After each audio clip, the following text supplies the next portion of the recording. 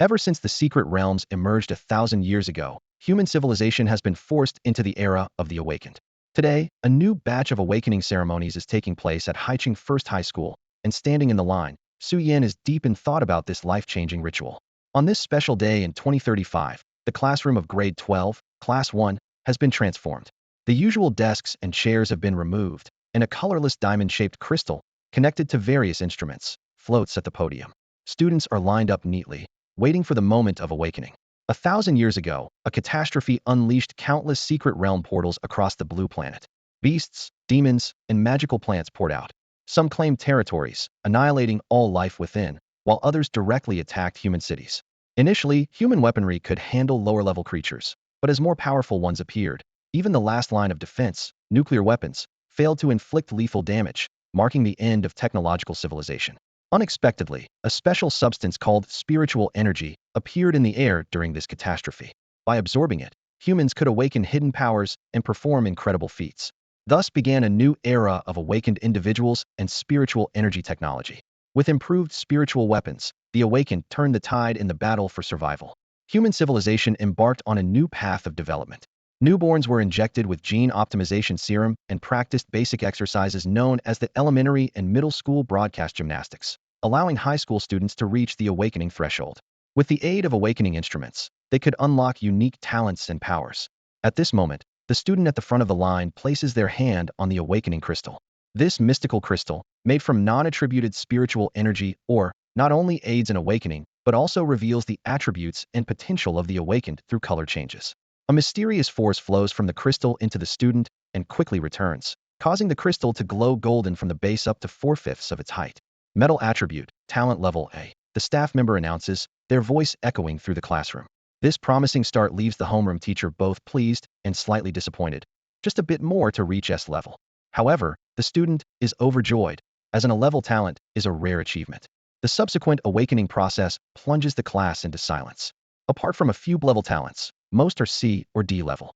The once excited atmosphere cools down, and Su Yan, standing at the back, shakes his head quietly. In his view, talent levels are often predestined at birth, and even the immense resources spent by great families to forcibly enhance talents cannot match the potential of natural awakened individuals. Moreover, not every family can afford such costs. As Su Yan shook his head and sighed, the atmosphere in the class had sunk to a low point with each awakening. Suddenly, an excited voice from the staff at the front exclaimed, "Earth element, talent level S." Instantly, all eyes were drawn to the awakening crystal. Standing in front of it was a robust young man about 1.8 meters tall. Beaming with excitement, it was the class monitor, Su Du. The awakening crystal in front of Su Du was almost completely enveloped by a heavy, earth-toned glow. As Su Yan watched Su Du's radiant smile, he felt a mix of surprise and inevitability. The surprise came from Su Du awakening and S-level talent, while the inevitability was due to his parents being high-ranking military elites. Although Su Yan wasn't sure about the exact talent level of Su Du's parents, being referred to as high-ranking meant they were at least 7th tier or above, so their talent levels wouldn't be low. With such a background, Su Du's awakening result, though surprising, was also expected. At this moment, the homeroom teacher, Zhao Ming, was beaming as he recorded Su Du's information. The staff member next to him smiled and said, "Congratulations, Mr. Zhao. The awakening ceremony is only halfway through, and we already have an A-level and an S-level. Just these two alone ensure your bonus this year." Zhao Ming modestly replied, just lucky, all thanks to the student's hard work," but the smile never left his face. The appearance of an S-level talent rekindled the previously subdued atmosphere. Before long, another student with an A-level water element awakening emerged, making Zhao Ming's smile even brighter. While recording the information, he told the staff, "Don't leave afterward. I'll treat everyone to a meal." As more classmates stepped forward, it soon became Su Yan's turn. Following the staff's instructions, he approached the awakening crystal, extended his right hand, and gently placed it on the crystal. Instantly, Su Yan felt a warm current flow from the crystal, coursing through his right hand and spreading throughout his body. Simultaneously, something within him seemed to be awakening, creating a profound sensation. Soon, this power circulated throughout Su Yan's body and eventually returned to his right hand before flowing back into the awakening crystal. As the energy returned, the diamond-shaped crystal began to be tinged with a warm, pure white color from the bottom up. This whiteness exuded immense warmth, gradually spreading upward until it filled the entire crystal. As the awakening crystal was nearly engulfed by pure white, the homeroom teacher and the staff overseeing the ceremony displayed visible excitement and astonishment. Their eyes were fixed on the ascending white, and as the crystal's color changed, their expressions of shock and excitement transformed into sheer joy. In the healing department, an employee with level talent was so excited that they stammered while announcing Su Yan's attributes and talent level. Beside them, Zhao Ming was overjoyed, quickly recording this information on the tablet in his hand. The students who had not yet awakened below were astonished by this news, exclaiming in surprise, their faces full of excitement. The healing class is powerful and rare, providing a strong sense of security, especially with level talent. It's worth mentioning that healers are extremely rare among the awakened. Among the billions of people, millions awaken each year, but only 1 or 2 healers appear every decade. Although healers are scarce, they are indispensable, as injuries in reality can be fatal. While attributes like water, wood, and light have some healing abilities, they don't compare to the specialized healing class and have limitations due to attribute restraints, such as water against fire and light against dark. Additionally, the healing class has an exclusive ultimate move that only healers can learn: resurrection. According to current knowledge, only the healing class can learn resurrection skills. Thus, from low to high levels, healers are highly sought after. While low-level healing effects are not as potent as high-level ones, other attributes can substitute them, but high-level healers are welcomed wherever they go. Each awakened healer is extremely rare and in high demand no matter where they are. Despite the small number of healers, almost every school has a special class for them. Due to the scarcity of awakened healers, many schools face an awkward situation. They have classes, materials, equipment, and specialized teachers for healers, but can't recruit students. Even so, schools still invest significant funds annually to maintain these classes to retain any potential students, highlighting the high demand for healers. Under the intense gaze of the teachers and classmates, Su Yan felt a tingling on his scalp. Facing Zhao Ming's excitement, he quietly asked, "Teacher, may I leave now?" This question brought Zhao Ming back from his excitement and joy, and he calmed down slightly, cleared his throat, and said, "Yes, you can go back now. Be careful on the way." After speaking, he composed himself and glanced at the still chattering classmates below. "Quiet. The awakening ceremony continues. Next, Zhang-san. Hurry up, come on." While the teacher was restoring order in the class, Su Yan quietly left the classroom, heading towards the school gate, ready to go home. Stepping out of the school gates, Su Yan ignored the commotion within the campus and the various intrigues sparked by his awakening, and headed straight home. His house was not far from the school, just a 10-minute walk to the place that lacked the warmth of a bustling home. He let out a deep sigh and murmured to himself, "In the blink of an eye, I've been reincarnated into this world for 16 years, a world filled with spiritual energy and awakened beings." Now, he had officially become one of the awakened, and his talent seemed quite promising. Su Yan wasn't originally from this world. Rather, he possessed memories that didn't belong here. In his original memories, he lived on a planet called Earth Star in a country known as. However, that world had no secret realms appearing, nor any extraordinary people or things. Su Yan was born, studied, and worked on Earth Star. Despite having some social anxiety, he managed to get into a prestigious university thanks to his talent and found a high-paying job with minimal social interaction and a kind boss. Besides the occasional nagging from elders about being single, his life was smooth until he died in a car accident at the age of 30. After dying in the car accident on Earth Star, when Su Yan opened his eyes again, he found himself as a newborn baby on Blue Star. Due to the vast memories from his past life and the fusion of his soul, as he grew older, his soul became overwhelmingly strong, while his body struggled to keep up. Although he instinctively sealed part of his mental power for survival, his body remained extremely weak. His parents, Su father and Su mother, nurtured him with all kinds of good things to keep him alive. Only now did his body barely match that of his peers, though still slightly frail. Su Yan's parents were both high-level awakened beings. His father was an 8th-tier wind martial artist, and his mother was a 7th-tier wood sorceress. They weren't the top elites, but in this blue star where secret realms appeared, they were considered strong figures. A few years ago, when a new secret realm emerged in Jiang City, Su father and Su mother were assigned to suppress it, leaving Su Yan alone at home. He took out his communicator and sent a message to his parents, informing them about the awakening ceremony and that he had awakened as a healer with level potential. Then, he ordered some takeout, returned to his room, and began to sort through the gains from the awakening ceremony. First was that warm current that flowed through his body during the ceremony. Su Yan clearly sensed the presence of spiritual energy within him, and the surrounding spiritual energy was slowly being absorbed by him. Somehow, he felt that he could control this energy. The awakening ceremony not only activated the spiritual energy he had accumulated over the past 16 years, making him a healer, but also brought forth a string of text in his mind. It was a kind of text he had never seen and couldn't describe. Yet, astonishingly, Su Yan could understand its meaning perfectly. Su Yan felt a surge of excitement as words flashed in his mind. A gifted ability rarer than even level potential. Among awakened individuals, level potential is already 1 in 10,000, but those with gifted abilities are 1 in 100,000, or even a million. These innate skills are unique to each individual with a gifted ability, perfectly tailored to them, accompanying their growth from the beginning to their peak. With a gifted ability and innate skill, even if one's potential is slightly lacking, hard work can still attract the attention and investment of numerous factions.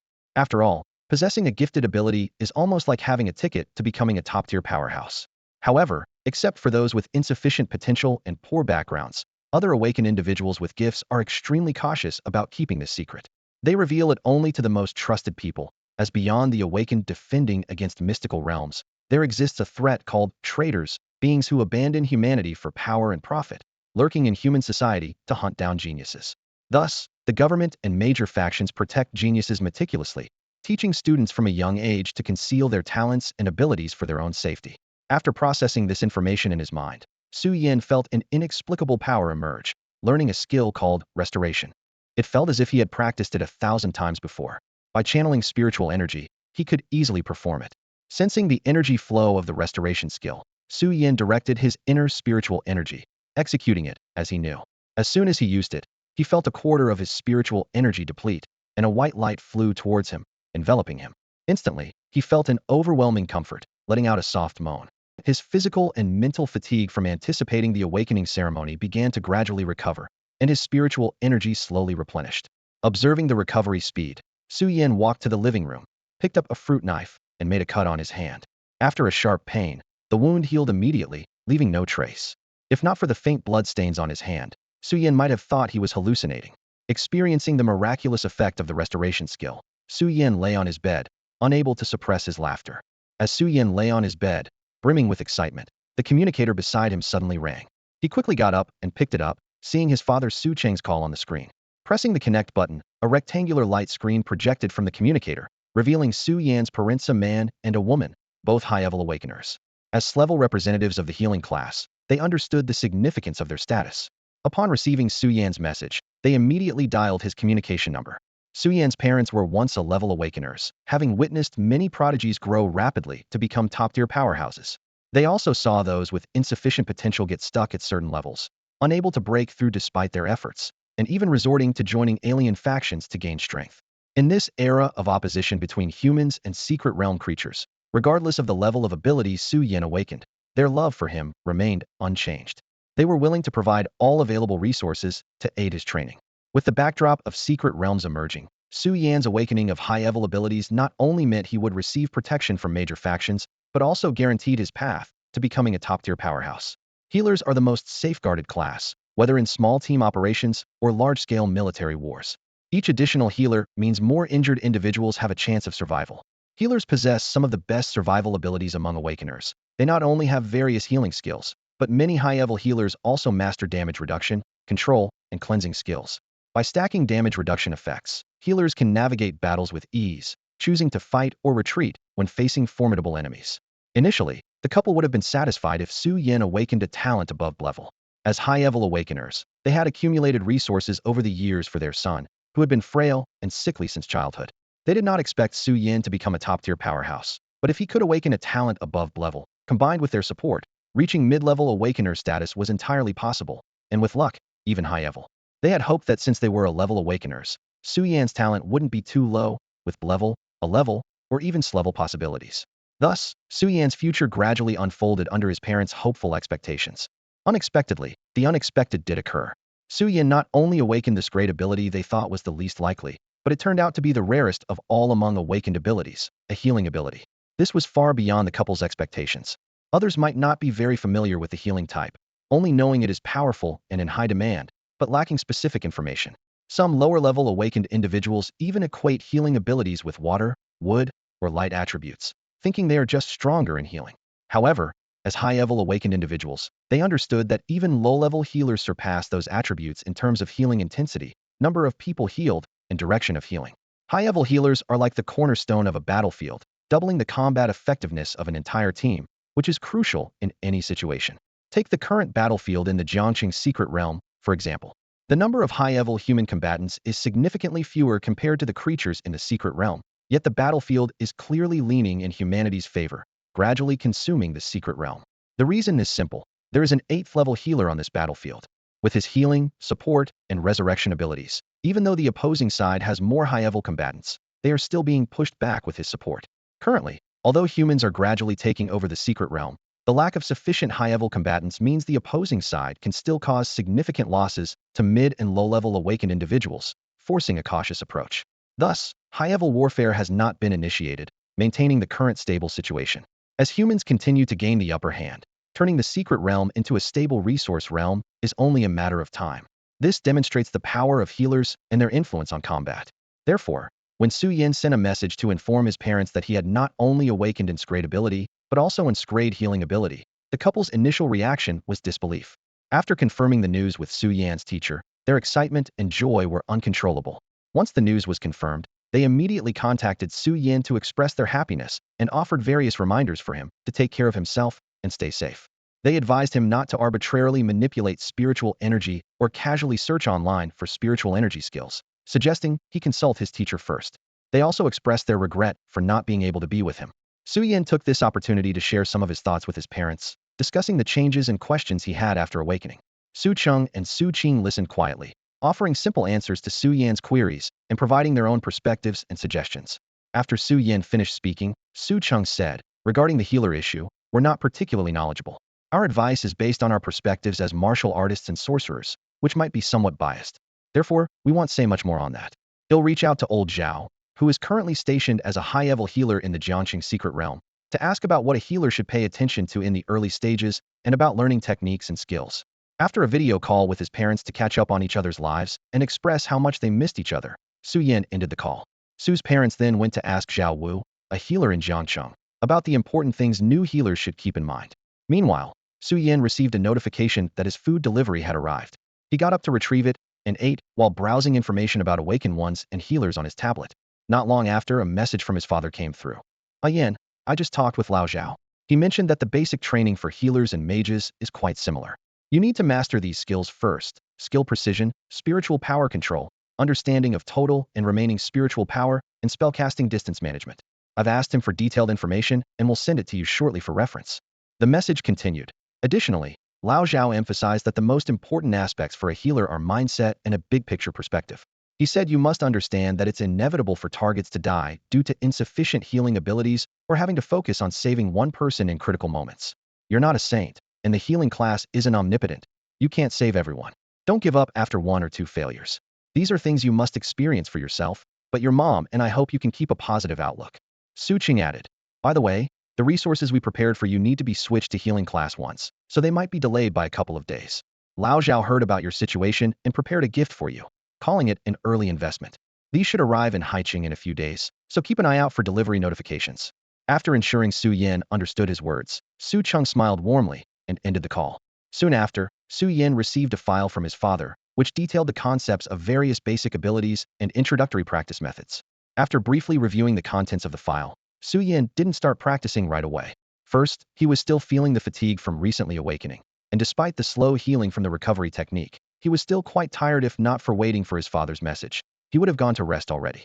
Second, his understanding of spiritual power cultivation was still theoretical, and he needed to wait until the next day to get specific training methods from his teacher before he could officially start. Su Yin slept without dreams through the night until 7 in the morning. After a simple wash, he bought breakfast and ate as he walked to school. Before reaching the school gate, his phone suddenly vibrated with a new message.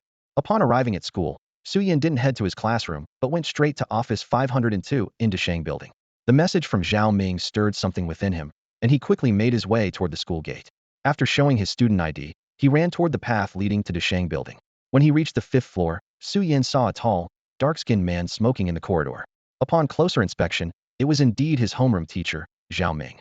Noticing Su Yin, Zhao Ming extinguished his cigarette and flashed a bright smile, revealing a set of white teeth. "You're here, come in and let's talk," he said, guiding Su Yin into the office. At Zhao Ming's invitation, Su Yin found a place to sit. Zhao Ming got straight to the point. "Regarding your situation, ever since yesterday's awakening ceremony concluded, various parties have been debating and discussing all day. Considering the opinions from all sides and your personal situation, we have 2 suggestions for you. First, you can continue and finish your senior year here. then take the college entrance exam or accept a direct recommendation to a university. After all, your home is nearby, so you're close to family. Our school will prioritize resources and secret realm quotas for you. As for professional guidance, don't worry, we have a healer at our school. Although they're not highly ranked, they are more than adequate for initial guidance. Second, you could go directly to university. Jiangnan University, one of our top 3 universities, reached out to us the night of your awakening. If you're willing, they'll send you a special invitation and tailor a program based on your needs. Regarding resources, you can rest assured that while it may not be the absolute best, it will certainly be among the top tier. If you have another university in mind, let me know, and I'll communicate with them. I'm sure they'd be happy to extend a special invitation. However, if you don't have a particular preference, I recommend Jiangnan University since it's in our region, close to Haicheng and the Jiangxing area where your parents are stationed. Plus, the environment and food won't require much adjustment. After finishing, Zhao Ming observed Su Yan, who was deep in thought, and smiled, saying, "You don't have to decide right now. You can go home and discuss it with your parents and get back to me in a few days. No matter what you choose, the school will do its utmost to secure the best treatment and resources for you. Every healer who grows is a valuable asset to the country." Zhao Ming then took out a card from his desk drawer and handed it to Su Yan. "This is a cultivation method exclusive to healers. We spent a lot to acquire this technique, and it's been sitting here and used for decades. Fortunately, this card updates the cultivation method, saving us from spending a fortune each time for a healer student who might enroll. I remember your parents are high-level awakened individuals, so your family should have a dedicated training room, right?" Su Yan nodded in confirmation. After listening to Su Yan, Zhao Ming spoke up. "Originally, if your home didn't have a training room, you would need to rent one from the Awakener Association. But since you have a training room at home, and it's even used by 2 high-level Awakeners, there's no need to go to the association." He handed Su Yan a special card and continued. "The basic training method is on this card. Once you're home, place it against your forehead, and it will directly transfer the training method into your mind. Then you can follow it to train." Zhao Ming reminded him. "Remember, during your first training session, because it's your first time actively absorbing spiritual energy, your cells will feel a kind of hunger and will absorb a lot of energy. This is why the first training session is the most effective and offers the greatest improvement. So, when you start training, try to persist as long as possible. The longer you persist, the more benefits you'll gain." After confirming that Su Yan understood, Zhao Ming got up to see him out of the office. As they said goodbye, he added, "I have some things to take care of, so you can head home on your own. You don't need to come to school in the next few days. Take some time at home to think about the issue I mentioned earlier. If you have any questions, feel free to message me." Su Yan nodded in response. "All right, I will think about it carefully. Thank you, teacher." They bid each other farewell, and Zhao Ming hurried off to attend to his matters, while Su Yan made his way to the exit, planning to head home. Once home, Su Yan called his parents to inform them that he was about to use the family's training room for his first session and asked about how to use it. His parents, Su Cheng and his wife, were naturally very concerned, as it was their son's first training session. Although there was now a standardized training method and the first session wouldn't be dangerous, they were still worried and wished they could be by his side to protect him. However, with the secret realm facing a potential attack from exotic beasts, the couple needed to participate in the defense, so they couldn't even watch over Su Yan via video during his first training. Urged by their comrades, they could only explain the use of the training room to Su Yan and ended the call with worried expressions. After learning how to use the training room, Su Yan entered it and activated it according to his parents' instructions. Sitting on the mat in the center of the room, he took out the card and placed it against his forehead. As soon as the card touched his brow, it dissolved into specks of golden light and merged into his forehead. At the same time, a method called the basic training method appeared in his mind. His body began to involuntarily follow the method's instructions, and in the microscopic world, invisible to the naked eye, a large amount of spiritual energy gathered towards Su Yan's body, merging into him. As Su Yan practiced the basic cultivation method, he felt a sensation of hunger emanating from every cell in his body. With the absorption of spiritual energy, a wave of extreme comfort surged within him. This was his body drawing in the spiritual energy, which was gradually strengthening him. Beyond the physical changes, a faint image of a diamond-shaped crystal appeared in his mind, which corresponded to the mental visualization technique included in the basic cultivation method. Simply put, it involved visualizing a healing rune in his mind. As the visualization deepened, the healing rune became more solid, with its details becoming increasingly refined. While visualizing and crafting the healing rune in his mind, Su Yan's mental strength was also being exercised, gradually becoming stronger. As the cultivation progressed, Su Yan felt an indescribable sense of comfort coursing through his entire body. This sensation nearly led him to lose himself in it several times, almost interrupting his practice. Fortunately, he remembered Zhao Ming's earlier advice. This was his first time cultivating, and he should try to extend the practice session as long as possible. Each time he was about to become lost in the sensation, he forced himself to snap back to awareness. The interruption was particularly uncomfortable, and for the first time, Su Yin realized that the feeling of comfort could be more unbearable than pain. Uncertain of how much time had passed, when Su Yin felt he could no longer hold on, the comforting sensation abruptly vanished. At the same time, he felt a sense of fullness in his body. Somehow, he understood that he had reached the limit of spiritual energy absorption in this session. Realizing this, Su Yin naturally stopped cultivating and regained consciousness. He assessed his body and found that the amount of spiritual energy within him had increased significantly. If the spiritual energy in his body was originally at a level of 1, it had now reached 10, and the quality of the energy was several times stronger than before. Standing up and moving around, Su Yin noticed a sticky, foul-smelling residue on his skin. According to Zhao Ming's earlier explanation, this was the result of his first cultivation, where the absorbed spiritual energy had flushed out impurities from his body. The stickiness and odor were the impurities expelled during cultivation. After expelling these, future cultivation sessions would proceed more smoothly. Su Yin quickly went into the bathroom and thoroughly washed himself several times, until the odor was completely gone, before stepping out. It was then that he remembered to sense the changes within his body. During his first cultivation session, Su Yin had felt that as he rapidly absorbed spiritual energy, the energy within him reached a critical point, unable to absorb more, prompting him to stop. In the training room, Su Yin found a device to test his strength and input his spiritual energy. The results showed his current strength at the peak of the first tier. Satisfied, he nodded and picked up his communicator, noticing that he had been in the training room for 3 hours. He initially intended to call his parents immediately, but recalling their mention of an impending battle in their previous communication, he worried that contacting them might distract them. So he decided against it. Stepping out of the training room, Su Yin returned to his own room and lay on the bed, his mind repeatedly echoing with Mr. Zhao's words. The two choices given by Mr. Zhao kept swirling in his mind, each with its pros and cons, leaving him deeply conflicted. Su Yin shook his head vigorously, trying to clear his chaotic thoughts, deciding not to overthink it since he could still seek guidance from his elders and get their opinions. Although this training session did not significantly enhance other areas, the improvement in his physical fitness was quite evident. Lying on the bed, Su Yin sent a message to his parents, asking if they were available as he wanted to discuss some matters and hear their advice.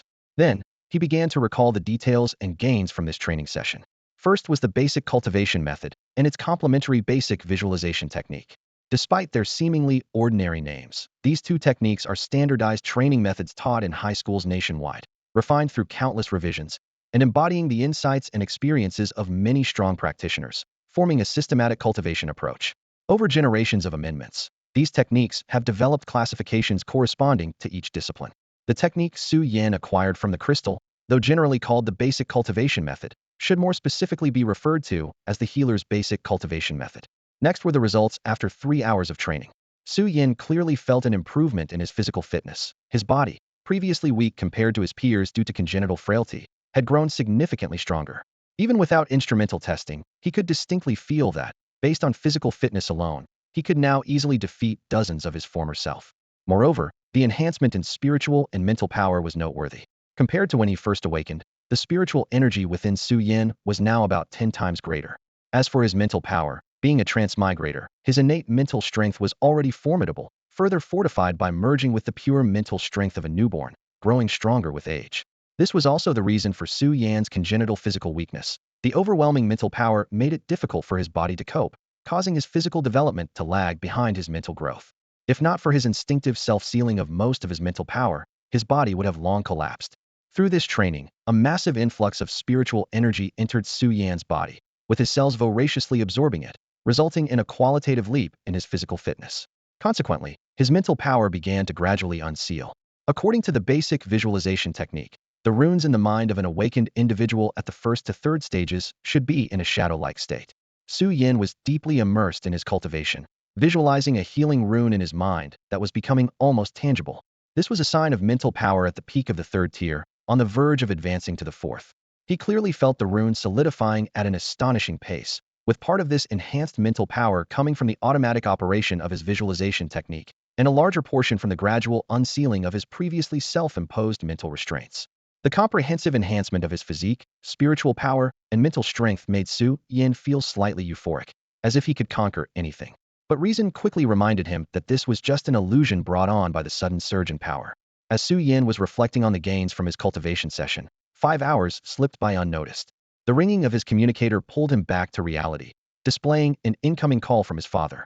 Without hesitation, Su Yin accepted the video call. On the screen appeared a tall, stern-looking man, Su Cheng. He had clearly just been through a fierce battle, with his clothes bearing traces of blood. Even through the screen, Su Yin could sense the ferocity emanating from his father. With his heightened senses post-awakening, Su Yin felt an overwhelming pressure. His father's battle-hardened appearance, brimming with killing intent, instinctively instilled fear in him. If not for the rational reminder that this was his father, his first reaction might have been to turn and flee. Noticing his son's unusual reaction, Su Cheng quickly understood the reason. He toned down the unintentional aura he was projecting, standing quietly in front of the screen, watching Su Yin. After the initial shock, Su Yin gradually calmed down. Gazing at his father on the screen, the arrogance induced by his recent power surge vanished instantly. His father, still only an 8th-tier powerhouse, not yet at the peak of awakened beings, could exert such pressure on him. How much more formidable would the true top-tier powerhouses be? Su Yin realized the extent of his own weakness and immaturity, questioning where his courage and confidence had come from. Forcing himself to calm down, he tried to gather his thoughts. Su Cheng watched his son transition from initial panic to a state of calm, where, despite still trembling slightly, he had regained composure and couldn't help but smile with satisfaction. Although he had deliberately restrained his aura later on, initially, he had held nothing back. To face the aura and killing intent he unintentionally emitted right after returning from the battlefield, even weakened through the screen, was not something young people untested by life-and-death battles could easily endure. Initially, seeing Su Yan's reaction, Su Cheng realized he had been careless. He had previously faced Su Yan in such a state, sometimes even in person. While Su Yan might have been uncomfortable, he had never reacted so intensely. This oversight was due to forgetting that Su Yan was now an awakened being, with a much stronger sense of perception than before. However, seeing Su Yan, despite being initially startled and seemingly wanting to flee, quickly compose himself, was quite impressive. This made Su Cheng feel content and proud of his son's growth. Su Cheng quietly observed Su Yan, a meaningful smile playing on his lips. After a brief moment of self-adjustment, Su Yan recovered from the initial intimidation by his father's imposing presence. He lifted his head and met Su Cheng's gaze. Although Su Cheng's appearance hadn't changed, the intimidating aura had noticeably dissipated, clearly reined in by him. "Well done, kid. You didn't embarrass me." Su Cheng's gruff voice resonated in Su Yan's ears. Before Su Yan could respond, Su Cheng continued. "So what's up? Knowing you, you wouldn't reach out unless it's important. Your mom's complained many times that you only contact her when there's something going on." Su Yan wasn't bothered by his father's slightly teasing tone and began to detail his first training session at school that morning. He omitted the fact that his mental strength had reached the peak of the 3rd tier after training, but he relayed other details, including how he secured a spot in the school's training room and managed to train for 3 hours, achieving the peak of the 1st tier. Hearing that his son had trained for 3 hours on his first attempt and directly advanced to the peak of the 1st tier, Su Cheng couldn't help but laugh with joy and pride. When Su Yan mentioned the significant improvements in his physical strength, spiritual power, and mental capacity after reaching the peak of the 1st tier, Su Cheng wasn't surprised. Initial training often had a profound impact on these aspects, especially since Su Yan had completed a breakthrough. Then, Su Cheng briefly guided Su Yan on how to adapt to and control his slightly unsteady body state due to the sudden increase in power. After this unknown guidance, Su Yan informed his father about the 2 options Zhao Ming had presented earlier and sought the opinions of him and his mother, Su Qing. After listening to Su Yan's account and the 2 options, Su Cheng pondered for a moment and replied, "In this matter, we respect your decision. To be honest, we weren't as outstanding as you back in the day and didn't have the privilege of facing such choices, so we might not offer much valuable advice. But, since they've proposed these 2 plans and your talent is so exceptional, either choice shouldn't be too bad and likely won't negatively impact your future. You can choose based on your own thoughts, and we'll support you no matter what." After finishing, Su Cheng added, "Hold on, don't end the call yet. I'll find someone experienced to ask." As soon as he finished speaking, the screen suddenly dimmed, leaving only the background noise and the sound of Su Cheng's footsteps. It wasn't long before the screen lit up again, and Su Cheng's figure reappeared.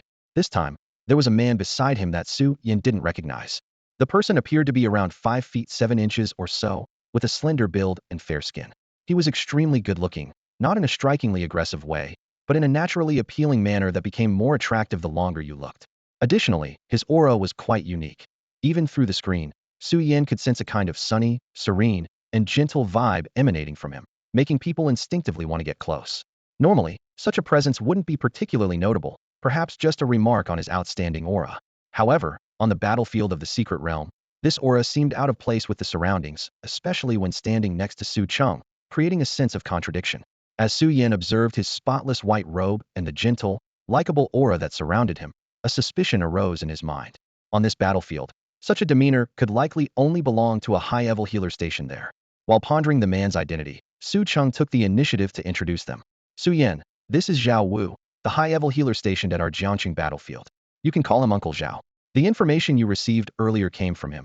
Su Cheng explained, then pointed to Su Yin, continuing, Old Zhao, this is my son Su Yin, the one I mentioned to you before, who awakened with level healing ability. He encountered a decision at school today and was a bit uncertain, so he came to ask me. I'm not too familiar with these things, so I thought I'd ask you to offer him some advice. As expected, this was indeed Zhao Wu, the high-level healer of the Jiangqing secret realm. After Su Cheng introduced them, Zhao Wu engaged Su Yin in conversation. Hello, young Su Yin. Your father has been mentioning you quite a bit lately. Let me introduce myself. I'm Zhao Wu, an 8th level healer. Feel free to ask me any questions you have. Hello, Uncle Zhao. I'm Su Yin. Thank you for your help, Su Yin replied. After their brief introductions, Su Yin shared the two choices presented by his school with Zhao Wu. After listening to Su Yin's explanation, Zhao Wu pondered for a moment before speaking. The difference between these two options isn't particularly significant. As a rarest level healer, regardless of your choice, you won't lack resources. The school, government, and Healers Association will all provide the best support. The main difference between the two options is that if you choose to finish your senior year, you can spend a stable year cultivating in high school. With your talent, under the attention and guidance of teachers, you could reach at least the mid to high 2nd level, or even the 3rd level, by graduation. Plus, you'll learn some skills at school, gaining a certain level of strength, and then take the college entrance exam to start a university life that involves more training than studying. Choosing the second option, however, means Jiangnan University, one of the top 3 institutions, offers the best resources and facilities. Compared to your current high school, the faculty is definitely more advanced. However, Jiangnan University's rules require students of all levels to complete certain trial tasks each year. This means you won't have the stable year of cultivation before entering university like the first option offers. Instead, you'll start engaging with the secret realm this year. Essentially, it's the difference between entering the secret realm at the 2nd or 3rd level versus starting at the 1st level. If you prefer stability, you could cultivate for a year first, increasing your strength before entering the primary secret realm, which would be safer. Although the school will screen and assign guardians due to your status when entering the secret realm, unforeseen circumstances can still occur, right? Whether you choose to wait a year before starting or begin now depends on your decision. Listening to Zhao Wu's words, Su Yin gained a deeper understanding of the two choices. The first option gives him a year to train and mentally prepare for entering the secret realm. During this year, the school will not only provide resources but also teach knowledge related to the secret realm, giving him an early understanding. This way, after graduation, he will be prepared both in strength and mentally. The second option is more straightforward and intense, learning while experiencing, growing quickly through life and death battles. Although this teaching method carries higher risks, as long as he survives, his growth will definitely be faster and his strength greater. Su Yin understood that those who grow strong in the fires of battle are often more powerful than those who grow in a sheltered environment, albeit with greater danger. After clarifying the meaning of these two choices, Su Yin gradually formed his own idea. Seeing that Su Yin seemed to have made a decision, Zhao Wu couldn't help but smile. It seems you've already made your choice. Su Yin nodded firmly.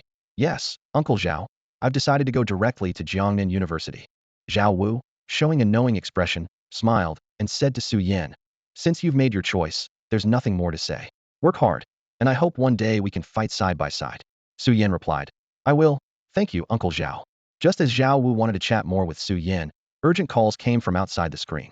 Realizing there was something he needed to handle, Zhao Wu smiled apologetically. Little Su Yin, I have something to take care of here, so let's end our conversation for now. I'll ask your dad to send you my contact number, so we can add each other as friends. If you have any questions in the future, feel free to ask me. Goodbye. With that, he hurriedly left, leaving Su Cheng and Su Yin facing each other. Su Cheng looked at his son with a gentle tone. Since you've made your choice, we won't say much. Just remember one thing. Protect yourself. Our greatest hope for you is not to become a top-tier warrior, but to stay safe and sound. Su Yin nodded. I will, and you both take care of yourselves too. Watching his son standing in front of the screen, Su Cheng's previously cold and distant expression softened. After inquiring about Su Yan's training and life, he ended the communication.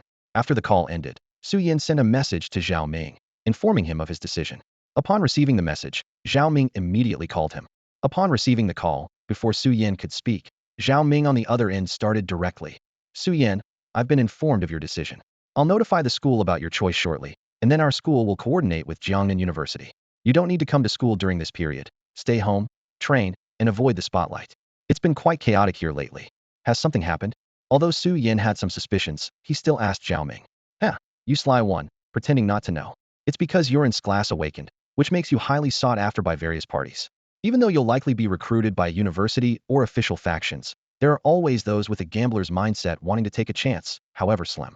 Recently, many stylish women and socialites have been hanging around the school, hoping to bump into you, the hot commodity. Hearing Zhao Ming's teasing tone, Su Yin couldn't help but chuckle awkwardly. Haha, please, don't tease me, teacher. If I showed up now, I'd be swarmed by those people. All right, I've said what I needed to. The rest is up to you. I need to pass on the news of your decision and coordinate with Jiangnan University, so I won't keep you. Keep an eye on your email these days. Oh, and don't rush into skill training yet. After our handover with Jiangnan University, their teachers will guide you. Meanwhile, you can familiarize yourself with various healing skills and their effects to plan your skill set. Don't worry about the rarity or cost of skills. Jiangnan University, the Healers Association, and official channels will provide them free of charge. Just choose what suits you. The teachers will also offer advice. With that, Zhao Ming ended the call. After the conversation, Su Yin retrieved the materials Su Cheng had sent, organized by Zhao Wu, and began practicing according to the methods outlined. Without a specific practice target, Su Yin temporarily set aside skill precision and distance control to focus on energy output and control. Time flew by, and a week passed. During this week, Su Yin spent most of his time studying Zhao Wu's documents, reaching a beginner's level in energy control. Though not yet precise, he had at least opened the door to further mastery, which would require patience and practice. Meanwhile, the resources prepared by Su's parents arrived from Jiangqing. These included a large number of non-attribute crystals, herbs for auxiliary training, and various high-grade exotic beast meats. Uncertain about the resources needed for a healer, the couple consulted Zhao Wu on what to prepare. Upon learning that most resources would be provided by Jiangnan University and the Healers Association, they converted their accumulated merits into crystals and herbs suitable for healers and energy-rich exotic beast meats, sending them directly to Su Yin. In addition to these resources, Zhao Wu gifted Su Yin a space ring crafted by a master forger, imbued with the advanced skill Divine Protection, as a welcome gift. Throughout the week, besides practicing energy control, Su Yin also explored and planned various healing skills. He researched skill descriptions online and messaged Zhao Wu for more detailed skill information. After nearly a millennium of development, the emergence of spiritual energy has significantly extended human lifespans. Although healers are relatively few in number, resulting in fewer skills compared to other categories, countless healing skills have been developed over the centuries. According to information Su Yin gathered online and from Zhao Wu, there are nearly 100 commonly used skills among the major healing factions. Moreover, aside from these common skills, there are also rare ones that can be remarkably effective in critical moments, as well as some with overlapping functions, totaling nearly 1,000. The concept of skill stones originated from a peculiar item discovered by a powerful individual in the ruins of a secret realm. By sealing personally developed skills within stones engraved with specific formations, these skill stones became a medium for Awakeners to learn new abilities. Awakeners can absorb these stones to master the skills within them. Similarly, the cores of creatures from secret realms also contain skills, but these skills are not uniform, with each occupying a certain amount of mental capacity. Consequently, these cores require special processing to be made into skill stones, allowing Awakeners to learn unique skills from secret realm creatures by absorbing the stones. Higher-level skills require skill stones of a higher grade, with more complex formations inscribed on them. Currently, the industrial production of skill stones is primarily focused on common low-level skills, whereas high-level and special skill stones still rely on Awakeners who possess those skills to create them. However, there are limits to how many skill stones one can produce, typically only 2 or 3 per year, as excessive production can cause irreversible harm to the creator. Not to mention the skill stones derived from the cores of secret realm creatures. Low-level skill stones are relatively easy to obtain, as low-level fodder is abundant everywhere. In contrast, high-level creatures, at the top of the food chain in secret realms, are scarce and extraordinarily powerful. Awakeners learn skills by absorbing skill stones, but each stone occupies a portion of their mental capacity. Although this doesn't affect skill usage, once their mental capacity is filled by skill stones, they cannot absorb new ones until this capacity is restored, which typically takes around 6 months. The extent of mental capacity occupied depends on the skill level. Theoretically, anyone can learn all skills within their category if they live long enough. However, in practice, no one does this. On one hand, many skills have overlapping effects, making it unnecessary to learn each one individually. On the other hand, learning a skill is not as simple as absorbing a stone to reach full proficiency. Skill stones only allow you to learn a skill, while the effectiveness, usage, and casting time require personal practice to master. Therefore, most Awakeners choose a few skills as their primary focus, dedicating most of their efforts to mastering these particular abilities. During the past week, Suyin focused not only on mastering his spiritual power, but also on studying the details of various skills. According to Zhao Wu's explanation, typically, an awakened individual who has not absorbed any skill crystals can absorb up to 5 regular skill crystals. However, a few gifted individuals with stronger spiritual power can absorb more, or even higher level crystals, but such individuals are exceedingly rare. After a week of practice and organization, Suyin felt that he was on the verge of breaking through from the first to the second stage. This breakthrough would allow him to include second stage skills in his plans. Although his spiritual power could handle higher level skills, the consumption of high level skills was something he currently could not afford. Even if he could use them, their effectiveness would be significantly reduced due to his lower level, and using them might deplete his energy quickly, which was not worthwhile. Moreover, Suyin did not intend to expose his above-level spiritual power until he was sure about the reliability of his future mentor. He even refrained from mentioning these matters in his communications with his parents, reflecting his cautious approach to the world of spiritual awakening. Suyin did not intend to completely hide his abilities.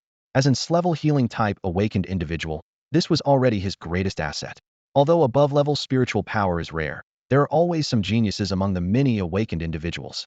For Suyin, this ability was just an added advantage. The resources and attention he could currently receive had reached their limit, and since this would not bring him additional resources, he believed it was wiser to keep some of his abilities hidden. Suyin planned to set his ability level at absorbing 8 skill crystals, a level that would showcase his potential without appearing too extraordinary. While there are not many such awakened individuals, among the nearly 10 million awakened each year, there would still be a few hundred or thousand. Although they would still receive attention, such students appear every year, so there is not much difference. During this week, Suyin made initial plans for his skills. As he felt close to breaking through to the second stage, the skills he chose were all second stage. Based on the information he had gathered, a healer needs to master a variety of skills early on, including quick healing, instant healing, powerful single-target healing, group healing, shields, and escape or survival skills. These are the 6 priority skills for a healing type awakened individual. Although buff, debuff, and control skills also have their uses, due to the nature of the healer role, these skills are relatively less important in a team. For low-level awakened individuals, healing is more important than buff skills in the early stages. Thus, it is not wise to invest scarce skill slots in these skills. Of course, if one's spiritual power is strong enough to absorb more skills, that is a different matter. Besides learning the aforementioned 6 skills, Suyin also planned to learn 2 additional buff skills to better prepare for future challenges. Suyin chose 8 initial skills: rapid healing, powerful healing, healing wave, holy shield, blink, substitute scarecrow, weapon blessing, and courage blessing. Rapid healing is an instant low healing skill, while powerful healing requires casting time, but offers higher healing for a single target. Healing wave is a group skill that releases healing waves capable of bouncing up to 10 times. Holy shield, blink, and substitute scarecrow serve as a shield, escape, and life-saving function, respectively. The last 2 blessings enhance attack and strength. Suyin believed these 8 skills were quite sufficient for his current second-tier stage, helping him through the early phase. After a few days of training, his spiritual energy reached its limit, and on this day, he successfully advanced to the second tier. Feeling the increase in power, Suyin smiled with satisfaction. Just as he was reveling in the joy of his breakthrough, his communicator buzzed, and the screen displayed a well-built man, about 6 feet tall. "Are you Suyin?" The greeting made Suyin realize he didn't know the person, so he responded with curiosity. "Yes, and you are?" The man paused, then chuckled. "Haven't you checked your communicator messages? Jiangnan University sent you a notification this afternoon." "Sorry, I just finished my training and haven't had the chance to check," Suyin explained, scratching his head. The man introduced himself. "I'm Wang Yu, your mentor for the next 4 years. I'm contacting you today to get to know you and inform you about our class schedule." After checking his communicator, Wang Yu said, "Today is June 29th. You will come to Jiangnan University on July 1st, and we'll start the classes." Seeing Suyin still a bit dazed, he smiled and reminded, "Remember, July 1st at 9 a.m., find me at Jiangnan University. Contact me as soon as you arrive, and don't be late." With that, Wang Yu ended the call. Suyin snapped back to reality, opened his communicator's inbox, and indeed found an email from Jiangnan University, complete with official certification, clearly not a scam. Suyin opened the email and felt a sudden tightness in his chest as he read the concise lines. The email began by clearly informing him that his enrollment had been transferred from Haicheng First High School to Jiangnan University. From now on, he would be a part of Jiangnan University. The email then mentioned that the university would assign him a mentor to guide his studies, and it included the mentor's details and contact information. Su Yan's eyes fell on the contact number, realizing it was the same as the one he had just dialed. He was taken aback, then clicked on the information about Wang Yu. A familiar face appeared on the screen. It was the mentor he had just spoken with. The profile detailed Wang Yu's background. Male, 28 years old, an 8th level healer with the title Indestructible Galaxy. Captain of the military's Morningstar team, a major general, and an outstanding graduate and honorary professor of Jiangnan University. Su Yan couldn't help but feel awed. Wang Yu's credentials stood like a monument, highlighting his extraordinary status. Apart from the obviously forced outstanding graduate title from Jiangnan University, every other accolade was remarkably impressive, especially the title, which is usually reserved for those who reach the 9th level of strength. Yet Wang Yu, at just 28, had already achieved an 8th level status and a title, indicating he was destined for more. Although Su Yan knew little about the specifics of the Morningstar team, his parents' connections gave him some insight into the military squad rankings.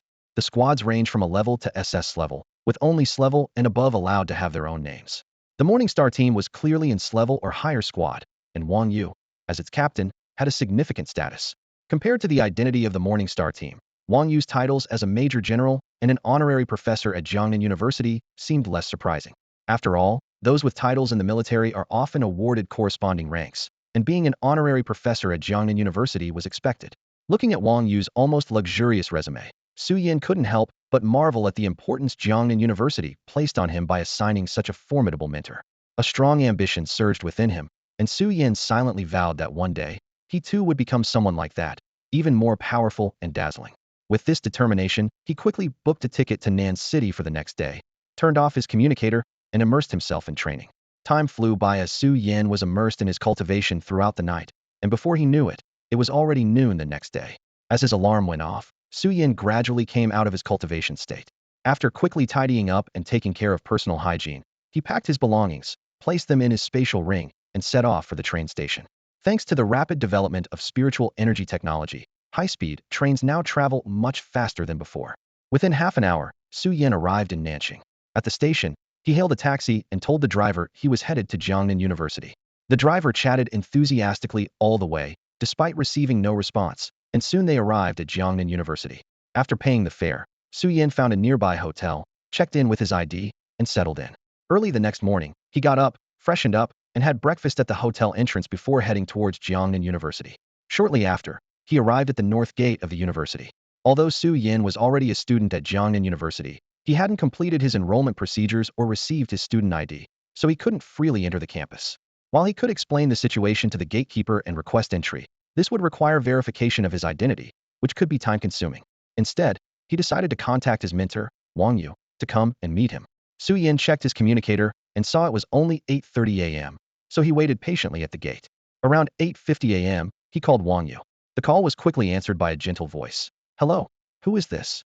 "Hello, Professor Wang Yu. This is Su Yan." "Oh, Su Yan, sorry, I didn't see the communicator earlier. Have you arrived at Jiangnan University?" "Yes, Professor Wang Yu. I'm at the north gate of Jiangnan University." "All right, I'll send someone to meet you now." With that, Wang Yu ended the call. Su Yan waited at the gate for a short while before a tall, dark-skinned, muscular man jogged out from the campus. He looked around, quickly spotted Su Yan, checked his communicator, and then walked briskly towards him. Su Yan immediately recognized him as the person Wang Yu mentioned would meet him. The man approached Su Yan, extended his right hand, and smiled. "You must be Su Yan, right? Nice to meet you. I'm Wang Lei, a third-year student in the combat department at Jiangnan University. The professor asked me to come and get you." Su Yan shook his hand and replied, "Hello, senior. I'm Su Yan, a first-year student, although I haven't started yet. Nice to meet you." After a brief introduction, Wang Lei led Su Yan deeper into the campus. As they passed the security office at the entrance, Wang Lei showed his student ID and briefly explained Su Yan's situation to the guard, then led Su Yan into Jiangnan University. Following Wang Lei's guidance, the two headed toward the faculty housing area.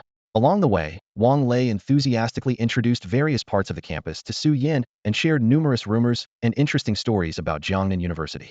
Although the campus area had expanded several times compared to the previous Blue Star era due to the resurgence of spiritual energy, both of them were awakened individuals, and Wang Yu's faculty residence was not far from the North Gate, so they soon arrived at the faculty housing area. Seeing the rows of detached villas with small gardens, Su Yan couldn't help but feel amazed. Was this really the dormitory at Jiangnan University? Having squeezed into a dormitory of just over 10 square meters for 4 years, Su Yan found it hard to imagine such luxurious accommodation. Noticing Su Yan's astonishment, Wang Lei smiled and said, "Surprised? This dormitory is top-notch at our university. Only professors and above, the top 5 students of each year, and members who have made significant contributions on the secret battlefield are eligible to live here. Su Yin snapped back to reality, realizing that in the era of spiritual energy resurgence and universal awakening, a small dormitory simply couldn't meet the needs of awakened individuals. As one of the top universities, Jiangnan University naturally wouldn't skimp in this regard. Following Wang Lei to the third villa, as soon as they entered, Su Yin sensed a change in the concentration of spiritual energy around them. The concentration inside was about 3 times that outside. Wang Lei continued, "Feel it? This is why these level villas are rare. They are equipped with high-level spirit-gathering formations, connected to the advanced spiritual veins beneath the school. The concentration of spiritual energy inside is 3 times that of the outside world, and inside the villa, it even reaches more than 5 times." With that, Wang Lei led Su Yin into the villa. Once inside, they headed to the study. Wang Lei knocked on the study door, and upon hearing a response to come in, he led Su Yin inside. The study was about 60 to 70 square meters, simply furnished. In view was a row of large bookshelves filled with various books. In front of the bookshelves was a long table, and beside it sat a man who had just put down a book. He looked up and smiled at the two. This man was Wang Yu, the future mentor Su Yin had met before. Wang Lei said to Wang Yu, "Uncle, I've brought your student." Hearing Wang Lei's address, Su Yin was surprised. Although they shared the surname Wang, it was hard to imagine they were uncle and nephew based on their appearances. Wang Lei was a muscular man, while Wang Yu was a refined young man, and the contrast was astonishing. While Su Yin pondered their relationship, Wang Yu spoke. "You're here, take a seat." He gestured for Wang Lei to bring 2 chairs to the table.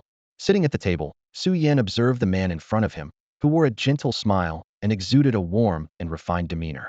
He couldn't help but feel a sense of unreality. This man, Wang Yu, an 8th-level healer, a titled expert, and the leader of his class team, was about to become his mentor for the next 4 years. Su Yin stood up, bowed politely to Wang Yu, and said, "Hello, teacher. I'm Su Yin, but you can call me a Yin or Xiao Yin." Wang Yu noticed Su Yin's slightly nervous demeanor and smiled warmly. He stood up, fetched 2 cups from nearby, poured tea for both of them, and said to Su Yin, "All right, I'll call you a Yin then. Have a seat, and don't be so tense. Relax. From now on, you're my student. Surely, you can't face me like this all the time, can you?" Hearing Wang Yu's friendly address, Su Yin felt a sense of relief, and his nervousness seemed to dissipate. Once he calmed down, he looked up at the man in front of him. Seeing Su Yin's expression becoming more relaxed, Wang Yu sat down as well. They began a question-and-answer exchange, with Wang Yu asking about Su Yin's current attributes and his understanding of the healing class. Su Yin shared details about his physical condition and spiritual power with Wang Yu. When the topic turned to mental strength, Su Yin mentioned that he had reached the peak of the 2nd level and could carry 8 skill crystals. However, Wang Yu gave him a knowing smile and said, "Young man, you're not being honest. From what I sense, the quality and quantity of your mental strength far exceed the 2nd level." Startled by Wang Yu's expression, Su Yin offered a wry smile and apologized, explaining that when he broke through the 2nd level, his mental strength had actually reached the 4th level, and he shared his thoughts on the matter.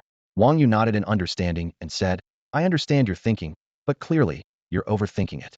At Jiangnan University, you can showcase your talent and potential as much as possible without worrying about safety. For a little genius like you, we not only provide various protection measures while you're alive, but even if you were to meet an unfortunate end, we have ways to bring you back." Listening to Wang Yu's words, Su Yin glanced at Wang Lei beside him and noticed that he wasn't particularly surprised, suggesting he was already aware of the situation, though it was unclear if he had heard it from Wang Yu. Wang Yu continued, "So don't be afraid. Show your talent and potential as much as you can, and use them to gain more resources and grow stronger quickly. There will soon be a major change on Blue Star, and if you want to protect those you care about or even gain benefits from it, you'll need sufficient strength to make it possible. Our country is already opening up various treasures and secret realms to talents like you, but you'll need to have a certain level of strength to access them." Wang Lei seemed to sense the confusion in Su Yan's heart. Scratching his head, he smiled and said, "Yeah, the news is true. We were informed about this right when we entered school. Don't hide it. If you have talent and ability, show it quickly. If you have something special, display it. The school will strive to get us various resources and benefits. For us, this is the best of times and the worst of times. As long as you have enough talent and potential, you can gain resources and advantages that people in the past couldn't even imagine." His words made Su Yin fall into deep thought. Although he didn't know what the so-called Great Change was, Wang Yu and Wang Lei's attitudes suggested they weren't going to explain it in detail. Su Yin realized that perhaps there were reasons they couldn't elaborate, or maybe they didn't know exactly what would happen, only that a great change was coming. So, he decided not to dwell on it for the time being. Su Yin began to consider the implications of their words. Should he fully display his talents? Remembering Wang Yu's earlier advice, he had thought about keeping some things hidden, both to have a trump card and because he was worried that being too extraordinary might make him a target for human traders. Although his current abilities were already strong, revealing everything before those people reached a point of no return might not be wise. However, now that he knew he had access to various resources, treasures, and protections, and could even resurrect if necessary, what was there to worry about? As for keeping a trump card, as a healer, if he really encountered a situation that the whole team couldn't handle, the little he kept hidden wouldn't turn the tide. It would only delay the inevitable a bit longer, which wasn't very meaningful. With these thoughts in mind, Su Yan made up his mind and said to Wang Yu, "Teacher, I understand. I won't hide these things anymore." He smiled a bit sheepishly at the two of them and continued, "Actually, I've been keeping something else from you." Hearing this, Wang Yu's eyes showed a hint of curiosity. "Oh, what else haven't you told us? It seems that your mental strength isn't your biggest trump card." Su Yan's face turned a bit red, and then he said to them, "Actually, when I awakened, I also gained a talent and a skill." Upon hearing this, Wang Lei stood up in surprise and exclaimed, "What?" At this moment, Wang Yu also showed a surprised expression, which was the first time Su Yan had seen him lose his composure since he came in. Su Yan could clearly feel the change in Wang Yu's emotions. Wang Yu glanced at the standing Wang Lei, who gave an embarrassed smile under his gaze and sat back down, though his face still showed shock and excitement as he eagerly asked, "Can you tell us the specifics?" Seeing their curiosity, Su Yan didn't keep them in suspense and began to explain his talent and skills. Su Yan's innate talent significantly enhances his healing skills, making them approximately 1.7 times more effective than those without such talent. As his level increases, this multiplier also grows. Although this singular talent seems straightforward amidst more complex abilities, its potency is undeniable. Su Yan's skills can elevate the effectiveness of low-tier healing spells to that of higher-tier ones, while maintaining the lower-tier mana cost. Additionally, group healing spells usually experience a reduction in healing amount, but Su Yan's talent allows these spells to be even more effective than single-target healing skills. During a discussion with Wang Yu and Wang Lei, Su Yan shared his talents and skills. Wang Yu gained a deeper understanding of Su Yan's abilities and asked if he had tried combining them with initial skills. Su Yan sheepishly admitted that he had chosen 8 initial skills, to which Wang Yu jokingly inquired about the specific choices. Su Yan listed his selected skills, including Rapid Healing, Powerful Healing Spell, Healing Wave, Holy Shield, Blink, Decoy Scarecrow, Weapon Blessing, and Courage Blessing. Wang Yu and Wang Lei reacted quite calmly, leaving Su Yan puzzled as to why they were looking at him in such a manner. Hearing Su Yan's question, before Wang Yu could respond, Wang Lei jumped in. "Junior, the issue isn't the skills you've chosen, but rather that your choices are too ordinary. Although there are 1 or 2 rare skills, this configuration doesn't match your identity as an S-level healer. You could have chosen rarer and more powerful skills." At this point, Wang Yu also chimed in. "Indeed, I remember the special recruitment conditions included providing skill crystals, right? Since the school has offered these resources, even without guidance, you should have been bolder in your selection. Let's not talk about rapid healing. It's obvious that you chose it casually to temporarily conceal your innate skills. Of your remaining 7 skills, Substitute Scarecrow and Blink are decent, but the others, while excellent, are merely that. Such a skill set, while it can make a good healer, somewhat squanders your talent." Listening to them, Su Yan was taken aback. Were his selected skills too common? It wasn't entirely his fault. Despite Su Yan's privileged background, with both parents being high-level awakened and financially well-off, the support mainly manifested in daily essentials and health-beneficial herbal baths. Su Yan's understanding of these things was limited to their high price tags, lacking in-depth knowledge of the actual market. Moreover, at his age, he hadn't yet been exposed to high-spending venues, and having memories of his past life, he spent most of his time learning, with little desire for luxury items. Consequently, when he saw the skill crystal worth millions, he couldn't help but feel anxious. But were Su Yan's chosen skills really ordinary? Not quite. According to online prices, each skill crystal was worth over $1 million. Such a multi-million configuration already made Su Yan uneasy. However, in the eyes of Wang Yu and Wang Lei, these choices seemed somewhat petty, making Su Yan smile wryly, thinking he had been bold enough, only to realize he underestimated Jiangnan University's generosity. Composing himself, Su Yan stood and respectfully bowed to Wang Yu, saying, "It's my problem. Please guide me, teacher." Seeing Su Yan's respectful demeanor, Wang Yu smiled slightly. "No need for that. As your teacher, it's my responsibility to guide you, which is what I should do. Your skill selection direction is actually quite good, and your ideas are sound, but you're just lacking experience. That's not your fault. Experience is accumulated over time, and besides, you have us here. Your first 6 skills seem to be chosen based on the 5 major categories needed for an early-stage healer. From your initial concealment of your information, It's easy to guess that the rapid healing was something you added forcefully.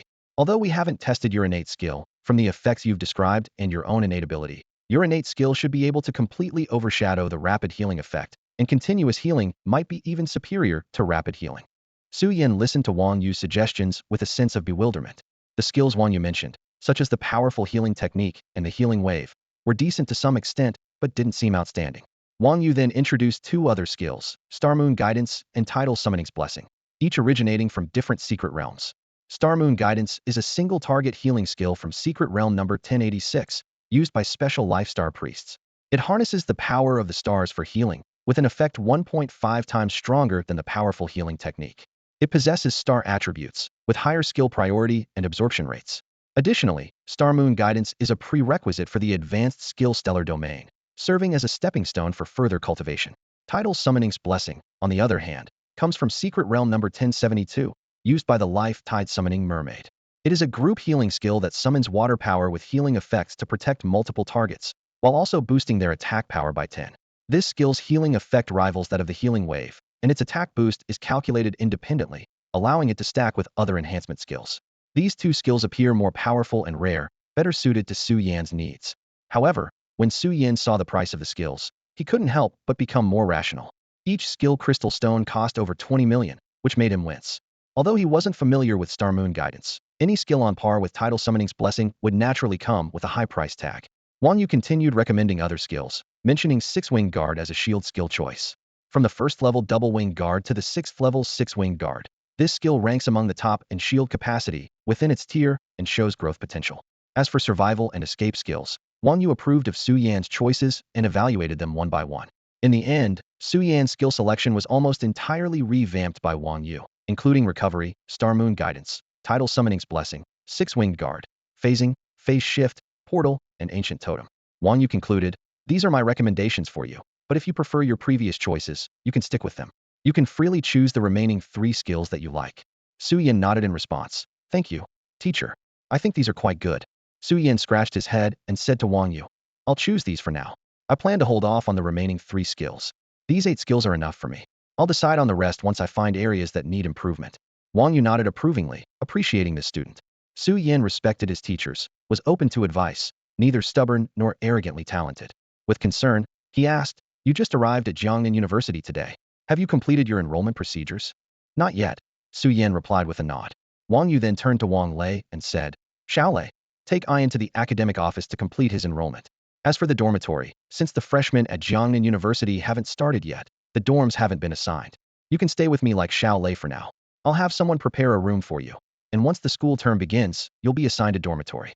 Wang Lei nodded in agreement, stood up, and said to Su Yan, "Let's go, Su Jr. I'll take you to complete your enrollment." Obediently, Su Yan stood up and followed Wang Lei out of Wang Yu's villa.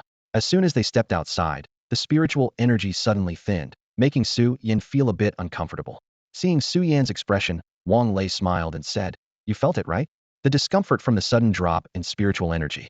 It's because you've been in a place rich in spiritual energy for a long time, and when it suddenly becomes thin, your body feels a bit off. You'll get used to it after a few more experiences." With that, Wang Lei led Su Yan to the academic office. To align with the timing of the awakening ceremony, universities nationwide typically start their terms after the ceremony, allowing the specially recruited talented students to enroll alongside the freshmen. Although there are over a dozen talented freshmen this year, the upperclassmen have already started last month. Wang Lei was evidently not an ordinary character, as the senior students on the way regarded him with respect. Su Yan also noticed curious glances around him, indicating that Wang Lei was a notable figure at the university. As they reached the academic office, the person in charge approached upon seeing Wang Lei, and they engaged in a familiar conversation. Wang Lei introduced Su Yan and explained their purpose. "Junior Su Yan, this is teacher Li Heng from the academic office, who is also an alumnus who stayed on after graduation." "Hello, teacher Li." Su Yan politely greeted the scholarly-looking man. "Hello, you can just call me senior like Wang Lei. I've heard about the special recruitment of a young genius in the healing department this year, and meeting you today, you truly are extraordinary," Li Heng said with a smile. Su Yan blushed at the compliment, unsure how to respond, and simply said, "Thank you for the compliment, senior. You are quite impressive yourself." Seeing this, Wang Lei interrupted, "Senior, there will be plenty of time for mutual compliments later. Let's handle the official business first, as we need to report back to my uncle."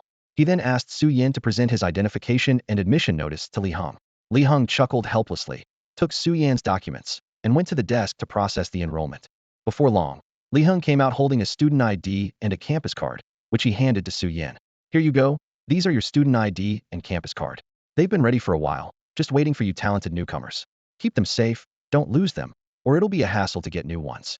Su Yan took the ID and card gratefully, saying, "Thank you, senior." He glanced at Wang Lei, who was standing nearby playing with his fingers, looking somewhat impatient. Li Heng chuckled and continued, "All right, Su, it's your first day at Jiangnan University, and you probably have a lot to sort out. Go take care of that first, and we can catch up later." With that, he prepared to see them off. "Thanks for the help, senior." Su Yan thanked Li Heng before leaving with Wang Lei. The two then went to a nearby cafeteria for a simple meal before returning to the villa where Wang Yu lived. As soon as they entered, they saw Wang Yu sitting on the living room sofa, reading a book. Without looking up, he sensed their presence and said, "You're back. The second room upstairs is yours. Get a good rest tonight. We'll start training tomorrow." Su Yan nodded. "Thank you, teacher." Following Wang Yu's directions, he went to his room, while Wang Lei had already dashed back to his own. Su Yan's room was simple yet fully equipped, with white walls, a bathroom, bed, desk, wardrobe, air conditioning, and even a small fridge. The room's spiritual energy was about 30 higher than outside. After a quick shower and changing into clean clothes, Su Yan lay on the bed, reflecting on the day's events, feeling a bit surreal. Although he had excelled in high school, and getting into Jiangnan University's liberal arts program wasn't difficult for him, the current situation was beyond his expectations. Being a special recruit at Jiangnan University, and level healing Awakener, having a title-level mentor, and the freedom to choose skill crystals, all of it was incredibly overwhelming. With these thoughts swirling in his mind, Su Yan gradually fell asleep, dreamless through the night, and soon it was morning. He woke up to find it was already 7 o'clock. After a quick wash, he went downstairs and saw Wang Yu at the dining table, browsing his communicator while having breakfast. When Wang Yu saw Su Yan coming down, he looked up and smiled. "Awake. Come have some breakfast." He then fetched a breakfast plate from the kitchen and placed it on the table. Feeling a bit awkward, Su Yan ate, missing his senior Wang Lei. Once he finished the otherwise tasty breakfast, unsure of what to do next, Wang Yu stood and asked, "Finished?" Su Yan nodded, wiping his mouth with a napkin. "Then let's start today's training," Wang Yu said, gesturing for Su Yan to come closer. Su Yan stepped forward and stood near Wang Yu. Wang Yu performed a simple hand sign, and a large purple circle appeared beneath their feet, covered in intricate patterns that Su Yan couldn't understand. A flash of purple light passed, and Su Yan suddenly found himself enveloped in darkness, losing all sense of gravity. When light returned, he realized he was no longer in Wang Yu's villa but in an unfamiliar room. Wang Yu spoke up. "Yesterday, I submitted the skill crystals you selected to the Healers Association, and they've sent them over. Today, we won't be learning anything else. Instead, you'll start by absorbing these skill crystals." As he spoke, he retrieved several boxes from a spatial ring. "Here are the skill stones prepared for you. Each of the mentioned skills has 3 stones, and you can absorb them using your mental power. You have 3 chances to absorb each skill. If you fail all 3, we'll have to get more from the Healers Association tomorrow," Wang Yu explained as he handed the boxes to Su Yan. The success of absorbing skill crystals depends on the innate talent of the awakened and their compatibility with the skill. Talent needs no explanation. Some are naturally gifted, learning with a glance, while others struggle for a lifetime. As for skill compatibility, it refers to how well an awakened aligns with a skill. For example, those with fiery personalities tend to have higher success rates with fire skills, while their success with ice skills might be lower. However, this isn't absolute. There are plenty of fiery tempered ice users and calm fire users among the millions of awakened. Wang Yu guided Su Yan to sit on a meditation cushion in the room. As soon as he sat down, Su Yan felt spiritual energy surging around him like a tide, clearing his mind as if doused with cold water. Noticing the change, he looked at Wang Yu, who smiled and said, "Do you feel it?" This cushion was crafted by a master artisan, enhancing both energy absorption and focus. The room itself is made of special materials, greatly aiding cultivation and concentration. Only top-ranked students have access to this room, and their time here is limited each month. Since this is your first time absorbing skill crystals, I've brought you here. In the future, you'll need to use your own allotted time, but your special recruitment benefits should cover that, so don't worry too much. With that, Wang Yu gestured for Su Yan to begin absorbing the skill crystals. Su Yan took out the skill crystal for Star Moon Guide and a 4-leaf clover from the box. Spiritual energy quickly gathered around them. As the energy flowed into the skill crystal, both the crystal and the clover transformed into a beam of white light, merging into Su Yan's body. He felt a portion of his mental capacity being occupied by something new, but it didn't hinder his mental operations. Gradually, Su Yan realized he had learned the Star Moon Guide skill, understanding its use and the flow of spiritual energy, as if by instinct. Seeing Su Yan effortlessly absorb the first skill crystal, Wang Yu smiled with satisfaction. It seems things are going smoothly. You managed to absorb the most challenging star moon guide on your first try. That's a great start. Maybe it was because of the good start with the first skill that the absorption process of the next 6 skill stones went smoothly as well. Except for the skills Etherealization and Ancient Totem, which each failed once before being successfully absorbed on the second attempt. The other skills were absorbed successfully on the first try. Su Yin felt a wave of satisfaction as he sensed the new skill information in his mind. He opened his eyes and looked up at Wang Yu, who was sitting beside him. Wang Yu had witnessed the entire process and appeared somewhat surprised. These 7 skills were not ordinary. Although they were indeed the most suitable combination for Su Yin at the moment, with the highest configuration, their rarity was also very high. The rarer the skill, the lower the affinity between the Awakener and the skill, which increases the difficulty of absorption. Wang Yu had initially prepared himself for Su Yin to successfully absorb 1/3 of the skills, and even planned to let Su Yin try this optimal configuration first, absorbing as much as he could, and then deciding on the rest based on Su Yan's choices. However, Su Yan's success rate exceeded Wang Yu's expectations. He managed to absorb all 7 skills. Even though Etherealization and Ancient Totem failed once during absorption, they were already known for their difficulty in absorption among ultra-rare skills. Wang Yu was secretly amazed, but he didn't show it on his face and gently said to Su Yin, "Not bad. You've actually managed to absorb them all. That was quite unexpected." Despite this, Su Yin felt that Wang Yu's expression seemed a bit off. As Su Yin kept staring at Wang Yu continued, "All right, since you've absorbed all the skills, let's head back." He gestured for Su Yin to come to his side, and with a flash of purple light, they were instantly back in Wang Yu's dormitory. Originally, Wang Yu thought it would be good if Su Yin could successfully absorb 1/3 of the skills, with the highest hope being 2/3. Even with 2/3, Su Yan's remaining mental strength would be sufficient to support the subsequent training. Therefore, Wang Yu planned to arrange a teaching schedule, allowing Su Yin to practice skill release and mastery in the training ground first. However, Su Yan's complete success came as a surprise to Wang Yu. Absorbing 7 ultra-rare skills consumed a significant amount of mental energy. Even though Su Yin possessed 4th-tier mental strength, the consumption from absorbing 7 skill stones at once was still immense. Instead of training, the upcoming time should be spent resting. Looking at the student who disrupted his teaching plan, Wang Yu actually felt no displeasure at all.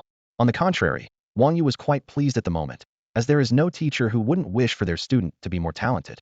Looking at Su Yin, who appeared exhausted, Wang Yu smiled and said, "Absorbing 7 skill crystals at once today, even with your strong mental power, has taken its toll on you.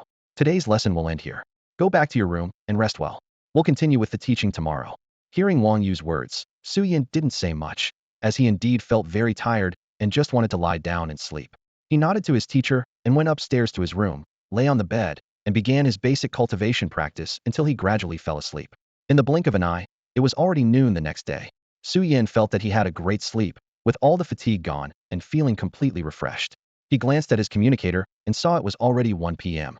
Remembering Wang Yu's mention of new teaching today, Su Yin jumped up from the bed with a start. He quickly ran to the bathroom for a cleanup and then hurried downstairs.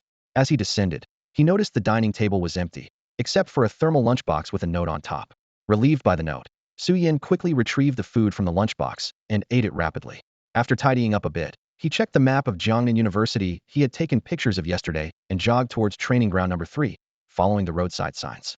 Along the way, Su Yin asked a few senior students for directions and finally found training ground number 3. Don't ask why he didn't use his teleportation skill. Partly because he had just learned the skill and wasn't precise enough with it, and partly because he had never been there before and didn't know its exact location. Plus, he needed to stay in good shape for the upcoming training sessions. Soon, he arrived at training ground number 3. The entire facility was vast, with an open-air area covered by a massive blue energy shield, designed to isolate the training ground from external interference. The shield effectively blocked vibrations and sounds, making it impossible for those outside to see what was happening inside. Seeing people constantly entering and exiting through the door, Su Yin jogged forward and, following the actions of the senior students before him, swiped his student card against the shield. With a slight resistance, he successfully entered training ground number 3. As soon as he entered, his ears were bombarded with sounds of explosions, roars, cries, curses, and skills being used, a stark contrast to the previously quiet campus atmosphere. It was as if Su Yin had stepped into another world. In front of him, senior students were sparring vigorously, not holding back, with each punch landing solidly. Su Yin even saw a senior sister taking a skill hidden from a senior brother before charging forward to punch him in the face. Watching the senior brother's face dent and the senior sister's arm bend unnaturally after taking the skill, Su Yin could feel a phantom pain in his own face and arm. Watching the senior students battle each other recklessly was a terrifying sight for Su Yan. Several seniors had already been carried off the stage due to severe injuries. As he walked further, he encountered several groups transporting injured students. Despite considering himself to have a strong mental fortitude, the sight of splattered blood, broken teeth, and even severed limbs made Su Yan increasingly anxious. This unease urged him to quicken his pace towards the place Wang Yu had mentioned. After walking for about 4 or 5 minutes, Su Yan arrived at a small white house. The house was enveloped in a white light shield, and the senior students fighting directly on the field instinctively kept their distance from it. Severely injured students were continuously carried into the house, while others, battered but full of fighting spirit, emerged from another door and headed towards the battle area. As soon as Su Yan entered the light shield's range, the previously noisy environment became eerily quiet. The staff transporting the injured and those who had finished their treatment walked softly, and apart from the faint groans of the injured, there was almost no other sound. Quickly stepping into the small house, which appeared to be only a two-story building of about a dozen square meters from the outside, Su Yan found a spacious interior. The hall he was in spanned several hundred square meters, not to mention the numerous other rooms. After showing his student ID to the guide, Su Yan asked where his teacher was. With a slightly surprised look, the guide led him to a room on the second floor called the emergency area. Upon entering, Su Yan discovered another vast hall with many injured lying on the ground, being treated by staff members. All around, more injured were being carried into the hall by staff. As soon as he entered the hall, Su Yan saw a man in a white robe casting healing spells on the injured around him. Watching the wounded recover under his skills, Su Yan quickly ran to Wang Yu and called out, "Teacher, I'm here." Wang Yu, seeing Su Yan, slightly displeased, said to a nearby student, "What are you standing there for, Shaolin? Take this kid to change his clothes, and then assign him some of the less severely injured patients. Your training goal today is these wounded. It's really something, finally having a break from fighting life and death in the secret realm, and the school still drags us here to work." As he spoke, Wang Yu's hands continued to release healing spells, his eyes still focused on the injured in front of him. Su Yan observed Wang Yu, who seemed a bit downcast, and wisely chose not to speak. He followed the senior student whom Wang Yu had referred to as Shaolin towards the locker room. On the way, Su Yan appeared slightly timid, while Senior Lin Feng spoke with a smile. "You're the new student under Professor Wang this year, right? I'm Lin Feng, an Earth Element Awakener, third-year Defense Department." "Hello, Senior. I'm Su Yan, a freshman in the Healing Department this year." Su Yan responded briefly. Lin Feng's eyes gleamed with a hint of interest, and his smile grew warmer as he led Su Yan quickly to the locker room.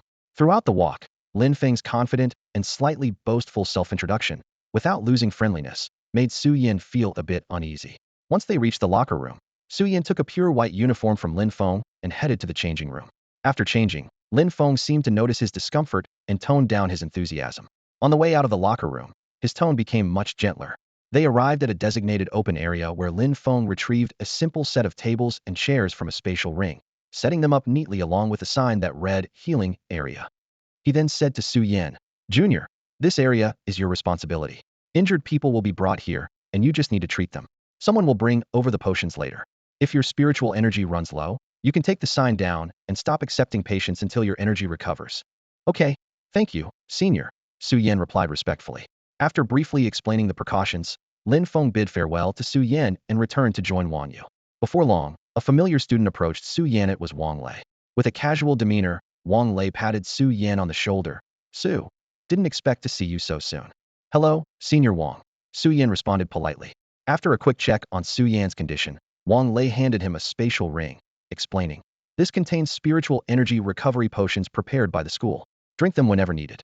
Each bottle provides stable energy recovery with a 5-minute interval and no side effects. But if you start feeling tired or use the potions too frequently, don't push yourself, just take down the sign and pause the treatments." "Understood." Su Yan accepted the ring. Wang Lei nodded and signaled with a communicator, "Let's start bringing people over." Before the injured arrived, Su Yan cast a triple-layered recovery spell on himself. This recovery spell was a comprehensive, stacking, continuous healing skill. He had experimented and found that 3 layers were the optimal number for his current state. More would burden his body. With these 3 layers, his spiritual energy recovery rate increased significantly, almost neutralizing his consumption, allowing him to cast recovery spells almost indefinitely, so long as his mental state remained intact. Feeling the rapid replenishment of his spiritual energy and the approaching injured, Su Yan prepared for his first time healing others since his awakening. Before long, several injured individuals were brought to where Su Yan was. Perhaps because Su Yan was still a newcomer, there were only 8 injured people this time, and their injuries weren't particularly severe, mainly consisting of cuts from sharp objects and elemental damage. Despite this, the wounds were deep enough to expose bone, and the injuries included lightning strikes, burns, and explosions. The bloody scene was unsettling for Su Yan, who was witnessing such injuries for the first time. However, having lived in this era for 16 years, Su Yan was somewhat accustomed to it. Although he hadn't encountered such situations often, the era of universal awakening meant that the television frequently reported news related to mystical realms, and violent scenes no longer required censorship. After some mental adjustment, Su Yan realized that as a healer, facing various injuries and wounds was a necessary part of his growth. Suppressing his inner thoughts, Su Yan used his innate skill, the healing spell, on the first injured person brought to him. This person was covered in lacerations, especially one massive wound on his chest, so deep that it exposed the bone. Through the wound, Su Yan could even see internal organs. As Su Yan applied the healing spell, the smaller wounds on the injured person's body quickly healed and disappeared. The large chest wound began to visibly heal, with granulation tissue rapidly forming and eventually closing together. In about 30 seconds, the injuries were mostly healed, and the scar on the chest was slowly mending, almost no longer hindering normal movement. By this time, the injured person could move his limbs and, feeling the ongoing recovery, a glint of excitement appeared in his eyes. He thanked Su Yan, then picked up his clothes and headed towards the exit. With the experience of treating the first injured person, Su Yan gradually got into the flow and instructed Wang Lei to bring the rest of the injured individuals forward. He then used his group skill, Tide's Blessing, on them. Pale blue orbs of light gathered in Su Yan's hands, transforming into streams of water that flowed towards the 7 people lying on the ground. As the water flowed, the sound of ocean tides seemed to fill the air, accompanied by the scent of the sea. The water entered the bodies of the injured and began healing them. Visibly, the wounds on these injured individuals began to heal rapidly, and the elemental traces on those affected by elemental damage gradually dissipated as the water currents washed them away. Su Yan observed the injuries of the patients before him, clearly feeling the depletion of his spiritual energy. This skill had consumed about 1/5 of his energy, but thanks to the 3 layers of recovery spells he had cast on himself, his energy was quickly replenishing. Su Yan roughly estimated that at this rate of recovery, it would take about half a minute to fully restore his energy. Sensing the balance between his energy consumption and recovery speed, Su Yan nodded to himself, confident that he could manage the current energy expenditure. As he looked at the patients whose injuries had healed thanks to his skills, a sense of accomplishment welled up within Su Yan. Strangely, he felt that continuing like this might not be so bad. Once the 7 patients had fully recovered, they each bowed to Su Yan in gratitude before quietly heading towards the exit. Su Yan signaled to Wang Lei, standing nearby, to bring over the next group of patients. Wang Lei had witnessed the entire healing process performed by Su Yan and now wore a satisfied expression. Although initially shocked by the severe condition of the patients, he quickly regained his composure. Su Yan's speed and precision in casting his healing skills were impressive, and the results were excellent. Wang Lei had known for a few days that Su Yan's talent could enhance the strength of his skills, but seeing it firsthand was an entirely different experience. The single-target recovery spell was understandable, being a talent skill, but the subsequent group healing skill puzzled Wang Lei. Wang Lei was aware that the skill was Tide's Blessing, one of the rarest group healing skills in the healing category. He had seen others use this skill before. Although it belonged to the healing category, it fundamentally used water flow for healing, allowing water element awakeners to learn it as well. Despite the low success rate in learning and its slightly lesser effectiveness compared to healing-specific skills, in an era where healing was scarce, any healing was valuable. He had once seen a water element awakener use this skill, and ranked water element awakener from his cohort, who performed it at the 4th tier. That awakener had claimed that his skill, while not as potent as traditional healing skills, was about 8,090 effective. However, based on Wang Lei's observations, for wounds of such severity, the Tide's Blessing he witnessed then couldn't fully heal them in one go and required at least 2 applications. Yet here was Su Yan, only a 2nd-tier awakener. Lost in thought, Wang Lei spaced out until Su Yan gently tugged at his sleeve, bringing him back to reality. He sheepishly smiled at the puzzled Su Yan and picked up his communicator to call for the next group of patients. Following Wang Lei's notification, patients were brought to Su Yan from all directions. This time, there were no special considerations for newcomers, as patients continued to arrive steadily at Su Yan's side. With a quick glance, he saw that in just a short while, over a dozen patients had arrived, and it seemed there was no end in sight as more people continued to approach. Witnessing this, Su Yan had no time to wonder what Wang Lei was thinking and kept his hands busy. Recovery spells, Tide's Blessing, and Star and Moon Guidance were cast continuously. He first applied Tide's Blessing to everyone, and then used Recovery and Star and Moon Guidance on those who hadn't fully healed under the effects of Tide's Blessing. In that small area, the sound of rushing water echoed, occasionally accompanied by falling starlight. As Su Yan applied his skills one by one, The injuries of the wounded brought to him were rapidly healing. Those with minor injuries had already completely recovered under the effect of Tide's blessing, with only tattered clothes remaining and no trace of wounds. Those with more severe injuries saw significant improvement after initial treatment. With further healing spells and the assistance of star and moon guidance, their injuries gradually healed. Seeing their bodies restored to health, with even old scars vanished, the injured were thrilled by the youthful Su Yan before them. However, they understood the uniqueness of the situation and simply bowed silently to express their gratitude before quietly leaving. Su Yan looked around and saw the injured recovering one by one, while new ones were continuously being brought in. Despite the support of 3 layers of healing spells, he felt the rapid increase in spiritual energy consumption. The more people a group healing skill treated, the greater the consumption, especially since some injured could not be completely healed by Tide's blessing alone and required individual treatment. As the number of injured increased, Su Yan's spiritual energy consumption began to rise sharply. He realized the recovery speed of his spiritual energy could not keep up with the consumption, so he decisively took out a recovery potion from the spatial ring he got from Wang Lei and drank it. The potion did not taste pleasant, though not bitter. It had a mixed herbal flavor that was not enjoyable. Yet, as his spiritual energy rapidly replenished, Su Yan felt secretly relieved. No matter how unpleasant it was effective. With the support of the recovery potion, Su Yan began treating batches of injured, drinking a bottle every 5 minutes, casting 3 healing spells every half hour, striving to maintain a balance between consumption and recovery, and continuously treating the steady stream of injured. In this state of disregarding consumption, Su Yan's skill proficiency improved rapidly. From initially struggling with casting to now being adept, his control over his skills was advancing quickly. Through treating each injured person, Su Yan also learned to initially assess injuries and adjust his spiritual energy output according to the patient's condition, ensuring that each skill was optimally effective without wasting a bit of energy. Perhaps with the support of a high-level healer like Wang Yu, combined with Su Yan's efforts, the battles in the 3rd training ground today were exceptionally intense. The students were remarkably uninhibited in battle, fiercely engaging in intense clashes.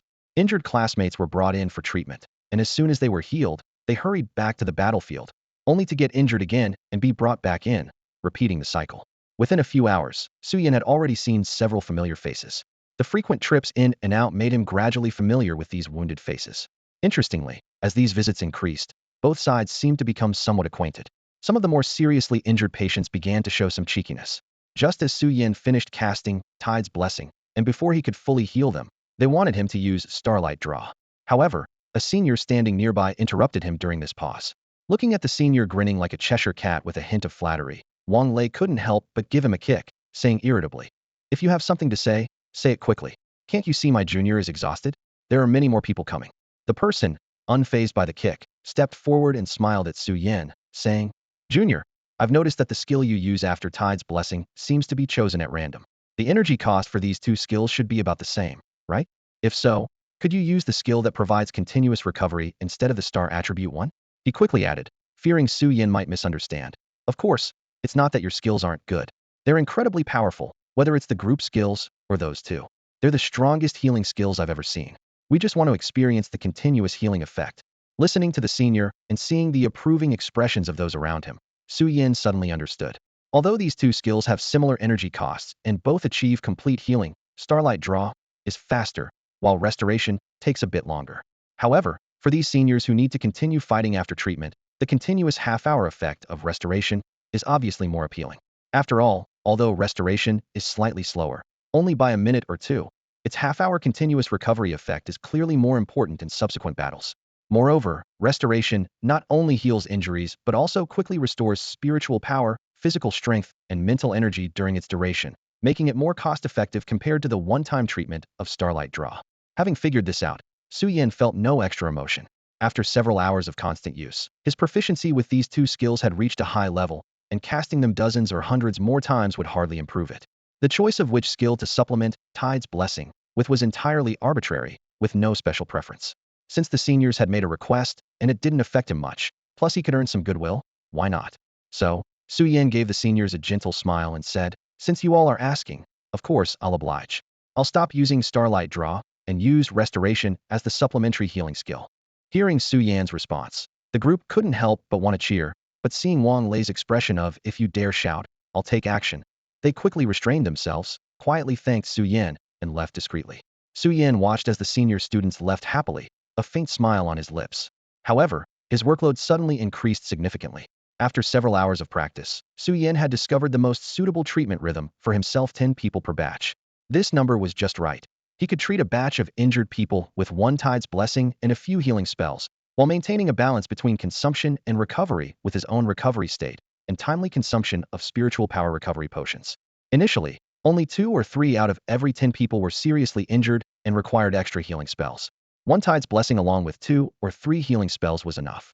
But as time went on, Su Yin was surprised to find that the proportion of severely injured people began to soar. Originally, only 2 or 3 out of 10 were seriously injured, but now it was 7 or 8, and there were even instances where the entire batch was severely injured. This left Su Yin wondering, had the intensity of the battles at training ground number 3 suddenly increased, or did the teacher think his skills were proficient enough to intentionally increase the difficulty? Despite the questions in his mind, Su Yan's hands didn't dare to slacken. He quickly gathered his spiritual power and continuously released skills to the surrounding injured. However, with the increase in the number of severely injured, Su Yan's spiritual power consumption also surged, completely breaking the balance he had maintained. After treating about 10 more batches of injured people, Su Yin felt his spiritual power was nearly exhausted. Taking advantage of the moment before the next batch arrived, he quickly signaled to Wang Lei to pause and put away the sign beside him. Watching the injured who were originally going to be sent to him being redirected to other medical staff, Su Yin couldn't help but let out a long sigh of relief. With no other choice, Su Yin had to pause his treatment. Along with the surge in severely injured, there were many who came back for a second or even third time, making him remember the faces of several seniors in just one afternoon. Noticing Su Yan's slightly fearful expression, Wang Lei couldn't help but show a gloating smile. Su Yan detected Wang Lei's reaction and immediately shot him a murderous glare. Wang Lei quickly retracted his smile and awkwardly handed over a communicator, showing Su Yin the real reason for his increased workload. Su Yin took the communicator, and what came into view was the campus forum interface of Jiangnan University. Just as he wondered why Wang Lei was showing him this, a high-traffic, pinned post caught his attention. Looking at the posts with the explosive tag, Su Yin was quietly convinced that these contents were somehow related to him. He clicked on a seemingly normal post.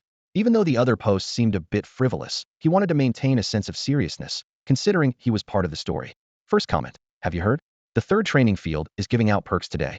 Professor Wang Yu, the dream healer, is personally overseeing the treatment room, and there's a fresh, cute new junior from the healing department. Second comment, haha, what's with the cute description? He's just young with a youthful face. But the new junior is indeed adorable. It's making my maternal instincts kick in. Third comment, totally.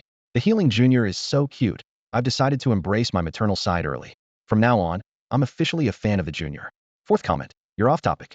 The first comment meant there's a current healing master and a future healing master at the third training field. Everyone, go take advantage of this and get noticed by the pros. Fifth comment, I see, heading to the third training field right now. Sixth comment, heading there 17. Seventh comment, heading there 1000. Eighth comment, I'm blown away by the new junior. He's only at the second tier, but is that healing power for real? It's like he's cheating. 89th comment, indeed, that healing power is insane. Just one Tidecaller's blessing can almost fully heal the injured, and with a couple more single target heals, it's like the rise of the dream healer. Is it too late to latch onto him? 90th comment, do you see the person behind the junior? That's Wang Lei, and Class Lightning Awakener, top of the third-year power rankings and solo champion of the National College League. If you're not afraid of getting your legs broken, go ahead and try. 99th comment, off topic again, but didn't anyone notice the junior's continuous healing skill? That skill provides a half-hour comprehensive recovery buff. I just saw a third-year senior leaving the treatment room without a scratch. 100th comment, continuous healing skill, isn't that the Starlight Guide? I admit that skill has a strong recovery effect, but continuous healing? Did you mistake someone else? 101st comment, no mistake. The junior uses 2 skills for supplementary healing. One is the Starlight Guide, and the other is the continuous recovery skill mentioned in the 99th comment. He seems to randomly use skills to supplement healing. 102nd comment, although the healing effect is evident, I still want the junior to give me continuous recovery. After all, the recovery comes with almost a half-hour continuous buff, which is like having a healer experience card for half an hour. 103rd comment, same here, that continuous recovery is just too good. 104th comment, what's the point of asking here? The junior is a specially recruited freshman in the healing department, practicing skills with Professor Wang Yu. He probably doesn't even know about this forum. Besides, I bet Professor Wang Yu only returned from the Secret Realm battlefield because he had to train the junior. So, we're actually benefiting from the junior's presence. 157. Wow, look at this. Someone actually approached the junior to ask if he could change the supplementary healing skill to the main healing one, and he agreed. The junior's smile is so gentle, it's making me emotional. 159.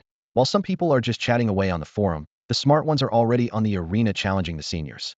Before the fight, they even throw in some taunts, afraid the seniors might go easy on them and not injure them enough for the junior to heal them with his skill, getting a free continuous recovery. 160.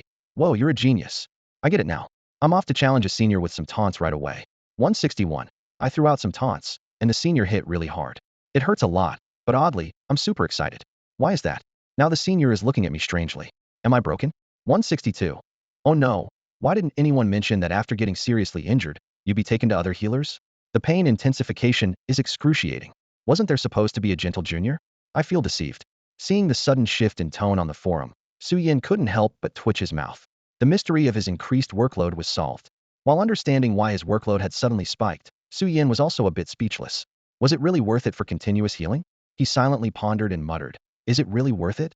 Hearing Su Yan's subconscious mutter, Wang Lei, standing nearby, chimed in, of course it is. You might not feel it because you're in the healing department, but those from other departments know how rare healers are. At Jiangnan University, one of the top 3 universities, apart from the teachers in the secret realms, there's only one high-level healer at the main campus for emergencies, and they're often not around. As for others, the medical office has a mid-level healer, who was hired at great expense because they couldn't advance further. Including you and my uncle, there are just 2 healers in the school. Before you and my uncle arrived, the healers here were those with insufficient talent and cultivation, who couldn't advance further, and chose to absorb healing skill crystals to switch professions. Not only do their skills consume a lot, but their healing effects are also poor. Moreover, to make students remember the pain of injuries and build their tolerance, each healer had a pain intensification skill. Except for the rare few who don't mind pain, no one likes experiencing increased pain on top of their injuries. And to keep the treatment room quiet, a silencing spell is often added, making the pain unbearable since you can't even cry out. No one who's gone through it wants to experience it again. So before you two arrived, students here tried their best not to get injured, not just because of the pain during treatment, but also because the healers sometimes couldn't fully treat serious injuries. Today, not only is your uncle overseeing the entire 3rd training ground, but you, a newcomer with incredible healing abilities and sustained healing effects, are also present. Naturally, people are taking this opportunity to try moves and endure pain they wouldn't normally dare to. Moreover, due to the scarcity of healers, most of these people have little experience fighting alongside them, apart from receiving treatment. Although your restoration skill ceases to be active after use, its healing effects persist. People might deceive themselves into thinking they are fighting alongside a healer, constantly benefiting from ongoing treatment. Listening to Wang Lei, Su Yin gained a deeper understanding of the rarity of healers. Even this self-comforting mindset left Su Yin feeling helpless. Recognizing the reason for the increase in workload and the current state of healers that Wang Yu mentioned, Su Yin didn't harbor much resentment towards the senior students and didn't plan to change skills to make them give up, reducing the workload. Seeing the posts in the communicator gradually veering off topic, Su Yin decided not to view the other obviously strange posts and returned the communicator to Wang Yu. Feeling the recovery of spiritual energy within, he drank a bottle of spiritual power recovery potion and took out the badge he had put away earlier from his space ring, placing it back. He said to Wang Lei, Senior, I'm ready to continue. However, the number of people might need adjusting. Let's start with 5 wounded this time. Wang Yu nodded, took the communicator from Su Yin, and said a few words to the staff assigning the wounded. Soon after, the staff brought over 5 severely injured individuals who needed to have their wounds restored. Sensing his spiritual energy almost replenished, Su Yin used his healing skills on them, casting the familiar Tide's Blessing, followed by a restoration spell for each. Watching the fully recovered wounded leave the treatment room happily, with a continuous recovery buff, to return to the training ground, Su Yin felt the ebb and flow of spiritual energy and signaled to Wang Yu to call for the next batch, suggesting they could add 1 more person this time. After several rounds of treatment, Su Yin found a balance.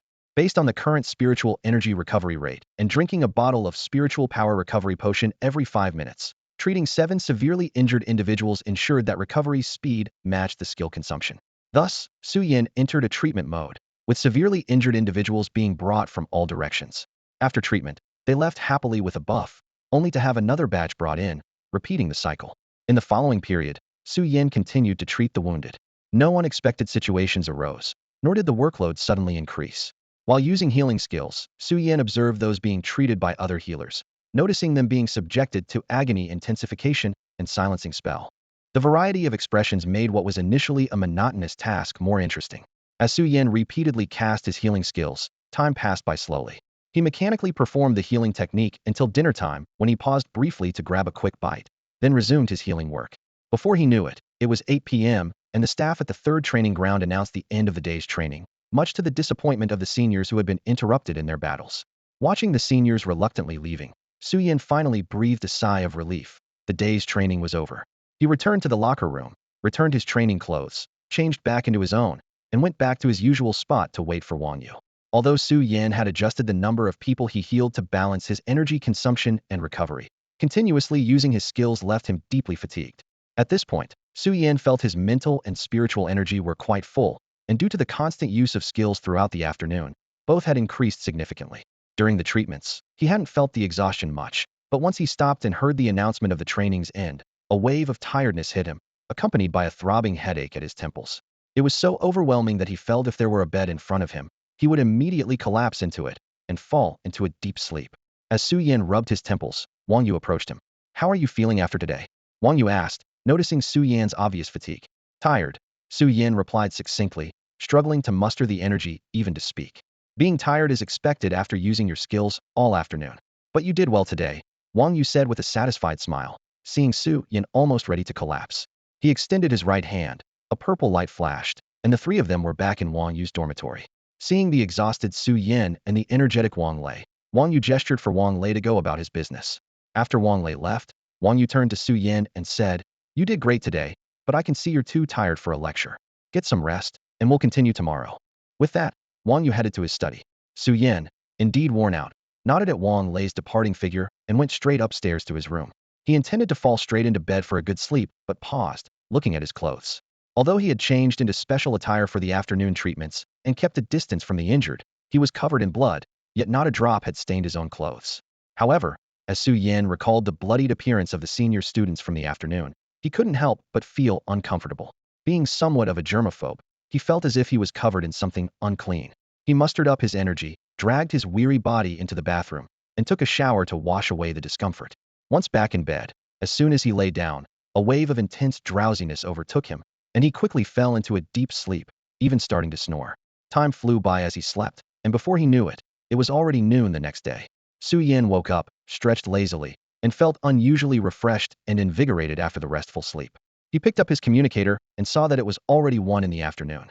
Realizing he had slept through most of the day, he was about to get up and look for Wang Yu when he noticed a message from him. "After using your skills non-stop yesterday afternoon, I figured you wouldn't be up early today. Take a good rest, and meet me at classroom 401 at 2 p.m. Feeling a sense of calm after reading the message, Su-Yin no longer rushed to leave. He sat quietly on his bed, reflecting on the changes in himself. Upon examining his physical state, he realized that yesterday's afternoon of intense practice had indeed brought significant progress. His spiritual power, which had just broken through to the second tier a few days ago and was still in the early stage, had advanced to a higher level within the second tier, jumping 2 sublevels, much to his delight. As for his mental power, although it had improved, the change wasn't as dramatic since Su-Yin already had a 4th-tier level of mental power. He could sense an enhancement, but not as noticeable as the leap in spiritual power. Additionally, his proficiency and understanding of his skills had significantly improved.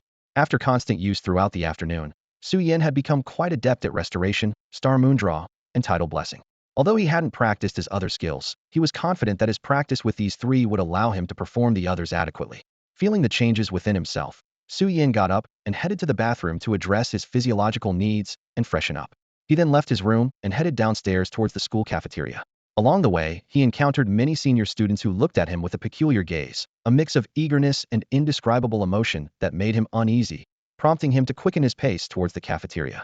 Upon reaching the cafeteria, which was sparsely populated as it was past mealtime, Su-Yin randomly chose a food stall, ordered a serving of braised chicken with rice, found a seat, and began eating heartily. Su-Yin quickly finished his meal and left the cafeteria. He took out his communicator, opened the navigation app, and headed towards the classroom building. Soon, he arrived at classroom 401. Since Wang Yu had previously reserved the room, it was empty. Su-Yin checked his communicator and saw it was only 1:30 p.m., about half an hour before the scheduled meeting with Wang Yu. He found a seat and sat down to wait. About 20 minutes later, Su-Yin noticed a purple light flickering in the classroom, and Wang Yu appeared. Seeing Su-Yin had been waiting, Wang Yu nodded and approached, sitting down across from him. "You're here, have a seat," Wang Yu said. He pulled out a stool and continued. "I didn't say much the past couple of days because I wanted you to learn and get familiar with the skills. Today, we'll officially start the lessons." With that, he pulled up a replay of Su-Yin's performance from the previous day on the communicator. As he replayed the scenes, Wang Yu pointed out some issues with Su Yan's skill usage, focusing on the details of skill execution. He mentioned spiritual power overflow, unnecessary movements, and, most critically, control over healing output. He paused the video at the moment Su Yan used Tide's Blessing and said seriously, I won't say much about your first use of Tide's Blessing. It's normal to have control issues the first time. But after treating several batches of injured, you're still experiencing healing overflow, which needs attention. He pointed to the individuals Su Yan had treated and continued. When using Tide's Blessing, a group healing skill, you can control the healing amount for each target. For instance, these people have minor injuries. If you don't control your spiritual power and distribute it evenly like before, you'll end up with healing overflow for some, while others remain insufficiently healed. Wang Yu emphasized, in such cases, you can finally adjust your spiritual energy, allocating the excess to those with more severe injuries. For example, in this treatment, if you had redistributed the overflow from those lightly injured to those more severely hurt, one Tide's Blessing would have sufficed, instead of needing 3 additional single-target healing skills. After speaking, Wang Yu took out a crystal from his spatial ring and handed it to Su Yan. This contains tips and precautions for skill spiritual power output. Study and practice it later. It also includes methods for learning ally and enemy marks, which are essential skills for healers. He added, go through the content carefully, and if you have any questions, feel free to reach out to me. Wang Yu watched as Su Yan placed the crystal into his space ring, smiled slightly, and said, all right, you can absorb the crystal later. Let's continue with the lesson. He then tapped his communicator to play a video of Su Yan's performance from the previous day. As the video played, Wang Yu reviewed and pointed out areas where Su Yan could improve. The edited video quickly reached the part where Su Yan was asked to use the healing technique. Wang Yu paused the video and seriously said to Su Yan, helping others is commendable, and there's nothing wrong with lending a hand to a senior when you can. However, you also need to consider the consequences of your actions and whether you're prepared to handle them. He elaborated, for instance, here, you agreed to their request because the energy expenditure of both skills was similar, and you were already proficient, so further practice wouldn't yield much growth. You agreed to their request with good intentions, but you didn't consider why they asked for the healing technique or what might happen after you agreed. Wang Yu resumed the video, which showed a group of 10 severely injured individuals. He paused again and pointed at the screen, saying, here, because you agreed to their request, more severely injured people came, wanting to experience the effect of continuous healing.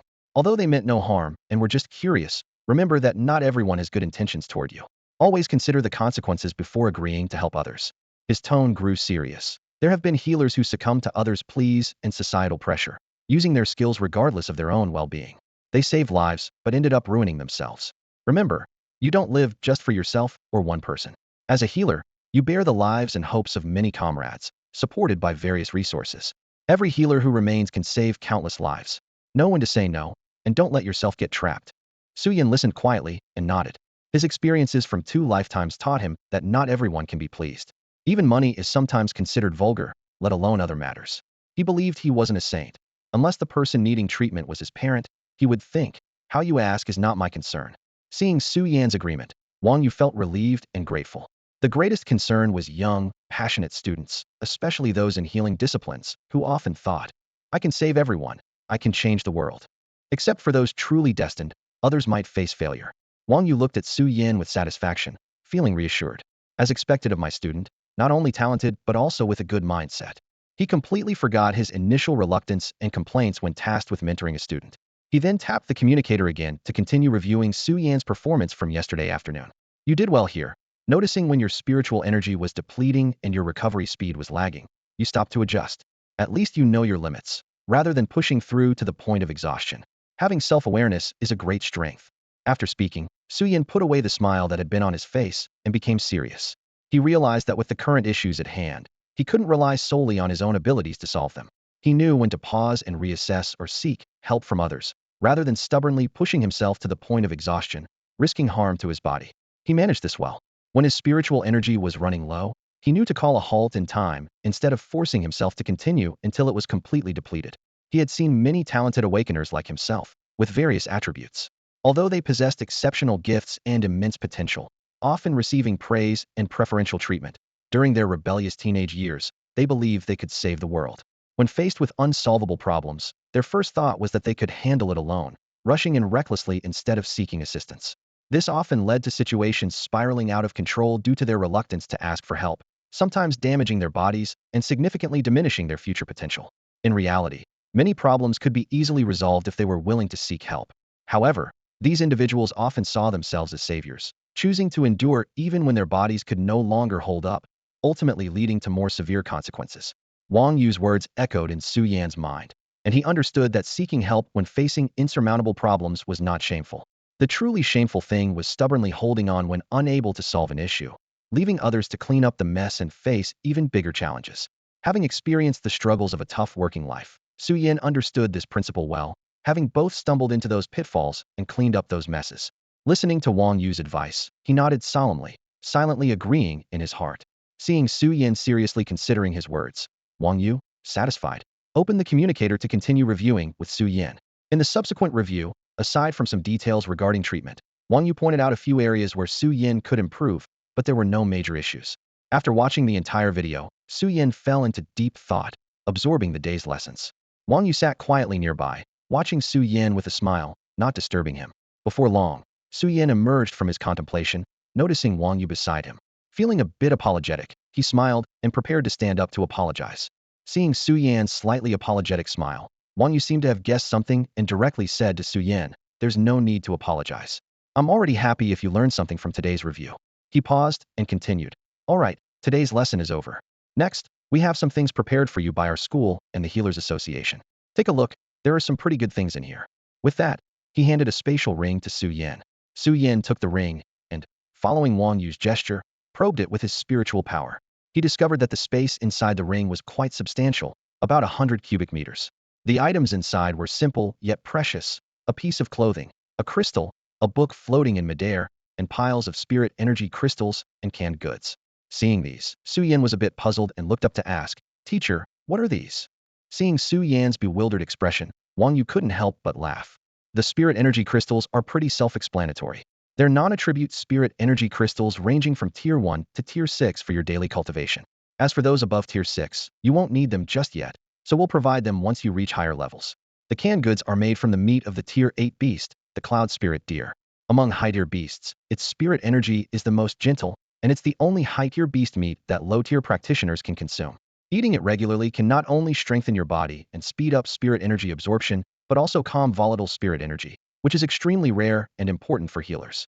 He continued, "The clothing is a healer's standard robe, but it's made from higher-grade materials, woven from the silk of the Tier 8 ice silkworm and the web of the Tier 9 heavenly spider, along with various precious materials. It is resistant to water and fire, automatically cleans itself, and can absorb and reduce 50% of damage from attacks below Tier 7. It has 2 skill inscriptions: Divine Protection and Soul Guard. The former can block a fatal blow and provide a large shield, while the latter protects your soul, allowing a remnant of it to remain even when faced with soul-destroying skills, ensuring that your soul won't be bound even in death." Wang Yu then retrieved a stone from his own spatial ring and said to Su Yan, "Drop a bit of blood on this and envelop it with your spiritual power." Although Su Yan didn't know what it was, he followed Wang Yu's instructions, dropping his blood on the stone and wrapping it with his spiritual power. As he did so, Su Yan felt a certain connection with the stone, which emitted a sense of intimacy. Seeing Su Yan complete the procedure, Wang Yu nodded and put the stone away, explaining to Su Yan, "This stone is called a soul crystal. It was crafted by one of our 7 healers above Tier 10, the Soul Walker Ji Lingxi, using her innate abilities. By leaving your mark on it, as long as your soul is not bound or destroyed, even if only a fragment remains, Senior Ji can use this soul crystal to resurrect you. This is the protective measure we have for our talents. With the healer's robe and this soul crystal, even if you die, we can bring you back. Of course, resurrecting you requires Senior Ji to pay a certain price, so don't think you can recklessly get yourself killed just because you can be revived." Listening to Wang Yu, Su Yan nodded solemnly. He understood that a skill like resurrection, which defies the boundaries of life and death, must have certain limitations. Reviving someone consumes the healer's essence and vitality, according to the official statement from the Healers Association. This is all contingent upon the deceased having been dead for no more than 3 days, with their body and soul relatively intact. The resurrection technique used by Senior Ji, which requires a soul crystal imbued with blood and spiritual marks, naturally comes at a significant cost. Su Yan, being someone who cherishes his life, had no intention of attempting Senior Ji's resurrection skill, even though he had a soul crystal as a backup. However, knowing he had this fallback gave him more options when facing certain risks. Of course, this didn't mean he should be overly cautious.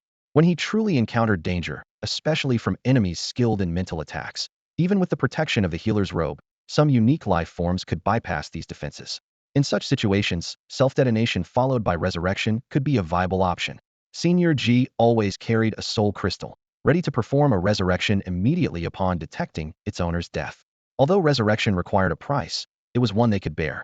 Seeing Su Yin attentively listening, Wang Yu went on to introduce the remaining two items. One was a growth weapon, the illusionary crystal, which contained its own space holding all the materials needed for the weapon's advancement.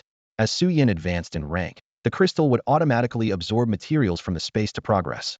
Once bonded, it would absorb his aura and energy, evolving in a way that best suited him. After a blood bond, it would become a crystal tattoo on his right hand, amplifying his skills by increasing healing effects by 20, reducing skill costs by 30, and boosting energy recovery speed by 50. When needed, it could also transform into a physical weapon, with its form depending on his preference. The other item was a secondary weapon imported from the Westa Magic Book, specially crafted as a growth-type equipment for him. Similar to the illusionary crystal, the magic book could enhance skill effects, reduce skill consumption, and quicken energy recovery. Additionally, he could pre-store skills and energy in the magic book, ready to absorb energy and unleash skills at any time. Based on his current rank, the magic book could store twice his current energy and 10 skills of the same rank. Looking at the spatial ring in his hand and listening to Wang Yu's description of its contents, Su Yin once again felt the immense wealth of the school and the Healers Association.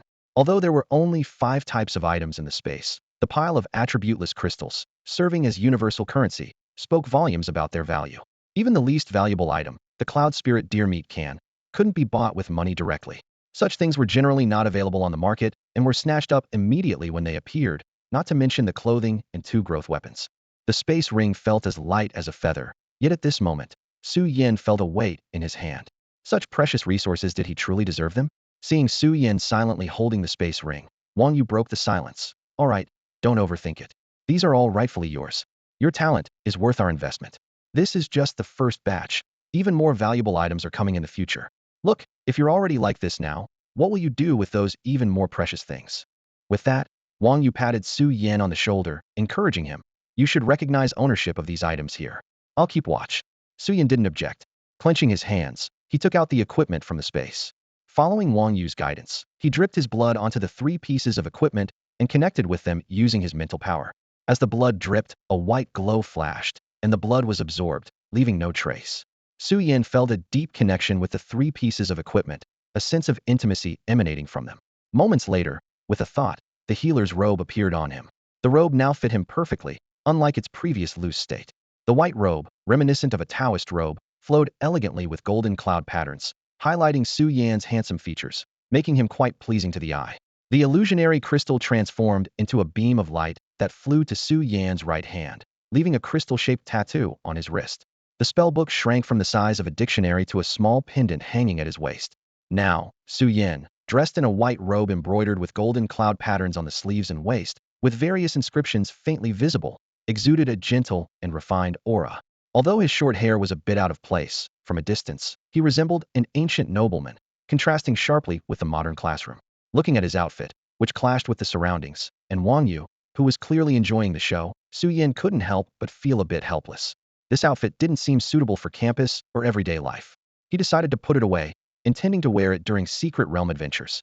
Though it might be a bit unconventional for exploring, considering the outfit's effects, Su Yin set aside his concerns, valuing safety over appearance. Seeing Su Yin about to put away the outfit, Wang Yu quickly dropped his amused expression and stopped him.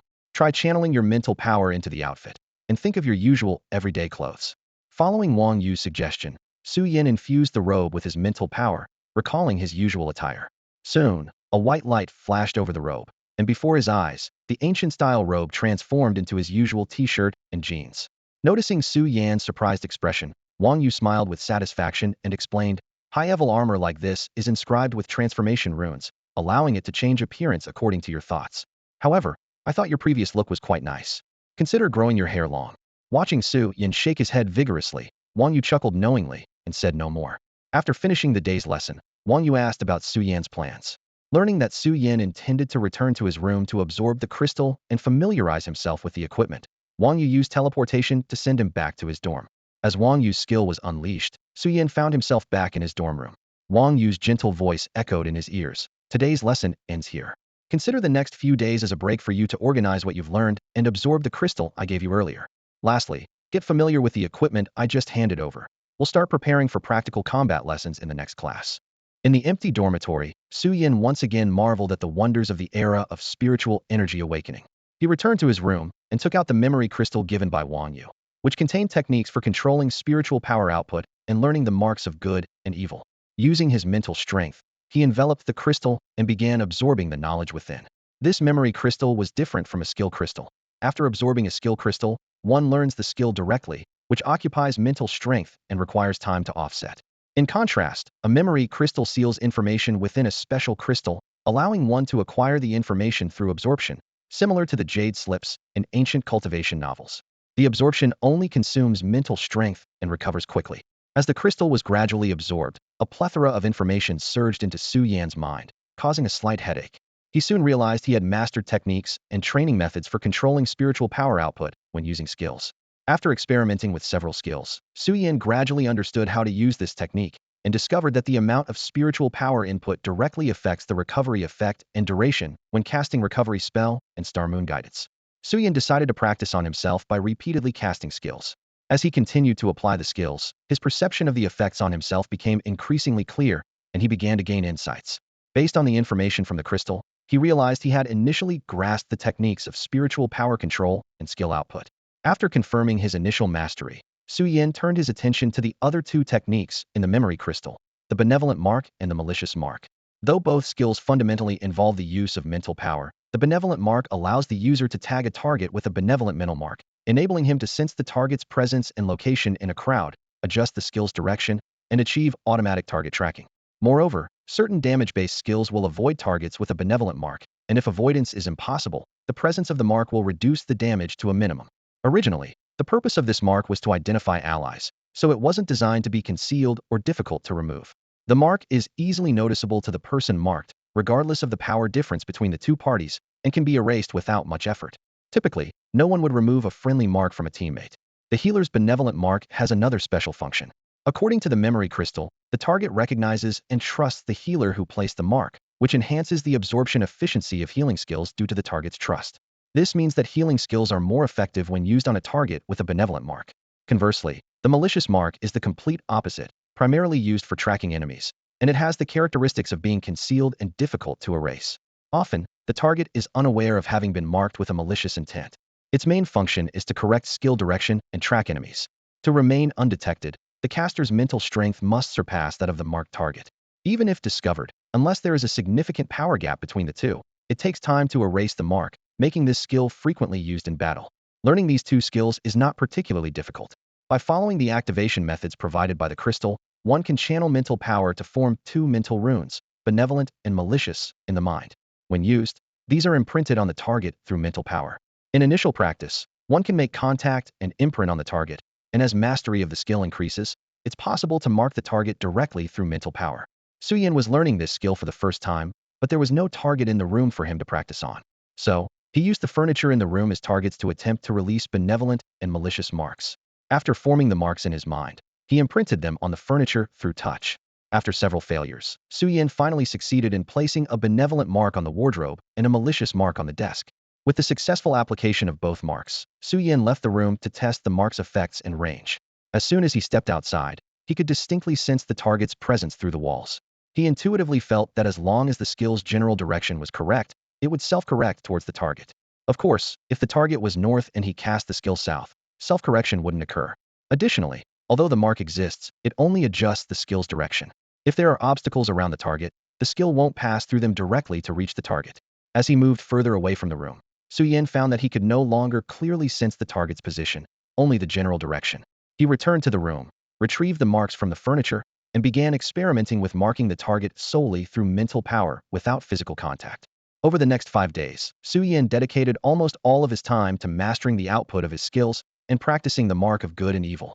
During this period, he repeatedly used his skills, gradually harmonizing with his 3 pieces of equipment. As he delved deeper into his practice, Su Yan noticed a rapid increase in his compatibility with the illusion crystal and the magic book. Initially, the enhancement effects of these 2 pieces of equipment were somewhat delayed and not as significant as Wang Yu had described. This was because Su Yan hadn't yet fully synchronized with the equipment, which meant their power was only partially displayed. However, after persistent practice, Su Yan's coordination with the equipment became more fluid, and their full enhancement effects were revealed, leaving him in awe of their power. Under Wang Yu's guidance, and with Wang Lei's assistance as a test subject, Su Yan's skill control and proficiency with the mark of good and evil also improved rapidly. One evening, after finishing a day's practice and preparing for bed, Su Yan received a message from Wang Yu. Meet me at the North Gate at 9 a.m. tomorrow. I'm taking you to experience a secret realm. Remember to wear your equipment. Seeing this message, Su Yan couldn't help but feel excited. Although he had heard rumors about secret realms and seen images and videos of their environments on TV and online, as a second-tier Awakener, he had never actually entered one. Now, he was about to face the creatures within a secret realm directly, and this prospect filled him with anticipation. Time slipped by quietly as Su Yan eagerly awaited the next day. In the morning, he retrieved a can of Cloud Spirit Deer from his spatial ring, quickly heated it, and began eating. For the past few days, this had been his main meal, as Cloud Spirit Deer, being a high-level magical beast, had exceptionally tender meat and was rich in spiritual energy. After consuming the Cloud Spirit Deer, Su Yan's cultivation level advanced slightly, reaching the peak of the second tier. After quickly finishing breakfast and tidying up, he left his home and headed to the bus stop, waiting for the bus to arrive. In this era of secret realms, the environment inside and outside the city differed greatly from Su Yan's previous life. Inside the city, due to the protection of powerful individuals, it was relatively safe, while outside, dangers lurked everywhere. With the arrival of secret realms, spiritual energy was revived, causing the creatures and plants outside the city to mutate. The ever-present possibility of new secret realms emerging and creatures from these realms appearing made the outside world incredibly perilous. However, within danger lay opportunity, with various rare resources and materials from creatures outside the city constantly emerging. The concentration of spiritual energy outside was incomparable to that inside the city, except for a few areas with spirit-gathering formations, making the city's spiritual energy pale in comparison. Outside the city, danger and opportunity coexist, with treasures and legacies potentially appearing at any moment. Despite the fearsome dangers lurking beyond the city, thousands of people venture out every year. To ensure safety, vehicles leaving the city must meet certain qualifications, and regular taxis are clearly not among them. Therefore, Su Yan had no choice but to take the special bus from the station at the school gate to the North City Gate. After waiting for a short while at the bus stop, the bus arrived as scheduled. Compared to those in his previous life, this bus wasn't much different, except for the more upscale materials used in its construction. Su Yan noticed that the vehicle incorporated several high-grade metal materials, and the driver exuded a subtle pressure, clearly an awakened individual not to be underestimated. This bus route was a dedicated line set up by Jiangnan University for its faculty and students, with 2 trips each in the morning, afternoon, and evening. The drivers were students of the 4th tier or higher working part-time. Su Yan arrived early, and the bus was still empty. After a while, a dozen or so Jiangnan University students preparing to leave the city boarded. Once it was confirmed that no one else was getting on, the bus departed the station, heading towards the North City Gate. Throughout the journey, Su Yan felt the gaze of several pairs of eyes on him, making him slightly uncomfortable.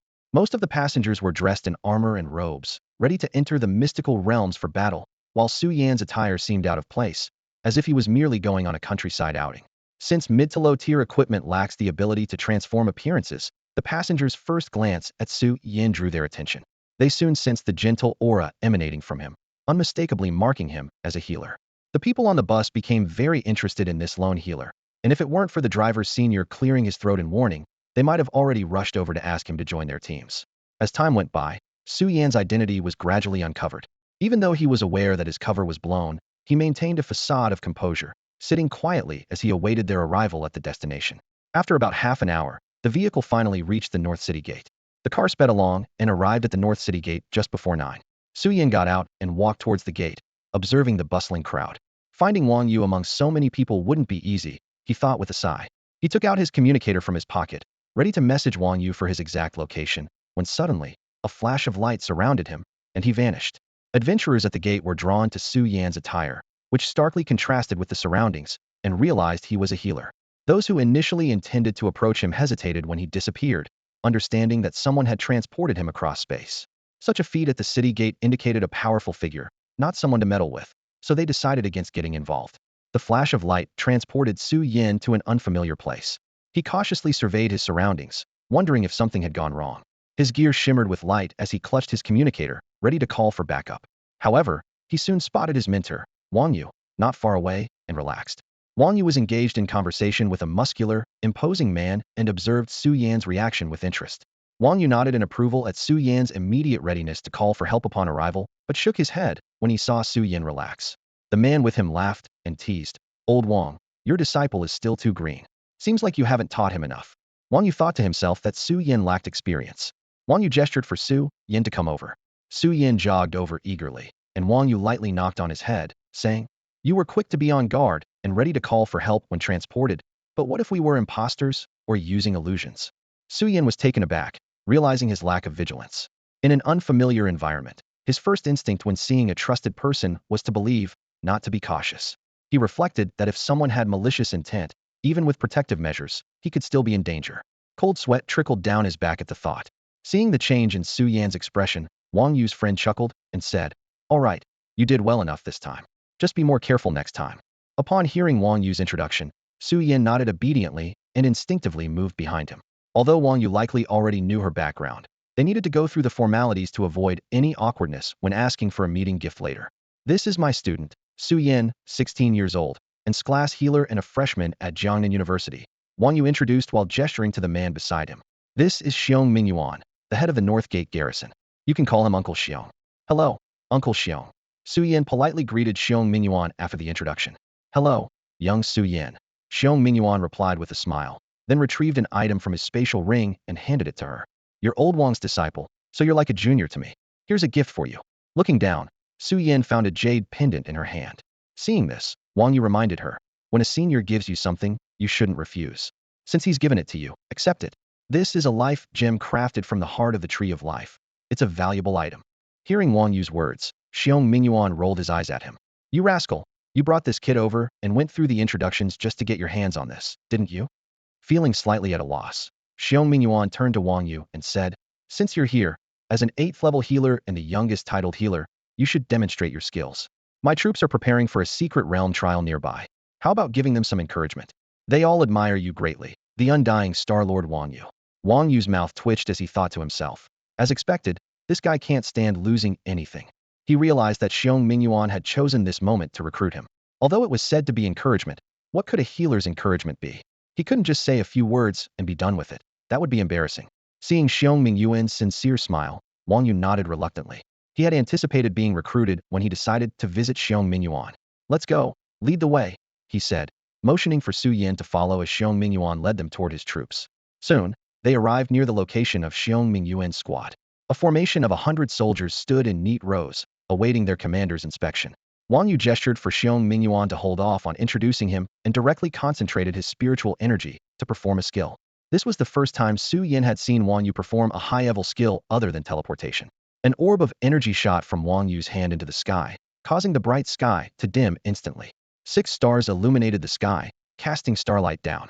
This skill, known as Star's Blessing, was one Su Yan had read about while configuring her own abilities. The skill Blessing of the Stars is an advanced ability derived from the creatures known as star sorcerers within the secret realm 097. It allows the summoning of astral projections to bless targets within the starlight's reach. Theoretically, as long as there is sufficient time, one can absorb an unlimited number of skill crystals, with mental strength gradually recovering over time. However, absorbing too many skill crystals can increase mental strain and may lead to confusion in skill memory if mental stability is compromised. Moreover, absorbing too many skill crystals at one rank can pose challenges for future breakthroughs. Therefore, it is generally advisable to absorb 3 to 5 skill crystals per rank. In this context, those who wish to become stronger usually do not overabsorb, but instead carefully select 3 to 5 skills at each stage. With skill quantity limited, highly talented individuals often prioritize skills with significant and multifaceted effects. Blessing of the Stars is one such skill, originally designed as an enhancement skill by summoning astral entities to bless a target. However, powerful individuals have modified it based on ancient star myths, and now its effects vary depending on the star summoned, each providing different attribute enhancements. For example, the Blessing of the Stars, released by Wang Yu at the city gate, summoned the 6 stars of the Southern Dipper, traditionally associated with life-giving properties, which healers often choose. The stars include the first Tianfu Palace, Siming Star Lord, the second Tianxiang Palace, Silu Star Lord, the third Tianliang Palace, Yinshou Star Lord, the fourth Tiantong Palace, Yishuan Star Lord, the fifth Tianshu Palace, Duer Star Lord, and the sixth Tianji Palace, Shangxing Star Lord. This powerful skill, which combines continuous recovery, death resistance, luck enhancement, and mental and physical fortification, lasts for 10 hours. As the starlight fell upon them, everyone couldn't help but smile with joy. Next, it was Xiong Mingyuan's turn. After Wang Yu had finished casting the buff, Xiong Mingyuan decided to move on, addressing the two companions. Alright, that's it. I came to find old Wang mainly to put some insurance on these little ones, and to meet his apprentice. Now that I've accomplished that, it's time for me to leave. With that, he turned around, waved to Su Yin and Wang Yu, and walked towards the group behind them. Watching Xiong Mingyuan leave in a hurry, Su Yin paused for a moment, and then turned his gaze to Wang Yu. Seeing Su Yin staring at him blankly, Wang Yu couldn't help but laugh. Alright, those guys are just like that. They say what they need to and then leave. You'll get used to it. As he spoke, he took out a communicator to check the situation, then said to Su Yin, they had to leave for something urgent, but the people we're waiting for will be here soon. Just as he finished speaking, a teleportation circle appeared beneath their feet. Su Yin, puzzled, stepped onto the circle, and with a flash of light, they appeared at the city gate. Upon arriving, Su Yin immediately saw Wang Lei waiting at the gate with his 4 teammates. As soon as Wang Lei spotted Su Yin, he jogged over, greeting him with a smile. Uncle, Junior. The 4 who came with Wang Lei respectfully greeted Wang Yu, saying, hello, Professor Wang. Wang Yu nodded in acknowledgement and replied, hello. He then turned to Su Yin and continued. The reason I asked you to come here is to give you a chance to train in the secret realm. These are the teammates I've chosen for you. Wang Lei's team is ranked first among the junior class teams, and all members are in the top 10 of their year, more than worthy of having you as their healer. You can try entering the secret realm with them. If the cooperation doesn't work out, we can always change the team. Listening to Wang Yu, Wang Lei and his teammates watched Su Yin with eager eyes, making him feel a bit nervous. However, Wang Yu seemed unaware of their looks and Wang Lei's desire to speak, as he continued to address Su Yin. Of course, I have my own reasons too. Wang Lei is my nephew, and having a healer bound to him would be a huge advantage. If you get along well, I hope you'll consider joining Wang Lei's team. However, if you feel it's not a good fit or you're unhappy with the arrangement, you can choose others without worrying about my opinion. Su Yin listened carefully, nodded, and replied, I think Senior Wang Lei's team is excellent, ranked first among the juniors. Apart from those seniors who have gone for internships or joined the military or mercenary groups, this is already the strongest team in our school. Even without your recommendation, based on strength alone, they would be my first choice. Although Wang Yu mentioned his personal reasons, Su Yin understood that Wang Lei's team's strength was also formidable. Being the top-ranked junior team with all members in the top 10, and Wang Lei being the top-ranked in the year and national champion, this team was undoubtedly the strongest at Jiangnan University, aside from the senior teams. Wang Yu, hearing Su Yan's response, couldn't help but smile and turned to Wang Lei, saying, did you hear that? In the future, just speak directly to people about these things. Why overthink it? As Yin said, even though healers are rare, you all are quite capable. Wang Yu glanced at Wang Lei, who was still scratching his head and smiling foolishly, and at the 4 teammates beside him who were brimming with excitement. He said with a hint of impatience, all right, it's your turn now. Get to know each other. This is the pass for Secret Realm 1657, a 3rd-tier realm, not too difficult, perfect for some team bonding. You'll go through the portal soon. I have other matters to attend to, so I won't linger here. Before finishing his sentence, he retrieved the pass from his space ring and handed it to Wang Lei. Then he took out another item and tossed it to Su Yin. This is my gift to you for becoming my disciple. It was a bit tricky to get, and I had to go to many places. It just arrived today, so take it. With that, Wang Yu used his teleportation skill, his figure blurring and disappearing, leaving Su Yin, Wang Lei, and the 4 teammates staring at each other, the air thick with awkwardness. The tension was palpable until one of Wang Lei's teammates broke the silence. Why don't we find a place to sit and chat, introduce ourselves? We can't just stand here forever. His suggestion was like a key unlocking the strained atmosphere. Seeing the anticipation in the eyes of the others, Su Yin nodded in agreement. Sure, but I'm not too familiar with this area, so I might need you seniors to lead the way. The teammate quickly and eagerly suggested, let's go to Tianxiang Tower. It's got a great atmosphere, perfect for a small gathering to get to know each other. Having recently arrived in Nanjing and spending most of the time at Jiangnan University, Su Yin was unfamiliar with the area and decided to follow the senior's advice. Wang Lei and his group seemed to be regulars at Tianxiang Tower and had no objections. They headed to the parking lot near the city gate, climbed into Wang Lei's well-equipped, fast vehicle, and drove into the city. Not far ahead, the 4-story traditional structure of Tianxiang Tower came into view, its expansive grounds a testament to its rich history. Upon entering, Wang Lei confidently handed a card to the receptionist and requested, give us a quiet private room. The receptionist, recognizing the card, became even more respectful and led them to the 3rd floor, to an elegant room named Red Plum Pavilion. Once seated, the server handed them menus, and after they placed their orders, left the room. Soon, servers began bringing in a variety of dishes. After the final dish was served, they left a button to summon them if needed and exited the room. The group ate a few bites, and the atmosphere gradually relaxed, prompting them to start introducing themselves to Su Yan.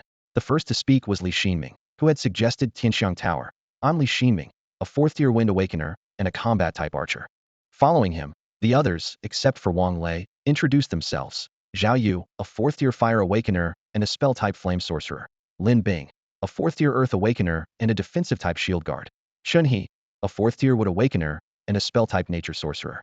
Such a lineup was worthy of being the top-ranked team in their junior year, with all but Wang Lei having reached the fourth-tier Awakener level.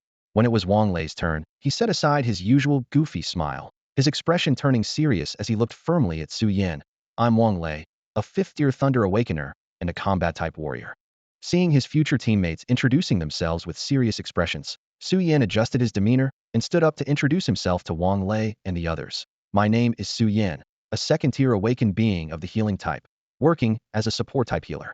Perhaps it was the exceptional ingredients from Tianxiang Lu, as the feast they just enjoyed was made from mystical creatures, rich in spiritual energy. Coupled with the culinary skills of a professional spirit chef, this energy was easily absorbed. Being at the peak of the second tier and ready to break through, Su Yan naturally advanced after consuming the energy-rich food. Everyone noticed a sudden surge in Su Yan's aura right after his introduction. I'm at the third tier now. Feeling the changes within and noticing the curious looks from Wang Lei and others, Su Yan scratched his head and gave an awkward smile. Wow, you just broke through to the third tier? I remember the bottleneck from the second to the third tier being quite challenging. I was stuck at the peak of the second tier for several months. The lively Li Xinming was the first to speak, as if flipping a switch, prompting others to share their experiences. I remember being stuck at the second tier for 2 months. I finally had to use my credits to exchange for a breakthrough pill from school to advance, Zhao Yu said. Impressive, Junior. From what I recall, apart from Wang Lei, who reached the third tier at the beginning of the second semester of our first year, the rest of us only reached the third tier in our sophomore year, with many still stuck at the second tier. You haven't even started school yet, and you're already at the third tier. That's an enviable talent, Chun He said, his words full of mock envy but his eyes filled with genuine delight. Yes, very impressive, the usually silent shield guard Lin Bing added his praise. Listening to his teammates' astonishment and praises for Su Yan's sudden breakthrough, Wang Lei walked over to Su Yan, patted him on the shoulder, and laughed heartily. Haha, Yan, your talent is really something, but I like it. The stronger you are, the safer our team will be. Then he turned to the others and said, Guys, we need to train hard. At the rate Yan is growing, if we're still at this level when he reaches the fourth tier, we won't be worthy of such a healer. Wang Lei's words left Li Xinming and the others with a sudden sense of urgency, a strong desire to quickly become stronger. Don't underestimate us. You're only at the fifth tier yourself, and we're all at the late fourth tier, close to catching up with you. You should worry about yourself first, Li Ximing responded. Exactly, you're talking about us, but don't you feel the urgency? To keep a steady healer in the team, I'll make sure I don't fall behind either. Feeling the fighting spirit in his teammates' eyes and their responses, Wang Lei nodded with satisfaction. This group has been quite lazy lately. Thankfully Yan's addition has instilled a sense of urgency in them. Otherwise, I would have to find a way to calm these overconfident folks down. Yan's growth rate is astonishing. I need to get serious, or I'll be surpassed and lose face. I've decided to double the training load when we get back, let them eat my dust. And Yan, I can't miss this opportunity to team up with such a strong support. If I give up on this chance due to lack of strength, I might regret it forever. Watching the suddenly motivated teammates and the somewhat weirdly thoughtful Wang Lei beside me, I couldn't help but shake my head. Senior, are you using me as a catalyst to spur them on? Your calculations are almost hitting me in the face. And what's going on with you? Suddenly lost in thought with that strange expression, it seems like you're thinking about something not quite right. Seeing this atmosphere full of fighting spirit and the almost tangible flames of determination behind my teammates, I couldn't help but speak up to bring them back to reality. Ahem, seniors, shouldn't we discuss the secret realm first? What's the situation with the 1657 secret realm? When are we going? And what should we be aware of when entering it? Shouldn't you brief me first? With my questions, Wang Lei and the others snapped out of their thoughts, offering me a slightly embarrassed smile before Wang Lei began explaining the secret realm. The 1657 secret realm is also known as the Misty Forest Secret Realm, which appeared in Nanxing 5 years ago. Most creatures inside are hostile to humans and will attack on sight. So, our strong ones here didn't hold back and eliminated the top-tier creatures, leaving the mid to lower-tier ones for newcomers as training grounds. Although the high-tier life forms have been wiped out and the high-level resources mostly scavenged, the mid to low-tier resources, which the strong ones overlook, are valuable to us. Moreover, there are still some high-tier resources unnoticed by them. For these hostile secret realms, our usual approach is to eliminate the top creatures and leave the rest as training grounds. Of course, some secret realms produce important resources, like my uncle's Starlight Blessing, which comes from the 097 secret realm. Despite the hostility and strength of the creatures there, our strong ones chose to preserve them for the rare star attribute skill stones rather than wipe them out. Ahem, back to the point. The 1657 secret realm is a forest realm dominated by tier 3 to 5 beasts and exotic plants, with a rich abundance of resources. If we're lucky, we might even encounter high-tier resources. With our current team setup, as long as we're cautious, we shouldn't have any problems. This is why my uncle chose this secret realm for us to get accustomed to each other. After finishing, Wang Lei paused and asked me, regarding when we'll enter the secret realm, do you have any preparations to make? Like consolidating your cultivation or learning new skills? I assessed my condition and thought for a moment before responding to Wang Lei. Give me 2 or 3 hours to stabilize my cultivation. As for skills, my current setup is sufficient.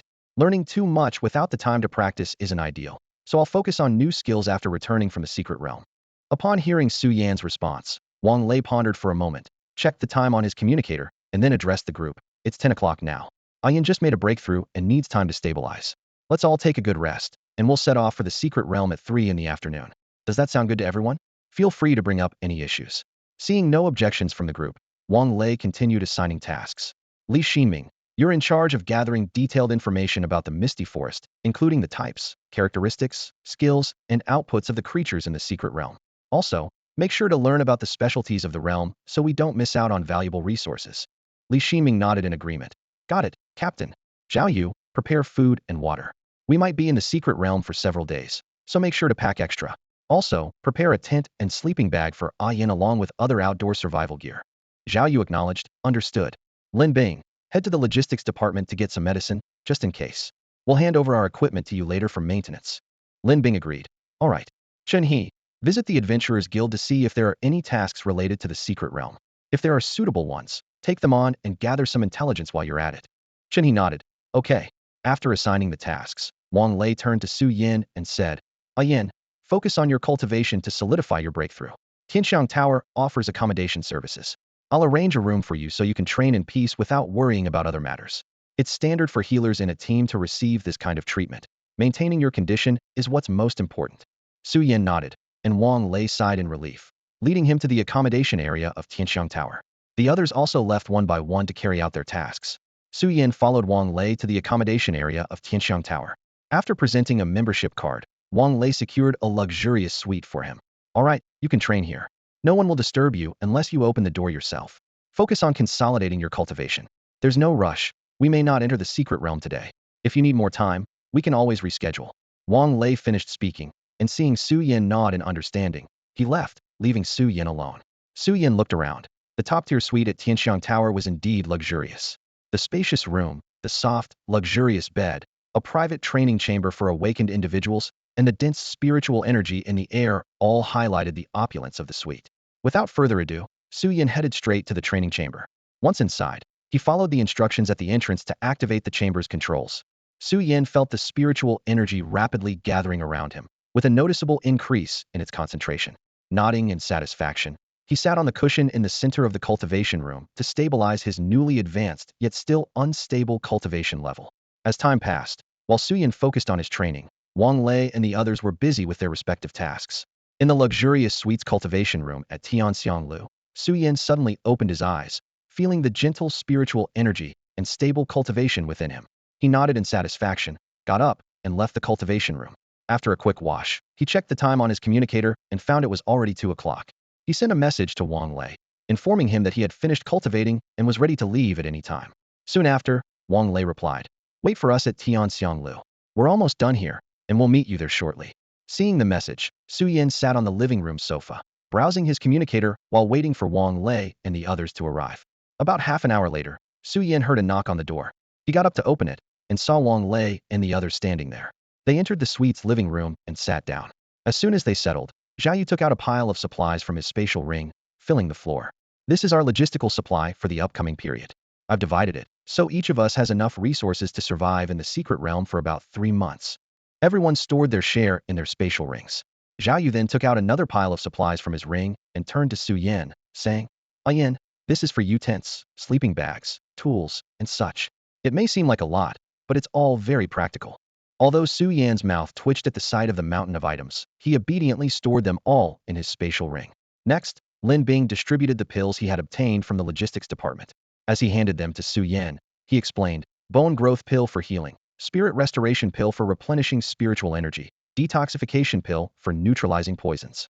Lin Bing handed over more than 10 types of pills to Su Yan, who stored them in his spatial ring.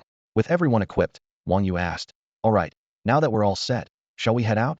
Seeing everyone's agreement, Wang Yu led the group downstairs, checked out of their rooms, and headed to the parking lot. Once in the car, Lin Bing drove toward the North City gate. During the drive, Wang Lei asked, Li Ximing, Chunhe, could you brief us on the secret realm and our upcoming tasks? Li Ximing began. The 1657 secret realm is primarily covered by forest, occupying 80% of its area, and is perpetually shrouded in mist, hence its name, the Misty Forest Secret Realm. The mist is non-toxic but hinders the detection of spiritual energy, so we must be cautious of enemies and various creatures hidden within it.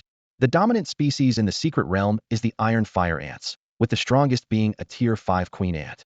However, the real problem is not their strength but their sheer numbers, which reach into the hundreds of millions, deterring any other creatures from provoking them. Their skill crystals include abilities like corrosion, fire consumption, mental synchronization, and iron armor, while the queen's crystal core additionally offers worker ant spawning, mental control, and mental shock. Although these skills are quite practical, the massive colony size makes it not very cost-effective to target them. On the way to the North City Gate, Li Xinming introduced the group to the common mystical creatures found within the secret realm, ensuring they wouldn't be caught off guard when encountering them. He mentioned the divine wood ape, a wood attribute simian beast capable of manipulating plants, with high intelligence, especially dominant in the misty forest environment.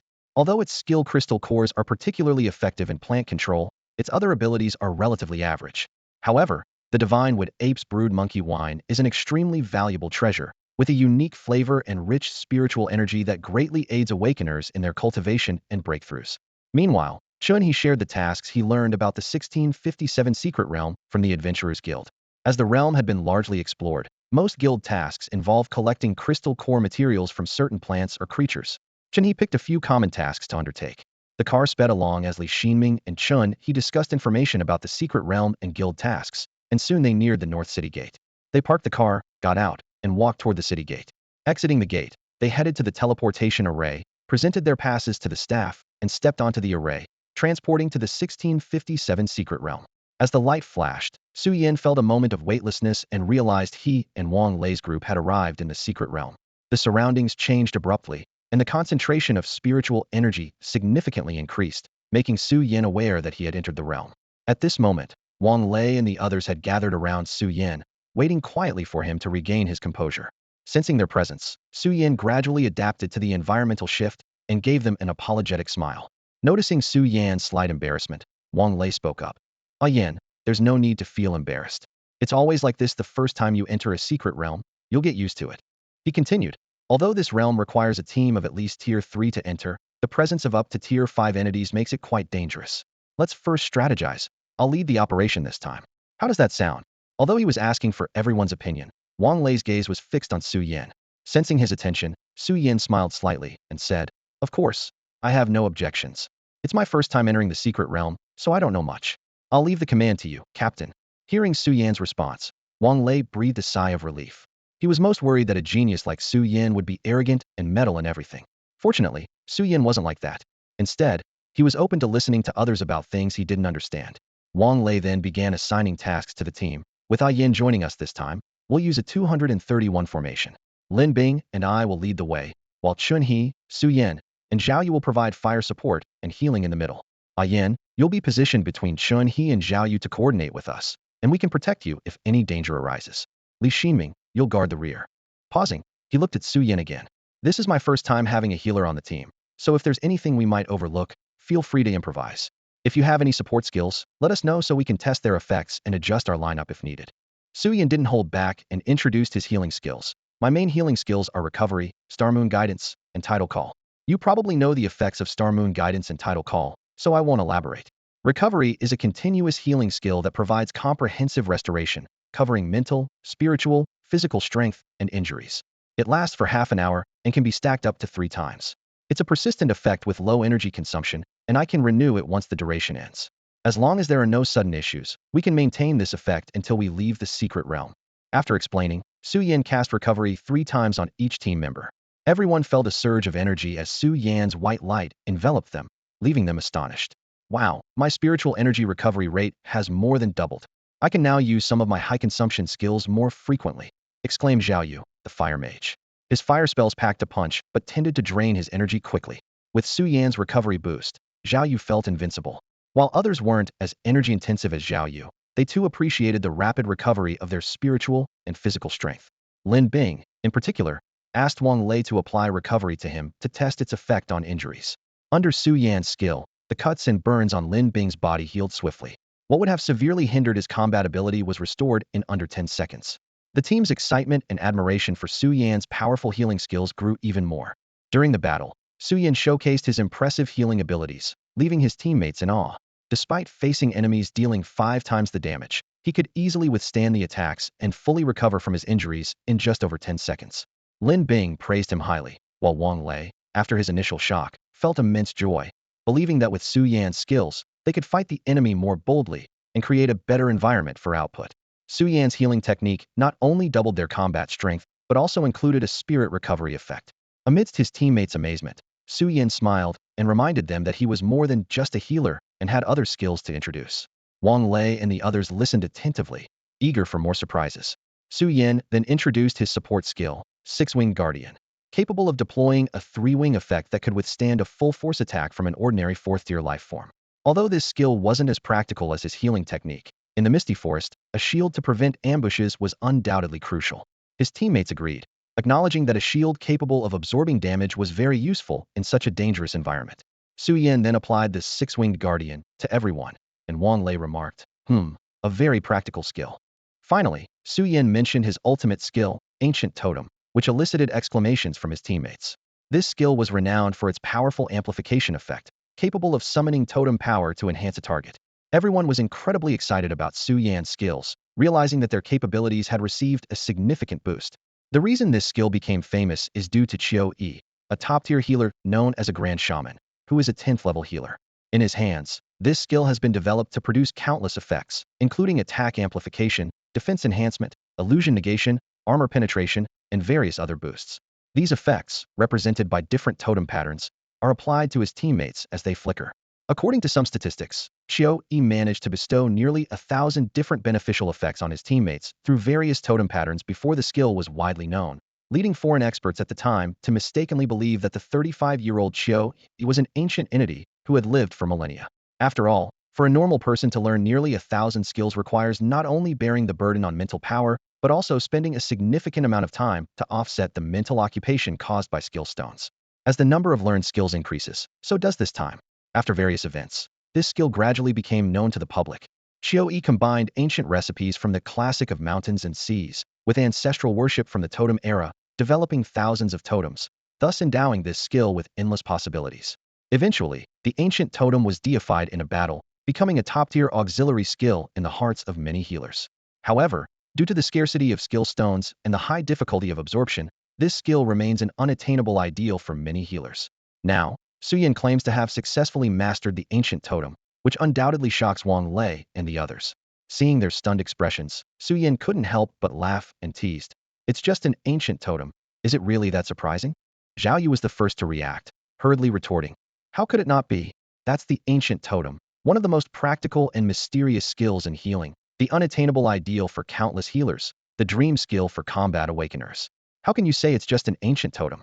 As he spoke, he approached Su Yan, rubbing his hands together with a somewhat ingratiating tone, and requested, Junior, could you show me the ancient totem?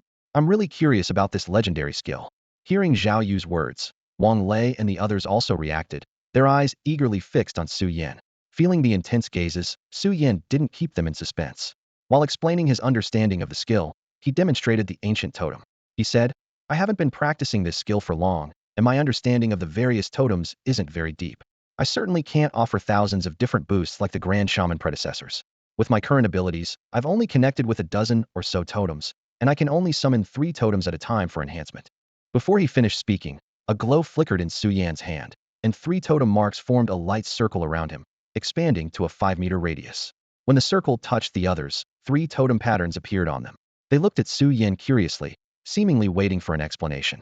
Seeing this, Su Yin took the initiative to explain the effects of the three totems. The Xian bird totem increases skill and attack damage. The Mengji totem increases evasion rate and can hide one's aura.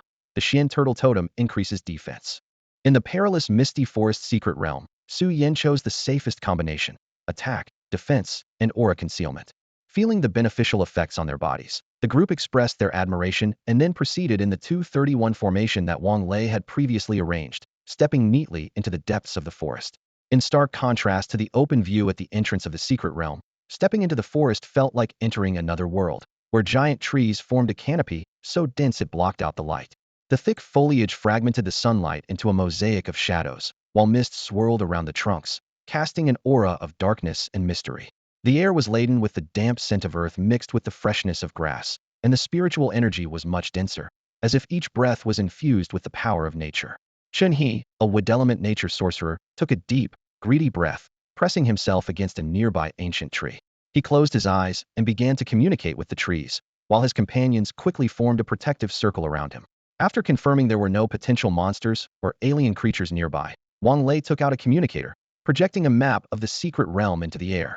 Pointing at a mark, he said, "We are currently at the fifth entrance of Secret Realm 1657, located in the northeast. The training value here is minimal, so let's head straight to the center of the realm." Everyone agreed, and Wang Lei and Lin Bing took the lead, advancing toward the central area. After walking a few hundred meters, Wang Lei suddenly stopped, raising his hand to signal everyone to halt, his sharp eyes scanning the surroundings. "Be careful, there's movement ahead." About a dozen beasts are approaching quickly. The group immediately heightened their vigilance, scanning the area with alert eyes. Chen He leaned against a giant tree, concentrating on sensing the energy fluctuations. Soon, he opened his eyes, a green glow flashing in them, and said in a deep voice, "About 3,000 meters to the northeast, there are 18 wolf-like creatures, approximately 2 meters tall. Their exact level is unknown, but they are moving extremely fast and will reach here in about half a minute." Li Xinming picked up the conversation, frowning. The wolves in Secret Realm 1657 are generally divided into 4 types: frost wolves, gale wolves, red flame wolves, and blood wolves. We are in the northeast, where red flame wolves are mostly found in the south. Frost wolves are much larger than 2 meters, and blood wolves are not accustomed to living in packs. So, we are likely dealing with gale wolves. They are wind element beasts, known for their swift attacks using gale claws, wind blades, and wind fangs. They are fast, deal high damage, and have armor-piercing and tearing effects. Everyone, be cautious. He paused, then continued. Like other wolf types, gale wolves have tough chests, but their waists are their weak points. However, due to their speed, hitting their weak spots while they charge is quite challenging. We should first find a way to limit their agility, using control skills to slow them down, and then focus our firepower. As Li Xinming explained, the shadows of the wolves appeared, sprinting rapidly, their claws skimming the ground and kicking up clouds of dust. Their sharp fangs and intense gaze came into view of the group. The massive azure wolves, standing 2 meters tall and stretching 4 to 5 meters in length, with pale blue whirlwinds swirling around their paws, were exactly what Li Xinming had suspected gale wolves. Several of these giant wolves dashed swiftly around the group, encircling them and trapping Su Yin and his companions in the center. 8 wolves blocked their retreat, while 10 more stood ready to charge from the front. The wolves' gaping jaws revealed sharp teeth, with drool dripping from their mouths, carrying a faint stench on the wind that instilled fear. Facing the intimidating wolf pack, Wang Lei quickly assigned tasks to the group. 5 at the 4th tier, 13 at the 3rd tier, not too troublesome. Chen He, activate Natural Guard to protect yourself. Zhao Yu and Yin, then keep these beasts from running wild. Zhao Yu, use direct firepower for coverage. Li Xinming, use the surrounding trees for guerrilla tactics. Lin Bing, let's confront these beasts heated together. And Yin, you can improvise. As soon as he finished speaking, Wang Lei charged towards the leading 4th tier wolf. Chen He quickly chanted a spell, and a light green barrier enveloped him, Zhao Yu, and Yin. Meanwhile, the wolves began to move rapidly. The sound of the wind striking the Natural Guard created ripples on the light green shield. Although it trembled, with Chen He continuously channeling spiritual power, it successfully withstood the wolves' assault. Lin Bing, who charged out with Wang Lei, was struggling. As a shield defender, his speed was not great, making it difficult to keep up with the speed-famous gale wolves. He could only raise his shield to passively block the attacks. Of the 5 4th-tier gale wolves, 2 were intercepted by Wang Lei, 1 attacked Chen He and the others, and the remaining 2 targeted Lin Bing. His 6-winged guard had shattered after blocking the wind claws of the 2 4th-tier wolves. Though his large shield protected him from fatal attacks, being of the same tier and slower, Lin Bing was forced into a defensive position. He could only counterattack with his quick reflexes when defending against their strikes, but with limited success. Before long, Lin Bing was covered in wounds, with gashes from claws and cuts from wind blades, leaving him in a dire state.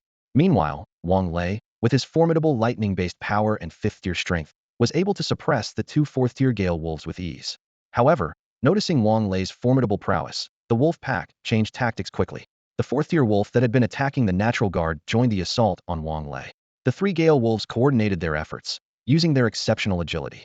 Though Wang Lei could injure them, he couldn't deliver a fatal blow. Within the natural guard, Chunhe had begun chanting a wood element entanglement spell, causing the surrounding plants to grow rapidly, reaching out to ensnare the swiftly moving wolves. Zhao Yu, despite the aid of the malicious mark, struggled to hit the fast-moving wolves with his skills due to their speed boost. After missing several attempts, he shifted his focus to attack the wolves that Wang Lei was engaging. Together, they managed to inflict considerable damage. At this moment, Li Shiming was the most at ease in the battle, aside from Su Yan. As a wind element archer with fourth-tier strength, he easily kept up with the swift speed of the wolf pack. Sensing the rhythm of the wind, he fully utilized his keen perception and reflexes as an archer, infusing his arrows with wind attributes. Standing steadily on a tree branch, he shot arrows at the wolves below. Despite the wolves' damage reduction against wind attacks, his precisely aimed arrows inflicted significant harm, making Li Shiming the first to reduce the wolves' numbers. Meanwhile, Su Yan was not idle. Noticing Lin Bing's six-wing shield breaking, he quickly cast Star Moon Guide on Lin Bing. Then, following the guidance of the Goodwill mark, he used the tidal call to aid everyone, sending a wave with a faint sea breeze to heal wounds and boost their attack power. Though it seemed like a long time, only a little over 10 seconds had passed from the start of the battle to the casting of their skills. Wang Lei, leveraging his level advantage, bravely took on three fourth-tier beasts, suppressing them. Lin Bing relied on his shield's strong defense, and Su Yan's Star Moon Guide to withstand the attacks of two fourth-tier Gale Wolves and the third-tier Wolf Pack. From above, Li Shiming used his vantage point and wind perception to clear out the third-tier minions, while Zhao Yu seized the opportunity to add damage. Soon, Chunhe's control skills were ready. Under the nourishment of green light in his hands, plants and vines rapidly grew, wrapping around the wolves' limbs. Several third-tier Gale Wolves were forced to stop their fast pace, bleeding from their limbs and clearly heavily injured. Although the five fourth-tier Gale Wolves quickly broke free, the momentary pause was enough to alter the battle's course. During this brief pause, the lightning power accumulated within Wang Lei erupted. He unleashed the Thunder Slash skill with full force at the peak fourth-tier head wolf. With terrifying thunder power, his strike, full of explosive force, cleaved the head wolf's tough skull, sending blood splattering through the air. The head wolf, which was about to pounce on Wang Lei, was instantly split in two. Simultaneously, the attacks from the other two fourth-tier Gale Wolves came, their claws leaving deep gashes on Wang Lei. Feeling the attack, Wang Lei did not evade, allowing the wolf claws to reach him, and the lightning within him coursed through the wolves' claws into their bodies. The terrifying lightning not only inflicted massive damage on the two fourth-tier Gale Wolves, but also paralyzed them. At that moment, a fireball and an arrow swiftly flew from behind, targeting the waists of the two paralyzed Gale Wolves. They were Zhao Ye's explosive fireball and Li Xinming's armor-piercing arrow. A fireball exploded, splitting a Swiftwind wolf in half and killing it instantly. Simultaneously, an armor-piercing arrow, enhanced by a fierce wind, whistled through the air and precisely pierced another Swiftwind wolf's waist, pinning it to the ground. The wolf's life force quickly ebbed away, and its struggles grew weaker. On the battlefield, the remaining two fourth-tier and five third-tier Swiftwind wolves witnessed the fate of their companions and began to hesitate. The third-tier wolves struggled desperately, trying to break free from the plants restraining them, unaware that these were controlled by a fourth-tier nature sorcerer. The more they struggled, the deeper the plants dug into their flesh. Under the precise strikes of Zhao Yu's fireballs and Li Shiming's arrows, these third-tier wolves soon perished. The two fourth-tier Swiftwind wolves near Lin Bing sensed danger and intended to flee, but they were trapped by Lin Bing's fearless taunt skill. A blue aura spread from Lin Bing, enveloping the wolves. Under some mysterious rule, the wolves' desire to flee was replaced by rage, and they turned to attack Lin Bing. Although Lin Bing couldn't fully keep up with the Swiftwind wolf's speed and sustained a few more wounds, a grim smile appeared on his face. He knew his teammates had already dealt with the other wolves and were closing in to assist him. Li Shiming shot an arrow that hit one of the fourth-tier Swiftwind wolves, causing it to pause. Lin Bing seized the opportunity, delivering a shield bash that stunned the wolf. Zhao Yu's fireball followed, finishing it off. The other Swiftwind wolf let out a mournful howl under Wang Lei's fierce assault and collapsed. The entire battle seemed lengthy, but actually lasted only 6 to 7 minutes. In this brief time, the wolf pack launched nearly 1,000 attacks with incredible speed, while Wang Lei and his team successfully killed 5 fourth-tier and 13 third-tier swift-winged wolves. After the battle, Chun He, Zhao Yu, and Su Yan, protected by nature's guardianship, were unscathed, and Li Xinming, who had taken position in a tree, was also unharmed. Only Wang Lei and Lin Bing were injured. Thanks to his superior level and lightning attribute, Wang Lei's injuries were not severe, with the worst being deep claw marks on his back from 2 fourth-tier swift-winged wolves after he killed the pack leader. However, with the powerful recovery of a 5th-tier warrior, triple recovery spells, and Su Yan's star and moon guidance, by the end of the battle, all that remained were torn clothes, with no visible wounds on his body. Lin Bing, though continuously pressured by the 2 fourth-tier swift-winged wolves, relied on the strong defense of a shield guard and Su Yan's healing abilities to remain in full condition by the battle's end, albeit with tattered clothing. This intense battle concluded with a decisive victory for Wang Lei's team. After the intense battle, the group quickly cleaned up the battlefield, collecting materials and crystal cores from the wolves before hastily leaving the scene. The air was still thick with the smell of blood, which could easily attract other beasts. Wang Lei, feeling his body in perfect condition thanks to Su Yan's healing abilities, noticed that none of his teammates were injured after the fight. He couldn't help but remark, "I think I understand why healers are so popular. Although we held back this time to test Yan's skills without using armor, the only damage we sustained was to 2 regular outfits. That's pretty remarkable." He continued, "With our previous lineup, we could deal with enemies, but not as quickly, and damage was inevitable. Yan is truly a treasure." Su Yan felt a bit embarrassed by Wang Lei's straightforward praise, scratched his head, and smiled at everyone. The rest of the team agreed, especially Lin Bing. He said, "Without armor, the boost from our junior increased my defense by 20%. Su Yan's healing kept me going, and with the support of Xingyue Yin, I was almost at my maximum combat capability, even without any defensive gear." As a shield bearer, Lin Bing was usually responsible for absorbing damage, and getting hurt was common. This time, to test Su Yan's ancient totem and healing skills, he didn't use armor or damage reduction skills. After all, if he had used those skills, the swift wolves wouldn't have been able to harm him much, which wouldn't have been wise for testing Su Yan's effectiveness. So, in this battle, Lin Bing relied solely on Su Yan's support and his shield. For safety, he did activate a life-saving skill, but he ended up not needing it. The results of the test were very satisfying. Su Yan's powerful healing and amplification effects, along with his performance in battle, pleasantly surprised his teammates. Despite it being his first combat experience, Su Yan's calm demeanor, accurate spellcasting, and precise healing impressed them. The positive aura around him instilled a sense of security. Soon, the group moved to another location. After confirming the area was safe, they stopped to assess the spoils of the battle. Although they hadn't been in the secret realm for long and didn't need rest, there was no immediate need to distribute the loot. Wang Lei felt that this was their first battle gain since entering the secret realm and the first battle since Su Yan joined the team, making it quite significant. Hence, he decided to mark it with a sense of ceremony. The group had no objections to Wang Lei's suggestion, so they found a safe spot to assess the results of their battle. Their loot included 7 third-tier skill crystals and 4 fourth-tier skill crystals.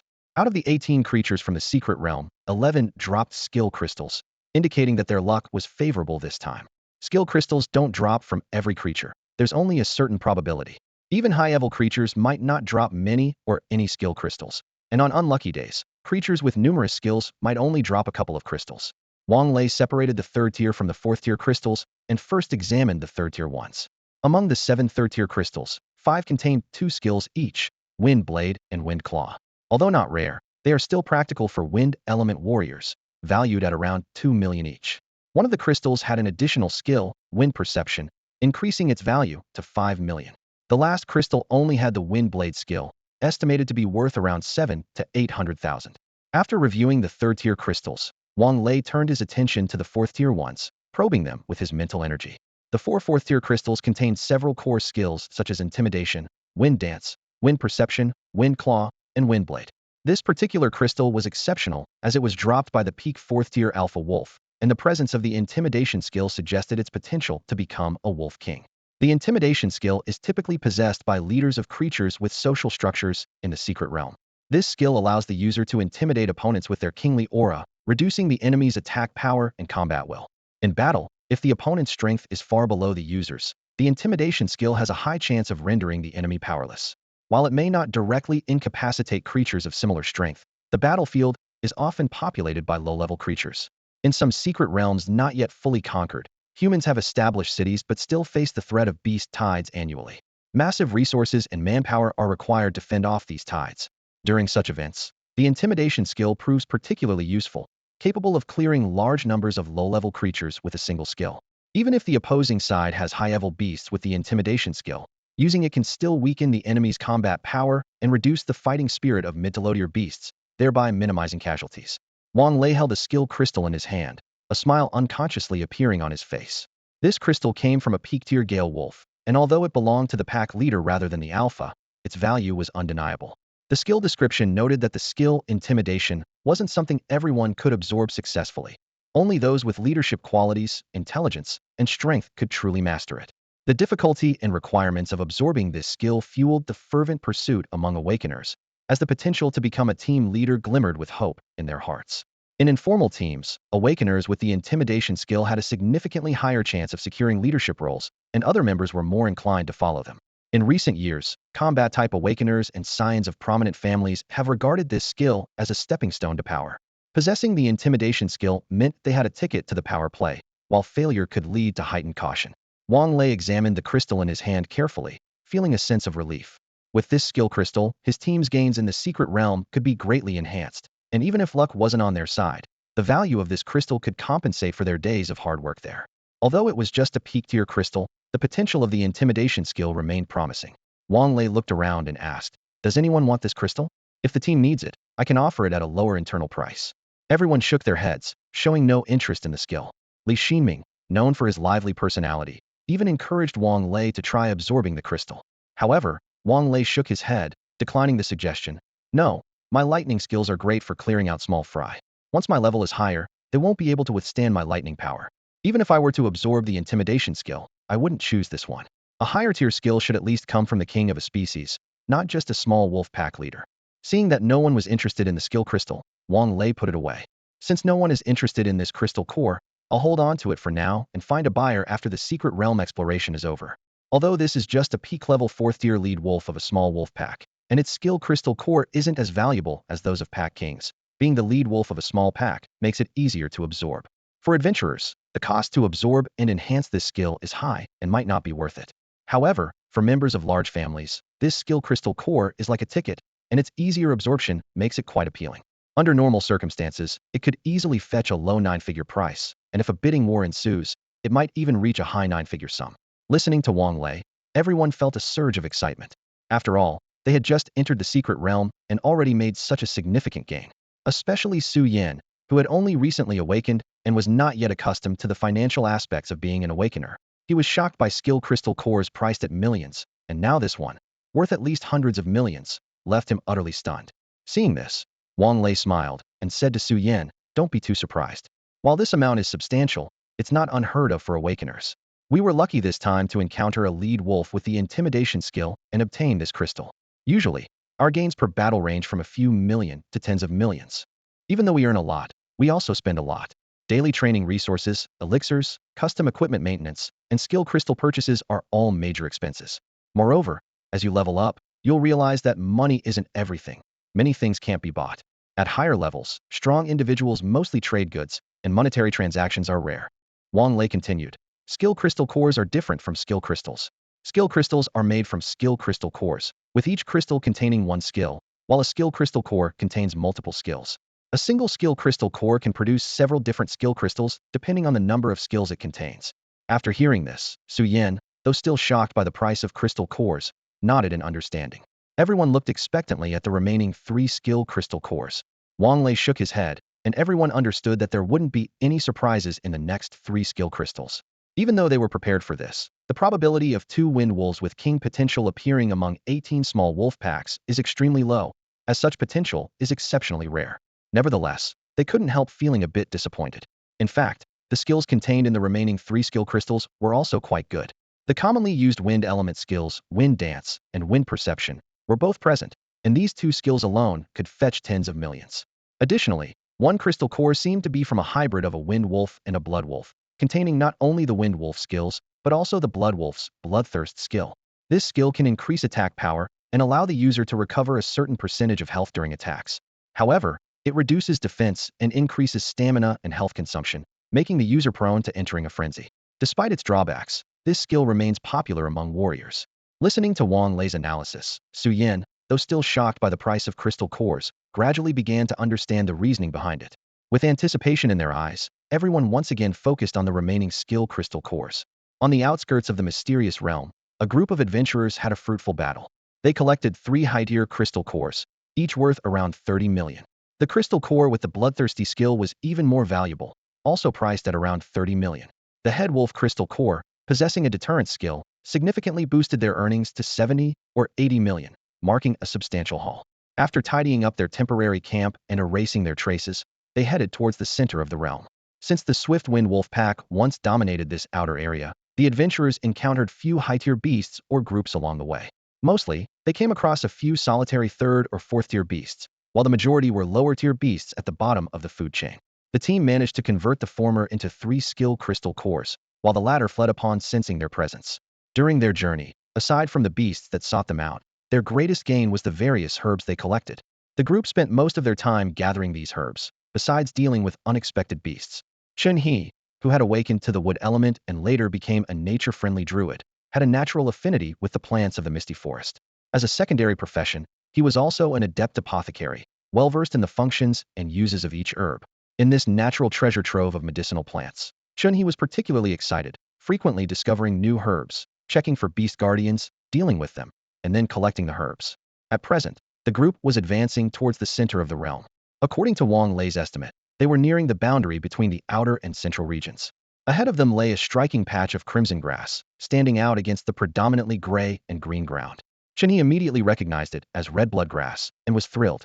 Seeing his excitement, Su-Yin couldn't help but ask curiously, "Chun, is this also a medicinal herb?" Throughout the journey, Chun-Hee's extensive knowledge of various plants had greatly impressed Su-Yin, as there seemed to be no plant he couldn't identify. Even when uncertain about one or two, Chun-Hee could make an educated guess based on the plant's appearance and growing environment. This time, faced with the clusters of red grass, Su-Yin had seen similar plants before but hadn't detected any significant energy fluctuations. Observing Chun-Hee's excitement, Su-Yin realized that this might not be an ordinary find. Upon hearing Su-Yan's question, Chun-Hee snapped out of his excitement from discovering the red blood grass, smiled gently, and explained, "Red blood grass is a herb commonly found in forested areas that replenishes the consumer's vitality. It's one of the main ingredients in blood-replenishing potions. These potions are highly sought after by those specializing in blood-related abilities, often used to extend the effects of blood-burning techniques or to restore vitality afterward. Therefore, red blood grass is both rare and highly valuable in the market." Su-Yin listened, furrowing his brow with lingering doubts. Although red blood grass was indeed precious, they had encountered other rare herbs before, some even more valuable, yet Chun-Hee had never been this excited. Was it due to the quantity of red blood grass here? Sensing Su-Yan's skepticism, Chun-Hee continued, "Not all of these grasses are red blood grass. The red grasses on the outskirts are merely discolored by the presence of red blood grass and have negligible effects. The true red blood grass is located at the center of the patch, with only 2 or 3 stalks per cluster. Here, even with 6 or 7 clusters, there are only about 20 red blood grass plants. While they are valuable, they aren't enough to excite me this much." He pointed to the largest patch in the center, his face alight with excitement. "What really excites me is this royal blood grass." Royal blood grass. The group echoed in confusion. Although they had learned about mystical plants and natural treasures in school, most of the lessons covered common herbs and treasures. Without specialized study, they knew little about such unique herbs. Seeing their puzzled expressions, Chun-Hee smiled and began to explain. Royal bloodgrass is a mutated variant of red bloodgrass, a rare herb that appears only once in tens of thousands of red bloodgrass plants. More accurately, it can be considered a natural treasure. When consumed by beasts, it can directly enhance their bloodline, even potentially triggering evolution or awakening ancestral bloodlines. For humans, royal bloodgrass provides immense benefits to those with blood-related abilities and can be refined into royal blood potion, an advanced version of blood-replenishing potions. It not only restores vitality lost through special techniques, but also rejuvenates those whose vitality wanes with age, offering a chance to those nearing their limits to regain vitality and break through, avoiding the stagnation due to aging. For those facing their life's end, royal blood potion can even extend their lifespan. After hearing this, the group felt invigorated, looking solemnly at the seemingly unremarkable blood-red herb in the distance, filled with caution. As Chun-Hee mentioned, such a herb capable of enhancing bloodlines and extending life truly deserved to be called a natural treasure.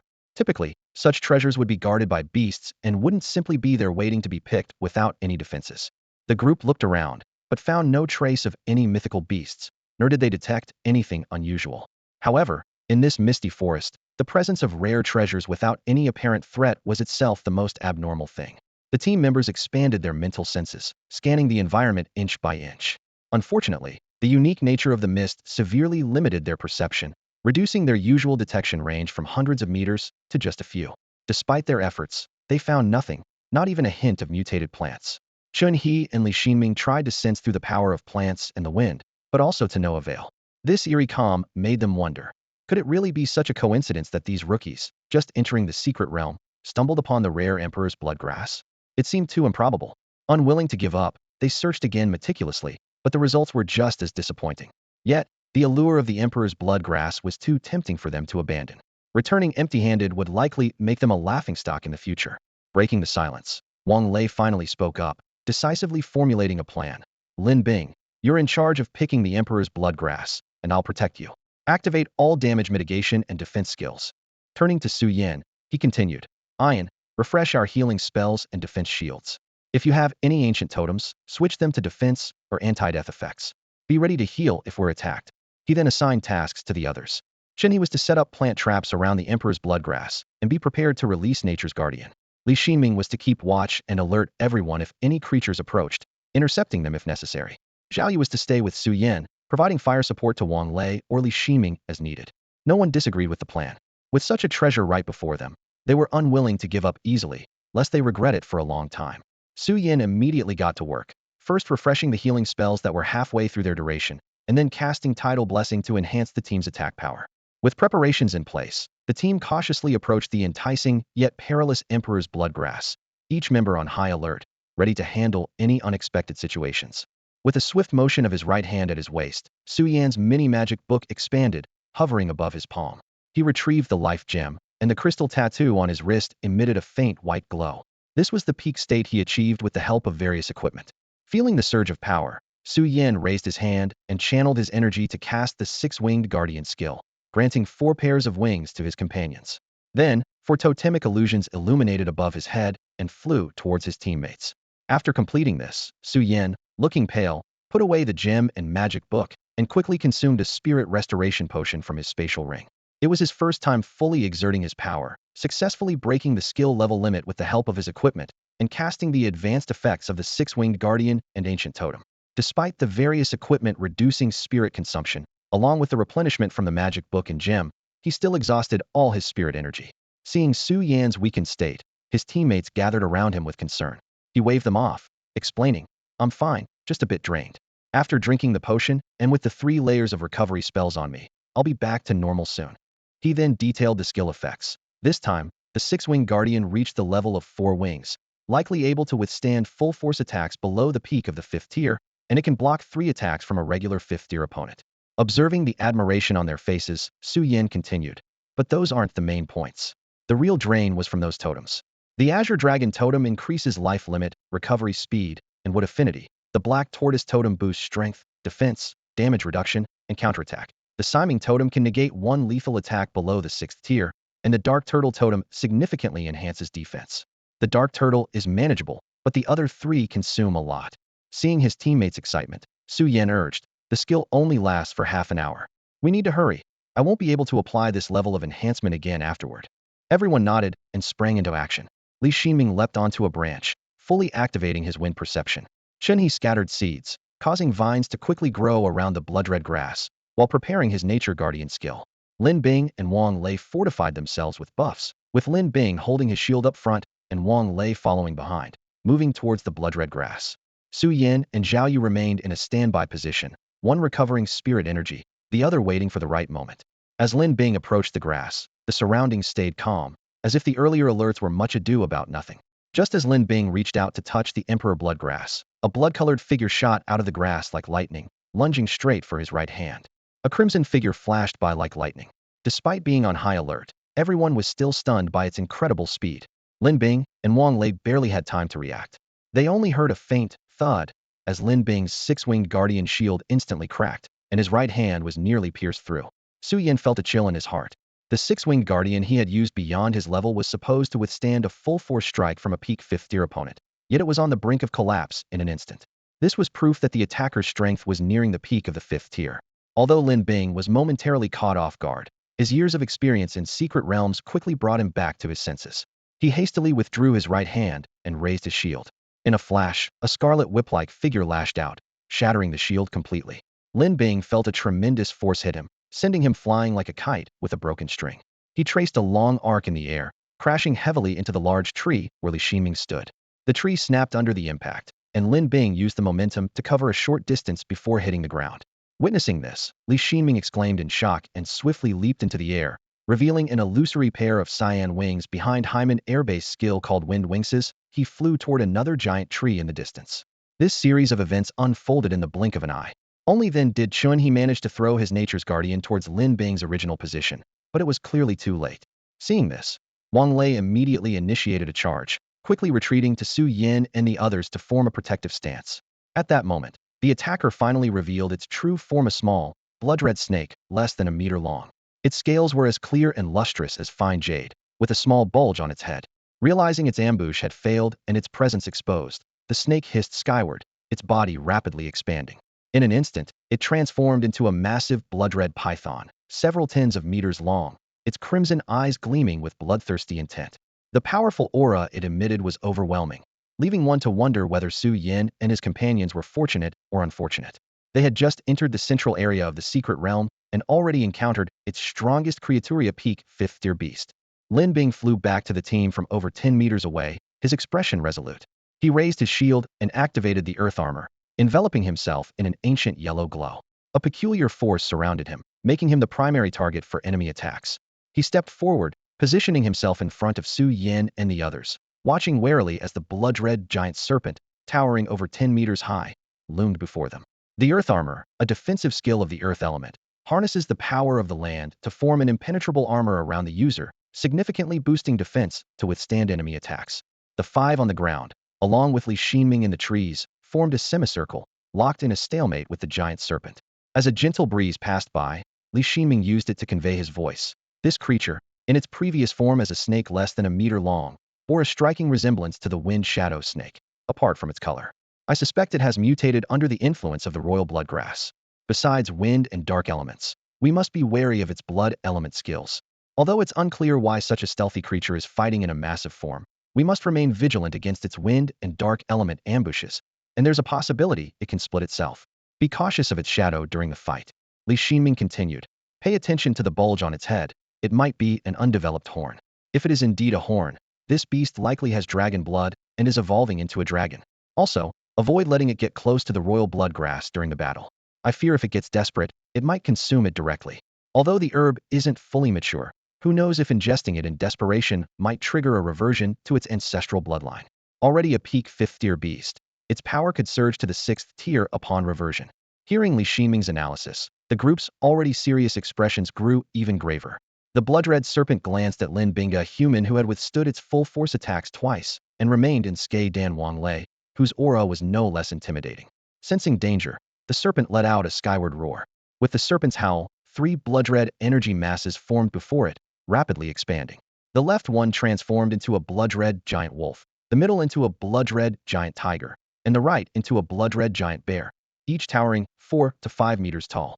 The aura emanating from these beasts was stronger than that of the group, second only to Wang Lei and the serpent. Notably, the giant tiger's aura surpassed the other two were early 5th tier, and one was mid-5th tier. Their blood-red eyes radiated only murderous intent, clearly not ordinary secret realm beasts. With the serpent summoning these 3 minions, the pressure on the group intensified. Initially, they only needed to contend with a single peak 5th-tier serpent, with Wang Lei of the same level to hold it off, and the rest of them, though challenging, it was not impossible to defeat. However, with 3 additional 5th-tier beasts on the battlefield, the situation reversed instantly. At this moment, Li Shiming's voice, filled with shock and anger, came through the raging wind. These are blood puppets. How is this possible? How can such a skill appear in a low-tier secret realm, and on a 5th-tier beast? No, this isn't a complete blood puppet. These 3 puppets have no consciousness other than instinctual combat awareness. The power of the blood puppet, an 8th-tier bloodline skill, is truly terrifying. The caster infuses their own blood and mental energy into a target, turning them into a completely controlled puppet. Although these puppets retain a faint consciousness, they are twisted into beings of absolute loyalty, oblivious to pain, fearless of death, and even capable of growth. However, there are strict limitations to using this skill. The target must not be stronger than the caster and must be in a state where they cannot resist. Unlike most skills that can be learned at lower tiers, the blood puppet is a unique presence. Its prerequisite is the 8th tier, requiring not only the appropriate level, but also immense spiritual and mental strength to support it. Reckless attempts can lead to backlash, resulting in damage to both mental and physical states at best, or becoming a mindless, bloodthirsty puppet at worst. The 3 puppets before them were evidently not complete blood puppets. They lacked self-awareness and only retained the combat instincts of their original beast forms. After a moment of shock and anger, Li Ximing's voice came through the wind, bearing both good and bad news. The bad news was that these 3 blood puppets indeed existed and were not a summoning skill, meaning they had no time limit. The good news, however, was that aside from their combat instincts, they had no consciousness and could not adapt to situations, allowing for clever tactics to be used against them. Yet, Li Ximing warned of the possibility that the blood-colored giant python could actively control the puppets. Before the group could fully process this, 4 giant beasts charged at them. Wang Lei, crackling with electricity, proactively confronted the blood-colored giant python, holding it back. Lin Bing raised his shield, simultaneously deploying the skill's wide area defense and fearless taunt to block the long-range elemental attacks directed at his teammates by the 3 puppet beasts. Blood-colored wind blades, lightning, and earth spikes collided with an invisible air barrier, creating ripples that quickly spread into cracks. This attack revealed the attributes of the 3 beasts. The giant wolf was wind-based, the giant tiger was lightning-based, and the giant bear was earth-based. However, as puppets of the blood-colored giant python, they also possessed blood attributes, evident from their blood-colored elemental attacks. After their long-range assault failed, the 3 puppets seemed to receive direction from the blood-colored giant python. Instead of engaging Lin Bing Heaton, the giant bear confronted him while the other 2 bypassed Lin Bing and swiftly charged towards Su Yin and the others behind him. The battle instantly escalated to a critical stage, with each person facing a life-and-death test. Under the influence of Lin Bing's fearless taunt skill, the 2 blood-red puppets that were originally charging towards Su Yin and his group suddenly turned around halfway, as if bound by some rule, and lunged straight at Lin Bing. Despite being bolstered by multiple enhancements, having his equipment fully activated, and being fortified by Su Yin with a 6-winged guardian of 4-wing level, Lin Bing, as a peak 4th-tier Awakener, still faced immense pressure against 3 5th-tier blood-red puppets. The initial attack from the 3 beasts shattered his 6-winged guardian, and the combined force of the impact and elemental assaults sent Lin Bing skidding back 5 to 6 meters, leaving deep gouges in the ground. On his earth armor, blood-colored whirlwinds and lightning flickered, gradually staining the surface with a dark red hue. This was the elemental contamination inflicted by the blood-red bear puppet, a higher-tier being of the same element, demonstrating its overwhelming power. Despite being pushed back, the 3 beasts did not turn to attack Su Yan's group, but continued to pursue Lin Bing, rapidly closing in with elemental attacks. The continuous blows began to crack his earth armor, which had been meticulously crafted by a master blacksmith. The armor was riddled with dents, and his uncovered skin was laced with cuts. Even with Su Yan's triple-layer healing spell, the rate of injury was outpacing the recovery. The internal damage from the impact and elemental attacks caused Lin Bing to cough up blood mixed with fragments of his organs, putting him in a perilous situation. Just as the 3 beasts were about to close in for a bite, a flash of purple starlight streaked towards Lin Bing. Simultaneously, a golden fireball brimming with violent energy, a swiftly growing dark green vine, and a Windlemint-infused azure arrow were launched at the wolf, bear, and tiger puppets, respectively. The golden fireball hit the wolf's abdomen precisely, sending it flying with a thunderous impact. The dark green vine quickly ensnared the lower half of the bear, binding the massive creature tightly as green light dots on the vine absorbed life force, turning a deep red. At the same time, reinforcements from Zhao Yu, Chen He, and Li Ximing arrived just in time. The 3 of them managed to control the situation, giving Lin Bing precious time to catch his breath. The blood-red tiger, the strongest of the 3, detected the azure arrow heading its way. With a flash of lightning across its claws, it sharply increased its speed, narrowly dodging Li Ximing's powerful arrow, which struck the ground and exploded into a deep crater, missing its target.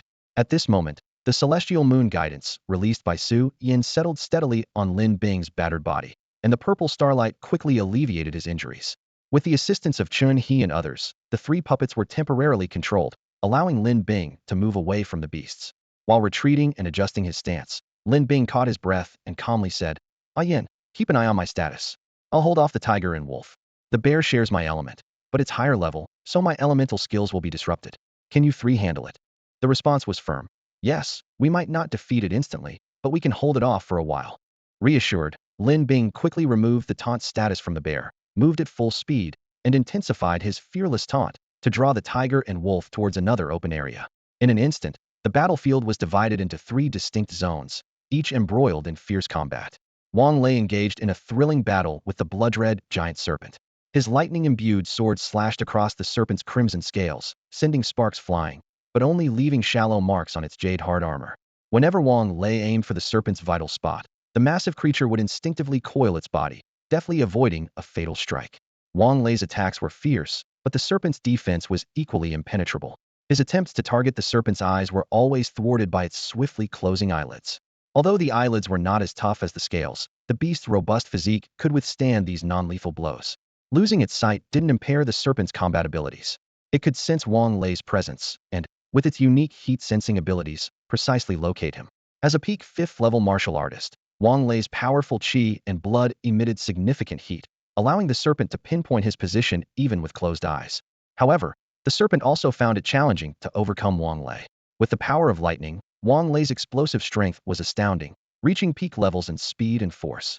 He nimbly dodged the serpent's bites and tail sweeps, and when faced with unavoidable consecutive attacks, he relied on his sudden bursts of power to withstand them, repelling the serpent's offensive. The serpent attempted to coil around and crush Wang Lei, but could never catch this agile adversary. Instinctively, it sensed that recklessly swallowing such a formidable foe might lead to its own demise. In the elemental showdown, Wang Lei's lightning abilities countered the serpent's blood and dark elements, while its wind element, not subject to counter, found itself at a stalemate with Wang Lei's comparable strength. Whenever the serpent considered abandoning Wang Lei to attack weaker humans, Wang Lei would intercept in time, forcing the creature to halt its assault and either defend or evade. Even if the serpent attempted to recklessly charge at other targets, Wang Lei's explosive power would drive it back. Thus, man and serpent were locked in a stalemate. Wang Lei couldn't inflict a mortal wound on the serpent, nor could the serpent break through Wang Lei's defense or shake off his persistent pursuit.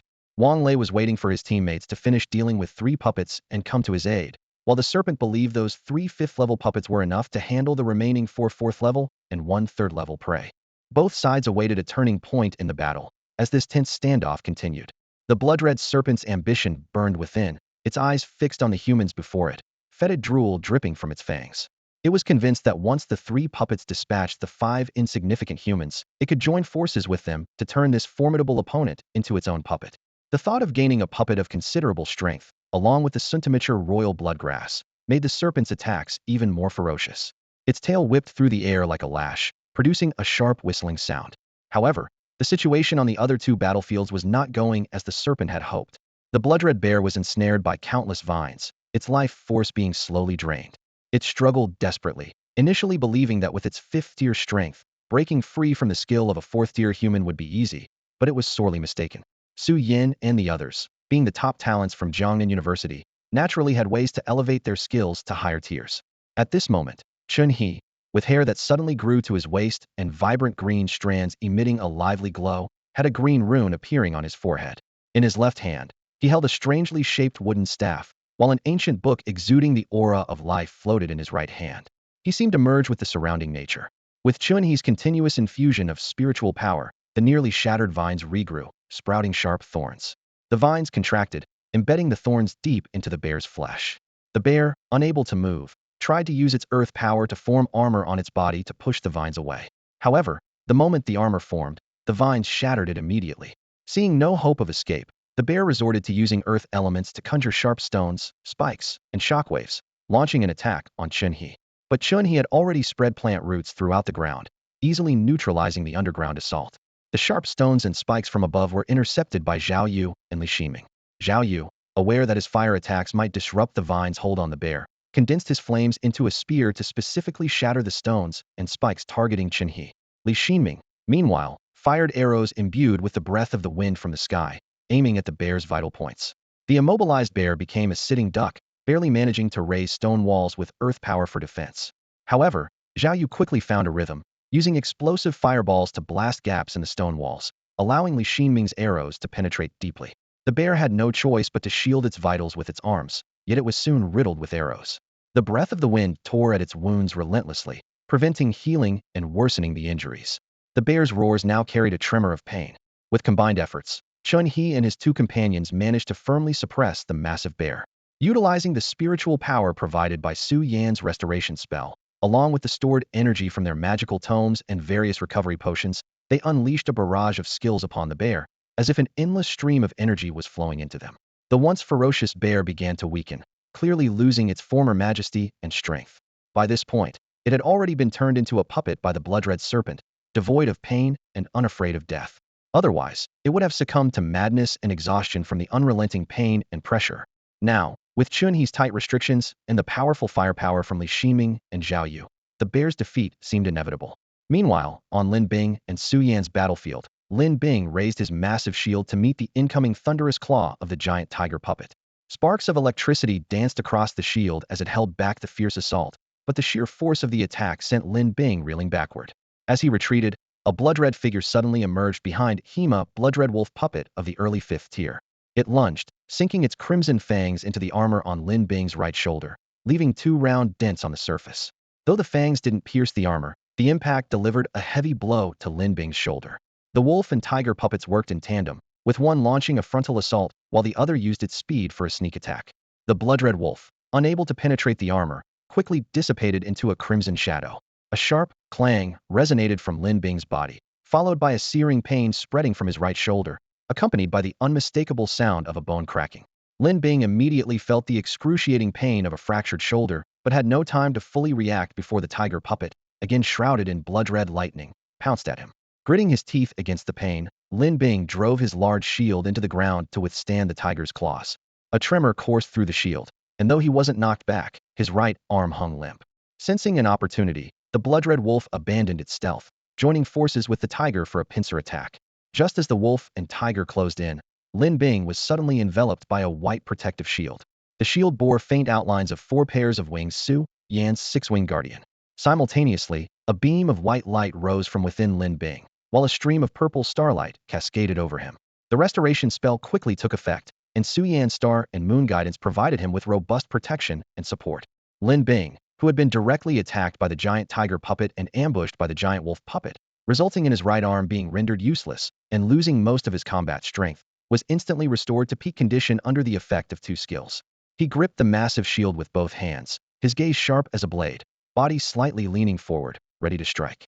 With a powerful shout, Lin Bing slammed the giant shield down like a mountain, meeting the giant tiger's claws heated. The deafening clash of metal was accompanied by a shower of sparks, forcing the giant tiger back several steps under the overwhelming force. A confident smile tugged at the corner of Lin Bing's mouth as the wind howled past his ears. He was already aware of the threat from behind. "I've been waiting for you," he exclaimed, and before the words had fully left his lips, he sprang into the air like an arrow, narrowly avoiding the giant wolf puppet's attack. Suspended midair, Lin Bing looked down at the giant wolf passing beneath him. His spiritual energy surged like a river, continuously flowing into his shield. The bottom of the shield glowed with an earthy yellow light, as if bearing the weight of a mighty mountain. "Mountain shield," Lin Bing shouted, gripping the shield tightly with both hands. Using the momentum of his descent, he smashed it down onto the giant wolf. Originally meant to withstand massive opponents' Heiden, Lin Bing now deftly turned defense into offense. The timing was perfect. The sharp bottom of the shield struck the giant wolf's vulnerable waist. Like a giant blade enhanced by the mountain's power, it sliced the wolf cleanly in 2. With a thunderous crash, Lin Bing and the shield hit the ground hard, kicking up a cloud of dust. As the dust settled, it revealed a giant pit 5 to 6 meters deep, with Lin Bing, bloodied but unyielding, and the bisected remains of the giant wolf puppet at the bottom. Lin Bing remained on high alert, quickly retrieving his shield and scanning his surroundings warily.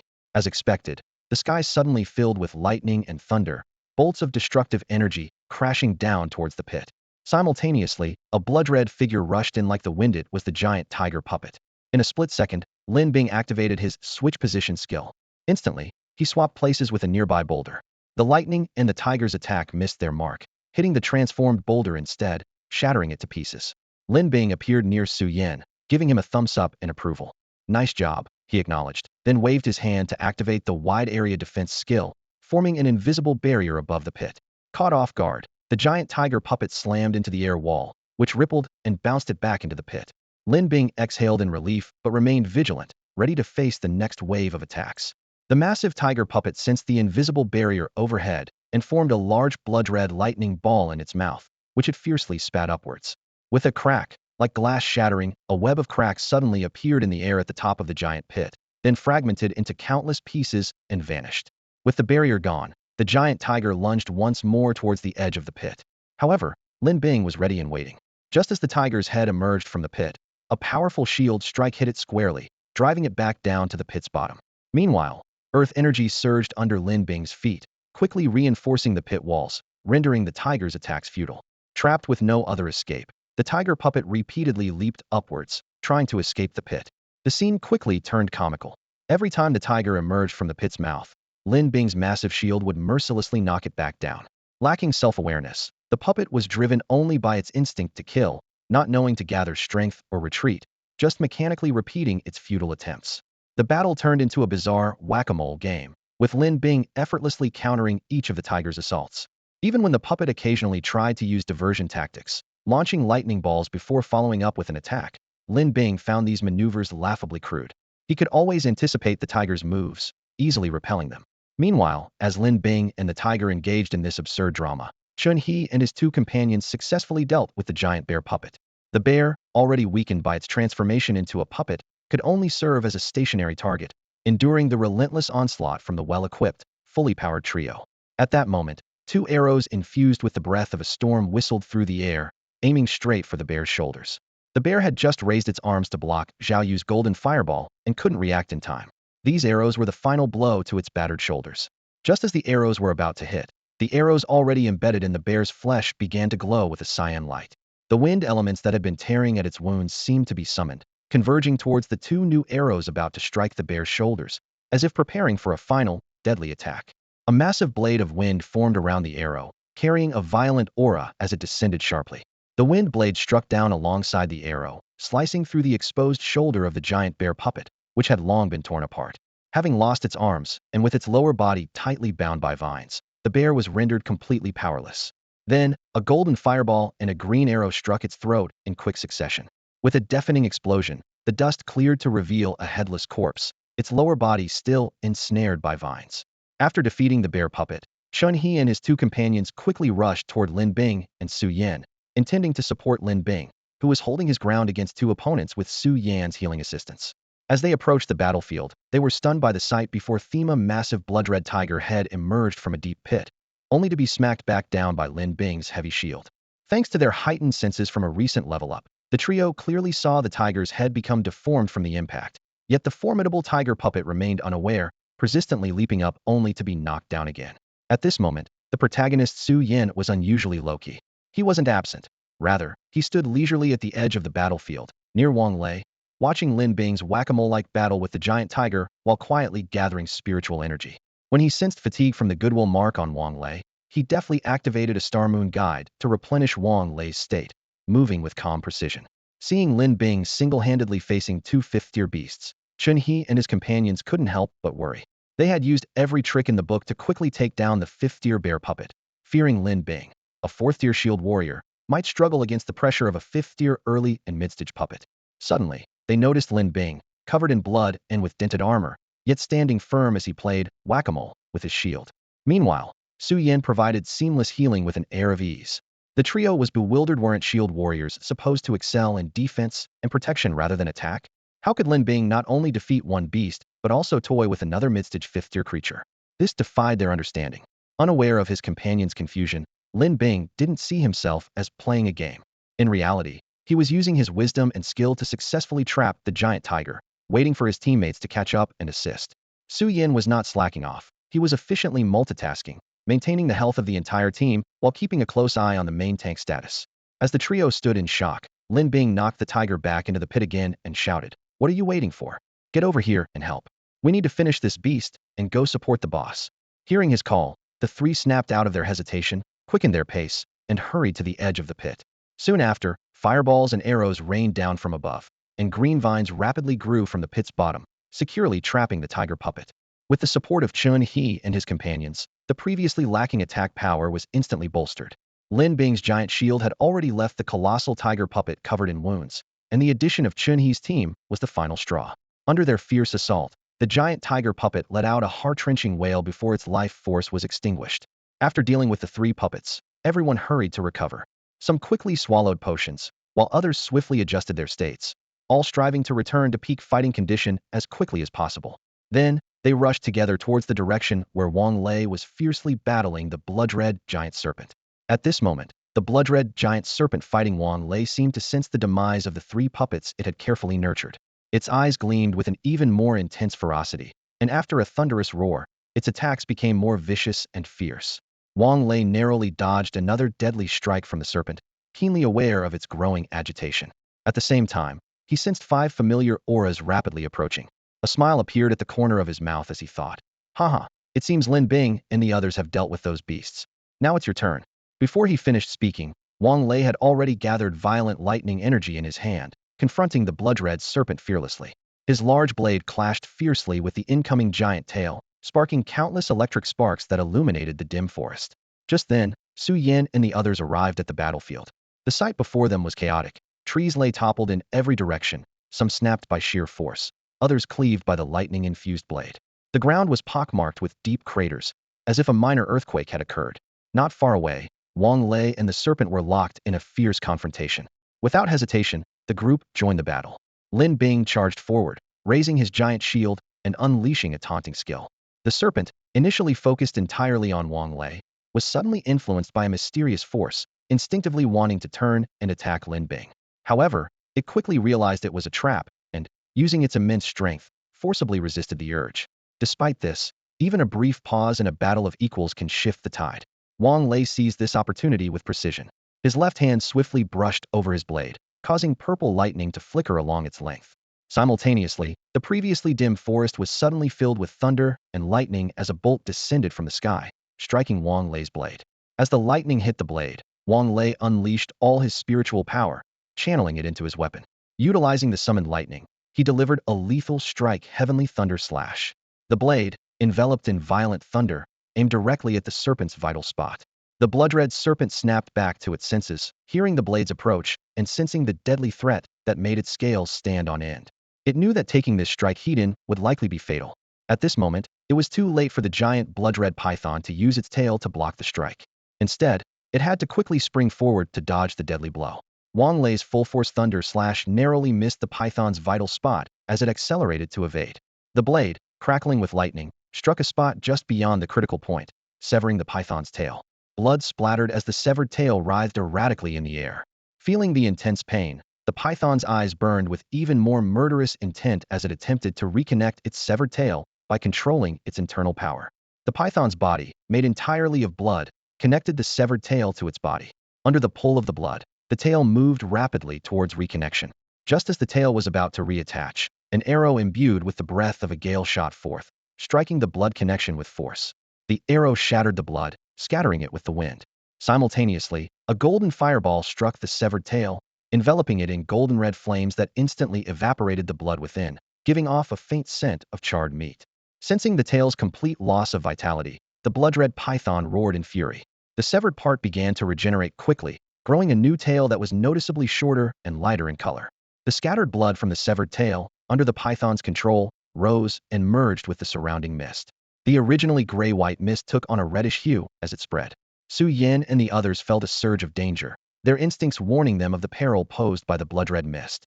The blood mist spread rapidly, enveloping everyone in an instant.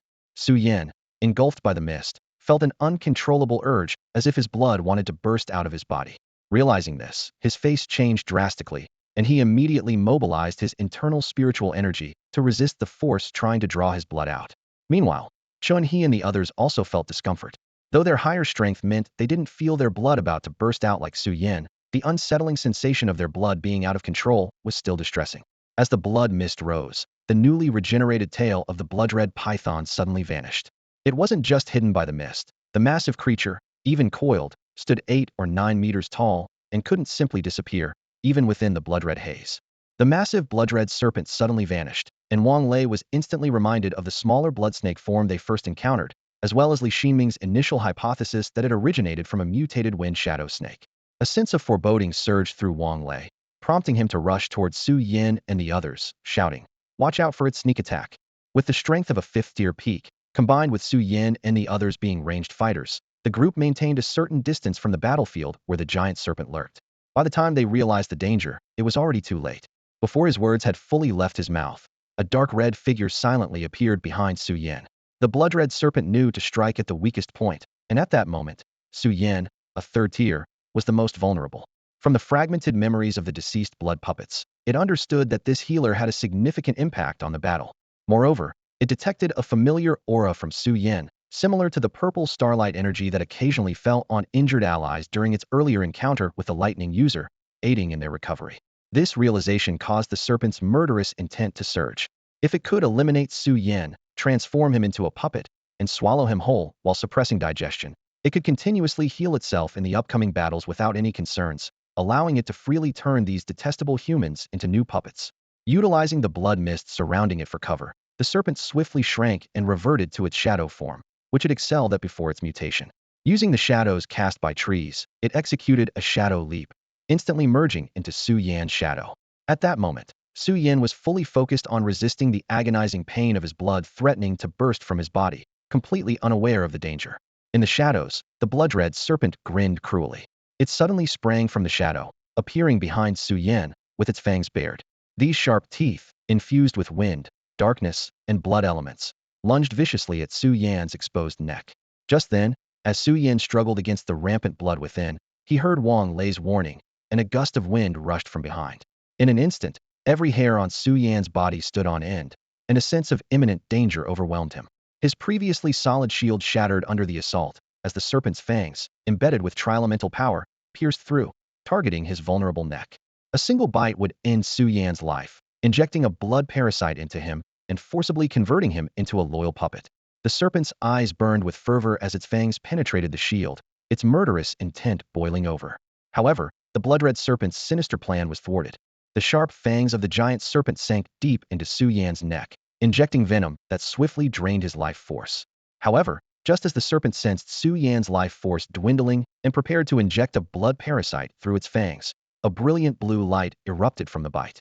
A blue tattoo suddenly appeared, then shattered in the glow. It was the ancient totem, Si Ming's protection. When a totem bearer suffers potentially fatal damage below the 6th level, the Si Ming totem immediately nullifies the harm and blocks any attacks of the same level for the next 3 seconds. The immunity's strength also depends on the user's own power. It was this protective totem that Su Yan had activated for the group before the battle that saved his life. Otherwise, Su Yan's situation wouldn't have been so dire, as his sacred protection ring and garment had yet to be triggered.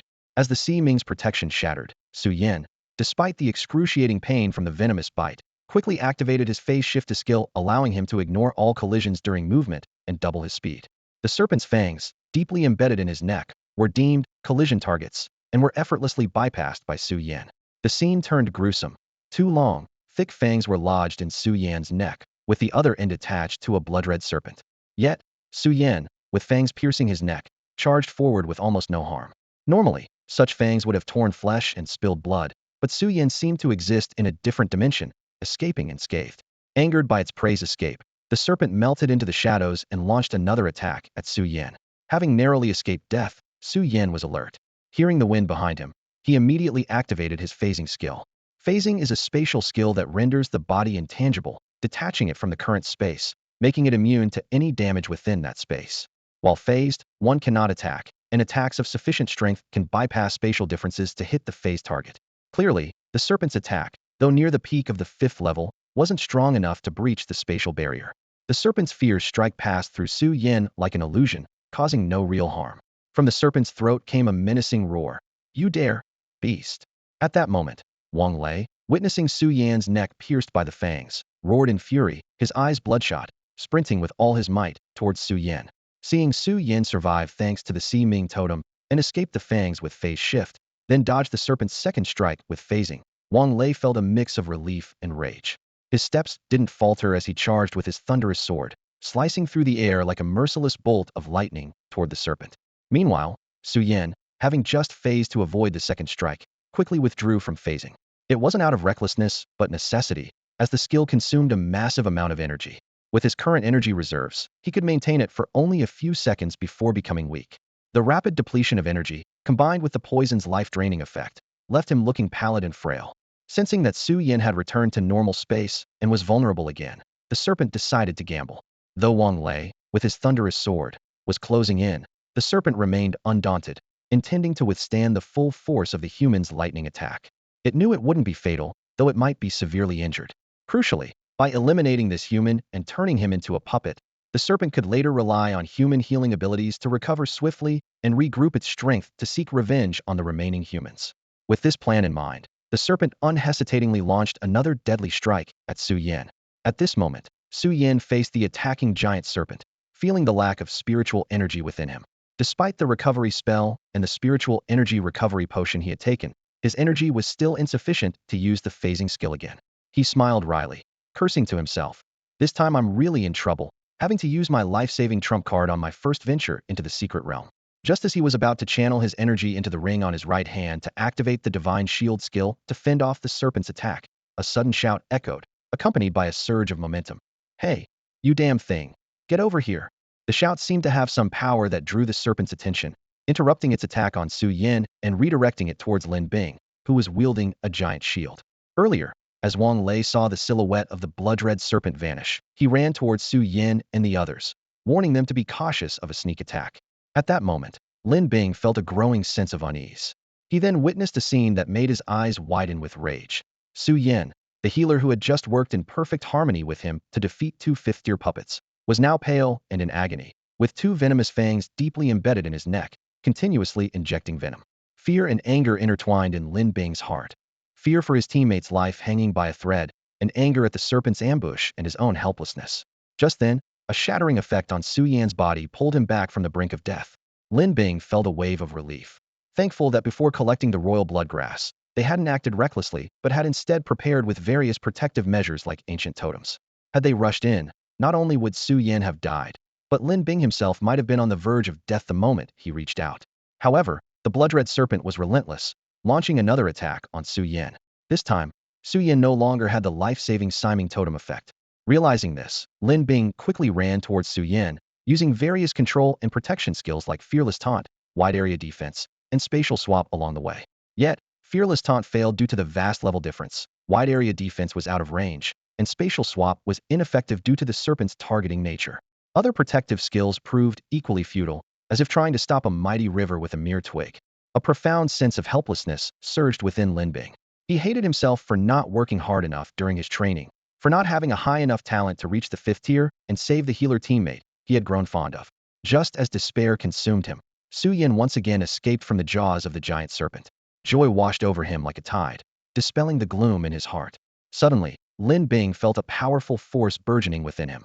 The serpent launched its third attack, charging towards Su Yan. Witnessing this, the energy within Lin Bing erupted, coalescing onto the massive shield in his hand. A resolute thought arose in his mind. Whether for his teammates, family, or comrades, he would protect them with all his might. With a thunderous roar, Lin Bing's momentum surged, finally breaking through the plateau of the fourth tier he had been stuck at for over 6 months, stepping into the realm of the fifth tier. Feeling the increasingly potent force within him, he finally understood his true intentions. Lin Bing once again unleashed his fear-inducing taunt, charging towards the serpent. This time, the effect of the taunt was entirely different. Powerful energy, infused with Lin Bing's protective will, burst forth from the shield, striking the serpent. The sudden taunt disrupted the serpent's assault, making it turn its gaze towards Lin Bing, who stood firm with his shield raised. A fierce anger ignited within the serpent. It seemed to forget about Su Yan and the puppets, focusing solely on tearing this human apart. Energy surged from the serpent's mouth as it charged fiercely at Lin Bing. "Bring it on!" Lin Bing, newly advanced, shouted, raising his shield to meet the attack. Perhaps due to his advancement enhancing the skill's effect, or maybe because he had grasped the power of emotions, the serpent was entirely driven by rage, ignoring the attacks from Chunhe, Zhaoyu, and Li Ximing, and barreled towards Lin Bing despite the damage. As the serpent was severely wounded by Zhaoyu and Chunhe, Wang Lei also joined the fray. His long-prepared thunder slash aimed directly at the serpent's weak spot. The formidable aura of this strike seemed to awaken the serpent's awareness, prompting it to swiftly shrink its form to avoid the critical hit. Wang Lei's slash landed on the tail, severing the newly regrown appendage once more. The Crimson Serpent, driven to madness by Lin Bing's taunts and Wang Lei's deadly strike, unleashed a surge of chaotic energy with a skyward roar. Its massive tail, composed of pure energy and capable of devastating destruction, swept towards Lin Bing. Despite having fortified his giant shield with the mountain shield effect, making it as heavy as a mountain, Lin Bing was still forced to retreat under the terrifying impact. The shield carved a deep trench in the ground, and the deafening crash echoed across the battlefield. Before Lin Bing could steady himself, the serpent vanished and instantly reappeared behind him. Its gaping maw, bristling with sharp teeth, lunged at Lin Bing's neck, the sound of the air being torn apart ringing in his ears. In a desperate bid for survival, Lin Bing twisted his body just in time to avoid a fatal blow, but the serpent's fangs still pierced his armor.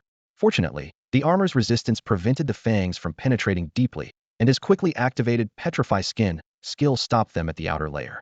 However, the assault didn't end there. Instead of retreating to plan another ambush, the serpent kept its fangs embedded in Lin Bing's armor, injecting corrosive venom and shadow energy. The armor sizzled as it began to corrode, releasing acrid white smoke that filled the air. Alarm bells rang in Lin Bing's mind, anxiety surging through him.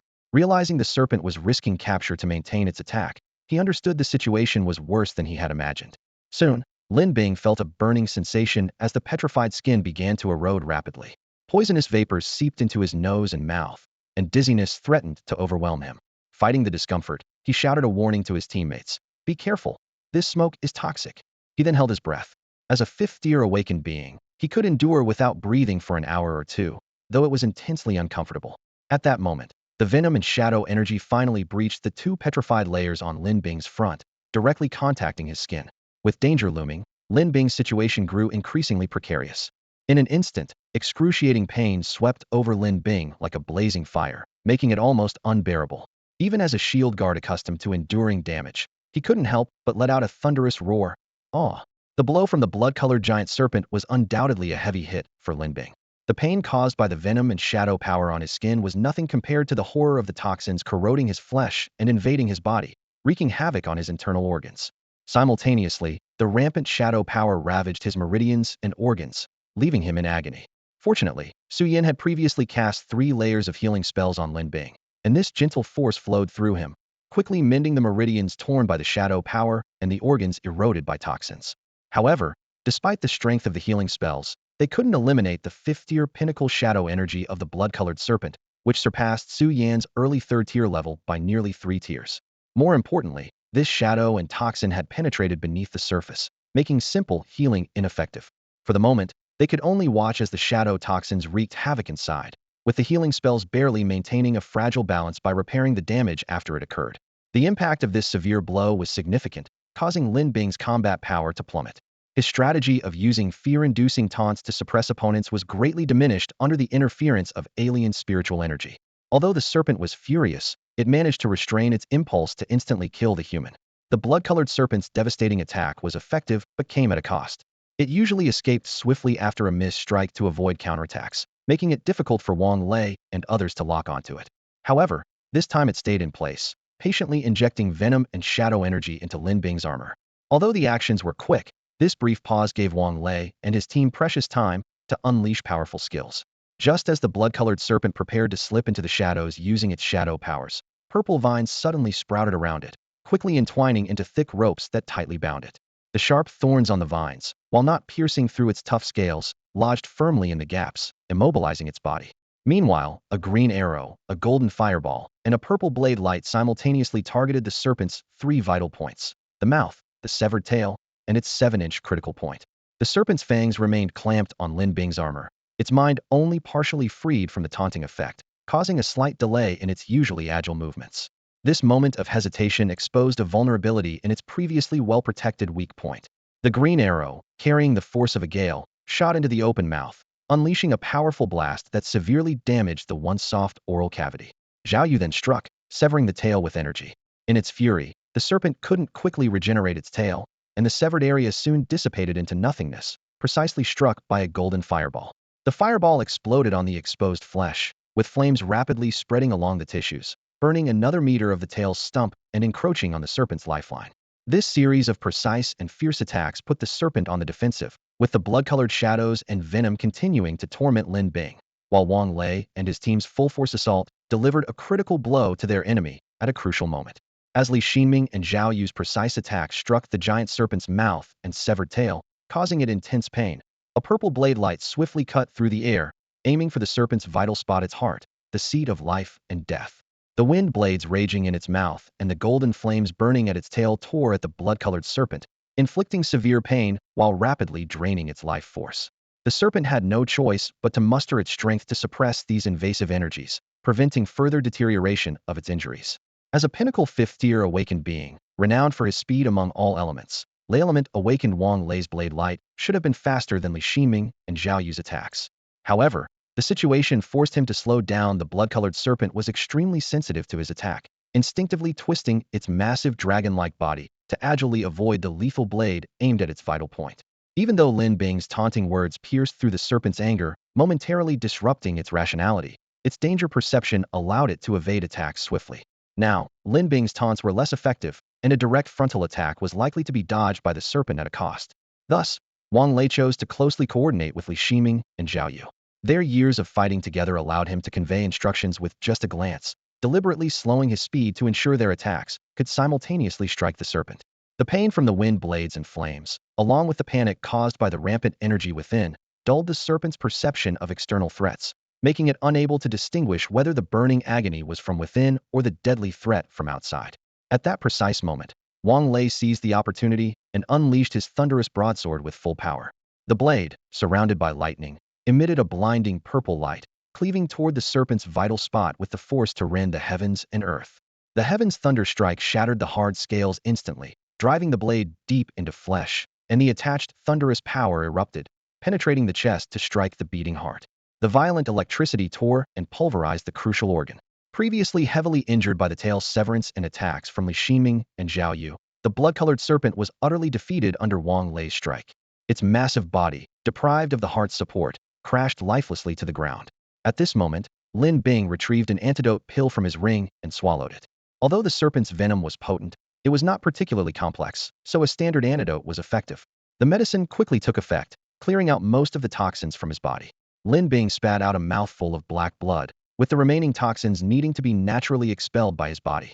Even though Lin Bing's internal spiritual power was at the pinnacle of the fifth tier, it was limited and had no subsequent replenishment. Fortunately, with Su Yan's star and moon guidance and recovery spells aiding him, he cautiously used the residual spiritual power to slowly expel the toxins, gradually restoring balance within his body. Although not yet back to peak condition, my combat strength has recovered to about 80%. As the colossal creature before us fell, solving all our problems, everyone finally breathed a sigh of relief and moved towards the massive corpse. No doubt, that was a tough one. It's been a while since we faced such a difficult battle, Zhao Yu remarked, staring at the enormous snake corpse with a mix of awe and exhaustion. Li Ximing nodded in agreement. Indeed, it was at the pinnacle of the fifth tier, capable of creating puppets and wielding blood, wind, and dark elements. It could not only fight Hedon, but also launch agile sneak attacks. With a possible dragon bloodline, this giant python's combat prowess was nearly on par with the sixth-tier Thunder King, Kong we encountered last time. Exactly, this fight was definitely one of the toughest our team has faced since its formation, Zhao Yu continued. Even though it was at the same peak of the fifth tier as our captain, it felt like an over-leveled battle. We barely managed to win thanks to everyone's tight cooperation. As Li Ximing and Zhao Yu conversed in front of the snake corpse, Zhao Yu eagerly pulled out a communicator, asking Su Yan to take a commemorative photo of them with the python's body. Witnessing this, Wang Lei couldn't help but shake his head with a hint of exasperation, but he said nothing. He remained vigilant, scanning the surroundings until the photo session concluded before speaking up. All right, now that we're done with that, let's get down to business. Lin Bing, you're with me on perimeter defense. Keep an eye on any movements and be ready to intercept any potential beasts. Li Ximing and Zhao Yu, handle the battlefield cleanup deal with the python and the 3 puppet corpses and gather any crystal cores. Chen He, you collect the red bloodgrass and royal bloodgrass. We can't afford to lose resources we've fought so hard for. Yan, you're on mobile support, ready to assist us as needed. With tasks assigned, the team quickly dispersed. Wang Lei and Lin Bing took positions, one inside and one outside, closely monitoring the surroundings for any signs of danger. Su Yan moved to a vantage point that allowed him to cover the entire team, staying alert for any changes and ready to provide support at a moment's notice. Li Ximing and Zhao Yu split up, with one staying by the python's body to organize, and the other heading to the site of the puppet battle to handle the remains. Meanwhile, Chun He headed towards the depths of the grass, aiming to uproot the royal blood grass for transplantation. Although some medicinal properties might be lost, it was a risk worth taking. At this moment, no one noticed the snake tail that Wang Lei had severed earlier. The massive severed tail lay quietly on the ground, lifeless and without vitality, as the giant python had long been deceased. Strangely, the tip of this severed tail pointed directly at the royal blood grass, only a meter or two away. Just as Chun He reached out to dig up the robust royal blood grass, the grass suddenly vanished from sight. A red figure suddenly burst from the undergrowth, launching a rapid attack on Chun-Hee. With a sharp bang, Chun-Hee was sent flying, blood splattering, as a powerful force struck him, slamming him into a distant tree. His body quickly withered, as if drained of blood and flesh, leaving him increasingly gaunt. Then, a blue life totem appeared on Chun-Hee's body, which swiftly cracked and shattered completely. As the Siming totem shattered, the frail and rapidly weakening life force of Chun-Hee, who had been perched atop the giant tree, finally stopped its decline. Immediately afterward, his body's healing ability began to take effect, rapidly repairing his depleted flesh. Visibly, Chun-Hee's previously emaciated frame started to swell. About 2 minutes later, he managed to stabilize himself, thanks to his innate strong vitality as a wood element practitioner, coupled with the nourishing wood element spiritual energy of the forest. Suddenly, a powerful impact sent Chun-Hee flying, pushing him to the brink of death, at which point the Siming totem on him was forcibly activated. Though caught off guard, everyone quickly reacted with the battle-hardened instincts honed over years, immediately converging in the direction where Chun-Hee was falling. Some, less experienced, did not react at once, but soon joined the action. At the instant the Siming totem shattered, a beam of star and moonlight suddenly enveloped Chun-Hee, with the activated totem resisting death. Combined with the 3-layered healing spell on him and his own formidable regenerative abilities, Chun-Hee's life was barely stabilized on the edge of collapse. As the group gathered around, the culprit who had struck Chun-Hee to the brink of death did not continue the assault, but instead launched an attack on Su Yin and the others. The group quickly formed a battle formation, placing Chun-Hee and Su Yin in the most secure central position, finally able to focus on the enemy, who had nearly ended Chun-Hee's life. The spot where the royal blood herb once grew was now empty, replaced by a small blood-red figure, eyes closed, voraciously absorbing the energy of the herb it had just consumed. Its form was strikingly similar to the blood-colored young serpent that had appeared earlier, scales glistening as if stained with blood, the bump on its head gone, replaced by a single blood-red horn. At this moment, the previously mixed dark, wind, and blood auras had dissipated, leaving only the purest blood element power. More alarming was the aura of a top predator it exuded, an intimidating presence of apex predatory prowess. Staring at this blood-red figure, Wang Lei couldn't help but exclaim, "Is this a Qiulong? Impossible. How could a resource capable of aiding dragon evolution appear in such a low-level secret realm?" But he quickly calmed down, noting the creature had only one horn, and sighed with relief. No, it's not a Qiulong, but a Jiaolong. A special stage between dragon and serpent, not yet fully evolved into a dragon. It must be because we severely wounded it earlier, and the royal blood herb it consumed wasn't fully matured. He thought with a wry smile. The timing was just right. Any earlier, the royal blood herb wouldn't have matured, and even if the blood-colored serpent consumed it, it couldn't evolve. However, the worst-case scenario now is merely losing a royal blood herb, and there's even a chance to gain a crystal core with dragon element skills, which isn't a bad trade-off. If they wait until the royal blood herb fully matures and swallow it directly, it might allow them to skip the stage of a flood dragon and advance directly to the 6th tier, becoming a true dragon. This idea flashed through everyone's minds, but they knew better than to provoke a 6th tier dragon. The wiser choice was to immediately contact their elders to handle this tricky situation. Although this meant giving up a significant portion of the benefits, the remaining share, along with the elders' compensation, would still yield considerable gains. As they contemplated their strategy, the blood-red flood dragon sensed the impending threat. Its massive eyes suddenly opened, and its body swelled at an alarming rate. While keeping a wary eye on the surrounding humans, it accelerated its absorption of the royal blood herb's medicinal power. The dragon's scales shimmered with a blood-red glow, and each breath filled the air with a powerful aura. Standing at the forefront, Wang Lei licked his lips, gripping his large sword tighter. He keenly sensed that the aura of this blood-red flood dragon was stronger than at the peak of the 5th tier, yet not quite at the level of a true 6th tier Awakener. Even those who barely broke through to the 6th tier with the aid of drugs had a more robust aura upon their breakthrough than this flood dragon. The blood-red flood dragon's strength was at a delicate balance half a step into the 6th tier. It didn't launch an immediate attack, but chose to continue absorbing the medicinal power within, aiming to truly step into the 6th tier. This decision gave the group a narrow window of opportunity. Wang Lei felt his heartbeat quicken, a surge of battle intent coursing through him. His sword seemed to sense his emotions, emitting a soft hum as purple lightning danced along its blade. A beast of the flood dragon species, standing at the peak of the 5th tier with one foot in the 6th, was the challenge he had been waiting for. "You all, step back." Wang Lei raised his hand to quell his eager teammates. "Chun-Hee, activate Nature's Guard. Lin Bing, you're in charge of protecting them. I'll handle this creature." Seeing the concern in his companion's eyes, he smiled confidently. "Don't worry, this is just an incomplete 6th tier failure. It's not like I haven't slain a sixth-tier beast before. This one's the perfect sparring partner for a breakthrough. Shinhee hesitated for a moment before speaking. All right, you're our captain. If you insist, we'll follow your orders. But remember, you have half an hour. If you can't handle it or your life is in danger, we'll intervene immediately. Under Chun-Hee's lead, the others reluctantly retreated from the battlefield. Before leaving, Chun-Hee reminded, be careful, this creature is rapidly absorbing the royal blood herb's power. The battle might accelerate its absorption, and it could break through to the sixth tier during the fight. Wang Lei responded with a grin. Don't worry, I actually hope it succeeds in breaking through. The greater the pressure, the more potential I can unleash. Otherwise, why would I stand here, giving this beast time to absorb the herb's power? With that, Wang Lei tightened his grip on his sword, his gaze fixed on the blood-red behemoth. The air was thick with tension, as a thrilling man-beast battle was about to unfold. Hearing Wang Lei's response, Su Yan couldn't help but feel a bit speechless. It was strange how everyone remained indifferent, chatting and laughing, even as their opponent's strength was rapidly increasing.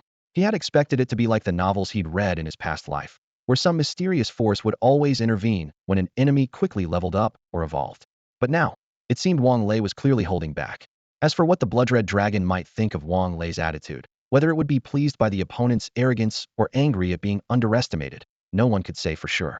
Noticing the change in Su Yan's expression, Zhao Yu smiled and patted him on the shoulder. Don't be too surprised. Our captain has always been like this. And don't worry about his safety, he said with a calm tone, though there was a hint of pride in his voice. Even though we came together because of shared interests, not as some rich kids banding together for warmth, our backgrounds aren't bad.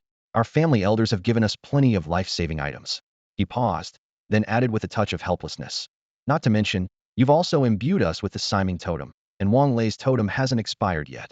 Switching gears, Zhao Yu spoke with a complex expression, this blood-red dragon at the halfway point to the sixth tier, ready to break through at any momentous, indeed a rare resource. Many who are stuck at the peak of their level, almost living in secret realms, are eyeing opponents that could push them to break through. Such beasts, slightly stronger and capable of providing pressure to improve in battle, can be traded for extremely valuable treasures, making them incredibly sought after. He grew more agitated as he spoke. Wang Lei really hit the jackpot. Damn, why couldn't it be a beast at the peak of the fourth tier, ready to break through to the fifth? The more I think about it, the more it frustrates me. Could that unlucky guy Wang Lei actually be about to break through to the sixth tier?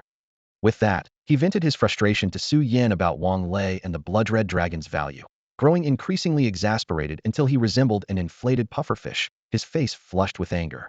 Meanwhile, Wang Lei was quietly gazing at the blood-red dragon in front of him, without making any moves. Seeing no attack from Wang Lei, the blood-red serpent closed its eyes, channeling the power of the royal blood herb within to absorb it fully.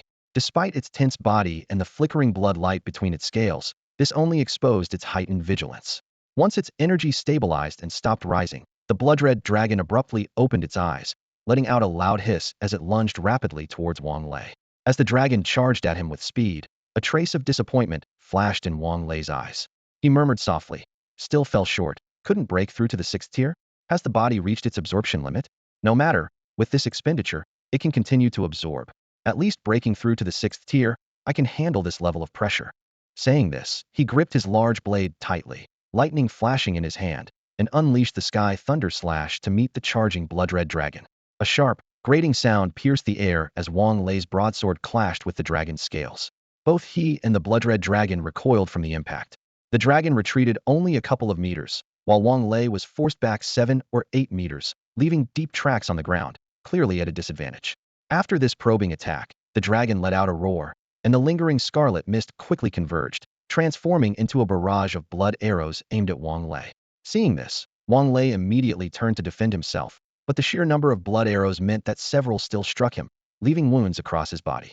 Despite the intense pain, Wang Lei didn't frown.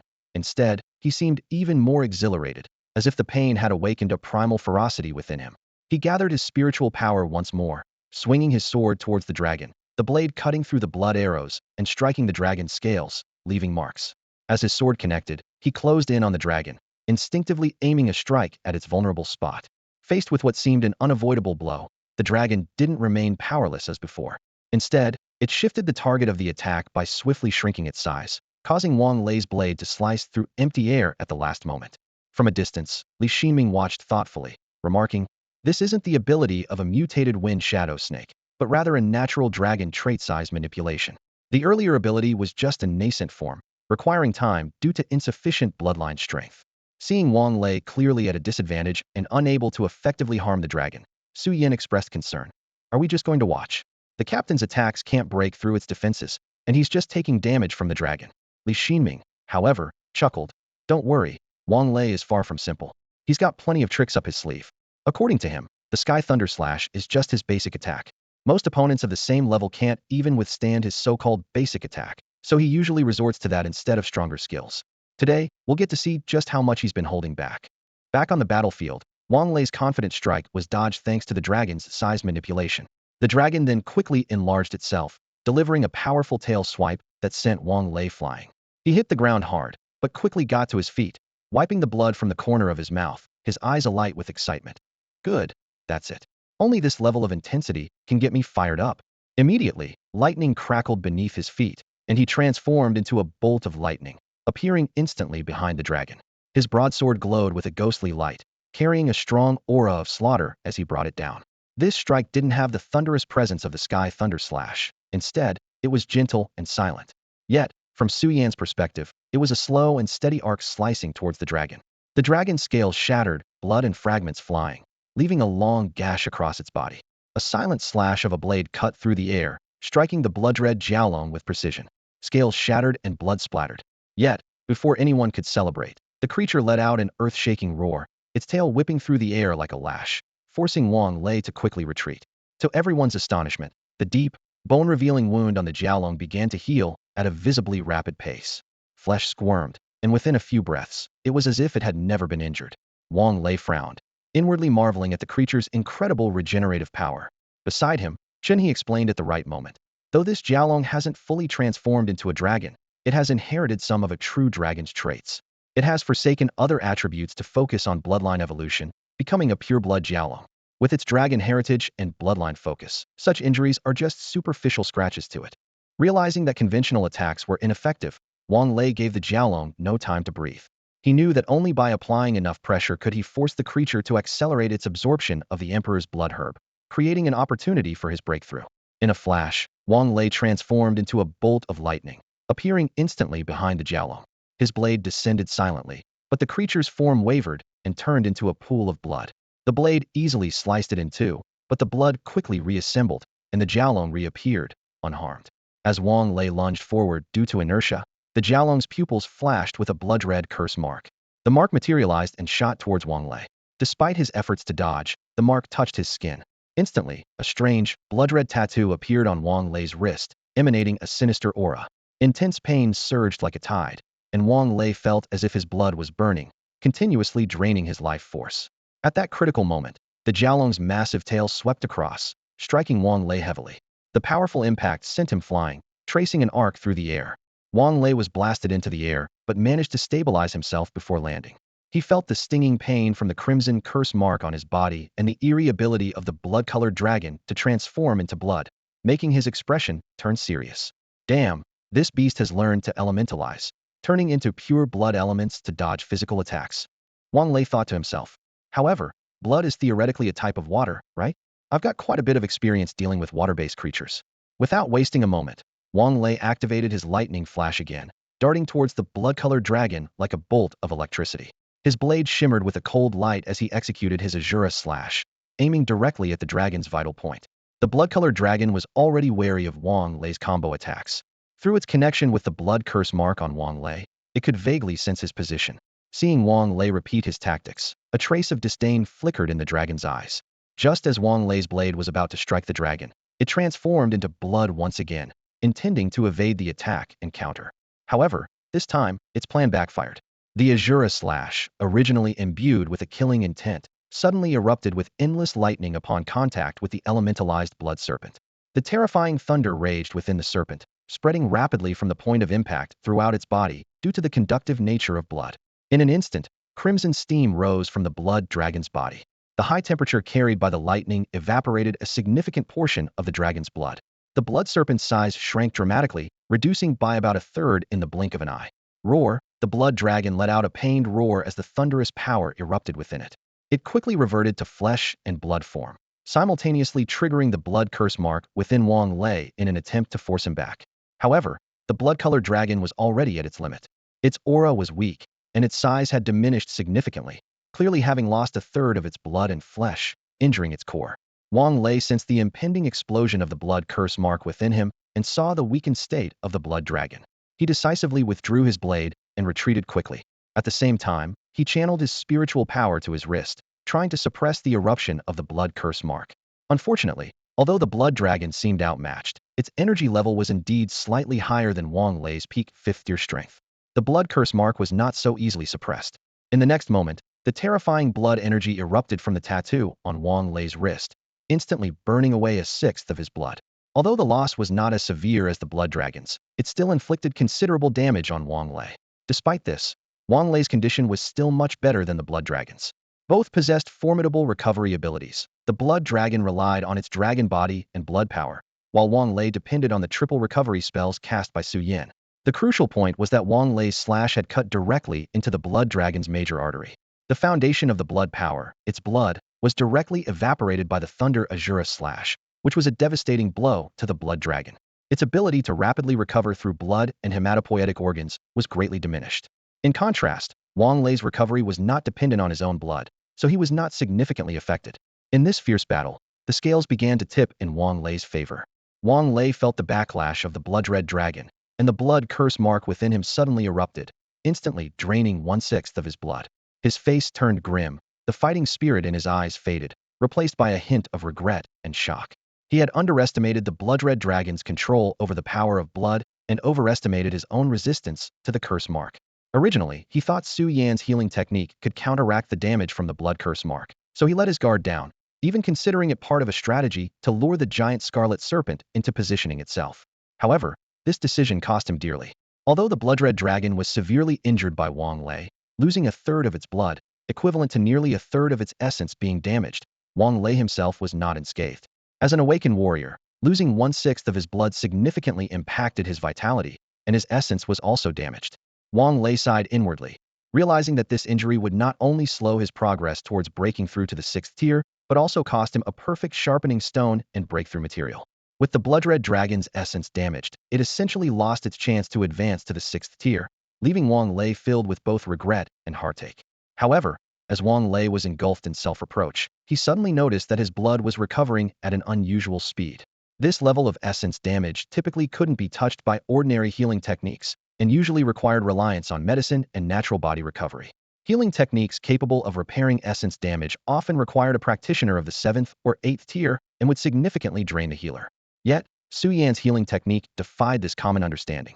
Despite being only at the early 3rd tier, Su Yan's 3-layer healing technique could slowly, but surely repair Wang Lei's essence damage.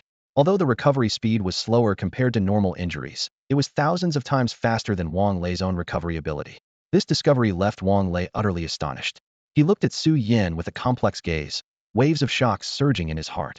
The potential of this young man seemed far beyond his imagination. The wound that should have required over a month of rest to heal was miraculously on the verge of complete recovery in just 10 minutes thanks to Su Yan's restoration skill. This remarkable change, though slightly delayed due to the level difference between him and Su Yan, left Wang Lei secretly astonished. Su Yan had mentioned that the restoration skill was his innate ability, and the name of such a skill often hints at its effects. Wang Lei hadn't given it much thought at the time, but now, feeling the restoration of his inner essence, a sense of fear crept into his heart. The restoration skill seemed to be more than a simple healing ability. It was a power that could restore a target to its previous state using a special force. Healing skills typically utilize the life attribute and various elemental forces, such as water, wood, wind, and light. However, beyond these elements, there exists a special attribute with healing effects: time. Wang Lei realized that Su Yan's restoration skill might be a combination of the attributes of time and life. If this speculation were true, Su Yan's innate skill was indeed fearsome. While these thoughts raced through his mind, only a few breaths had passed in reality. The blood-red dragon, severely injured and having lost 1/3 of its essence, realized its hopes of reaching the 6th tier were dashed, and it descended into madness. Its eyes gleamed with a crazed light, its scales began to glow red, and its aura surged once again. The dragon, which had been on the verge of falling to the peak of the 5th tier due to its essence wound, now suddenly shot up to the 6th tier. This surge was entirely different from the enhancement it experienced when consuming the royal blood grass, filled instead with despair and fury. Clearly, the blood-red dragon, in its desperation, had activated its reverse scale, intending to perish together with the human who blocked its path to becoming a true dragon. As Wang Lei continued to heal, he kept a close watch on the blood-red dragon. Seeing its aura suddenly soar, he felt a surge of joy. He had thought his plan to use the blood-red dragon as a whetstone had failed. Although Su Yan's restoration skill allowed him to avoid over a month of recuperation, he regretted the loss of this perfect breakthrough material. However, the dragon's intent to activate its reverse scale and forcefully break through to the 6th tier brought Wang Lei unexpected delight. Even if he couldn't engage in a grand battle after the dragon's breakthrough as he wished, the opportunity to face 8 or 9 6th tier attacks was sufficient to push him towards his own breakthrough. Wang Lei understood that although the breakthrough process wouldn't be perfect, the opportunity to gain insights during a battle with the dragon would help stabilize his realm. As he faced the blood-red dragon, ready for mutual destruction, Wang Lei's mind was already crafting the next chapter of this confrontation. However, Wang Lei's plan didn't go as expected. The crimson dragon erupted in flames, harnessing all its power, and suddenly opened its mouth, shooting a bright red orb charged with its bloodline force straight at Wang Lei. As the orb left its body, the dragon's aura rapidly weakened, its eyes filled with intense resentment and hatred, dimming as it fell heavily to the ground, staining it with blood as its life force faded away. Even in its dying moments, the dragon strained to keep its eyes open, glaring in Wang Lei's direction, seemingly wanting to see how this young man would be defeated by its final attack. Witnessing this scene, Wang Lei, who had been eagerly planning his next moves, couldn't help but exclaim in shock and quickly retreated. He had intended to use the dragon's upcoming attacks to push himself to break through the early 6th stage, but he hadn't expected the power of this first strike to be so overwhelming. The difference between the anticipated early 6th stage attacks and this orb, which seemed to be at least at the peak of the 6th stage, if not the 7th, was staggering. Wang Lei thought to himself, I wanted to feel pressure to break through, not face a life-threatening situation. Why did it go all out in a desperate attack? Does this dragon have some deep-seated grudge against me? Why didn't it stick to the script? As he mentally complained about the dragon's lack of honor, bullying an 18-year-old by not playing by the rules, he moved swiftly to evade the fatal attack. At that moment, Wang Lei didn't notice that a dark red tattoo suddenly appeared on his neck when the dragon fell. Without deliberate sensing, the tattoo had no apparent effect and caused no harm, but upon closer inspection, it contained deep-seated resentment and hatred. Just as Wang Lei activated his lightning speed to narrowly avoid the incoming dragon orb, he was still cursing the unexpected turn of events. He failed to notice that the tattoo on his neck began to glow, and the orb, which he had dodged, suddenly changed direction and came rushing back at him. This time, Wang Lei finally noticed the strange mark on his neck, and he was alarmed. No way! Feeling the odd sensation on his neck and seeing the orb flying towards him, his mind was in turmoil.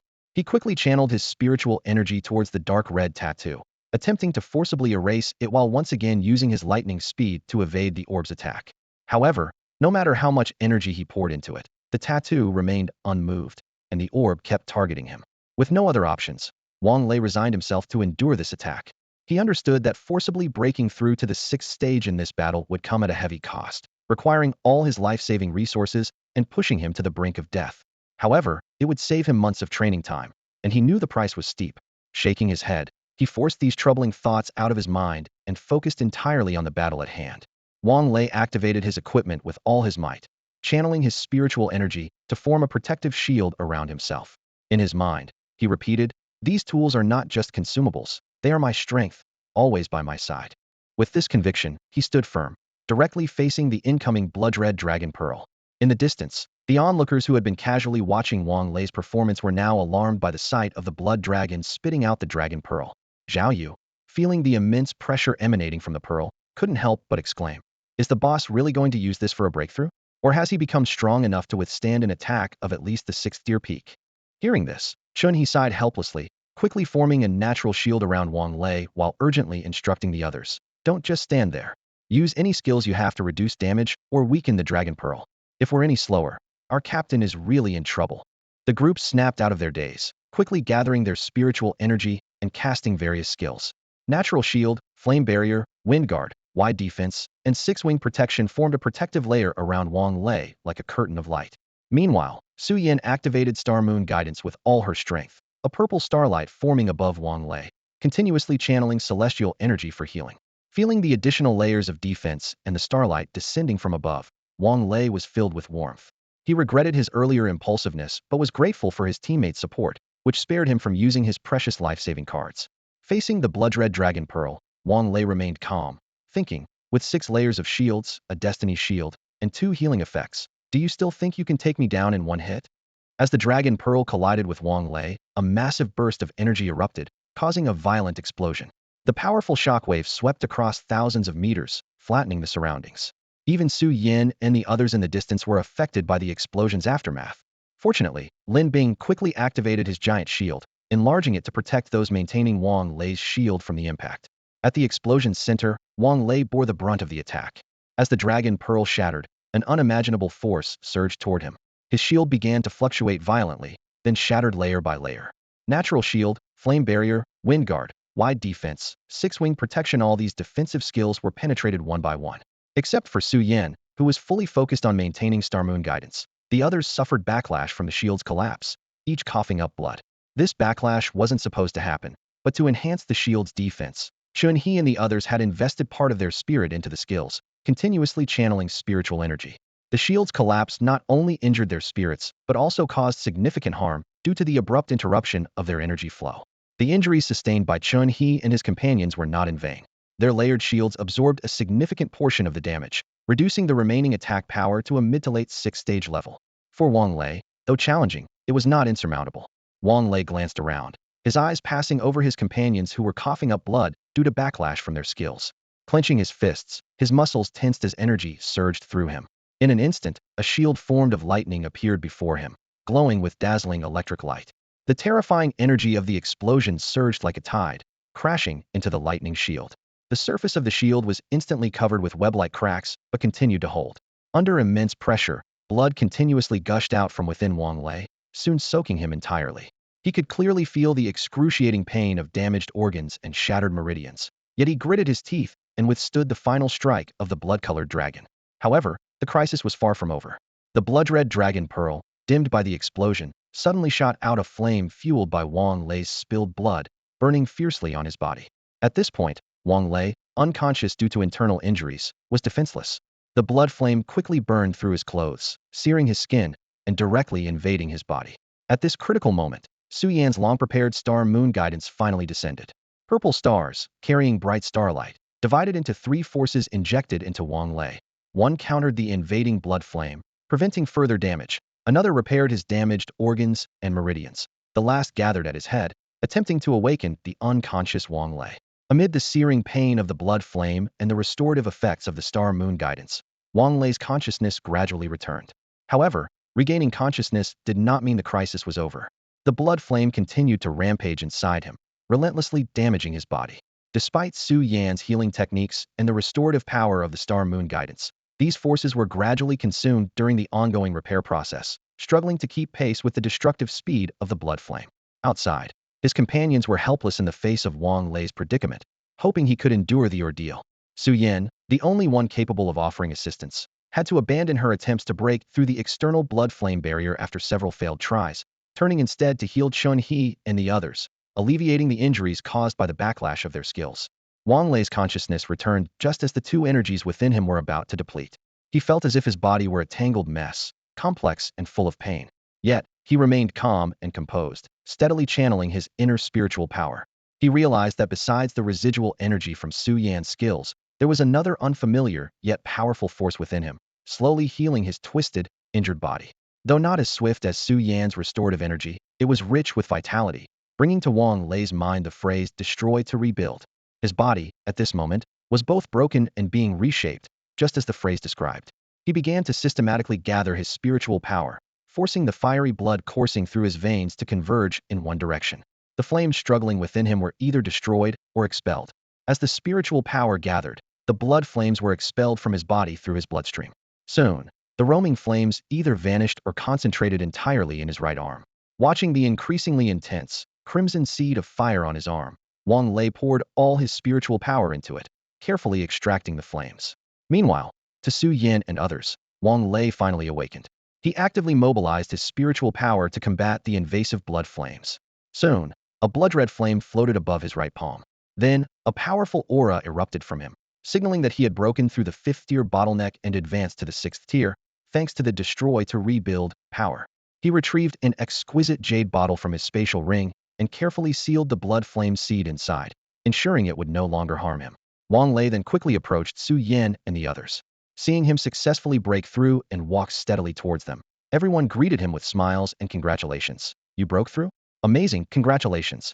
Zhao Yu, with a hint of envy, gave Wang Lei a hearty pat on the shoulder. Wang Lei, hearing this, smiled confidently and boasted, "Of course, who am I? The top junior at Jiangnan Academy, national champion of the individual competition, and a future Thunder Element titled warrior. Breaking through to the 6th tier is a piece of cake." As Wang Lei reveled in his bragging and the praise from others, the healing energy left by Su Yin quietly depleted, and Wang Lei's injuries were not fully healed. Just as Zhao Yu's pat was a bit too forceful, Wang Lei's legs buckled, and he nearly collapsed. Fortunately, Lin Bing swiftly caught him. This scene caused a moment of panic among the group. Was there a problem with the breakthrough? Or was the blood flame not entirely cleared?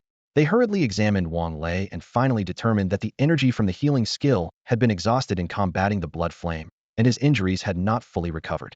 They had only seen him boasting, unaware of the pain he was hiding. Zhao Yu's thoughtless heavy pat had left the already hurting Wang Lei without strength. Understanding the truth, everyone couldn't help but laugh. Serves you right. So severely injured, yet not thinking of calling for healing, just focused on showing off. And what happened? Failed to impress, and lost your image. Chen He chuckled, shaking his head. Su Yan, suppressing his laughter, immediately performed 3 consecutive healing spells and supplemented them with several star moon draws for Wang Lei. With Su Yan's enhanced treatment, the previously alarming and severe injuries gradually receded, healing steadily. After tidying up the battlefield, the group quickly prepared to rest for the night, taking out tents and supplies from their spatial rings. This territory belonged to the blood-colored giant python, and the commotion earlier was significant, likely deterring any uninvited guests for a while, ensuring temporary safety. Just as everyone was about to set up camp, Wang Lei's communicator suddenly rang. He picked it up to see an urgent message from Wang Yu. Secret realm mutation, return immediately, teleport back Wang Yu. Wang Lei's expression changed rapidly, and he quickly gathered his teammates to inform them of the news. They didn't bother to pack up tents and equipment, as those were minor concerns. They hurriedly gathered their belongings and assembled.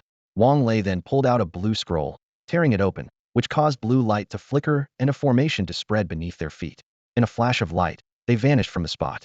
Unbeknownst to them, a devastating beam of light erupted from a distance, sweeping across the area where they had just stood. The attacked location disintegrated instantly, reduced to countless particles of dust. A flash of blue light and a wave of dizziness hit them as they were instantly transported back to the teleportation array designated for students at Jiangnan University. The occasional blue glow from the array reminded them of the adventure they had just experienced, but exhaustion was now taking over. Without lingering, they headed straight for the dormitory area. Before long, Wang Lei led the group to their accommodation, a standalone villa with a courtyard. Although not as luxurious as Wang Yu's place, it was enough to make Su Yin marvel at the university's resources once again. As Wang Lei unlocked the door, he explained to Su Yin, "This is a benefit for the top 10 students of each grade. All of us are in the top 10 of our junior year, and since we're on the same team and get along well, we pulled some strings to be placed together. The environment, facilities, and concentration of spiritual energy here are top-notch among student dormitories." Once inside the villa, Wang Lei retrieved a set of keys from his spatial ring and selected 2 to hand to Su Yan. Seeing Su Yan's hesitant expression, Wang Lei smiled, patted his shoulder, and pressed the keys into his hand. "Take them. Everyone on our team has one. You don't have to move in. Just think of it as an extra spot to crash. We usually come here only for meetings or gatherings." Everyone was exhausted, and Wang Lei gave simple instructions. "Get some rest tonight. We'll meet in the conference room on the 1st floor tomorrow afternoon to discuss the secret realm and inventory our gains." With that, they dispersed, some heading to their rooms, others leaving, and a few going to the practice room. Soon, only Su Yin and Wang Lei were left. Wang Lei gestured for Su Yin to follow him. "Come on, I'll show you to the 2nd floor to pick a room. My uncle said there's some trouble at the secret realm, so he won't be at the university for a few days. You should stay here in the meantime." On the 2nd floor, Wang Lei pointed to several doors with keys hanging on them. "These are all empty rooms. Choose one, take the key, and it will be yours." Su Yin looked around and finally chose a room. He nodded to Wang Lei, took the key from the door, and stepped inside. After Su Yin chose his room, Wang Lei turned and left to attend to his own matters. Su Yin entered the room he selected and headed straight to the bathroom, allowing the warm water to wash away his fatigue. After his shower, he lay on the soft bed, closed his eyes, and began to carefully review his recent journey through the secret realm, analyzing his shortcomings. The first issue that came to mind was his reaction speed. During the battles, he clearly felt that his reaction time was a beat slower than his teammates. Whenever a crisis arose, his teammates were already taking action, while he was still contemplating his response. Next was his lack of skills. Although his healing abilities were effective, Many situations in the secret realm couldn't be resolved by healing alone. Su Yin recalled the toxins and shadow power within Lin Bing. The blood curse marked the giant serpent placed on Wang Lei, the scarlet dragon tattoo on Wang Lei's neck, and the blood flame that invaded Wang Lei's body. These tricky situations would have been less challenging if he had purification or dispelling skills, and Wang Lei and the others wouldn't have been injured by the scarlet dragon's dying counterattack. Additionally, Su Yin realized he needed to learn some weakening or control skills. He remembered the feeling of helplessness when he was chased down shortly after escaping the blood-colored giant serpent's mouth, which still left him with lingering fear. Finally, the disparity in power was the biggest issue. Despite his talent allowing his skills to be 2.1 times more effective than those of the same rank, along with various gear enhancements enabling him to heal across ranks, his third-rank strength combined with his healer role made him an easy target in battles. Su Yin knew that healers truly gained self-preservation abilities at around the 6th or 7th rank. By then, with ample spiritual power and a rich array of skills, combined with damage-reducing skills and equipment effects, they could reduce damage by 80-90. With recovery, control, and weakening skills, few would wish to attack such a high-ranking healer. Su Yin took a deep breath, realizing that the first two problems were relatively easy to solve. Regarding reaction speed, according to Wang Lei and the others, he had already performed well as a newcomer. With more battle experience, his reaction speed would naturally improve. Moreover, he had the ancient totem skill, which was highly versatile, and among the many totems, there would surely be one to enhance reaction speed. Su Yin decided to look up the classic of mountains and seas online later to see if any creatures could boost reaction speed. The skill deficiency was also not a major issue. He still had 3 skill slots available, and now that he had advanced to the 3rd rank, it was best to acquire 3 to 5 skills per stage. Even if he chose to acquire only 3, there were still at least 6 skill slots available. Learning the previously lacking skill categories shouldn't be a problem. As for the last point, it would require steady, gradual cultivation over time. Although there were methods to rapidly increase power in a short period, these often came with various issues. Su Yin understood that a steady, solid approach was the safest choice. Su Yin lay on his bed, his thoughts drifting. He wasn't someone with a narrow vision. Even if he had inappropriate ideas, teammates like Su Cheng, Wang Yu, and Wang Lei would surely step in to stop him. He briefly reviewed the details and gains from their recent foray into the secret realm, and soon felt a wave of drowsiness wash over him. Although his presence in the secret realm wasn't particularly pronounced, the various skills he used had indeed drained a lot of his energy. Yielding to his fatigue, Su Yin allowed himself to sink into a deep sleep. Time flew by, and before he knew it, it was noon the next day. Su Yin awoke from his slumber, stretched lazily, and strolled to the bathroom to freshen up. After washing, he retrieved a can of Cloud Spirit Deer from his space ring, heated it up briefly, and had it for lunch. Once he finished eating, Su Yin sat on the living room sofa and checked the messages Wang Yu had sent on his communicator. There were some unexpected issues in the secret realm, and I've been called to handle them. I won't be at school for a while. If you have any questions about your training, feel free to ask me on the communicator. If you need help, contact Wang Lei. And if that's not possible, you can find Xiongmin Yu and I'll send you the address later. I've prepared the skills you need next. Someone will deliver them to you in the next couple of days, 3 of each. If you fail, let me know, and I'll send more or swap them for others. Reading Wang Yu's message, Su Yin fell into deep thought. The issue with the secret realm was evidently significant, warranting the involvement of an 8th-tier titled healer. Although high-tier healers are hard to kill, it's not impossible. The death of any high-tier healer is a significant blow to their country, so they usually don't act alone and are accompanied by a well-equipped team of the same tier. As an 8th-tier titled healer on the verge of advancing to the 9th tier, Wang Yu's actions were even more restricted. Even as the leader of the Morningstar team, they could only participate in large-scale battles and not independent operations until their shield guard broke through to the 9th tier. With Wang Yu deployed, the Morningstar team would certainly accompany him. Su Yin had researched the Morningstar team. Besides Wang Yu, there were 4 9th tier and 6 8th tier Awakeners. Such a lineup could easily annihilate a small nation. Now, with at least this level of force deployed, possibly joined by other high-tier Awakeners, it was clear that the problem in the secret realm was far from simple.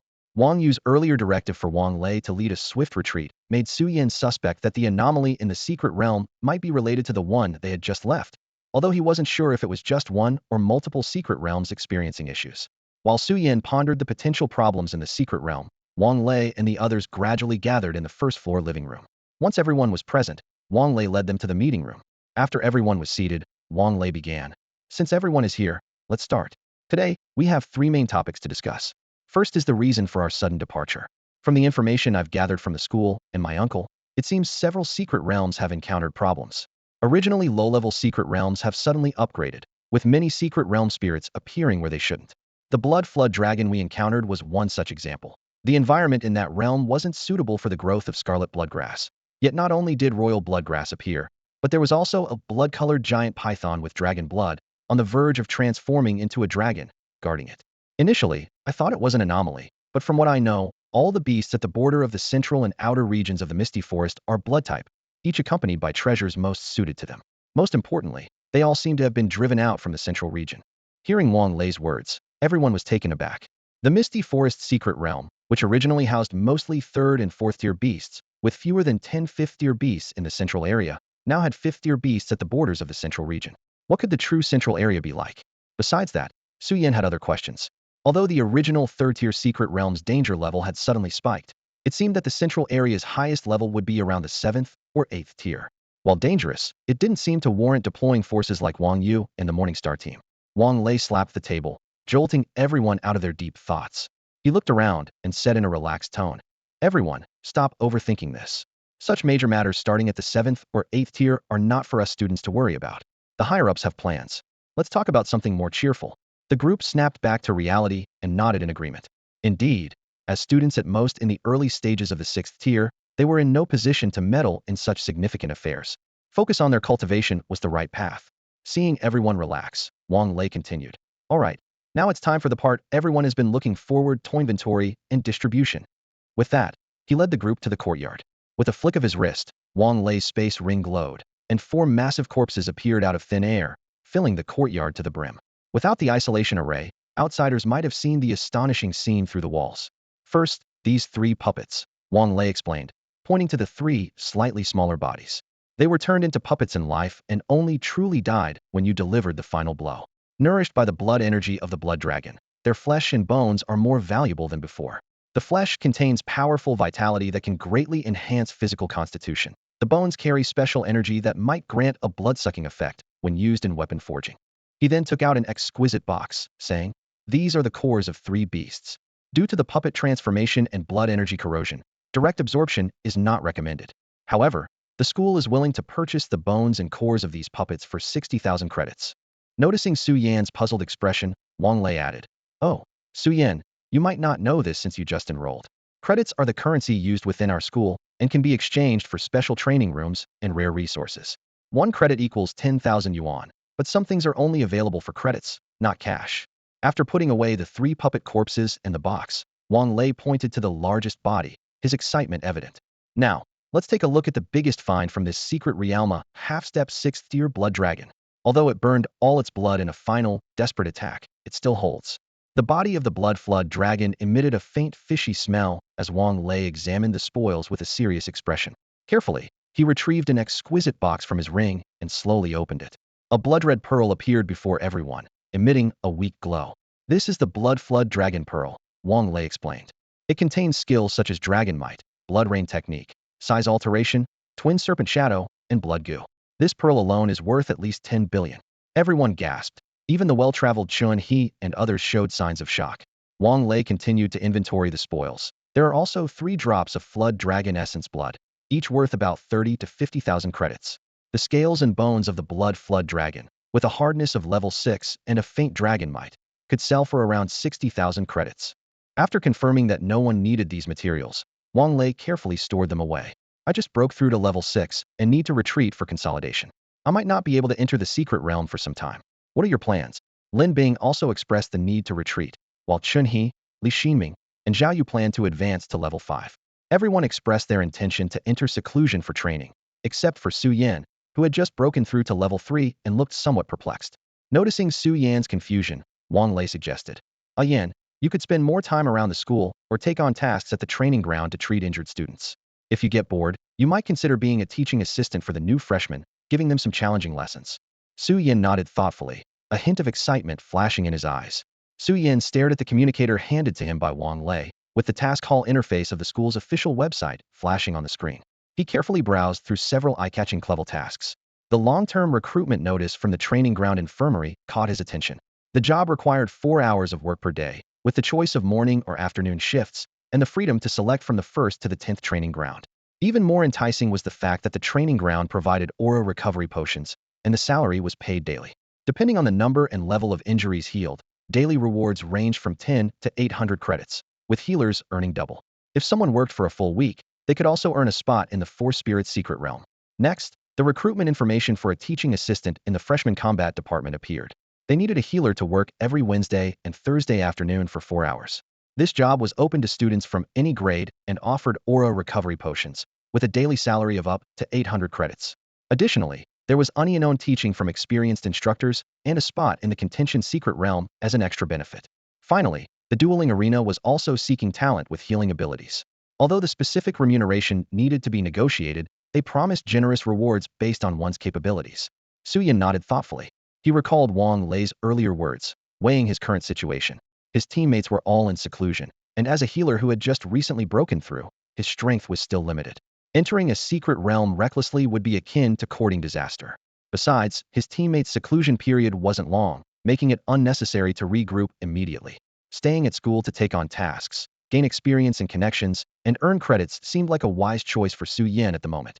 Although the income from the last secret realm adventure had made him quite affluent, and as a healer, he had access to various resources, who would complain about having too much money? Jiangnan University's financial power made Su Yin secretly amazed. While he wasn't fully aware of the value of the secret realm spots, the dozens or even hundreds of credits per day were tangible. Wang Lei had mentioned that the internal exchange rate between school credits and Huabi was 1:10,000, and the external rate was several times higher. Earning tens or even hundreds of thousands from a single task made Su Yan marvel at how quickly awakened individuals could make money. Noticing Su Yan's thoughts, Wang Lei interrupted his daydreaming at the right moment. Don't overthink it. These high credits are specifically for rare healers like you. Look at the other level tasks, and you'll see that most of them only offer rewards of tens or even just a few credits. To prove his point, Wang Lei specifically pulled up the clevel tasks from the combat department for Su Yan to see. The rewards for those capture and collection tasks were indeed minimal, ranging from a few to several dozen credits. This comparison gave Su Yan a deeper understanding of how rare and valuable healers were. Then, Su Yan switched back to the previous tasks on the interface, carefully examining their requirements and notes. He had a sneaking suspicion that these tasks were specifically tailored for him, even feeling as if he might need to provide his ID number. Pointing at the tasks related to the training ground and the freshman combat division, he asked Wang Lei with a puzzled expression, "Senior, aren't there only 2 healers stationed at our school? And they each have their own duties. What's the deal with these tasks?" Hearing this, Wang Lei couldn't help but laugh. "You're quite sharp. It's obvious these tasks are meant for you. Right now, you're the only healer at the school who's relatively free. Although your level is a bit lower than others, your performance at the 3rd training ground was impressive. These tasks are clearly designed for you. On one hand, they're to provide some benefits to your peers, boosting everyone's training efficiency. On the other hand, it's to introduce you to everyone and provide you with resources, essentially investing in you." Worried that Su Yin might overthink, Wang Lei quickly added, "Don't worry, just take these tasks.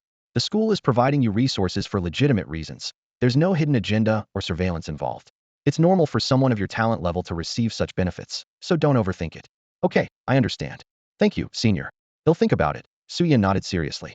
Satisfied, Wang Lei smiled and, after chatting briefly with Su Yin, got up and headed to the training room to continue his practice. Returning to his room alone, Su Yin mulled over Wang Lei's words and the generous rewards associated with the tasks. He had to admit, the conditions were indeed tempting. However, remembering that Wang Yu had mentioned sending him skill crystals soon, he decided to hold off on accepting the tasks for now. He planned to wait until the crystals arrived, absorb them, and become familiar with them before taking on the tasks.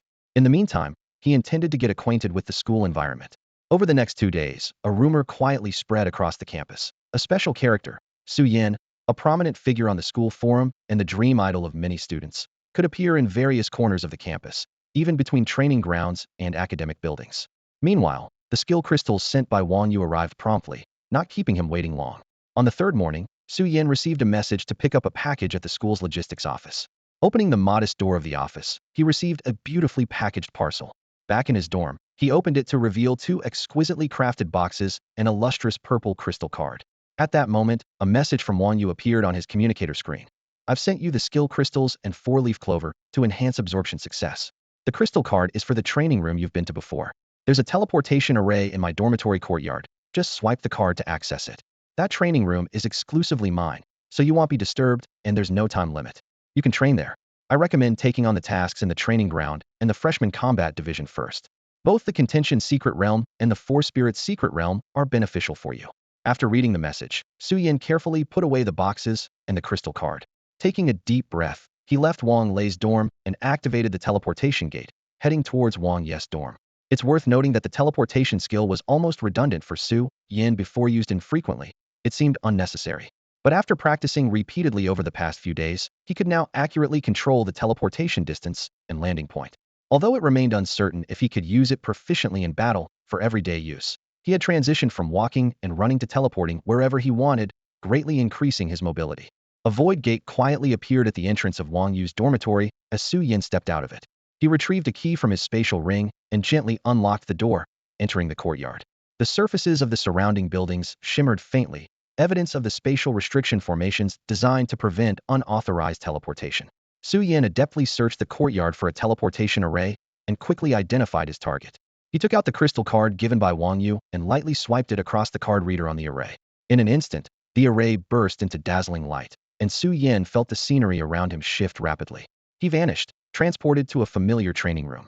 Looking around, the training room was unchanged from when he first absorbed skill crystals. Su Yin put away the purple crystal card and walked effortlessly to the meditation cushion he had used before. The familiar chill from the cushion sharpened his focus. From his spatial ring, he carefully extracted 2 boxes and placed their contents on either side. On the left were 18 green 4-leaf clovers, intended to enhance the absorption rate of skill crystals. On the right were 6 different types of skill crystals, 3 of each, totaling 18, accompanied by a card detailing their attributes. Su Yin meticulously read the card's information. The remaining 3 skill slots were for upgrading the skills Karma, Dispel, and Perceive Deception. Karma had 2 effects, Benevolent and Malevolent, applicable to allies. The benevolent effect allowed the target to be immune to the next attack and restored health equal to 50 of the damage, provided the immunity did not exceed the user's 3rd tier. The malevolent effect doubled the damage of the target's next attack and added a 20 chance of a random negative effect for the next hour. The Dispel ability could remove positive or negative effects from a target with the number controlled by the user. Perceive Deception could confuse a target's 5 senses, 6th sense, danger perception, and threat lock. The Dream Recall skill could record a target's current state, reverting them to that moment if they suffered fatal damage. Damage Transfer allowed a connection with an ally to transfer received damage to them. Lastly, Sanctuary could summon a miniature sanctuary, creating a protective field that provided damage reduction and continuous healing to allies. Su Yin committed this information to memory, preparing to begin absorbing the skill crystals. He reminded himself to return any remaining crystals to the Academy's logistics department, as these valuable resources should not be wasted. The 8 skills were all exceptionally powerful and rare, comparable to the skills from the Blood Jiao Dragon Pearl that Su Yin had previously obtained. Some were even more rare. Skills like Sanctuary, Damage Transfer, and Dispel were self-explanatory, while large-scale continuous healing, survival, and purification were top-tier choices. Perception Deception was a particularly unique skill, capable of redirecting hatred and masking the sense of danger, especially effective against instinct-driven enemies. Additionally, various awakened individuals had developed unique applications for sensory deception, such as amplifying or diminishing pain, altering taste perceptions, and more. Overall, it was a complex yet highly sought-after skill. Karma and Dream Return were even more notable, offering effects like temporary invincibility, double damage with negative repercussions, and the ability to reset recorded states, involving time manipulation. As Su Yin looked at the card in his hand, he couldn't help but feel a tremor of excitement. The value of these skill crystals was enough to purchase several Blood Jiao Dragon Pearls. Just days ago, he had been thrilled and anxious about his team acquiring a single Blood Jiao Dragon Pearl, and now such precious items were in his possession. If he could successfully absorb them all, he estimated it would be equivalent to absorbing 2 or 3 Blood Jiao Dragon Pearls. With a cautious yet eager mindset, Su Yin carefully extracted a skill core and a 4-leaf clover from the box in his left hand and began the absorption process. Moments later, he felt a rush of new skills in his mind and was overjoyed at his initial success. He was indeed fortunate, as if favored by the heavens. However, the next 5 skill crystals failed consecutively, with 2 requiring 3 attempts to succeed. Although he hadn't paid for them himself, Su Yin felt a deep sense of loss, realizing that the equivalent of 2 or 3 Blood Jiao Dragon Pearls had been wasted. Yet, thinking of the 6 successfully absorbed skills and the stories Wang Yu had shared of complete failures, Su Yin couldn't help but smile. At least he had succeeded, albeit with more failures than expected, but he managed to absorb all the skill crystals without a major setback. With this in mind, Su Yin packed up the 2 boxes beside him and headed towards the teleportation array. Although he wanted to stay in the training room longer, the 2 boxes made him uneasy, so he decided to return them promptly. As for reporting that he only succeeded after absorbing everything or keeping a few crystals for himself, He felt it would be unseemly given that the school and authorities had already provided so many resources. Besides, who knew if there was a way to verify the absorption of these crystals? If there was, he would be thoroughly embarrassed. Despite their value, Su Yin wasn't tempted by greed. He took out a purple crystal card from his ring and swiped it across the reader. With a flash of light, Su Yin found himself back in the courtyard of Wang Yu's dormitory. Exiting the dorm, he used a portal that led directly to the entrance of the logistics department. Inside, he explained his purpose to the staff on duty, who then guided him to the personnel responsible for retrieving the remaining crystals. After verifying his identity, Su Yin retrieved 2 wooden boxes from his space ring and handed them over. The person took the 2 boxes from Su Yan's hands without saying much and stored them in their spatial ring before leaving immediately. After leaving the logistics office, Su Yin didn't return to his dormitory right away. Instead, he used the teleportation array in Wang Yu's dormitory courtyard to go directly to the training room. Since there was no one in either dormitory, staying there alone seemed pointless. It was better to spend more time in the training room to improve his skills. He sat on the meditation mat, focused, guiding the spiritual energy within him while also taking out his communicator to open the school's official website. After registering an account and verifying his personal information, he accessed the task interface. Noticing that these 2 tasks were clearly popular, as soon as Su Yin opened the task interface, the 2 tasks related to the training field and the freshman combat department he had seen on Wang Lei's communicator were prominently displayed. Without hesitation, Su Yin opened the task details and accepted both tasks. Just as he accepted the tasks, his communicator rang. Although the number was unfamiliar, Su Yin had a feeling he recognized the caller. He pressed the answer button, and a loud voice came through the communicator. "Hello, I'm Gu Xingchang, the director of the Training Fields Medical Center." Hearing the introduction, Su Yin had a look of "I thought so" on his face. "Hello, I'm Su Yin." "Hello, Su Yin. I noticed you've accepted our training fields task, so I'm calling to confirm with you." "Yes, I did accept the task you posted," Su Yin replied. Hearing his confirmation, Gu Xingchang smiled. "Great. Let me explain the specifics of the task.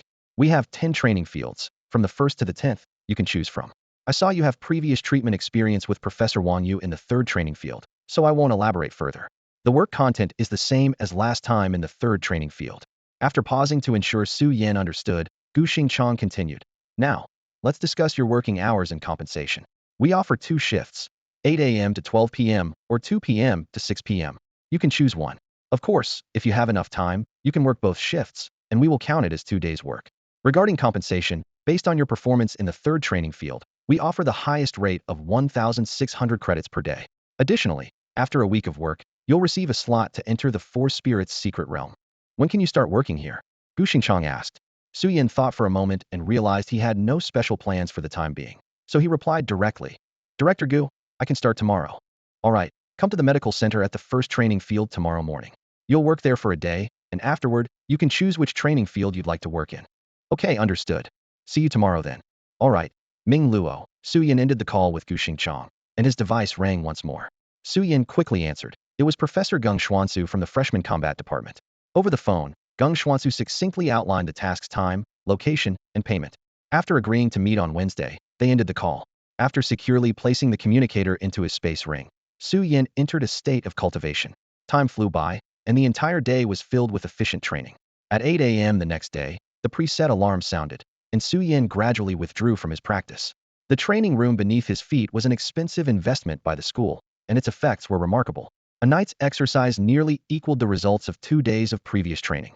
He got up and went to the teleportation array, activated the device, and soon returned to Wang Yu's dormitory.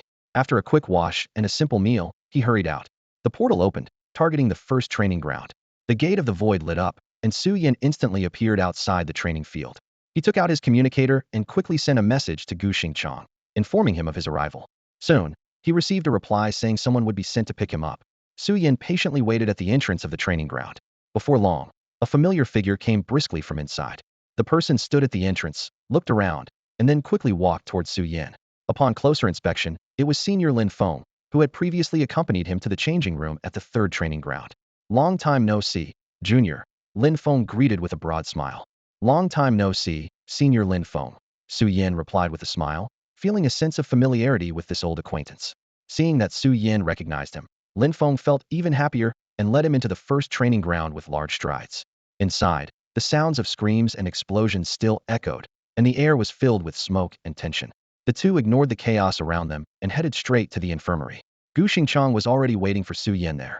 As he entered, Gu Xingchang quickly approached with a smile and greeted him. "Su Yin, you're here. Hello, Director Gu. You can just call me Teacher Gu. I'm also a teacher at Jiangnan University, though I focus more on administrative work, Gu Xingchang replied, smiling even more broadly.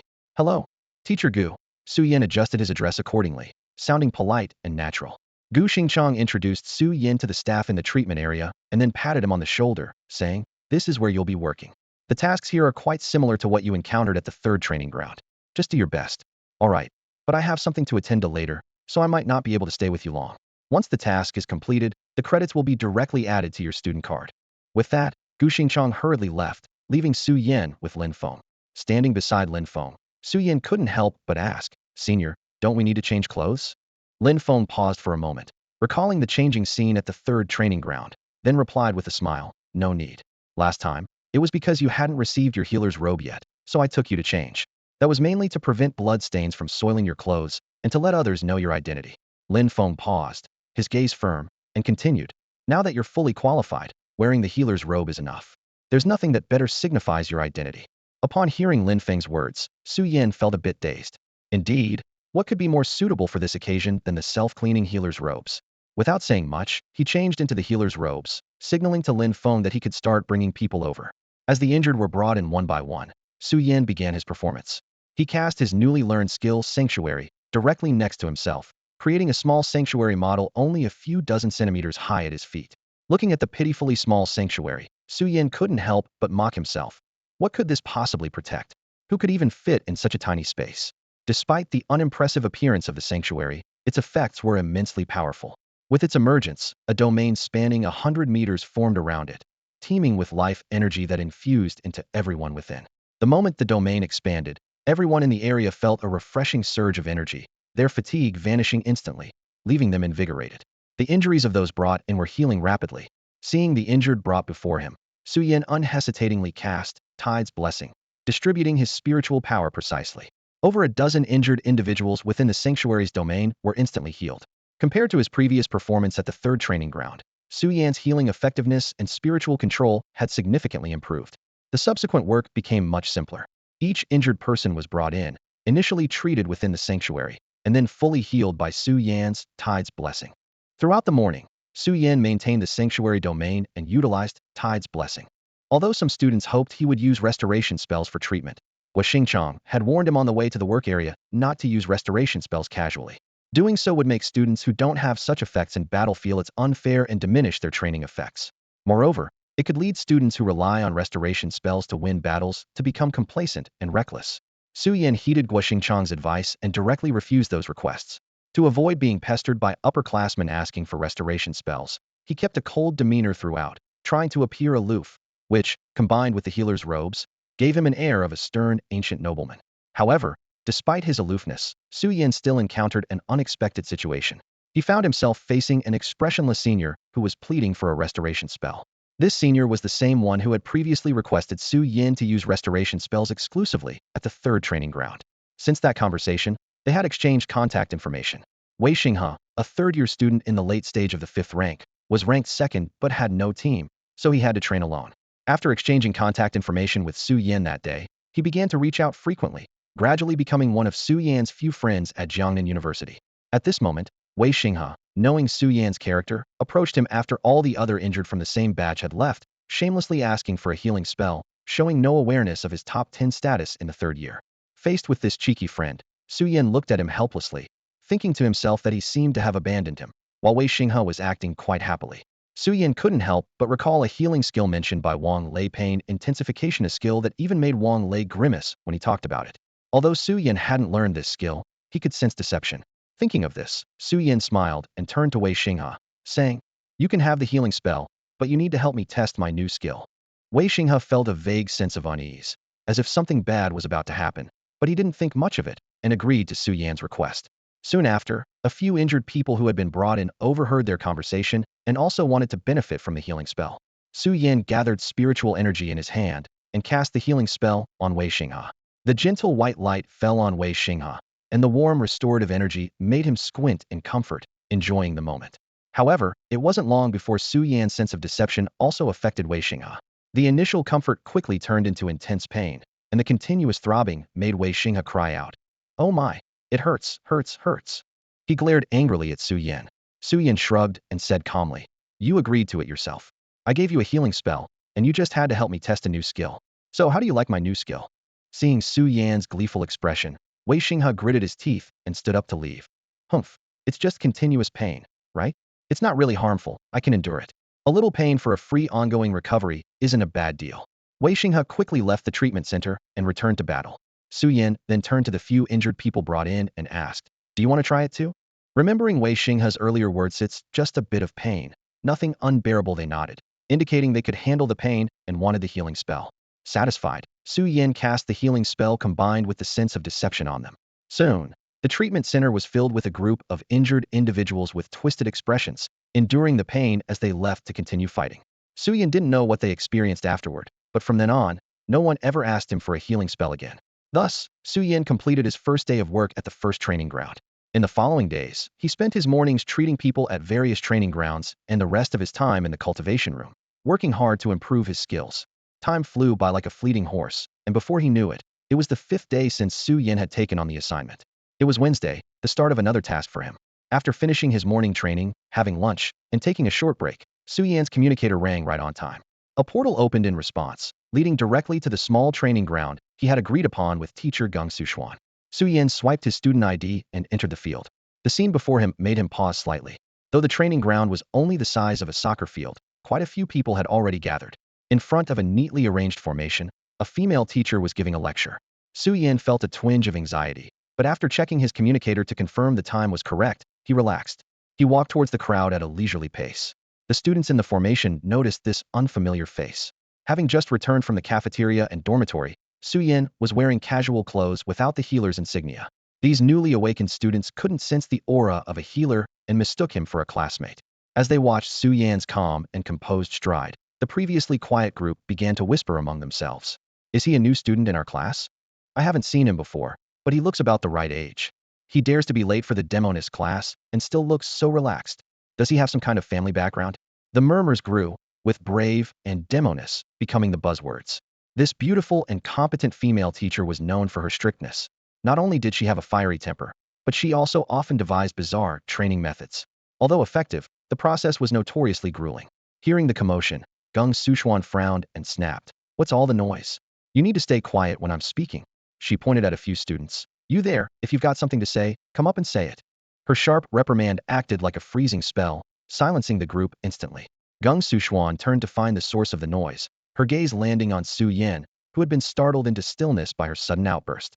Recognizing him, Geng Suxuan's expression softened at once. She strode over to Su Yan, her anger disappearing from her face. Su Yan arrived late to the training ground. To everyone's surprise, Geng Suxuan, the notoriously hot-tempered head teacher of the combat department's special class, greeted him warmly. "You must be Su Yan, right?" "Hello, I'm Geng Suxuan, the head teacher of the first-year combat department's special class." Su Yan responded politely. "Hello, Teacher Geng, I am Su Yan." This scene left the surrounding students astonished. They had only been with Geng Suxuan for a month, but had already experienced her fiery temper. Seeing her so gentle with this tardy student, they began to whisper among themselves, speculating all sorts of possibilities. Has the demon been possessed by something unclean? Or is this latecomer her own son? Geng Suxuan, sensing the commotion behind her, frowned and turned around, snapping, "Quiet." She then pointed to the training ground and commanded sternly, "Since you all have so much energy, 20 laps, starting now. If you don't finish in half an hour, you're in big trouble." Hearing her familiar strict tone, the students breathed a sigh of relief. "That's the demon we know," they muttered, and started running around the training field briskly. After reprimanding the students, Geng Suxuan led Su Yan to the lineup area. She took out a table and chairs from her ring, gesturing for Su Yan to sit, and then brought out a tea set, pouring a cup for each of them. Geng Suxuan began inquiring about Su Yan's healing skills. After understanding his abilities, she thought for a moment and assigned him tasks. No need for the healing spell. With that skill, these brats might slack off. In a while, place a sanctuary skill in the middle of the training ground. Once they start their combat training, place another sanctuary skill in their fighting area to prevent irreversible injuries. Stay here, and if there are any injured, I'll send them to you for treatment so they can rejoin the fight. When there are no injuries, feel free to do your own thing or watch them fight. Though it's like chickens pecking at each other, it's still quite entertaining. Saying this, Geng Suxuan took out a pile of fruits and snacks from her ring, placing them on the ground, and said to Su Yan, "These are for you. Just sit here, eat, and watch them train." So, Amidst the resentful glances from the students, Gung Suxuan and Su Yin sat leisurely on the side, eating and watching them run laps. The 20 laps were quickly completed, and as the students regrouped, they looked at the two sitting on the bench with eyes full of resentment. Before they could speak, Gung Suxuan brought Su Yin forward and introduced him. This is the teaching assistant I've invited, Su Yin, a third-level healer and also a freshman like you. Hearing this introduction, the students' eyes lit up, eager to approach. Gung Suxuan, seemingly reading their minds, quickly dashed their hopes. Don't even think about it. His teammates are at least at the peak of the 4th level. You guys, who aren't even as strong as Su Yin, should just go to sleep early. In dreams, anything is possible. Seeing her words deflate the crowd, Gung Suxuan added, now you see the importance of strength, right? Without it, you don't even have the priority to choose teammates. Who teams up with him? The top 10 in the third-year strength rankings, the cream of the crop. If you don't work hard to improve, even if another genius healer appears in your 3rd year, you won't have the chance to team up with them. Despite Gung Suxuan's words, the group remained unmoved, their expressions somewhat despondent, indicating that his encouragement had not been effective. Seeing the lack of response, Gung Suxuan decided not to say more. He chose to end the break and proceed with the next phase of training. Previously, due to a lack of medical support, their training had been somewhat restricted. Now, with medical personnel in place, he encouraged everyone to give their all. With that, he urged the still self-pitying group to begin training. Meanwhile, Su Yin sat nearby, eating and observing the intense combat between his fellow combat class recruits, feeling a surge of excitement. Perhaps influenced by Gung Suxuan's words or driven by their own frustration, the combat training was particularly intense. Not long after training began, a student was severely injured and brought to Su Yin by Gung Suxuan. Su Yin was taken aback as he looked at the severely injured, unconscious student before him. Although he had seen worse injuries during his time at the training grounds, witnessing this student's rapid decline from vigorous to this state was shocking. Was the combat training really this intense? Quickly gathering his energy, Su Yin cast a star moon guide over the student, rapidly healing his injuries. Soon after, more injured students were brought to him by Gung Suxuan. Faced with the steady stream of injured, Su Yin focused on healing them without hesitation. Although severely injured students occasionally came his way, after nearly a week at the training grounds, these injuries seemed trivial to him. After all, the training grounds constantly produced a large number of injured, far surpassing the size of a typical class of 50 or 60 students. Initially, Su Yin carefully assessed each injury and chose his healing skills accordingly. However, as time went on, he grew less meticulous. In battles involving 2nd-tier and a few 3rd-tier Awakeners, the injuries were relatively minor. Compared to the intensity of the training grounds, these injuries were insignificant, and Su Yin felt they hardly warranted his specialized treatment. A short rest within the shelter's domain would suffice for recovery. Still, since the teacher had offered compensation, Su Yin felt obliged to at least go through the motions. Ultimately, he sat in his chair, propped his head with his right hand, and watched his peers' intense combat while snacking. When he sensed someone brought to him, he didn't even turn his head, relying on his perception to gauge the number of injured, and casually cast a star moon guide or tide's blessing to heal them. Su Yin didn't spare a glance at the injured, embodying the image of a powerful, aloof, and somewhat laid-back healer. After sending several batches of students over, Gung Suxuan realized that these individuals didn't really need Su Yan's extra attention. A brief rest on the ground was enough for their recovery. The Jinming realm was initially considered too urgent to send people directly, so Gung Suxuan took a detour to deliver supplies to Su Yin. Despite spending money, Gung Suxuan felt it was somewhat wasteful for Su Yin to only use his shelter skill without doing more.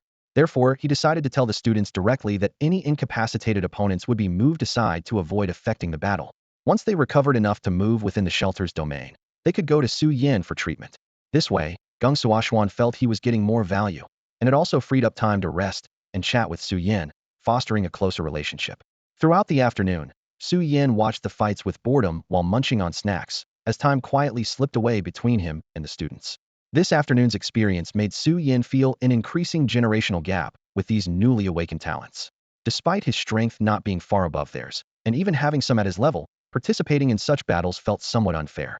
Most of their half-day efforts resulted in damage that, even with 3 layers of recovery spells, couldn't match the healing from a single shelter jump. Remembering his previous battles with Wang Lei and others in the realm, what once seemed like decent fights now felt somewhat dull. Su Yin realized that Gung Suxuan's earlier remark about teaming up with new healers only being feasible by their 3rd year had some truth. At lower levels, unless it's a large-scale battle, having a healer of the same, or even 1 or 2 levels lower in a small team is still a luxury. After witnessing Su Yan's healing capabilities, these combat-oriented freshmen also grew silent. Although previously discouraged by Gung Suxuan, These minimum-level gifted Awakeners remained proud. Since their awakening, they had experienced smooth sailing and constant praise, naturally unwilling to easily abandon their ideas.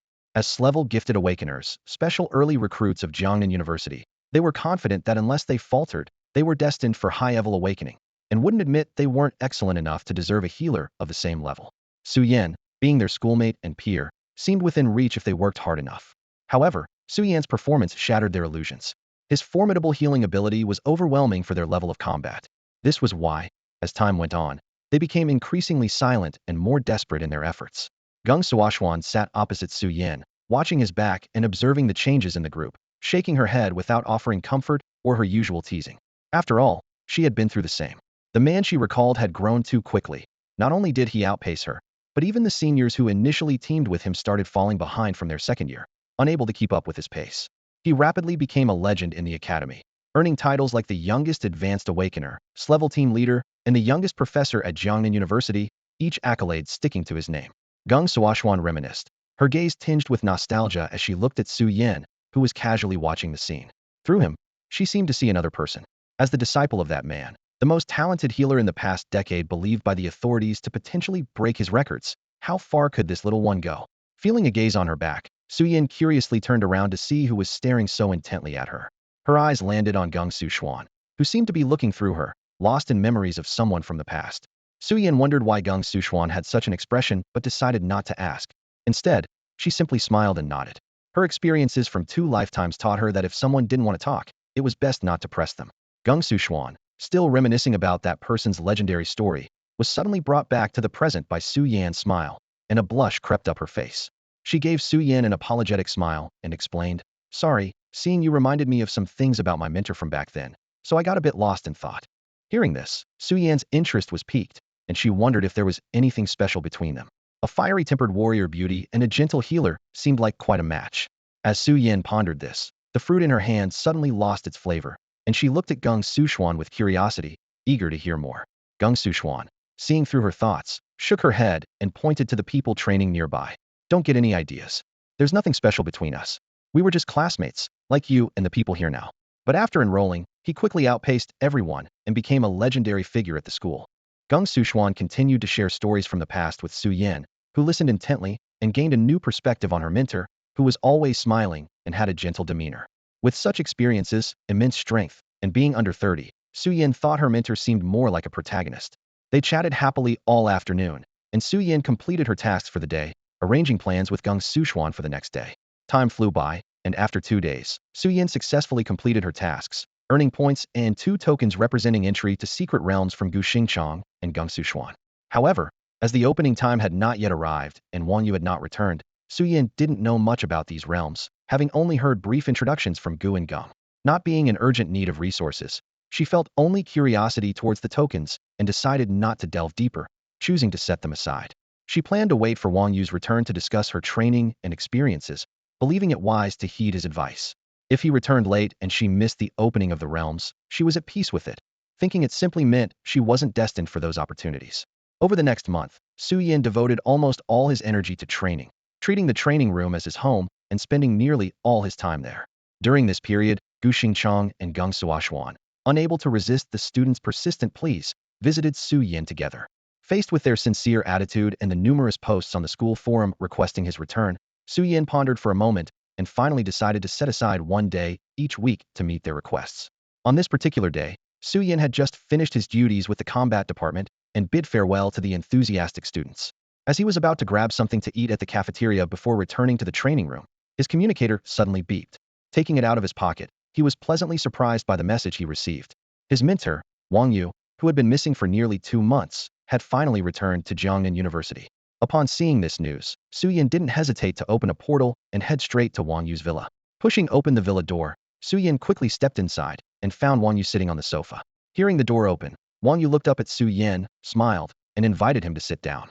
Su Yan obediently sat beside Wang Yu, who patted his shoulder gently and said apologetically, "I'm sorry. I thought this matter would only take 10 days or so to resolve, but it dragged on for much longer. I've kept you waiting." "It's not your fault," Su Yan replied. "Besides, I've been quite productive during this time." While Su Yan was curious about the reason for Wang Yu's absence, he didn't press further since Wang Yu seemed unwilling to elaborate. Wang Yu then began to assess Su Yan's recent training progress. Su Yan shared his insights, experiences, and questions from his training over the past months, and Wang Yu patiently offered guidance. The atmosphere in the living room grew increasingly harmonious. After a while, Wang Yu looked at Su Yan with satisfaction and praised, "Very impressive. To reach this level in just 2 months shows you haven't slacked off during my absence." Wang Yu, known for his straightforwardness, didn't mince words. Seeing Su Yan advance from the peak of the second tier to the middle of the third tier in his absence filled Wang Yu with immense pride. Su Yan accepted his mentor's praise without modesty. He then began recounting his experiences over the past few months, including battles in the secret realm, encounters with a mutated blood dragon, the tedious work at the training ground, and his reflections on the gaps between himself and his peers. Wang Yu listened quietly, never interrupting, displaying great patience. Su Yan talked at length, finally sharing all his recent experiences with Wang Yu, who listened quietly with a smile. At this moment, Su Yan felt a bit embarrassed. At over 40 years old, here he was confiding in a mentor younger than himself, which felt somewhat immature. But then he reminded himself that in this life, he was a 16-year-old boy, and no one knew his true age inside. After all, a teenager sharing feelings with an elder was perfectly normal, wasn't it? Reassured by this thought, he continued speaking confidently. However, as time went on, Su Yan felt increasingly childish. Once he finally finished speaking, Wang Yu gently said, "I know about the secret realm situation, and you all did well. But there are some things I can't tell you just yet, so I won't say more on that. As for the gap you mentioned between you and your peers, it's normal. Most healers go through this. As you grow, most of your peers, like Wang Lei, will gradually fall behind. Changing teammates, even losing them, is something you need to get used to." Sensing that his words might have been too serious, Wang Yu looked at the now silent Su Yan and asked about the 2 secret realm slots he had mentioned earlier. When he learned that Su Yan had successfully obtained slots from Gu Xingchang and Geng Xuxuan, Wang Yu smiled approvingly. "It's good that you got them. These 2 secret realm slots are valuable. You've shown enough talent for them to give these to you." Listening to Wang Yu, Su Yan couldn't help but be curious about these 2 secret realms. Wang Yu seemed to sense his curiosity and, without keeping him in suspense, began to explain. "Coincidentally, the Four Spirits secret realm will open soon, so let me tell you about it first. The Four Spirits secret realm is one of our man-made secret realms." Su Yan was shocked to hear the term man-made secret realm. "Secret realms can be man-made?" he asked. Wang Yu smiled slightly and continued to explain. "Of course. On the remains of completely vanished secret realms, we use core fragments of the secret realm space and various mystical and scientific methods to reconstruct them into spaces where life can exist. Then, we transfer some endangered secret realm biological resources into these specially designed man-made secret realms to protect them and allow them to thrive in the new environment. We've been doing this since the year skill crystals were developed." Listening to Wang Yu's explanation, Su Yan couldn't help but think, isn't this just a more advanced form of captivity? Seeing Su Yan's somewhat peculiar expression, Wang Yu cleared his throat and returned the discussion to the topic of the Four Spirits secret realm. Of course, with the creation of these artificial realms, unusual situations can arise, and the Four Spirits secret realm is one such example. This realm was originally constructed to protect certain endangered resources. During its construction, a fortune teller with a passion for divination whimsically performed a reading. Following his advice, for extremely precious treasures were placed at the core of the realm to suppress its power. However, once completed, the realm underwent a sudden transformation. The treasures intended for suppression also changed, and the realm evolved into a 4-tiered trial space, opening every 2 years with a participant limit of 10. Those who secure a spot can choose to enter one of the spaces to face the trials. The trials consist of 5 stages. Those who succeed not only gain rare natural treasures, but also have a chance to inherit powerful legacies. If one completes all the trials, they can interact with the 4 altered treasures, gaining even greater benefits. Conversely, failure or death results in immediate expulsion from the Four Spirits secret realm. Wang Yu then explained the trial contents within the realm to Su Yan. The secret realm allocates trials based on the entrance level and attributes. The rewards from the trials are also tailored to suit the individual's attributes. Wang Yu mentioned that passing each trial grants a large amount of spiritual energy, helping practitioners quickly break through the bottleneck from the 3rd to the 4th tier, refining their bodies to withstand more spiritual power. Completing all the trials and seeing the 4 treasures could lead to unexpected gains, as these are treasures even 10th tier experts covet.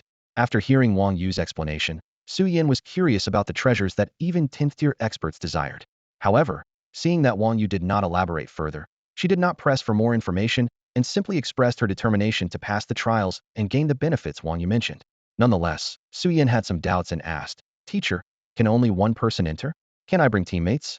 I currently lack much combat ability, and if I enter the realm like this, I might not even pass the 1st stage." Wang Yu smiled and explained, the trials differ for individuals with different attributes. As a healer, your trial will test your healing and survival abilities, not your ability to defeat opponents in direct combat. Hearing this, Su Yin felt relieved. Since direct combat wasn't required, her skill set and training, which weren't focused on defeating enemies, wouldn't be a concern. She nodded confidently, indicating she had no issues.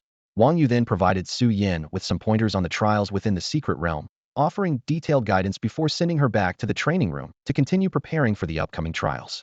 Su Yin dedicated all his energy to training, preparing for the upcoming Four Spirits secret realm. One day, while in the training room, he received a message from Wang Yu, informing him that the Four Spirits secret realm was about to open and asked him to meet at the dormitory. Su Yin immediately activated the portal and quickly arrived at Wang Yu's dormitory. As Su Yin entered, Wang Yu nodded and asked him to take out the realm token. Su Yin retrieved the Four Spirits secret realm token from his ring, which instantly glowed with 4 colors. Wang Yu explained that this was a sign that the secret realm was about to open. Once the 4 colors merged, Su Yin only needed to use his spiritual power to activate the token, which would transport him to the trial space of the secret realm. Before the realm opened, Wang Yu advised Su Yin to sit on the sofa and adjust his state to meet the trial in the best condition. About an hour later, the 4 colors finally merged into a dazzling white light that enveloped the token. Wang Yu signaled Su Yin to activate the token, and as Su Yin infused his spiritual power into it, a white light appeared above him, surrounding him. The flash of white light, and Su Yin vanished from sight. Wang Yu watched Su Yin leave and murmured to himself, even the final trial of the Four Spirits secret realm has begun. It seems they are accelerating the growth of new generation talents. He thought about the students who had awakened this year, whose quality far surpassed previous years, as if many prodigies had emerged at once. Wang Yu shook his head, silently thinking, grow quickly, the time left for you is running out. The scene shifted back to Su Yin, who found himself in an unfamiliar space as the white light faded. The surroundings were dark, with only a faint light illuminating where he stood. As he cautiously observed his surroundings, a strange voice announced, the Four Spirits secret realm assessment begins. First stage, survive. As the voice faded, the surrounding space rapidly transformed, the darkness turning into a plain, with 7 unfamiliar figures appearing beside him. According to the voice's explanation, Su Yin learned these people were his teammates for the mission. After a series of tests by Su Yin, he discovered that these people only responded to questions related to combat, such as level, profession, and skills, while remaining unresponsive to other inquiries. This was a team composed entirely of 5th-tier members, each excelling in melee, ranged, control, and tank roles, with Su Yin as the healer, making for a luxurious configuration. Before Su Yin could probe further, a long wolf howl echoed across the previously empty plain, and a large pack of wolves rapidly approached from afar, quickly surrounding them.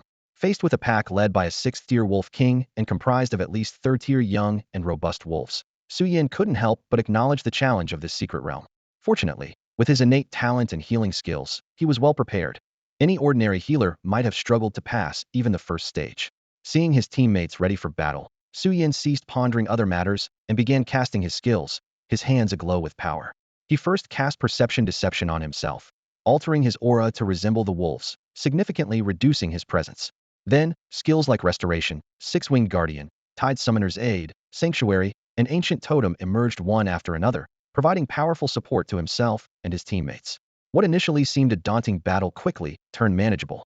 Despite the wolves' large numbers and formidable strength, the team's composition and members' abilities were formidable, and with Su Yin as a powerful healer, the wolves' attacks could not inflict effective damage. With Su Yan's support, teammates found their injuries healing almost instantly, prompting them to adopt a berserker stance and fiercely engage the wolves. Under such relentless tactics, the wolf pack soon suffered heavy losses, and facing an unscathed team, the wolves began to retreat. Ultimately, the 6th-tier wolf king was slain with the team's cooperation. As its presence vanished, the wolves quickly fled the battlefield. With the disappearance of the last wolf, the surroundings shifted again, returning to the initial dark space. A familiar voice announced, first trial passed, rewards will be granted after the trial ends. Second trial begins. Hearing this, Su Yin couldn't help but exclaim internally, surprised that the second trial was already a beast tide. Before he could think further, the environment changed, and Su Yin found himself on the city walls, now accompanied not by his previous small team, but by all the awakened fighters in the city. This was the first time Su Yin participated in a battle of this magnitude. Although the awakened in the city were generally not very powerful, mostly at the 3rd or 4th tier, with the highest being a 6th-tier commander, based on the experience from the previous secret realm, the strength of this beast tide was not expected to exceed their side by much. To avoid a one-sided situation, which would render the test meaningless. However, with tens of thousands of Awakened participating in the battle this time, Su Yan felt an unprecedented pressure. Facing so many battle companions, he couldn't take care of everyone, inevitably focusing most of his attention on the higher-tier forces, while the lower-tier Awakened might be neglected. On a battlefield of this level, casualties are unavoidable, and Su Yan's current abilities couldn't cover everyone. Despite doing his utmost in healing, his lack of strength meant he couldn't save every teammate in time, ultimately leading to some dying in battle due to untimely treatment. Whether in the secret realm or in reality, this situation shouldn't be blamed on the healer, and normal people wouldn't consider it the healer's fault. Yet, every teammate's death is a torment and trial for the healer's soul. Even before the battle began, Su Yan was already filled with such heavy thoughts. As he was lost in thought, a loud noise erupted from afar, and countless beasts charged from the distance. The Awakened on Su Yan's side were already lined up outside the city, forming rows of human walls, awaiting the beast tide's arrival. Seeing this, Su Yan put aside his pressure and chaotic thoughts, immediately going into Fulan mode, activating the ancient totem to provide defense and life bonuses for his teammates, while also granting damage and spirit recovery speed buffs to those around him. For the first time applying buffs to so many people, his inner spirit power rapidly depleted, and he downed several bottles of spirit recovery potions despite the side effects, barely sustaining the skill's consumption to apply the buffs to all his teammates. After a brief rest to recover his spirit power, he immediately cast a sanctuary, covering the entire battlefield with a protective field that continuously restored the physical strength and injuries of his teammates. In a battle involving so many people, single-target skills like healing spells and Star Moon guidance were less effective compared to the sanctuary and ancient totem. In the ensuing battle, Su Yan allocated most of his spirit power to maintaining the sanctuary's presence, using the remaining power to tend to injured teammates. The effect of the sanctuary ensured that his efforts were not in vain, as the powerful advantage of group continuous healing in large-scale battles was fully displayed. Under the protective domain's influence, the injured warriors who could no longer fight were sent to the rear to rest for a short while. They quickly recovered to their peak condition and returned to the battlefield. With the domain's support, their fighting spirit grew even stronger, and they unhesitatingly kept countless attacking beasts at bay outside the city gates. This battle lasted for a full 3 days, and despite Su Yan's presence, it remained exceptionally fierce. During these 3 days, many comrades were injured or even sacrificed to fend off the beast attacks. Watching the once vibrant lives fall one by one, Su Yan couldn't help but feel a pang of sadness. Although he had mentally prepared himself before the battle, he now began to understand why healers might become despondent after failing to save their comrades. However, understanding did not mean he agreed with their choice. Witnessing the continuous loss of comrades, Su Yan's desire to become stronger grew more intense. After 3 days, with the intervention of some force, the relentless attacking beasts finally began to retreat, signifying the city's successful defense. As he watched the awakened ones below collecting the bodies of their fallen comrades, Su Yan's eyes couldn't help but turn red. Yet, the trial space seemed to give him little time for sentiment, as the scene quickly shifted, and Su Yan was transported back to the initial space. The side effects from the heavy use of spiritual recovery potions also disappeared, restoring him to his peak condition. Having passed the second trial and received cumulative rewards, the third trial began with the task of surviving under the Cloud Chaser Leopard's assault for half a day.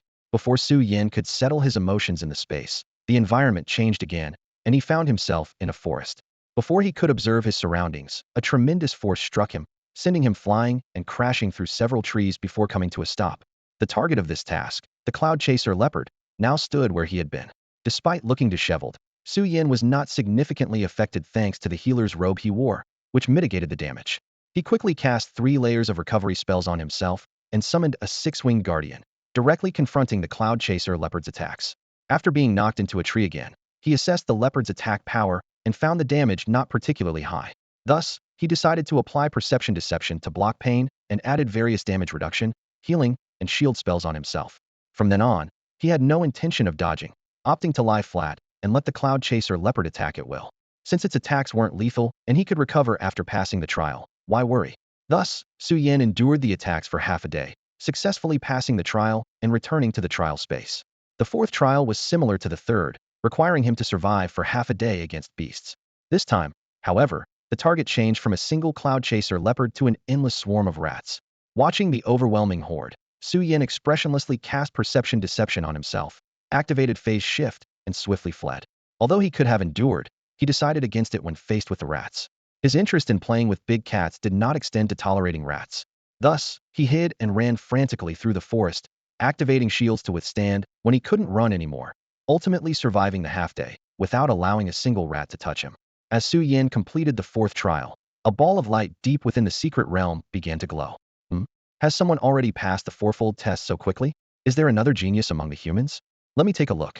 As the voice faded, a water mirror appeared in front of the light ball, quickly displaying all of Su Yan's actions since entering the secret realm. Less than half a year of cultivation and already at mid-level 3. It's a bit low, but considering the current environment, it's barely acceptable. Pausing, the observer seemed to notice something and examined Su Yan more closely. His talents leaned towards life and time-space, with a high affinity for these rules. This is truly astonishing. An extraordinary human has arrived this time. Well, let's meet him. Consider it an early investment. With a flash, the entire light ball vanished and appeared in the space where Su Yan stood. Meanwhile, back with Su Yan, after completing the fourth trial, he did not get transported to the next stage as before. Instead, he returned to the space and waited quietly for a while. Just as he thought something had gone wrong, the space changed again. The fifth trial began, with the task of either killing a target or attacking it 100,000 times. Completing either would fulfill the mission. The targets would not attack proactively. It was the same voice announcing the trial, but Su Yan felt there was a subtle difference this time. However, after pondering, he couldn't pinpoint any change. Deciding not to dwell on it, he focused on the final trial's content: killing or attacking 100,000 times. This trial seems different from the previous ones. Suddenly, a giant turtle, over 10 meters tall, appeared before Su Yan. Its shell was covered with spikes, gleaming with a metallic sheen. Facing the colossal beast, Su Yan raised his hand, transforming the illusionary crystal into a glove, enveloped his hand in spiritual energy, and struck with a powerful punch. As expected, the blow did not harm the giant turtle. Instead, a force rebounded from the turtle, coursing through his fist into his body, injuring him. A number appeared on the turtle's shell, reading 9999 910 0000. Seeing the unresponsive giant turtle, Su Yan suddenly felt his hand ache. Is this something I, a healer, can take down alone? Do I really have to hit it 100,000 times? He thought, exasperated. As he internally complained, the number on the turtle changed again to 100010. Staring at the reset number, Su Yan was speechless. It seemed continuous attacks were necessary, as stopping allowed it to regenerate. But having come this far, how could he give up? Tiring as it may be, he hoped the reward for completing the trial wouldn't disappoint. Fortunately, he had 2 continuous recovery skills: restoration and sanctuary. Without them, he would have to heal himself after just a few strikes, which would be unbearable. With this in mind, Su Yan prepared to cast 3 layers of restoration on himself before beginning the trial. As Su Yan finished stacking 3 layers of the healing spell on himself, a voice announcing a new task echoed in his ears. The healing effects were removed, and the recovery of stamina, spiritual power, and mental strength was halved. The shelter and perception deception skills were also disabled. These sudden restrictions filled Su Yan with anger, as if this secret realm was targeting him. However, trapped within the realm, he had no power to resist and could only accept reality. In his frustration, Su Yan transformed the illusion crystal into a massive hammer, lifted it with both hands, and smashed it onto the giant turtle with all his might. After getting injured, he used the Star Moon Guide to heal himself and continued swinging the hammer. Over time, Su Yan gradually calmed down. From the previous 4 tests, he realized that the assessments in this secret realm had deeper meanings. The first 2 tests evaluated his healing abilities and teamwork, while the third and fourth tested his escape and survival skills.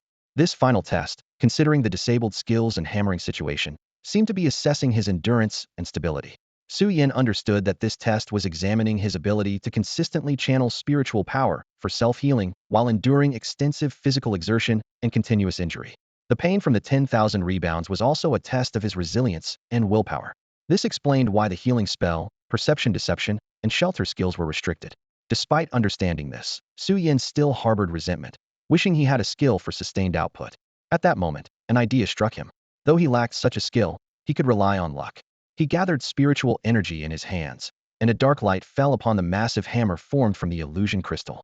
The skill, Retribution Evil, would double the damage of the next attack and had a 20 chance to inflict a negative effect within an hour. Su Yan was thrilled by the prospect of double damage and remembered burn and poison effects, which had ongoing damage, exactly what he needed. Thus, what was originally a test of endurance became a test of luck due to Su Yan's sudden inspiration.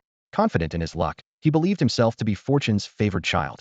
As expected, after 3 consecutive blows, the giant turtle was afflicted with poison, armor break, and burn effects, causing its health to plummet rapidly. Seeing the significant impact, Su Yan became even more excited, swinging his hammer relentlessly. Curses, crippling effects, shadow erosion, and icy toxins were all applied to the turtle. Previously indifferent to his attacks, the turtle now let out cries of pain under this sudden change in strategy. With the negative effects on the turtle accumulating, Su Yin realized he might not need to complete the 10,000 strike objective. A few thousand more swings, and the turtle would succumb to the negative effects and admit defeat. With this realization, Su Yin, who had been frustrated by the secret realm's rules, was suddenly invigorated, and his hammer swung faster. Finally, after a few thousand more swings, the turtle let out a cry of relief and collapsed, lifeless. As the turtle fell, the space around Su Yin transformed once more. This time, instead of returning to the initial dark void, he found himself in a grand hall. Curiously observing his surroundings, Su Yin found the entire hall lavishly decorated with gold and jade, exuding both grandeur and solemnity. What caught his eye the most were the 4 enormous statues at each corner of the hall. Although Su Yin didn't recognize the creatures carved into the statues, their aura and the oppressive feeling they emitted made him realize these statues were anything but ordinary. Suddenly, 4 glowing orbs emerged from the mouths of the statues, converging in the center of the hall to form a new ball of light. Su Yin watched this basketball-sized orb with curiosity. It glowed with a green light and emitted a life force that gave him a strong sense of affinity. As he observed, the orb spoke, "Hello, candidate. I am the spirit of this secret realm. You may call me Si Ling." The voice was identical to the prompts Su Yin had heard during the assessment. "Hello, Senior Si Ling. I am Su Yin." Despite his curiosity about how the orb was speaking, Su Yin responded respectfully. Si Ling seemed to be a creature of few words and directly emitted a light orb towards Su Yin.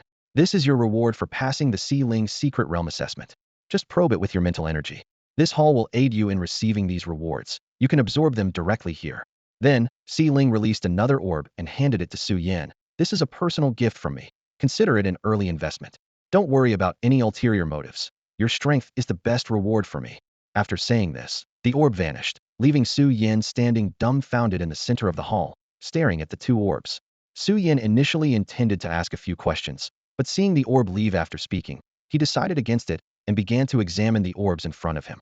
Unknown to him, in a space within the secret realm, the light form of Si Ling was bouncing around. If someone could see this, they would wonder how regret could be expressed by a frantically bouncing orb.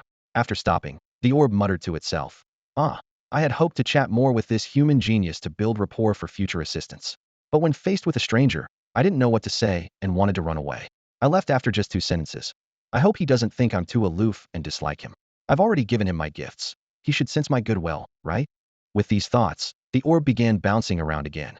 Meanwhile, Su Yin was completely unaware that somewhere in the secret realm, a socially anxious spirit was reflecting on its performance and occasionally expressing regret. He started to examine the rewards from this secret realm journey, following Si Ling's instructions to probe the 2 orbs with his mental energy. Soon, the 2 orbs flew directly towards Su Yin, and he found himself in a wondrous state. A surge of spiritual power, vitality, and mental energy flowed into Su Yan's body, and under the active operation of his basic cultivation technique, this energy was quickly absorbed, enhancing his physique. With the infusion of power, Su Yan's strength rapidly advanced, reaching the late stage of the 3rd tier, then the peak of the 3rd tier, finally stopping at the early stage of the 4th tier, and it could break through to the 5th tier at any moment. To solidify his foundation, he deliberately suppressed his breakthrough. In fact, with his current latest stage 6th tier mental power, he was already capable of breaking through to the 5th tier. A breakthrough is not just about accumulating spiritual power. Rather, it requires both spiritual and mental power to reach a certain level, and the body must be able to withstand the spiritual energy after the breakthrough. The previous mention of Wang Lei and others being stuck at a level was due to insufficient mental power. As for this reward, Su Yan's direct leap from the mid-3rd tier to the peak of the 4th tier without any side effects was already the worst outcome. After his strength breakthrough, Su Yan gained 4 new skills in his mind: regeneration, heart of life, overhealing, and death defiance. The regeneration skill grants the target regeneration effects, including flesh and origin regeneration. When heart of life is activated, all healing effects are tripled, but it consumes a large amount of spiritual power, and if the spiritual power is insufficient, it may even burn the user's life, with the skill unable to be turned off within 30 seconds of activation. Overhealing converts excess healing into an equivalent shield, which can stack. Death Defiance allows the target to withstand fatal damage without dying for a certain period, with a lower priority than other fatal damage trigger skills. Looking at the 4 new skills in his mind, Su Yin felt incredibly excited. These 4 powerful skills made his already formidable healing abilities even more terrifying. His previously somewhat lacking survival skills were now fully compensated by overhealing, which, combined with his innate recovery skill, could continuously generate shields. Along with the death-defiant skill, his safety was greatly enhanced.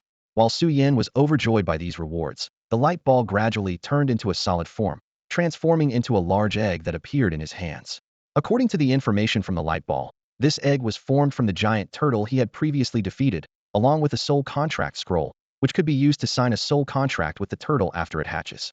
Thinking of the turtle's strong defense and counterattack ability, Su Yan was very satisfied, as the turtle had withstood nearly 1,000 debuffs before he finally defeated it.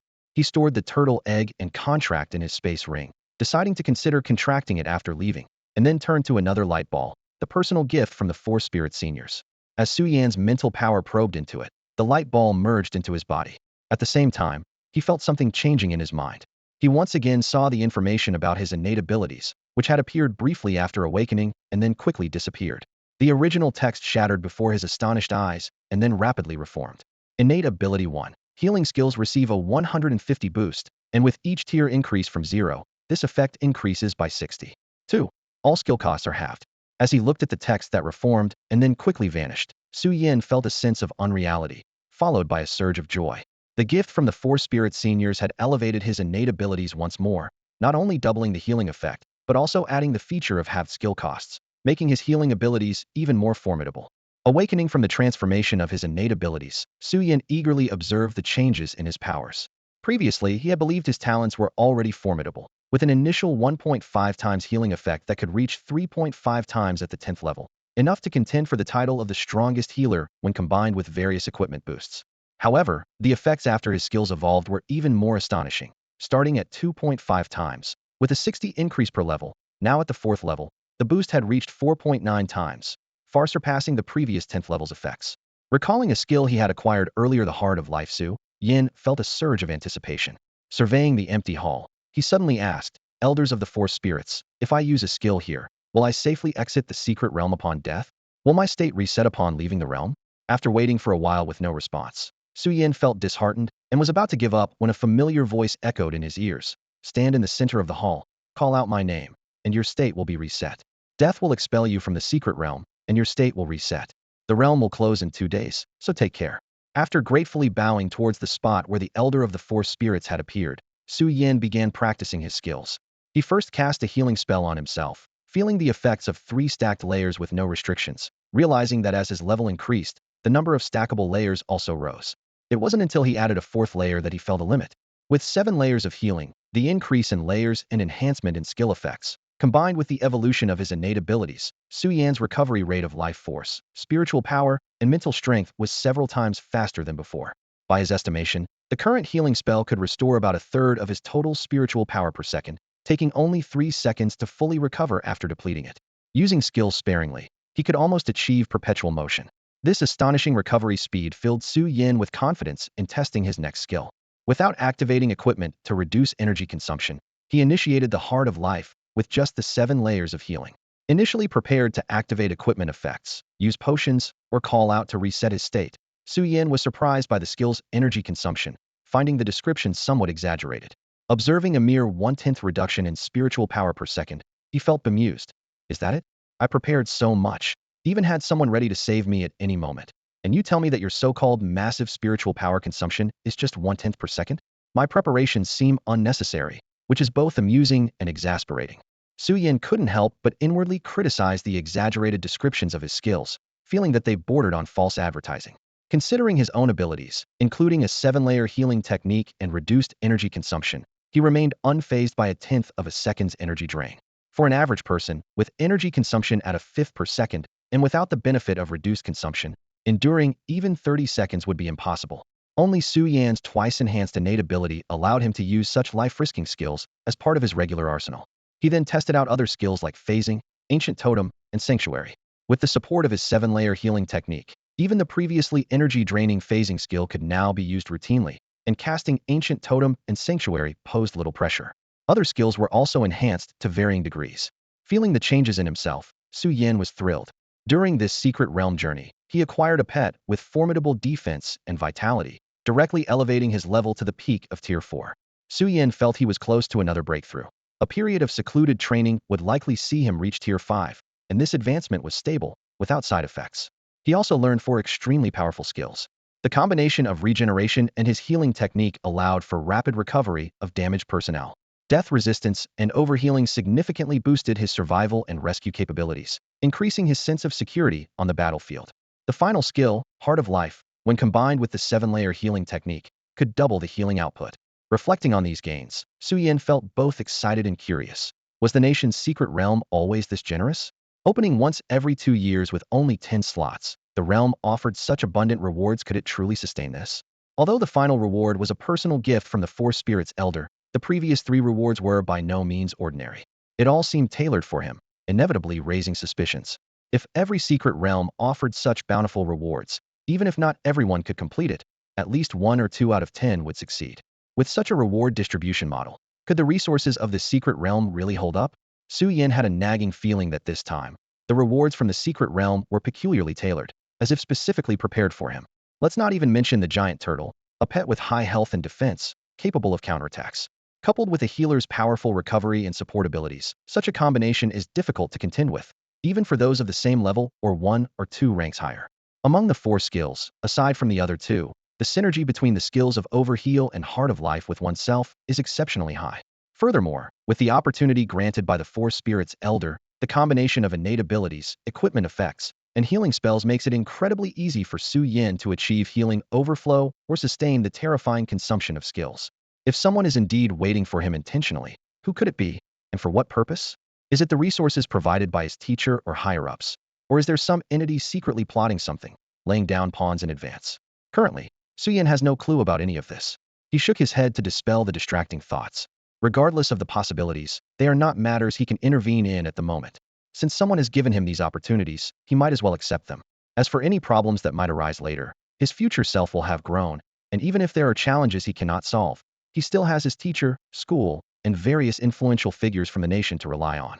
With these thoughts, Su Yan's mindset gradually calmed down, and he began practicing his skills in a realm where he could reset his state at any time. In the blink of an eye, 3 days had passed, and Su Yin felt a sense of rejection emanating from the realm. He did not resist, and, following this repelling force, left the realm directly. With a flash of light, he returned to Wang Ye's dormitory, exactly where he had been teleported from. "You're back." As soon as he landed, Su Yin heard Wang Yu's voice. Turning around, he saw Wang Yu sitting on the opposite sofa with a smile on his face, a cup of cold tea on the table. "Yes, teacher, I'm back." Seeing Wang Yu's gentle smile, Su Yin felt warmth in his heart. He walked over to Wang Yu, sat down beside him, boiled water, and poured him a fresh cup of tea while speaking. "Good. It's great to have you back." Wang Yu looked at Su Yin sitting beside him, filled with emotion. At 16, Su Yin was already nearing the 5th rank, capable of standing on his own, which was truly astonishing. Although the resources from above had accelerated his training, having such strength at this age still left Wang Yu amazed. This short period of time spent together had fostered a deep bond between them. Despite knowing there was no life-threatening danger in the realm, as a mentor, Wang Yu couldn't help but worry. He was concerned about potential mishaps in the realm, worried Su Yin might be discouraged, and wondered how well he had been doing during this time. In the dormitory, Wang Yu quietly awaited Su Yan's return, his mind filled with countless thoughts, even turning down invitations from friends. He recalled a friend's half-joking, half-serious tease. "You treat that young fellow like your own son, even more than Wang Lei." As Wang Yu watched Su Yin diligently pouring tea for him, a sense of warmth filled his heart. How could anyone not be fond of such a handsome, gentle, obedient, and sensible junior? In just half a year, Su Yin had become as dear to him as his own nephew. After pouring the tea, Su Yin began recounting his experiences in the Four Spirits' secret realm. Wang Yu listened quietly, as he always did. When Su Yin described the second challenge, his serious demeanor and slightly sorrowful eyes caused Wang Yu's heart to sink. Although they had already discussed the possible scenarios, and Su Yin was mentally prepared, witnessing it all firsthand was still hard to accept. That's why many healers become disheartened after failed attempts. However, seeing the light in Su Yan's eyes, still brimming with the desire to grow stronger, Wang Yu couldn't help but smile.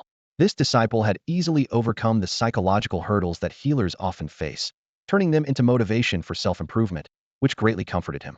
Then, Su Yin mentioned his disdain for rats and his imaginative thoughts about the giant tortoise, making Wang Yu chuckle. This disciple was truly adorable and spirited.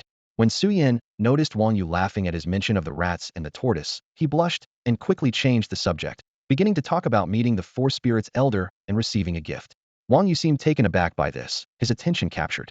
"Are you saying that after passing all the trials, you met the spirit of the secret realm and received a gift?" Su Yin nodded in response. Yes, after meeting the Four Spirits Elder, I received a gift, but he didn't say much before disappearing. Is there something wrong? Wang Yu shook his head, a faint smile playing on his lips. No problem. Over the years, the Four Spirits Elder has appeared several times in the secret realm. Based on the descriptions from Awakeners who entered the realm and national analyses, the Elder only appears before highly talented trial-goers to bestow gifts, aiding their rapid growth. According to our simulations of the Elder's personality, it is likely that he is socially anxious, unsure of how to converse with strangers, yet needs to nurture these gifted trial-goers. Because of his brevity, he leaves quickly after meeting, leaving those who meet him feeling he is quite aloof. However, his nature has left us unable to determine why he wants to help these individuals grow quickly. As long as we know he is on our side and poses no threat, that's all that matters. After listening to Wang Yu, Su Yin gradually understood why the rewards from this secret realm seemed tailored specifically for him. It turned out there was some behind-the-scenes manipulation, which eased his mind. He found it amusing that the Four Spirit Senior, who Wang Yu mentioned, had a socially anxious personality. The idea that the spirit of a secret realm, the mysterious benefactor of many geniuses, could be socially awkward was an amusing twist for Su Yin. After a good laugh, Su Yin and Wang Yu discussed the gains from this secret realm. The level upgrade was evident and didn't need much discussion. Wang Yu had already noticed it and was amazed by Su Yan's talent. In addition to reaching the pinnacle of the fourth tier, Su Yan acquired 4 skills: regeneration, overhealing, heart of life, and defy death. Wang Yu, intrigued, praised overhealing and defy death as excellent skills, perfectly suited to Su Yan's characteristics. However, Wang Yu showed a keen interest in the regeneration and heart of life skills. He noted that while the regeneration skill is common among secret realm creatures, the one Su Yan acquired was specially selected by the Four Spirits Senior, making it anything but ordinary. The heart of life was a new skill, unfamiliar to Wang Yu, and clearly not a product of typical secret realms. At Wang Yu's prompting, Su Yan explained the effects of these 2 skills in detail. After hearing the description, Wang Yu's expression turned serious for the first time, and he stood up in shock, urgently asking, "Are you saying your regeneration skill can regenerate the essence? Just by consuming spiritual power, without depleting the essence?" In response to Wang Yu's astonishment, Su Yan calmly nodded. He was no longer the naive novice who had just awakened. He understood the reason for Wang Yu's reaction. The importance of essence to an awakened individual cannot be overstated. Damaged essence not only diminishes combat ability, but could also prevent further awakening or even lead to death. In this world where secret realms appear, damage to one's essence is a common occurrence, especially after encounters with secret realm creatures. If injuries aren't treated promptly, the difficulty of recovery is significant. To fend off enemies whose combat abilities far surpass their own, warriors sometimes have to resort to secret techniques, unleashing their full potential. This is one of the reasons for the damage to their core essence. Most of these techniques burn the user's essence and life force, and once deployed, if the battle isn't swiftly concluded, the user may lose nearly half of their strength. Yet, for the sake of their loved ones and compatriots, countless warriors bravely endure the severe side effects, using these techniques to resist their foes. Every year, many warriors suffer damage to their essence while defending against enemies, retiring in silence to become ordinary citizens in the city. Apart from slowly recovering over time, injuries to the essence can only be effectively healed by the skills of high-level healers.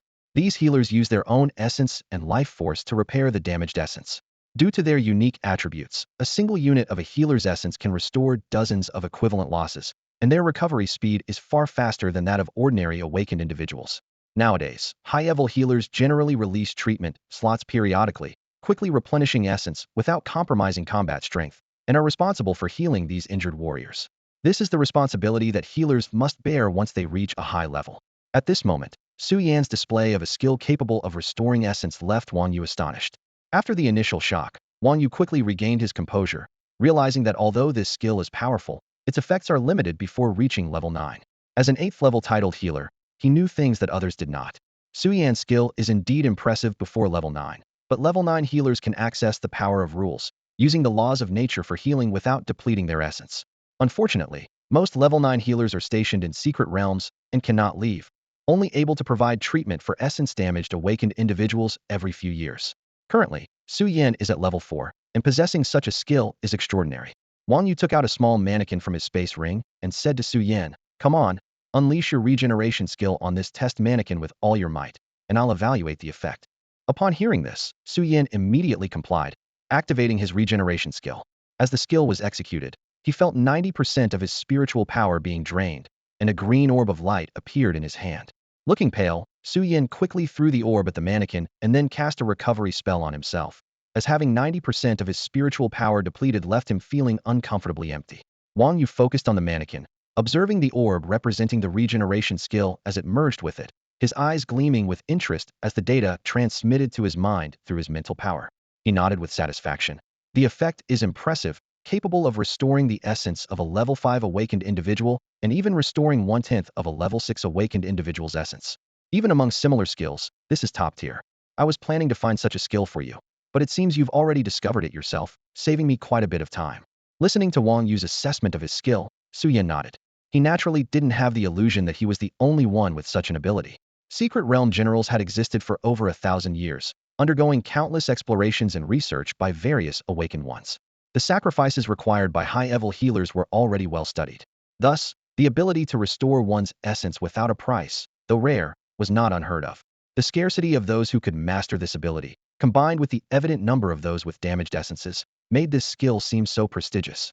Then, Su Yin mentioned the gift from the Four Spirits Elder to Wang Yu. Teacher, besides these, the Four Spirits Elder gave me something, calling it a personal investment. Wang Yu, intrigued, responded with a hint of curiosity. Oh? Tell me about it. He gave me a light orb. I don't know what it was, but after absorbing it, my innate ability underwent a secondary enhancement. The original effect tripled, and I gained a trait that halves skill consumption. Su Yan's description left Wang Yu surprised once more, and he chuckled. Your luck is something to envy. I was just wondering why your regeneration skill is much stronger than others of its kind. Now I know. Pausing, Wang Yu looked seriously at Su Yan and said, Yan, the fact that your ability has been enhanced for the second time should remain between us. If anyone asks about your healing capacity, just say it's your innate ability and don't reveal any numbers. If someone insists on digging deeper, send them to me. Okay. Su Yan obediently agreed. Seeing that Su Yan understood, Wang Yu nodded, then took out his communicator to send a message. He told Su Yan, I'll report your gains to the higher-ups and try to secure better protection and resources for you. Take some time to rest, and if you need anything, use the communicator to reach me. With that, Wang Yu activated a teleportation skill and left, leaving Su Yan alone on the living room sofa. After Wang Yu left, Su Yan didn't linger in the living room. He went upstairs to his room, freshened up, and sat on the bed. Having just finished the Secret Realm trial, and with his teacher gone, Su Yan found himself at a loss for what to do, sitting idly on the bed and reflecting on his performance in the trial. Suddenly, as if recalling something, he sat up, got out of bed, and walked over to his desk. From his spatial ring, he retrieved the giant turtle egg and the soul contract scroll he had previously forgotten. He took a photo with his communicator and sent it to Wang Yu, along with a brief introduction about the egg's origin and his speculations on its abilities. Soon, Wang Yu replied, since it was chosen for you by the Four Spirits Elder and you think it's a good fit, go ahead and make the contract. I'm sure the Four Spirits Elder wouldn't harm you. Su Yin cut his finger, letting the blood drip onto the giant turtle egg. He then used his mental power to imprint his mark on the contract scroll. With a flash of light, the scroll turned into tiny particles of light, with half merging into the giant turtle egg and the other half forming a contract symbol in Su Yan's mental sea. As the symbol formed, Su Yan felt a connection with the giant turtle egg, vaguely sensing its emotions and the messages it wanted to convey. After the contract was completed, the giant turtle egg seemed restless, gently rocking with a sense of urgency transmitted through the contract. Upon closer inspection, Su Yan realized that the egg was about a week away from hatching and needed a significant amount of spiritual energy to hatch successfully. He retrieved a spirit crystal from his space ring, activated a small spirit gathering array in the room, and placed the crystal within it. Once everything was set, Su Yan observed the previously restless giant turtle egg calm down under the influence of the spirit gathering array. He then returned to his bed and began to review the memories he gained about the giant turtle after completing the contract. This giant turtle was not an ordinary creature of the Secret Realm. It was one of the first life forms born after the Secret Realm's creation. It was formed from the collision and fusion of earth and water essences at the dawn of the Secret Realm and was discovered as an egg by the Four Spirits' predecessors. It grew up under their care, witnessing challengers enter the Four Spirits' secret realm, and ultimately chose the form of a giant turtle upon transformation. Under the guidance of the Four Spirits' predecessors, it reached the peak of the 8th tier early on, but was unable to progress further due to the limitations of the secret realm. The Four Spirits' predecessors suggested it form a contract with a human, revert to an egg, break free from the secret realm's constraints, and follow a human to seek a breakthrough. Its original level and power would quickly recover after being reborn, and with the advancement of the contract holder, it could swiftly regain its previous strength. However, over the years, it was reluctant to leave the Four Spirits' predecessors and had not encountered a suitable Awakener, so it remained in the secret realm with no intention of leaving. That changed when it met Su Yan. Initially, Su Yan's final challenge was not supposed to involve the turtle, but upon seeing Su Yan, the turtle decided to take the place of the original examiner and issued a new task. This wasn't because of any overwhelming aura from Su Yan. Rather, the turtle took a liking to him and wanted to follow him. Having been asleep for so long, its body was stiff, and its shell was covered in dust. Encountering a healer without offensive abilities, it hoped Su Yan would help stretch its muscles and clean off the dust, treating it as a massage and cleaning session. However, it didn't anticipate Su Yan's ruthless approach. Instead of helping, Su Yan unleashed thousands of negative effects on it, tormenting it to the brink of despair. Bound by the rules it had set, the turtle couldn't resist and had to endure Su Yan's continuous application of negative effects. At this moment, Su Yan could clearly feel the turtle egg's frustration, grievance, and deep resentment. Ultimately, after years of indecision about leaving the secret realm and following a human, the giant turtle was forced to revert to an egg due to Su Yan's relentless tactics and was eventually given to Su Yan by the Force Spirit's predecessors. Feeling the resentment from the contract with the giant tortoise, Su Yan couldn't help but chuckle. He never expected that the seemingly absurd challenge was actually because the tortoise wanted someone to give it a massage and clean off the dust. The tortoise offered two conditions for passing: either kill it or attack it 100,000 times. In its opinion, the second condition was the real option, while the first was just added to indicate that passing conditions weren't singular. In retrospect, regardless of the tortoise's original intentions, the challenge it proposed did meet the requirements and intensity of the secret realm's trial. Neither the four spiritual predecessors nor the tortoise, which just wanted some exercise, anticipated that Su Yan would come up with the idea to exploit the negative effects of karma. Coupled with Su Yan's extraordinary luck, he managed to treat a 20 trigger probability as if it were 100, stacking various negative effects and allowing him, at only the third tier, to achieve an almost impossible cross-tier kill. Su Yan's seemingly fated luck in this battle was also why the four spiritual predecessors entrusted him with this opportunity. As for the secret realm's rules, if you lose, you leave with the challenger who defeated you. Didn't the spirit of the secret realm have any authority? Modifying rewards wasn't an issue at all. Su Yan felt that the immense gains he received from the four spiritual predecessors might have been more of an investment in his fortune, in addition to his displayed talent, as well as the tortoise's upbringing costs. He shook his head, dismissing those chaotic thoughts.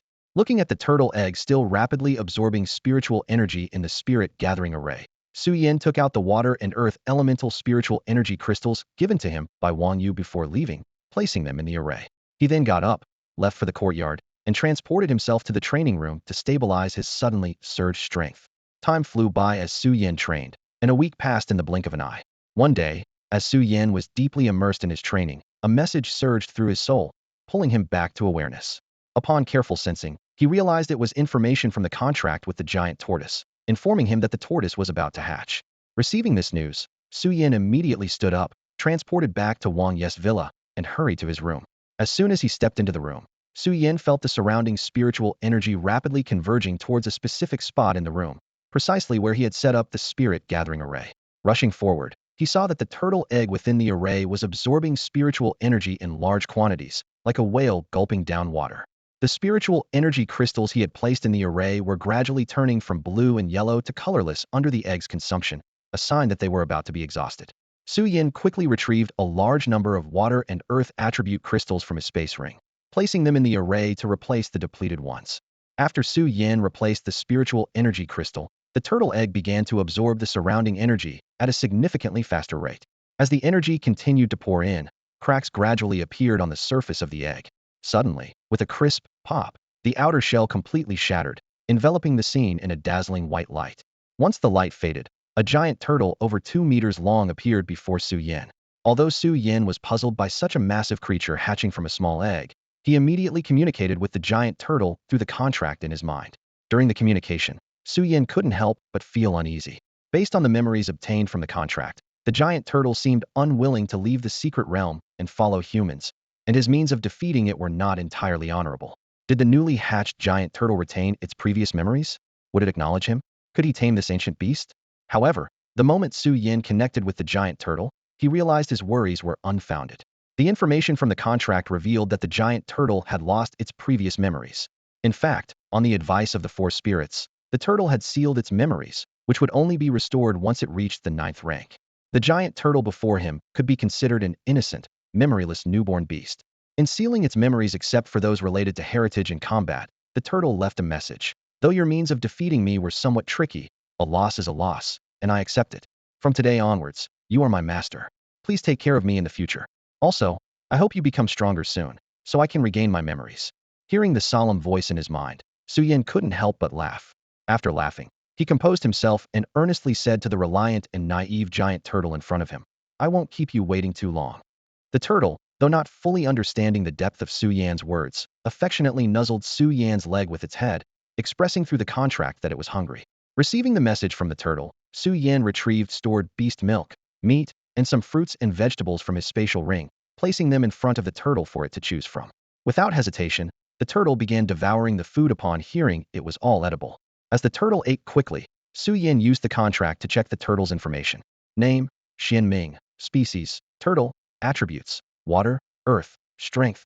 Peak of the 6th rank. Contracted beasts cannot exceed the master's rank by more than 2 major levels. Skills include Thorn's armor for counter damage, earth armor for damage reduction, damage sharing for damage absorption, super speed regeneration for recovery, frost storm for freezing and slowing enemies while dealing damage, and power amplification for increased attack strength with a 70 boost of current defense. Looking at the impressive details of the giant turtle before him, Su Yan's smile grew even wider. With its formidable defense and an array of enviable skills, capable of both ranged and melee combat, and with the added benefit of power amplification for significant damage enhancement, it was perfect for Su Yan's current needs. Looking at Xianming, who was born with the strength of the 6th tier peak and the spiritual energy feedback from the contract, Su Yan couldn't help but marvel once again. Some individuals are indeed destined for greatness from birth. Xianming possessed a power that most people in this world could never achieve in their lifetime. And yet, behind all of this was Su Yan, the somewhat lagging master. Speaking of which, aside from the contract, this turtle did seem to have the aura of a protagonist. In his previous life, Su Yan was a powerful figure who fell due to the sinister schemes of certain individuals. After being reborn, he not only retained enough strength for self-preservation, but also gained even greater potential, aiming to surpass his previous life's achievements.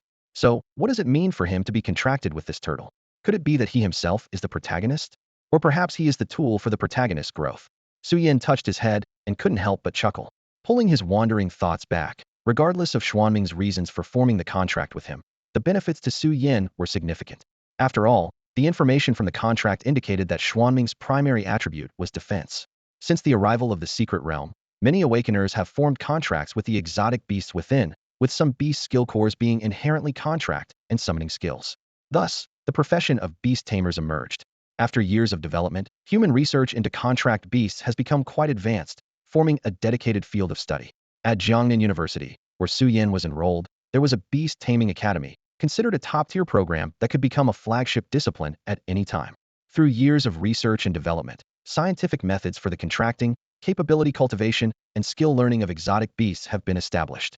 Su Yan could fully develop Xianming into a powerful shield guard, given Xuanming's inherent skills in defense. Xuanming's innate defensive power far exceeds that of most shield guards in the same tier. All Su Yan needed to do was to add some protective and damage substitution skills to make Xianming a formidable shield guard. Moreover, the contract connection between them was undoubtedly stronger than that of ordinary shield guards. Most importantly, according to previous information, Xianming had reached the 8th tier peak before becoming a turtle egg. If not for the constraints of the secret realm, it could potentially have broken through to the 9th tier. This means that Xuanming's strength could easily reach the 8th tier peak, barring any issues that might prevent its breakthrough. More likely, as Su Yan's strength increased, Xianming would also receive feedback from the contract, growing together and eventually breaking through to the 9th tier with ease. Given Su Yan's luck and the special treatment he enjoyed as a genius healer, the probability of Xianming failing to break through was almost zero. To put it bluntly, even if it couldn't break through, the country would ensure its advancement through resources. With such a 9th tier shield guard contract beast, many things would become much easier for Su Yan. For healers like them who want to form independent teams and not always follow the main group, the minimum requirement is that the team must include at least one 9th tier shield guardian. This ensures the healer's safety in any situation and allows them to self-destruct if necessary, so that the prepared backup can revive them across space without their soul being destroyed by some means. In conversations with Wang Yu, his mentor often complained about this rule, which prevented many of his clever ideas, like ambushes and assassinations, from being realized. However, the grievances of those genius healers that Wang Yu mentioned were easily solved by the mysterious Xianming given to Su Yan. Su Yan couldn't help but wonder what expression his mentor would have when he heard this news. It would surely be interesting. Just as Su Yin was lost in his thoughts, he was jolted awake by the continuous stream of spiritual power flowing from the contract within him. The rewards from the secret realm were already enough to elevate him to the 5th tier, but fearing that a rapid breakthrough might lead to an unstable foundation, Su Yin deliberately suppressed the breakthrough. Over the past week, he had barely absorbed his previous gains, stabilizing his strength after the breakthrough. Due to Su Yan's efforts in the spirit gathering array, where he placed a large number of spirit stones, Xianying absorbed a significant amount of spiritual energy before its birth, reaching the peak of the 6th tier upon being born. All of this was because Su Yan's insufficient strength prevented Xianying from breaking through. Most of the excess spiritual energy was stored within Xianying, while a small portion was transmitted to Su Yin through their contract. For Su Yin, who was at the peak of the 4th tier, this portion of spiritual energy was very significant. Coupled with the fact that he was already at the brink of a breakthrough, the stimulation from Xianying made Su Yin feel that he was about to break through and could no longer suppress it. Noticing the changes within himself, Su Yan's expression changed slightly, and he quickly left the room with Xianying, heading downstairs. Just as he reached the staircase, the villa's door opened, and Wang Yu and Wang Lei walked in. Seeing Su Yin coming down from upstairs, they were about to greet him. As they raised their hands, they saw Su Yin quickly approaching them. Su Yin felt a surge of joy and surprise upon seeing them. He had just been worried about how to handle Xianying during his breakthrough, considering that the newborn Xianying was naive and unaware of not disturbing Su Yan's breakthrough. If the breakthrough took too long, Su Yin couldn't guarantee that the newly born turtle baby wouldn't interrupt him due to hunger or boredom. At this moment, the appearance of Wang Yu and Wang Lei perfectly solved Su Yan's dilemma. He quickly approached them and said, "Teacher, Senior, I'm about to break through. Could you please take care of Xianying for a while?" After speaking, he turned to Xianying through their contract and said, "Xianying, I have something to do now. Stay with the teacher and senior for a while and listen to them." Before finishing his words, Su Yin swiftly exited and headed to the training room via the teleportation array. Watching Su Yin rush out, Wang Yu and Wang Lei were taken aback. Wang Yu had just been busy securing resources for his beloved apprentice, eager to impress him. Meanwhile, Wang Lei, having stabilized his breakthrough, was the first to seek out his junior upon hearing of Su Yan's return. They had come to see Su Yin full of joy, but the situation unfolded far from their expectations. They imagined either having a heartfelt conversation with the apprentice about the resources secured for him, receiving grateful admiration in return, or catching up with the long-unseen junior, sharing expenses from their previous journey into the secret realm to strengthen their bond. However, Su Yin disregarded their thoughts, casually tossing out a turtle before hurrying away, leaving the two and the turtle staring blankly at each other. Wang Yu, with his wealth of experience, was the first to react. His gaze fell on the turtle, over 2 meters long, and he smiled, saying, "This must be the hatchling from the egg a Yin brought back from the Force Spirit's secret realm, right? You're called Xianming." As he spoke, he released life energy from his hand, gently stroking Xuanming's head. Hearing Su Yan's words, Xianming already held goodwill towards the two, and the healer's life energy naturally attracted living beings. Furthermore, Wang Yu's aura, similar to Su Yan's, made Xianming feel close, so it affectionately nuzzled Wang Yu's hand with its large head. Sensing the friendly emotions emanating from Xianming and its resemblance to Su Yan's aura, Wang Yu's lips curled into a slight smile. In that instant of contact, he used his spiritual power and life energy to conduct a precise scan of Xianming, gathering its basic information. Wang Yu marveled at the vast energy hidden within Xuanming's body. He had heard of Xuanming's identity before and even encountered it when he entered the Force Spirit's secret realm. It was a naturally extraordinary beast born from the fusion of 2 elemental essences, renowned for its formidable defense within the realm. If Xianming could surpass the 9th tier, it would undoubtedly be a top-tier existence. Although the identity of the elemental essence in the secret realm provided a solid foundation, it also limited its future. However, the current Xianming had relinquished its identity as a secret realm elemental spirit, reincarnating with millennia of accumulation. It transformed from an elemental life form into a flesh and blood creature, breaking free from the realm's constraints and gaining greater potential, poised to ascend the world's pinnacle alongside his disciple. From the earlier scan, Wang Yu discovered that Xuanming's vitality, resilience, and defensive capabilities were top-notch, making it a natural shield guardian, perfectly compatible with his young apprentice. Indeed, his apprentice's luck was as good as ever. Venturing into a secret realm not only yielded substantial benefits, but also provided him with a companion beast so well-suited to him. At least now, there was no need to worry about his safety in the future. Upon hearing Wang Yu's words, Wang Lei quickly snapped back to reality, his gaze falling on Xianming, who was playfully interacting with Wang Yu. Curiosity filled his heart. "Uncle, did you say this creature was brought out from the Force Spirit's secret realm by Ian? Is it Ian's contracted beast?" Wang Yu looked at Wang Lei, sensing his newly stabilized early-stage 6th-tier strength. Then, glancing at the frolicking Xian Ming, whose strength had already reached the peak of the 6th tier, Wang Yu couldn't help but feel a tinge of disdain for his underachieving nephew. Wang Lei keenly noticed the disdain in his uncle's eyes, puzzled. I haven't done anything recently, nor have I touched the flowers and plants uncle is cultivating. Why is he looking at me like that? However, after receiving a definite answer from his uncle, Wang Lei began to scrutinize Xian Ming with a critical eye. I need to see why this beast is so lucky to be bound to a top-tier healer right after birth. As a contracted beast for my junior, it shouldn't be too disappointing. He thought to himself, I want to see which little creature has captured my junior's attention. A contracted beast that can sign with him shouldn't be too weak. If it is, I'll have to teach it a lesson as his senior. Yet, when he saw Xian Ming, whose strength had already reached the peak of the 6th tier, he felt his combat instincts sounding alarms as he sensed a slight hostility within himself. Wait, didn't Uncle say this guy was hatched from an egg that my junior brought out from the Four Spirits secret realm? My junior only returned from there a week ago, and this turtle hasn't been hatched long. How can it already have peak 6th tier strength? That doesn't make sense. I've spent years cultivating, and I'm still not as strong as a newborn turtle. Am I really still a genius? At this moment, Wang Lei suddenly understood the look of disappointment in his uncle's eyes, thinking to himself, after so many years of cultivation, I'm still only at the early 6th tier, not even as good as my junior's newly hatched contracted beast. I've really embarrassed you. Meanwhile, Su Yan, who had entrusted Xian Ming to Wang Yu, was unaware that his newly contracted beast had almost shattered senior Wang Lei's composure at their first meeting. Su Yan had just arrived at the cultivation chamber through the teleportation array and sat on the meditation mat. Before he could do anything, he felt the spiritual energy within him start to stir, flowing rapidly and impacting his meridians. Using his powerful mental strength, Su Yan began to guide the uncontrollable spiritual energy throughout his body. His cells also began to rapidly operate, absorbing the flowing spiritual energy to strengthen themselves. As the cells consumed most of the spiritual energy, the remaining energy, under Su Yan's mental guidance, gathered in his lower abdomen, forming a pure white light cluster. External spiritual energy was also quickly absorbed by Su Yan, guided by his mental strength, and transmitted from his limbs and bones into the light cluster. This breakthrough process continued for over half a month. During this time, Su Yan's aura gradually climbed until, at the moment the light cluster was formed, it reached its peak, successfully breaking through to the 5th tier. As the energy within Su Yan's body took shape, he felt a rapid enhancement in his physical attributes and the quantity and quality of the spiritual energy inside him. The exhilarating sensation of increased strength and the abundant power within gave Su Yan the confidence to face any opponent with ease. Without much difficulty, he successfully advanced to the early stage of the 5th tier. However, instead of immediately leaving the training room to return to the villa, he chose to stay and stabilize his newly reached level.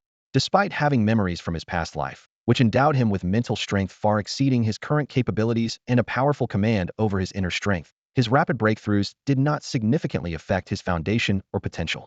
However, the speed of his progress was astonishing. From the moment he awakened to this extraordinary world to now possessing the power of the 5th tier, in some smaller cities, such strength would be considered formidable. Furthermore, Su Yan was a rare healing type Awakener. According to external assessments of healer capabilities, combined with his innate abilities and skills, Su Yan's power was on par with some 7th or 8th tier Awakeners. Considering his age and talent, his status might even surpass those ordinary high-tier powerhouses. Yet, the sudden surge in power and status left Su Yan struggling to adjust his mindset. Although he retained memories from his previous life, in which he was just an ordinary person, the gap between theoretical knowledge and first-hand experience of the extraordinary world became evident. The rapid increase in power, special treatment, and the admiration and care from classmates, teachers, and teammates greatly impacted Su Yan. Simply put, the sudden boost in power and the praise from others caused Su Yan, who was an ordinary person in his past life, to become somewhat inflated. This mindset was clearly more detrimental than beneficial for his future growth. During his breakthrough, he felt as if he could defeat any god or Buddha, but he quickly suppressed this feeling. This realization made Su Yan aware that his mindset had indeed developed some issues. Amidst the praise, he found himself becoming somewhat conceited, even momentarily believing he was invincible.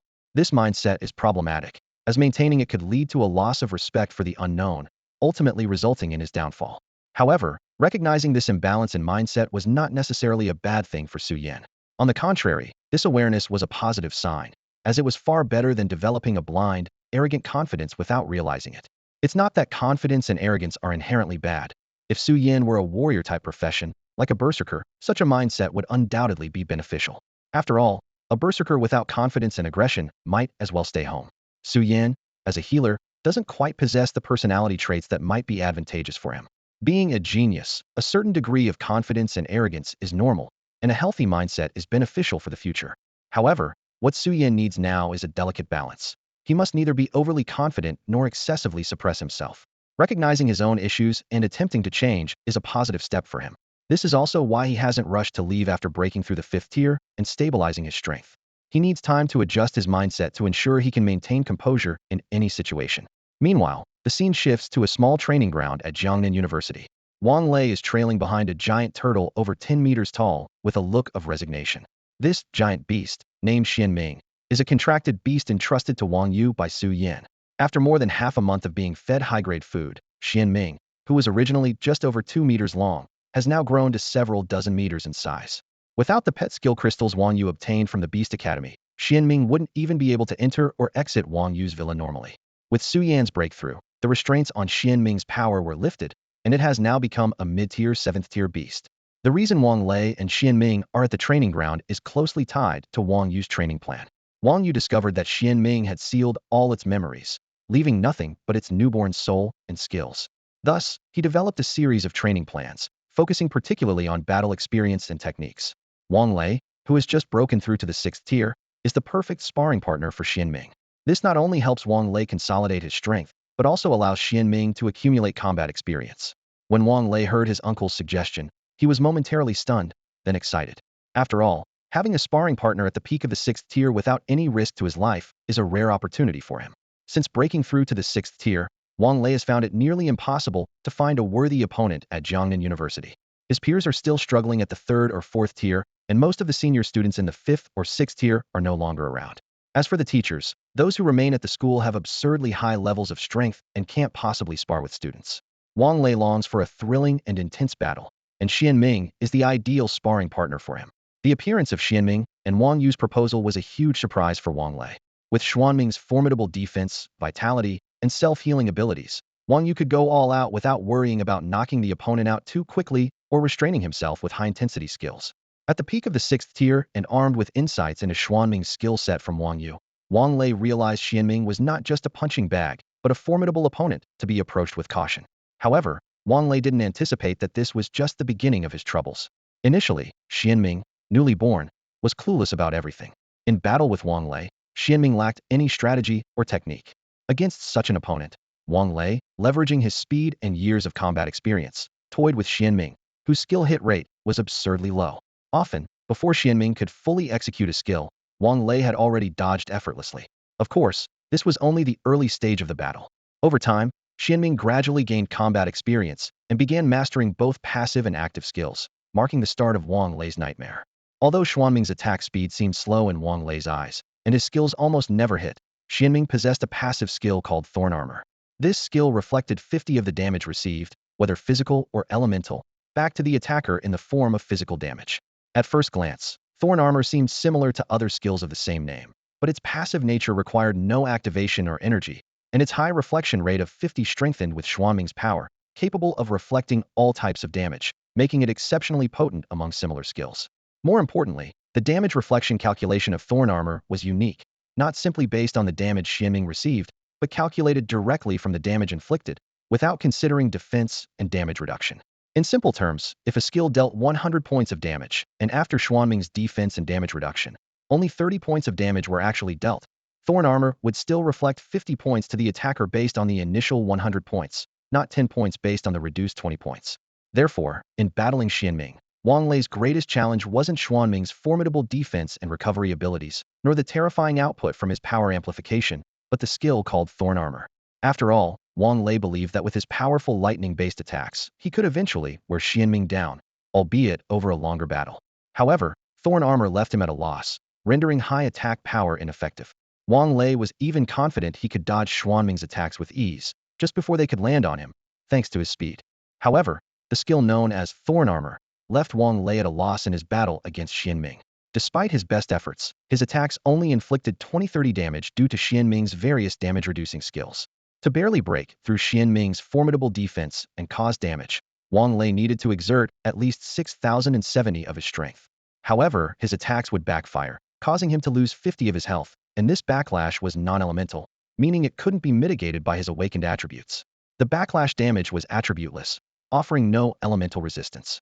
Although Wang Lei considered himself physically resilient, even the strongest body couldn't withstand the continuous backlash from such attacks. This made him hesitant to launch full-scale, consecutive attacks against Xianming. In the face of Wang Lei's inability to attack with full force, Xianming remained unshakable. His powerful self-healing ability, coupled with a skill pool containing weaker yet effective recovery skills, allowed him to quickly heal the damage inflicted by Wang Lei during the gaps between backlashes. Confronted with such a formidable opponent, Wang Lei decided to gather his newly advanced teammates to initiate a true boss battle mode, with all 5 of them attacking Xianming together. The fight resembled a boss battle in an online game, where team members needed to control their attack power to avoid self-destruction from excessive backlash, while ensuring their attacks were strong enough to penetrate Xianming's defense and prevent his healing from outpacing their damage. Moreover, without Su Yan's support, they had to quickly consume potions to restore health and mana, avoiding being knocked out by backlash or struck by Xianming's attacks due to lack of stamina and spiritual power. Watching Xianming's rapid growth and seeing Wang Lei and his team struggle, even when outnumbering him, Wang Yu's smile grew more pronounced. After one battle, he affectionately patted Xianming's head while looking at the fallen bodies on the ground, casting a healing spell on the 5. Seeing Xianming and Wang Lei's team grow stronger filled him with pride. He generously rented the small training ground for a year and placed a continuous healing spell in the corner for everyone to recover from their injuries. With a gentle smile, he then addressed Wang Lei and his team with words that sent a chill down their spines. It seems you're getting along well with Xianming. This training is immensely beneficial for your growth. From now on, until Yan returns, you must fight Xianming at least twice a day, and make sure it's the kind where everyone ends up on the ground. Facing Wang Yu's gentle yet chilling smile, Wang Lei and his team couldn't help but shudder as they reluctantly agreed. Yes. Even Wang Lei, who was usually close to Wang Yu and sometimes a bit cheeky, dared not object at this moment and obediently agreed to Wang Yu's suggestion. Satisfied with their response, Wang Yu smiled and left without any harsh words or monitoring, leaving Wang Lei and his team looking as if they'd been struck by lightning. This marked the beginning of a tough period for Wang Yu and his companions. They had to face Xianming in at least 2 battles every day, with one side needing to fall in each encounter. As the battles wore on, they gradually discovered ways to counter Xuanming's thorn armor. The armor's reflective damage could be mitigated by their own defense and damage reduction abilities. With strong enough defense or a high percentage of damage reduction, they could withstand the backlash. Additionally, shield and armor skills could help absorb the reflected damage. However, as Xianming grew more formidable, Wang Lei and the others found that despite having strategies, they still lost more often than they won. Xuanming's formidable defense and recovery abilities, combined with his superior level, meant that even when Wang Lei's group fought with all their might, armed with shields and damage reduction effects, they were unable to defeat him and were instead felled by the counterattack from the thorn armor. Xianming was quite pleased with these battles against Wang Lei and his group. After each battle, he relished the life energy coursing through his body from Wang Yu's healing skills, which brought him great joy. On the other hand, Wang Lei and his team were far from happy.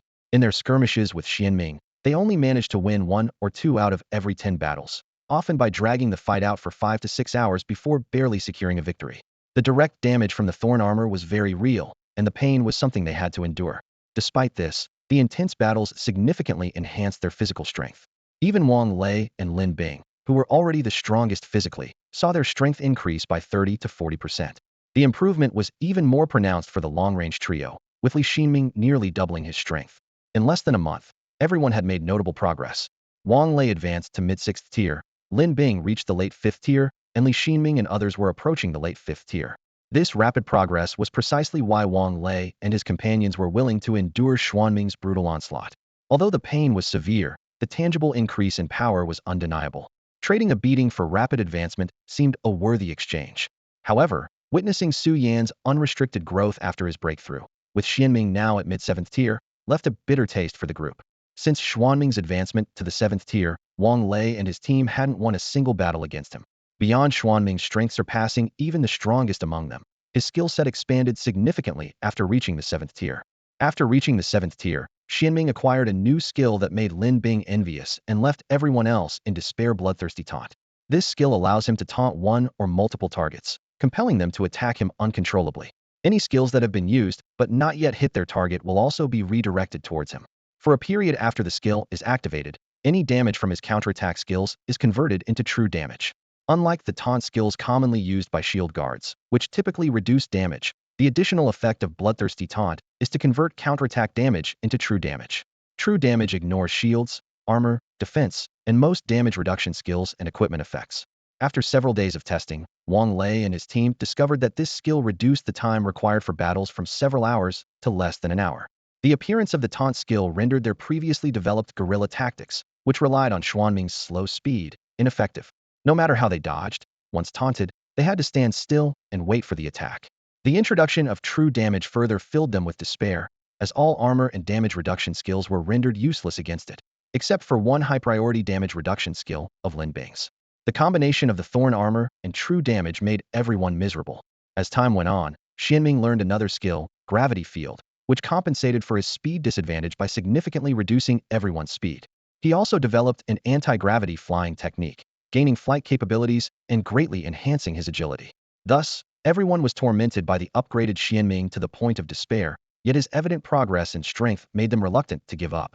They endured this grueling routine for over a month. One day, after being defeated again by Xuanming's thorn armor with true damage, the entire group lay defeated in a small training field.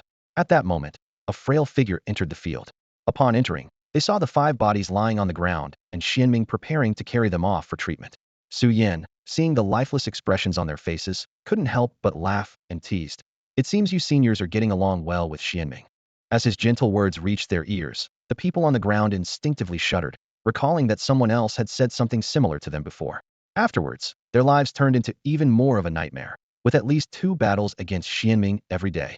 When they realized they were completely outmatched, and the battles lasted less than an hour, that familiar voice appeared again. It seems Xianming is having a lot of fun with you. Subsequently, the lopsided battles between Xianming and them not only continued but increased in frequency each day. Today, they seemed to hear similar words again, but this time the speaker's voice differed from the previous demon, and the newcomer even addressed them as seniors. Hearing the newcomer's voice, Xuanming's massive form swiftly charged in their direction. The crowd struggled to lift their eyelids, their gazes following Xuanming's movement. The 5 bodies lying on the ground seemed to roll their eyes toward themselves, and when they heard someone speaking, their bodies instinctively shivered, causing the newcomer to laugh. Su Yan watched the approaching giant beast and felt the longing transmitted through their bond. Smiling, he raised his hand to gently rub Xuanming's head. While soothing the creature, he released a powerful life restoration spell through their contact. The gentle yet strong life energy flowed through Xuanming's body, making it squint in enjoyment and nuzzle against Su Yan's hand. At the same time, Su Yan didn't overlook Wang Lei and the others. Extending his right hand, he concentrated a dense life energy at his fingertips. Gradually, the pure white life energy in his hand turned purple, and 5 purple starlit orbs appeared in the sky, slowly descending toward the group.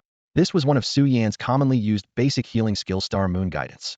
With Su Yan's growing power, this skill had become more potent, the starlight's intensity allowing multiple purple constellations to be summoned for healing multiple targets simultaneously. As the Star Moon Guidance enveloped the group, their injuries quickly healed. The intense fatigue and soreness from the battle were swiftly alleviated by the Sanctuary skill. The relief brought by the skill made the group involuntarily moan, creating an oddly philosophical atmosphere in the training ground.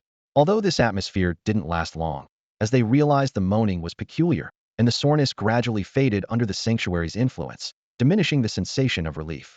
Once everyone had mostly recovered, they braced themselves against the floor and stood up, excitedly looking in the direction Xianming had initially run. Turning their heads, they spotted Su Yan not far away, who appeared changed. He was still wearing the healer's robe from the secret realm, but seemed taller than before. This is quite normal, considering that Su Yan is only 16 or 17 years old and going through puberty, so changes in height are not surprising. What surprised everyone was that Su Yan's once short, sunlit hair had grown into waist-length locks, and his aura had transformed as well. If it weren't for his nearly unchanged face and still familiar, powerful skills, they might not have believed that the person before them was the same Su Yan they once knew. After passing through the Four Spirits secret realm, Su Yan gained immense vitality and a second-stage advancement in his talents, which accelerated his growth and allowed him to absorb a significant amount of life force. When he first returned to Jiangnan University, his hair growth wasn't particularly noticeable, but it became apparent when he went to the training room. During his seclusion, Su Yan focused entirely on breaking through, and his hair grew rapidly until it reached above his waist. When Su Yan finished his seclusion and was preparing to tidy up in the training room's bathroom, he was startled to see his waist-length hair in the mirror. He recalled his mentor's teasing when he was given the healer's robe, and the thought crossed his mind to grab scissors and cut his hair short. However, due to the life energy's enhancement, his hair grew back almost immediately after being cut. After some contemplation, Su Yin realized that the excessive life energy within him was too strong, leading to a lack of control and resulting in uncontrollable overflow. This wasn't a bad thing for him. Instead, it was a testament to the abundant energy within him, symbolizing both strength and potential. Energy overflow typically occurs in newly advanced high-tier awakeners, manifesting as attribute-related changes in certain body parts, such as rapid hair growth, color changes, or eye color shifts. Understanding this, Su Yin smiled wryly, seemingly realizing the deeper meaning behind Wang Ye's earlier question about whether he had considered growing his hair long. It turned out that his mentor had anticipated his transformation, and the previous teasing was just a joke. After multiple unsuccessful attempts to control it, Su Yin had no choice but to keep his waist-length hair. Upon leaving the training room, he made sure to clean up the hair clippings on the floor. After undergoing a period of mental cultivation, Su Yan's once restless and inflated mindset, due to his strength, gradually calmed, making him more composed. As his mindset evolved, so did his aura. Previously, his rapid rise in power and the admiration he received often made him appear arrogant and restless. Now, after some time of mental cultivation, he has become more stable, and his demeanor has grown gentler, resembling that of higher-level healers like Zhao Wu and his teacher Wang Yu. When Wang Lei and the others regained their strength and saw Su Yan, they were momentarily stunned. Su Yan, dressed in a long white robe with his black hair flowing down to his waist, exuded a gentle yet steady aura. His handsome face made him look like a beautiful figure from ancient times. The group, who hadn't seen him in a while, couldn't help but stare in amazement, with some even blushing.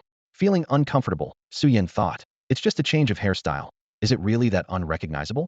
And what's with the blushing?" He cleared his throat, trying to break the awkward silence. Hearing Su Yan's voice, everyone snapped back to reality, their faces involuntarily reddening, making the atmosphere even more awkward. Just as Su Yan found the strange vibe unbearable and was about to leave with Xian Ming, Wang Lei broke the silence. "Ah Yan, you're back from seclusion. Congratulations on reaching the 5th tier in just your first year of awakening. That's unprecedented at Jiangnan University, isn't it?" Wang Lei's words successfully broke the silence among the group. Everyone expressed their surprise, amazed that the young man before them had reached the 5th tier in less than a year since awakening. This was an extremely rare feat in the thousands of years since the secret realms appeared. Congratulations poured in. "Congratulations, Junior. 16 years old, and already in the early 5th tier. There haven't been many like you in Jiangnan University's history. We really hit the jackpot with you. You'll be our pillar from now on. Do you need any more accessories on your pillar?" Although their tone was teasing, they weren't entirely at ease. Su Yan, once only at the 3rd tier, had joined their team because of his identity as a healer and his powerful healing abilities, but his young age and youthful appearance still left them with some doubts. The group did not see Su Yan as an equal, but rather as a younger member who needed careful protection, not as a teammate or brother they could entrust with their lives. However, in a short period, Su Yan, who once needed protection, had caught up to their level of strength. If not for the rigorous training with Xian Ming, apart from Wang Lei, the others might not even match Su Yan's abilities. Su Yan's identity as a healer, along with his healing capabilities and effects far surpassing those of his peers, cannot be evaluated merely by level. At least within the same tier, no one would consider their strength and importance greater than Su Yan's, even if they combined their efforts. Furthermore, no one felt qualified to be Su Yan's teammate now.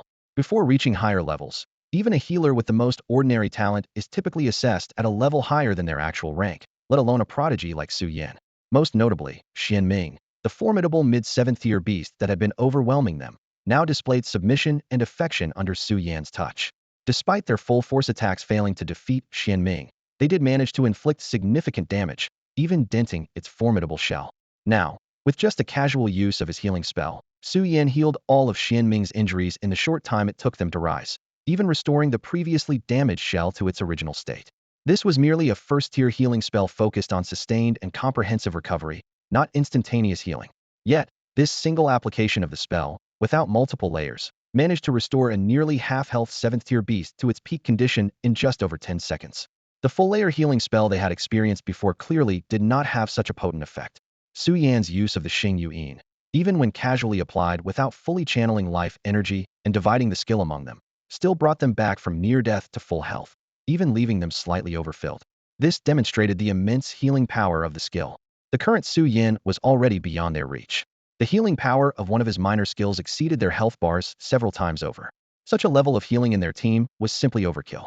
Just the fact that Xian Ming, who had been thrashing them for so long, could alone wipe them out, showed that their presence in a team with Su Yan and Xian Ming added little value. The combination of Xian Ming and 5 others might only equal 1.5 Xian Mings, maybe even less, providing minimal enhancement. In contrast, Su Yan paired with Xian Ming could at least enhance Xian Ming's strength fivefold. In such a combination, they were utterly superfluous.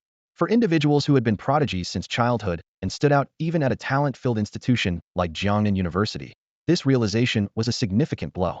The reason geniuses are called geniuses is not solely because of their immense potential and strength. Besides these qualities, one's mindset is equally crucial. Without a strong mental disposition, even the greatest potential offers a slim chance of success. The most common scenario is becoming complacent and arrogant due to praise, and then collapsing at the first sign of adversity. This is the situation currently faced by the group. Although they have always been overshadowed by Wang Lei, his growth trajectory was at least comprehensible to them, allowing them to see him as a figure to chase after. Thus, despite Wang Lei's superior genius, they still felt proud, confident in their own strength and talent. However, the appearance of Su Yan has shattered their previous worldview. Upon their first meeting, Su Yan, just a month after awakening, broke through from the second to the third tier right before their eyes, making their long-standing efforts at the peak of the second tier seem insignificant. After a few months apart, Su Yan had already reached the fifth tier, making them realize that their efforts in seclusion seemed futile. Such an extraordinary pace of growth led them to question their own identity as geniuses.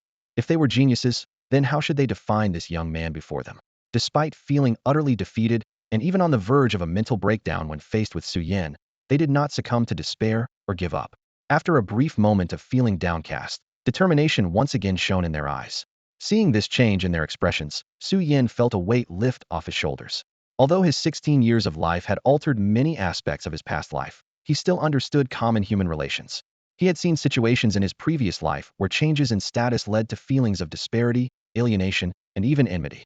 Back then, as a recent graduate working tirelessly in a company, he had been promoted out of turn due to his outstanding abilities and successfully completing a major project. However, after his promotion, colleagues who once had good relations with him began to distance themselves, even mocking him. Rumors spread about his chaotic personal life and that he had used unethical means to climb the ladder, rumors that were initiated by a friend he had trusted. At the time, he naively refused to believe it, even confronting the friend, but the truth eventually shattered his naive beliefs. Driven by jealousy, his friend had disregarded their friendship to maliciously undermine him. Despite his strong capabilities and performance, few in management believed the rumors, and that friend was eventually dismissed due to a project failure. In his past life, the thought of such situations made Su Yan feel thoroughly disgusted. From that point on, he developed a psychological barrier towards making friends, spending several years in solitude before gradually re-engaging with social circles. Initially, when he noticed that while everyone congratulated him joyfully, their eyes still seemed somewhat dim, Su Yan felt a pang of unease. His mind even jumped to how he would face his mentor if things turned sour with everyone. However, the changes he observed in his peers soon made him realize he was overthinking. As one of the top universities in China, Jiangnan University certainly valued the mental fortitude of its students. They did not aim to nurture powerful individuals who were emotionally fragile. Seeing the newfound determination in his peers' eyes, Su Yan's smile grew a bit wider. After not seeing each other for a long time, instead of booking a private room in a restaurant to catch up, they found a less uneven area in a small training field. Lin Bing and Xian Ming, with one person and one turtle, skillfully manipulated earth energy to level the previously pitted ground and formed a stone table with 6 stone stools. Once everyone was seated, Li Xinming took out various foods, drinks, and utensils from his space ring and placed them on the stone table. Then, glancing at Su Yan, who, despite looking a bit more mature than before, still had a somewhat youthful face, he silently took out a few bottles of soft drinks and moved the alcohol further away. Seeing Su Yan's slightly displeased look, Li Xinming chuckled and said, "Minors shouldn't drink. Fruit juice is just fine." The others, initially puzzled by Li Xinming's actions, burst into laughter upon hearing his words. Su Yan, already feeling a bit down from Li Xinming's comment, became even more upset when he heard the unrestrained laughter. With a hint of dissatisfaction, he glared at everyone. Counting his past life's age, he was more than 2 cycles older than them. Yet here they were, acting like elders to him. Yet, Su Yan failed to realize that his current demeanor was far from that of someone nearing 50. After all, a person in their 40s wouldn't act so childishly or get upset over being called young. His fierce glare didn't intimidate anyone. Seeing this side of Su Yan, who had always seemed mature since they met, only made their laughter grow louder. Indeed, they had been so overwhelmed by his talent and strength that they forgot he was just a 16-year-old boy. They recalled their own selves at 16, freshly awakened with top-notch talent, praised by teachers and peers, and full of youthful arrogance. So, these young adults, barely out of their teens, began to look at the 16-year-old in front of them with a self-assumed elder's perspective. Noticing the oddly benevolent look in their eyes, Su Yin grew even more agitated, glaring at them with an even fiercer expression, as if he might swallow them whole. However, the louder laughter from everyone else indicated just how effective his glaring was. As Su Yan's anger was about to be unleashed, fueled by the increasingly loud laughter, he was preparing to cast a recovery spell and a perception illusion to let everyone experience the pain therapy. However, the laughter gradually subsided, either because everyone had laughed enough or instinctively sensed the impending danger. They all stopped laughing and started sharing their recent experiences. Wang Lei and the others had relatively straightforward experiences, mostly spent in seclusion seeking breakthroughs or consolidating their strength after achieving them. Aside from differences in attributes and cultivation methods, their experiences were quite similar, with nothing particularly unusual occurring. Consequently, the discussion didn't spark much excitement. The only noteworthy aspect was the feelings and insights during the breakthrough process, where each person had a unique experience. Su Yin had also caught up in strength, making the conversation more lively. The most story-worthy part of Wang Lei and the others' experiences, however, was the battle with Xianming over the past month. Whether it was Xuanming's formidable power, their progress after hellish training, or the experience gained from high-intensity combat, it was all very valuable.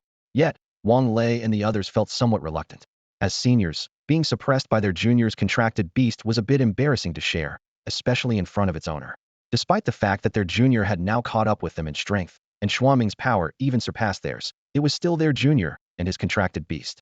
Moreover, they had previously teased Su Yin about his young age, almost provoking him to anger. Bringing up their humiliating experiences with Xianming now would probably make Su Yin laugh for the rest of the year. Although Su Yin could learn about their experiences through Xianming, they were unwilling to voluntarily expose their embarrassing past, at least not in the current situation. After sharing their breakthrough experiences and insights, it was Su Yan's turn to take the stage. His experiences, aside from the confidential parts, were quite interesting. Everyone listened to his stories, relating them to their own experiences, occasionally chiming in, creating a harmonious atmosphere. Just as everyone was nearly finished with their meal, an untimely voice came from not far away, interrupting the lively banquet atmosphere. "It seems I've come at a bad time. Sorry to disturb you all." The voice wasn't loud, yet it carried a hint of gentleness. However, it instantly quieted the previously lively conversation. To Wang Lei and the others, it was the voice that had once haunted their nightmares. Though the voice was gentle and the person appeared to be calm and collected, to everyone, its owner wasn't as pleasant as they seemed. Over time, they had suffered under the torment brought by this voice's owner. As the party was nearing its end, the initially cheerful atmosphere turned tense and silent when the voice was heard. The seniors' laughter abruptly stopped, and they became somewhat reserved. Su Yin thought helplessly about what terrifying things his teacher had done to the seniors recently to make them act like mice seeing a cat when they encountered him. Even Wang Lei, his own nephew, fell silent upon Wang Yu's arrival. "No, we were just about to wrap up. Teacher, didn't you say you had something to do earlier and asked me to come find the seniors and Xianming? Have you finished your work now?" Su Yin glanced at the timid crowd around him and smiled slightly, standing up to break the sudden silence. Su Yan's voice seemed to awaken everyone, and they all greeted Wang Yu. "Hello, Professor." Wang Yu nodded with a smile and turned his gaze to Su Yin, replying, "Almost done. It wasn't anything major. The important tasks were mostly handled earlier, and I've left the rest of the details to Shaoli. I came to check on you and inform you all about something."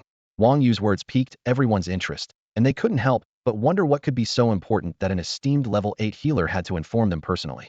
"What is it?" Before Su Yin could speak, Wang Lei, now recovered, asked first. Despite previously feeling like his uncle didn't treat them well, their close relationship helped Wang Lei recover quickly. Seeing the curious looks from everyone, Wang Yu chuckled and didn't keep them in suspense, saying directly, "The national competition is about to start. Are you aware?" Upon hearing Wang Yu's words, the initially curious crowd couldn't help but feel a bit disappointed.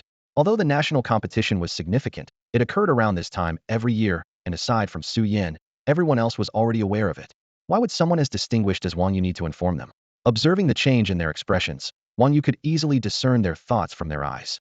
With a light chuckle, he continued, "This year's national competition is not as simple as it seems." This statement once again captured everyone's attention. After all, in the eyes of someone of Wang Yu's caliber, something deemed not simple could mean significant matters for them. Seeing the renewed curiosity sparked by his words, Wang Yu went on, "You might have heard a bit from your teachers or elders about certain upcoming events.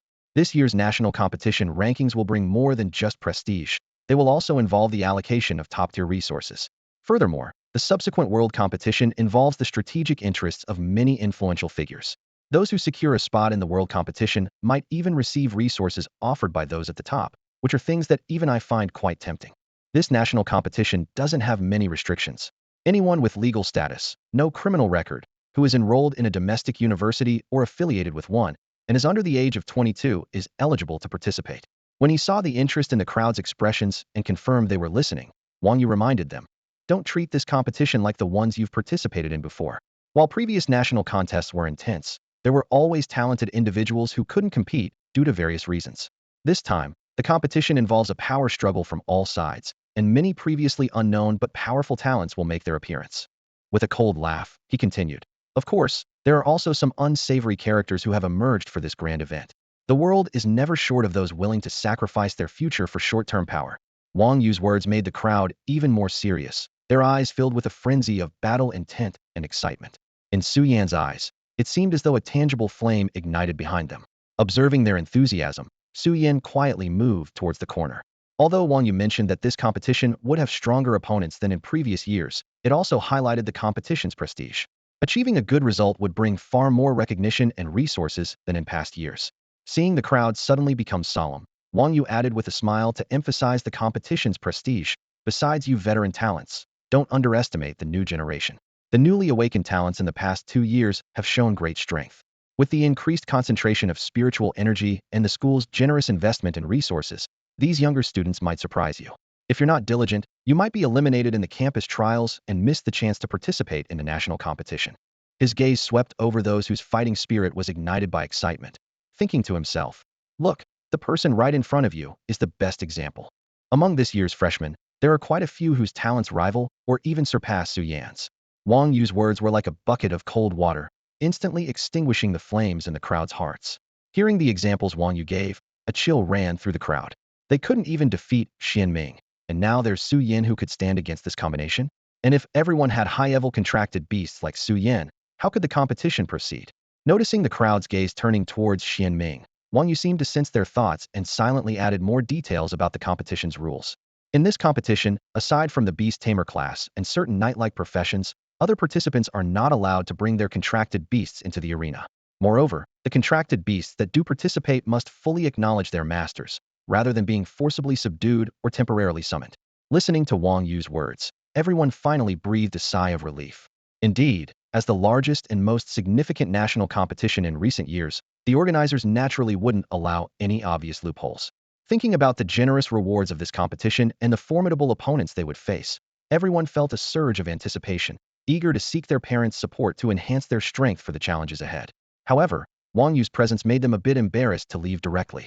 Noticing their eager expressions, Wang Yu chuckled and said to Wang Lei, "All right, I've conveyed everything. Xiao Lei, before coming here, Big Brother asked me to tell you to go find him quickly." Then, he turned to the group, waving his hand. "Your families should already know about this, and have likely prepared various strengthening packages for you. They're just waiting for you, so go on. The rest of the time is for me and a yen." After saying this, he gestured to Su Yan, who obediently walked over with Xian Ming to Wang Yu's side. The two of them, along with the turtle, disappeared in a flash of the teleportation array, leaving the others to exchange glances. Remembering Wang Yu's words, they didn't feel like chatting any further and, after a quick goodbye, each went home to find their parents. The scene shifts to Su Yan, who teleported with Wang Yu. As the light faded, they appeared in the living room of Wang Yu's villa. Back in familiar surroundings, Su Yan, who had been away for a long time, relaxed and let Xian Ming play on its own, then sat on the sofa with Wang Yu.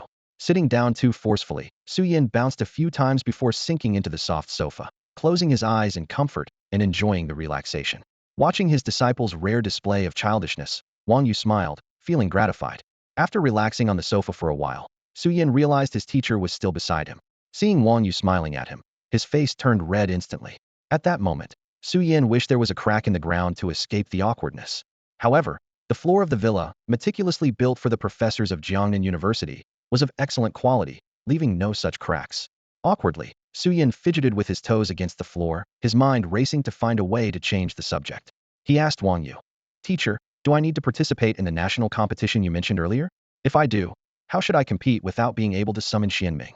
Seeing Su Yan's attempt to change the topic, Wang Yu's amusement didn't fade, and he cooperatively replied, "You definitely need to participate, but not in this national competition.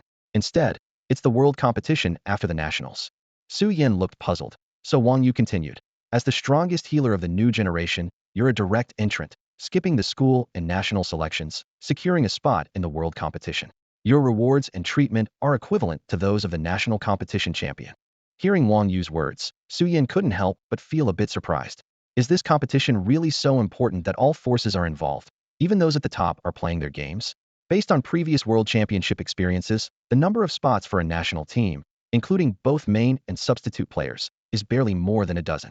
Given this, shouldn't every spot in the World Championship be extremely precious?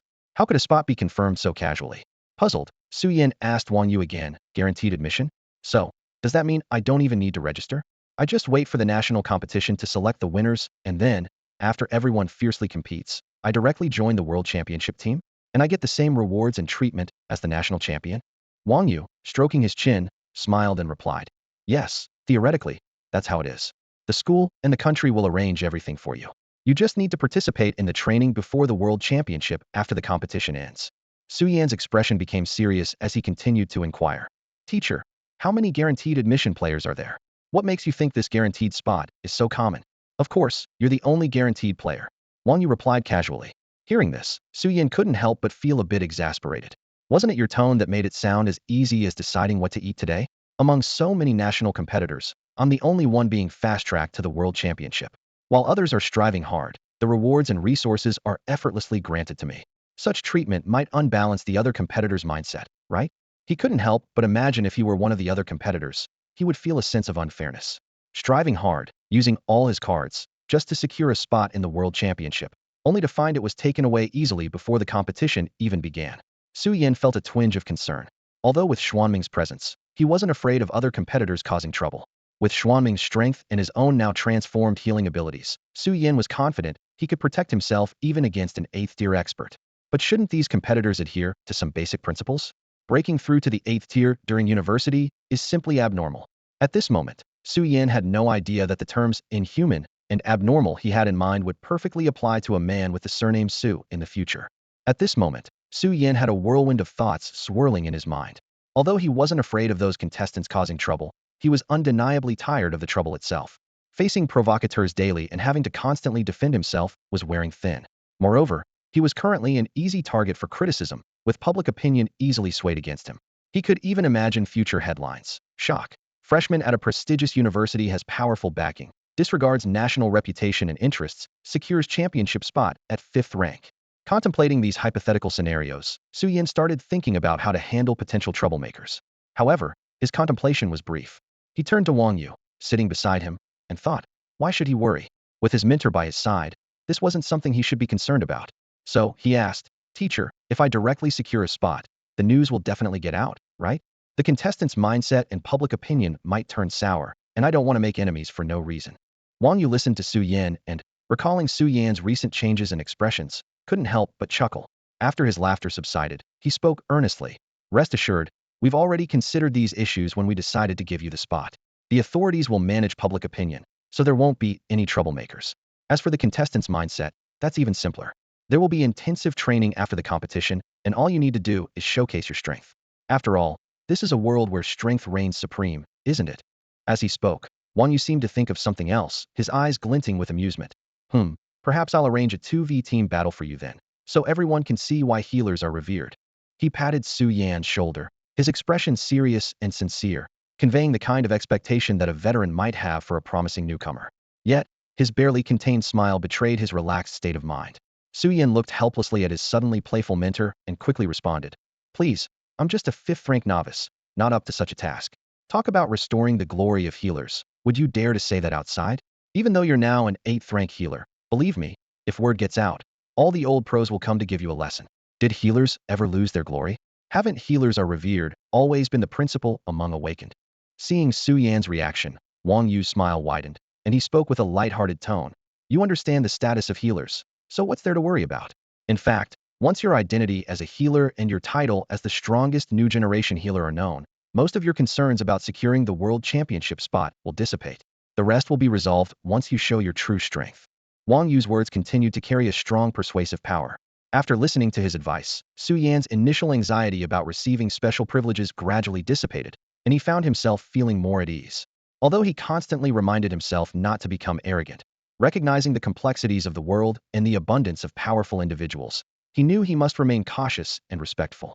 Compared to his peers, and even those in their second, third, and fourth years, his current level placed him among the top tier. Even Lin Bing, who ranked high among the third years, was only at the fifth stage, while Su Yan's situation was different. Following his second awakening, with his innate talent and the heart of life skill acquired in the secret realm, his healing multiplier had reached 1.50.65, 316.5. This meant his healing effectiveness was 16.5 times greater, enabling him to easily join a 7th-stage combat team, providing healing support effortlessly, and even making a significant impact in 8th-stage battles when fully committed. Thus, he could be considered a 7th-stage combatant. Despite the unusually high caliber of participants in this year's national competition, a 7th-stage force was undoubtedly among the elite. As a rare healer, his integration into a 7th-stage team and the privileges that came with it were not surprising. With this realization, Su Yan's unease and nervousness vanished, replaced by a justified confidence. After all, he had earned this status, hadn't he? With a calm mindset, Su Yan asked Wang Yu about the upcoming plans. What should I do during the national competition? I can't just sit around while everyone else is working hard to improve. Noticing the change in Su Yan's tone, Wang Yu nodded approvingly. A calm and composed demeanor was an essential quality for a healer. Smiling, he replied, "We certainly won't let you idle around, especially now that you've reached the 5th stage and possess 7th stage capabilities. Many people have already reached out to me through personal connections, hoping to have you assist in the secret realms they oversee. There's a significant shortage of healers at the moment, and leaving a top-tier healer like you unused would be a massive waste of resources. Several military personnel have already approached me about this. It's only mid-September, and the national competition doesn't start until November, so you can spend this time experiencing those secret realms." Su Yan wasn't surprised by this. He understood that with privileges and power came responsibilities. This was not an unacceptable situation, just sooner than he had expected, given that he had only awakened less than 6 months ago. Su Yan pondered carefully and realized that cultivating at school could no longer significantly enhance his abilities. Instead, venturing into those secret realms, where major battles often occurred and strong warriors were needed for protection, would provide him with more experience and accelerate his growth. Perhaps this was also why his mentor agreed to assign him to a secret realm. "Teacher, which secret realm will I go to?" Su Yan was filled with curiosity and anticipation, especially since his parents were also guarding him in a secret realm. He longed to be assigned to the same realm as his parents, as he hadn't seen them for a long time and missed them deeply. Wang Yu, noticing the hope in Su Yan's eyes, easily guessed his thoughts. Although he initially intended to keep him in suspense, seeing his disciple's eagerness, he decided to answer directly. "The original plan was to send you to a 6th-tier secret realm, which isn't very dangerous but has a high frequency of battles. The strongest there only reach the 7th tier, and with Xian Ming accompanying you, the risks are low. Moreover, with your current 7th-tier healing abilities, you'll become the core guardian in that realm, with priority access to various resources." Upon hearing this, Su Yan couldn't help feeling disappointed. The 6th-tier secret realm Wang Yu mentioned seemed inadequate compared to his parents' 7th and 8th-tier strengths. He had a thought to ask his mentor if he could switch to the realm where his parents were stationed, but considering his mentor's care for him and the resources he had received for free, he ultimately suppressed this idea. Wang Yu, noticing Su Yan's sudden drop in mood and hesitation, continued, "However, considering that you're only 16 and have been separated from your parents for a long time, this assignment is just over a month. The restrictions have been relaxed a bit, giving you 2 choices. One is the 6th-tier realm I mentioned, where you'll have a core guardian position, freedom of movement, and priority resources. The other is the Jiangsheng realm where your parents are, a top-tier 7th realm, which could become an 8th tier at any time. There, you'll have to stay within the city, participate in defense wars, and can't leave the city freely. Resources will also be whatever the high-tier healers leave behind. You have these 2 options to choose from." Initially, Su Yan thought he could only go to the 6th-level secret realm suggested by his mentor, Wang Yu, which left him feeling somewhat disappointed. However, when he heard the latter part of Wang Yu's statement, his previously dim eyes lit up instantly, and a bright smile spread across his face. Before Wang Yu could ask him about his choice, Su Yan decisively interrupted, saying without hesitation, "I'll choose the second option." Realizing he appeared a bit eager, he scratched his head and gave Wang Yu an embarrassed smile, adding, "I haven't seen my parents in a long time, and I miss them. I also want them to know about my current abilities, to tell them that I can protect myself now, so they won't worry about my safety anymore."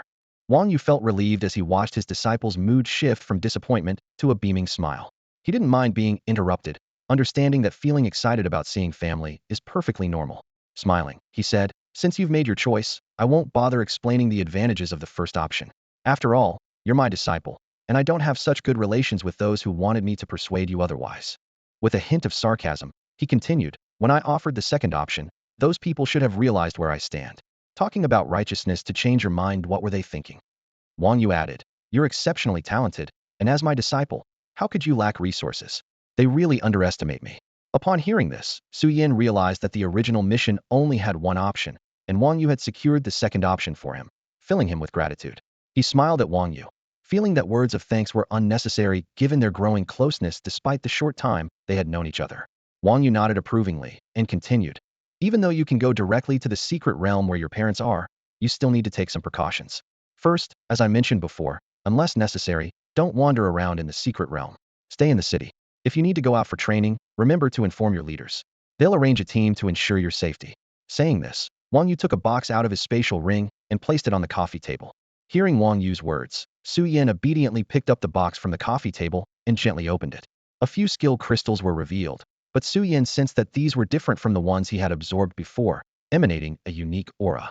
His instincts told him these crystals were not suitable for him to absorb, or perhaps not suitable for humans at all. Curious, Su Yin looked to Wang Yu, waiting for an explanation. Noticing Su Yan's curiosity, Wang Yu didn't keep him in suspense and explained directly. These are also skill crystals, but they aren't meant for humans to absorb. They are specifically developed for the beast taming profession, used to teach contracted beasts new skills. He pointed to the crystals in the box, introducing each one. The beast space is not the kind of space a beast tamer uses to store beasts, but rather a skill for contracted beasts to learn. This skill allows a contracted beast to create an independent space within its body, where living creatures can use skills for augmentation. This skill is very suitable for Xianming, as it can create such a space within its shell, allowing you to be directly taken in during battle. Unless Xianming opens it voluntarily, anyone wishing to harm you would have to defeat Xianming first to force you out of the space. Considering Xianming's formidable defense and vitality, along with your incredible healing ability, dealing with such a combination would require at least an 8th level peak or even 9th level entity. Such entities are usually monitored by our strong ones, and if they make a move, our experts will act immediately. With this skill, your survival ability will be significantly enhanced, making your upcoming adventure in the secret realm much safer. Wang Yu then pointed to another crystal and said to Su Yan, this is a skill crystal for the totemization skill. Initially, we considered finding a skill similar to the Beast Tamer's beast space for storing contracted beasts, but given that you only have Xianming as your contracted beast, it seemed wasteful to use a skill slot for that. After some searching, we found this special skill. The totemization skill can transform a contracted beast into a totem form, imprinting a totem tattoo on the contractor. When the contractor suffers a certain level of damage, the contracted beast will take the damage instead and instantly shift into battle mode. After introducing these two special skill crystals, Wang Yu pointed to the other crystals and continued. Those two were relatively rare skills, but the rest are more common. Wide area defense, swap position, and mysterious protection. The first two are skills you've seen in your team's shield guardian, so I won't elaborate. Mysterious protection is mainly used to counter skills that weaken defense, or swap offense and defense, targeting Xianming's defense. Once you've absorbed these skills, you and Xianming will essentially have no obvious weaknesses. With your and Xianming's existing skill pool, I can confidently let you venture out for training. After listening to Wang Yu's description, Su Yin curiously glanced at the skill crystals in the box. This was a field he had never encountered before. Observing the crystals that shimmered with different colors, Su Yin carefully closed the box, storing it away to later give to Xianming for absorption. Gazing quietly at Wang Yu, Su Yin awaited further instructions. Wang Yu noticed Su Yin putting away the box containing the skill crystals, nodded, and continued. I originally planned to gather some skill crystals suitable for you, but I've been told by higher-ups not to prepare them for now. After the national competition, during the training phase, you'll be provided with the appropriate skills. He paused, a look of envy in his eyes, and went on. You're really lucky to have hit the timing just right. Those higher-ups have some valuable things, and what they're preparing for you is likely skill crystals that have ceased production due to material extinction, or even unique ones. In past years, even with your talent, you wouldn't have attracted their attention so early. After all, our country's large population means they've seen plenty of geniuses. I too was a standout talent among my peers, only receiving their special attention and those scarce resources after reaching the 7th tier. You could say you're truly born in a great era. As long as you show enough talent, you can receive the corresponding resources and support, rather than being entangled in bureaucracy and schemes.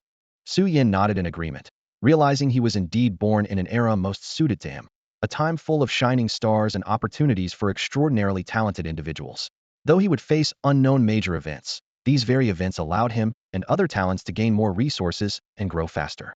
Having discussed your and Xianming's skills, next is the arrangement for your entry into the secret realm, Wang Yu continued. I've already covered the general details with you, so I won't repeat them. Starting tomorrow, you'll have 3 days to prepare, which is enough time for Xianming to absorb those skill crystals. During these 3 days, you can also explore the school's logistics department. Although you aren't short on resources, broadening your horizons could be beneficial. At that moment, Wang Yu's communicator rang. Without much thought, he took it out to check the sudden message. After reading it, Wang Yu handed the communicator to Su Yan with a smile. Look, it's a message from your senior, Wang Lei. You're really lucky. I was just thinking about giving you some pocket money for the logistics department, and now someone is offering it to you. Wow, you guys really hit the jackpot. This to me a revenue of over 10 billion. Many lower-level secret realms combined don't even come close to that value. Listening to Wang Yu, Su Yan took the communicator handed to him and carefully reviewed the information on it. It was a brief message from Wang Lei, simply stating that the spoils from their previous secret realm adventure had been successfully processed. The 3 puppets totaled 60,000 credits. Each of the 3 drops of dragon blood was worth 40,000 credits, and the dragon pearl was sold for an astronomical 12 billion huabi. Including some crystal cores and herbs, they earned a total of 180,000 credits and 12 billion huabi. The distribution had already been agreed upon. Wang Lei, being the strongest, would originally take 1/3, with the remaining 4 splitting the rest. However, due to the unique circumstances of this secret realm and Su Yan's significant contributions, adjustments were made. According to Wang Lei, they benefited a bit from the credits. Wang Lei and Su Yan would each receive 60,000, and the remaining would be split among Lin Bing and the others. As for the Dragon Pearl, since both played crucial roles in the battle, they each received 1/3, equating to 4 billion, with the rest divided among Lin Bing and the others. Wang Lei initially planned to tell Su Yan about this after he came out of seclusion, but everyone was so impressed by Su Yan's skills that they forgot. It wasn't appropriate to bring it up during the gathering either, and Wang Lei intended to discuss it afterward. However, Wang Yu's arrival and the news he brought interrupted the gathering. Everyone was motivated by Wang Yu's news, their minds filled with thoughts of enhancing their abilities and the resources their elders were waiting to provide. Consequently, Su Yan missed the chance to discuss the distribution. It wasn't until everyone returned home that Wang Lei remembered. He intended to transfer the funds directly to Su Yan but found that, having just recently added him as a friend, they weren't close enough for the system to allow such a large transaction, especially since Su Yan was still a minor. Therefore, Wang Lei decided to transfer the credits and huabi to Wang Yu, who would then pass them on to Su Yan. As Su Yan's mentor, Wang Yu could be considered a temporary guardian in the system, and his status as an 8th-level healer allowed him to handle the transaction with fewer restrictions. This meant that in less than a month, Su Yan had earned 60,000 credits and 4 billion huabi from his secret realm journey, leaving him amazed at how quickly an awakened individual could earn money. He didn't realize that this was all due to the formidable strength of his teammates and his own extraordinary luck.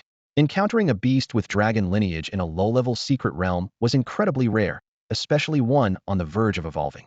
The odds of each event were slim, and meeting even one was a stroke of luck. Astonishingly, under pressure from a team that shouldn't have been in such a realm, the dragon-blooded beast forcibly transformed into a dragon. All these improbable events converged, resulting in such a massive gain for everyone. At that moment, Su Yan didn't think much of it, and was unaware of how unexpected his journey in the secret realm had been. At this moment, Su Yan was feeling a bit dizzy as he looked at the message from Wang Lei on Wang Yu's communicator. After all, in both of his lifetimes, he had never seen such a large amount of money, 4 billion, not a mere 40 or 4 million. And just like that, he had earned this fortune? After his initial shock, Su Yan's eyes fell on Wang Lei's message, and the description of the distribution method made the money feel almost too hot to handle. Was this share too high for him? He believed his performance in the secret realm wasn't worth this much. In the secret realm, he mostly provided healing and support with his skills, while Wang Lei and the others led the combat. Sometimes, he didn't even enter battle mode before the fight was over. Although his performance wasn't terrible, Su Yan felt it was just average, not particularly outstanding. However, in the final distribution of spoils, he ended up with a significant portion, equal to that of Wang Lei, who was strong enough to face a 6th-tier blood flood dragon alone. This made Su Yan feel somewhat embarrassed, as this was no small sum. Just the profit from the Dragon Pearl alone was much more than Lin Bing and the others earned from the entire expedition, not to mention the academic credits. What's wrong? Are you shocked by the amount? Or do you think Wang Lei and the others gave you too much? Wang Yu noticed the change in Su Yan's expression but wasn't too puzzled, as he had experienced similar feelings before, although his first share of spoils wasn't nearly as valuable. Hearing Wang Yu's question, Su Yan snapped out of his thoughts and honestly expressed his feelings. Yeah, it's a bit overwhelming. I've never seen this much money in my life. Plus, I feel like I didn't do much in the secret realm and was the lowest level in the team. Yet, I received the biggest share of the spoils, which feels a bit off. I'm considering talking to the seniors about taking a smaller share, maybe splitting it evenly like Lin Bing and the others. Upon hearing Su Yan's words, Wang Yu shook his head and smiled, saying, "There's nothing wrong with this kind of distribution. In fact, it's what you deserve." In a typical team, whether in small squad operations or large group battles, healers have certain privileges when distributing spoils, such as a higher share or first choice of loot. These are long-established, unwritten rules. If they hadn't given you such a preference, I would have questioned their character. Their distribution method is quite normal. Besides, you told me about your experiences in the secret realm when you returned. From my perspective, your performance was excellent, and you did everything you were supposed to, which makes you a qualified healer. I believe your performance warrants this reward. After that, Su Yin hesitated to speak, not giving the other party a chance to interrupt. Wang Yu addressed Su Yin earnestly. Don't even think about asking Wang Lei to adjust your share of the distribution. That's something you must absolutely not do. Especially you mustn't do such a thing. From what I've told you before, you should understand how you're currently perceived among us. You're the leading healer of the new generation and the only candidate directly advancing to the national competition. Whether you want it or not, once the national competition concludes, your reputation will spread nationwide, possibly even worldwide. At this point, if you propose such an idea, how will others perceive you? They'll think that the so-called top healer of the new generation can't even accept such a high reward. Then how should those less accomplished than you be viewed? If you actually did this, it would be akin to opposing the majority of healers, as you'd be undermining their interests. The privileges and respect healers hold within teams were hard-won by our predecessors, often at great personal risk, and are a source of pride that cannot be easily compromised. Su Yin wasn't some naive 16 or 17-year-old. With Wang Yu's explanation, he understood that the matter was more complex than he initially thought. If he were just an ordinary healer, perhaps being a bit unconventional wouldn't matter, as no one would pay attention. But that wasn't the case for him. After the national competition, he would be in the spotlight and possibly become a role model. His every move would be scrutinized, and while such actions might bring fame, they would also harm the interests of the broader healer community, which Su Yin had no desire to do. After confirming with Wang Yu again, Su Yin decided against distributing his earned credits and money. Wang Yu, observing Su Yan's response, nodded in satisfaction. He was very pleased with this student of his talented, good-looking, and lacking the arrogance and defiance often seen in geniuses. Most importantly, Su Yin was receptive to advice and not stubborn. Although he occasionally made some basic mistakes, he would always listen and correct them when pointed out. Compared to those headstrong geniuses who were impossible to persuade once they made up their minds, Su Yin was all the more valuable. Reflecting on this, Wang Yu couldn't help but recall the complaints of a friend. These youngsters, they refuse to heed good advice and insist on learning the hard way. The conclusions they reach have long been tested by their mentors and found wanting, yet they won't listen and waste time and energy retracing those steps. If this kid weren't my student, who would care if he wasted his time? I should never have been envious of your obedient and low-maintenance student. Instead, I ended up with a troublesome one. Indeed, other people's students always seem better. Look at your soft-spoken and well-behaved disciple, and then look at my burdensome one, who, despite being 100 pounds, carries 90 pounds of stubbornness. Indeed, comparisons are odious. Thinking of this, Wang Yu looked at Su Yan's obedient demeanor with increasing satisfaction. Yes, this is my student, talented, receptive to advice, and self-motivated. In less than half a year since awakening, he claimed the title of the strongest new generation healer. He reminds me so much of myself when I was younger, truly worthy of being my disciple. Feeling quite satisfied, Wang Yu glanced at Su Yan and, after a moment's thought, decided there was nothing pressing. He waved his hand and said, "I'll leave the rest of the time to you. Later, hand the skill crystals to Xianming and let him absorb them in the training room. You can use this time to do something else." He continued, "As I mentioned before, you might want to check out the logistics department. It's quite a magical place. For some reason, every now and then, people find little trinkets there, which turn out to be high-level treasures. The school has investigated this many times without finding a reason, so they just let it be. After all, it's students and staff from Jiangnan University who benefit, so why not let them have this little surprise?" Eventually, our school's logistics department became a famous treasure hunting spot nationwide. Considering your past experiences, I think your luck isn't bad either. Go have a look. You might find a surprise. Listening to Wang Yu, Su Yan nodded, indicating he understood. "All right then, I'll leave the rest to you. I have some matters to attend to, so I'll be off. I'll come to pick you up for the secret realm in 3 days. See you then." After a brief farewell, Wang Yu activated the teleportation array and left. As an 8th level healer, he had plenty of responsibilities, and he had only returned this time because of Su Yan's return. "See you in 3 days, teacher." Watching Wang Yu activate the teleportation array, Su Yan got up to bid him farewell. In a flash of light, Wang Yu disappeared from the villa, leaving only Su Yan and Xianming. After Wang Yu left, Su Yan began attending to his own tasks. First, he called Xianming over, swiped a card to pass through the teleportation array, and arrived at the training room. Su Yin moved the meditation mat from the center of the room to the side, and let Xian Ming settle where it had been. He then retrieved a box from his spatial ring, given to him by Wang Yu, and took out 5 skill crystals specifically for contract beasts, placing them in front of Xian Ming. Su Yin transmitted the absorption method Wang Yu had given him directly to Xian Ming through their mental bond, instructing him to start absorbing the skill crystals in the training room. Skill crystals for contract beasts differ from those for humans. Humans require multiple crystals due to absorption rates, whereas beasts do not have this need. Except for particularly difficult or attribute conflicting skills, the absorption success rate is generally 100%. Among the 5 skills Wang Yu provided, 2 were defensive and 3 were general, with no attribute conflicts for Xian Ming and none being particularly difficult to absorb. Although the quantity was limited, only 1 of each type was prepared.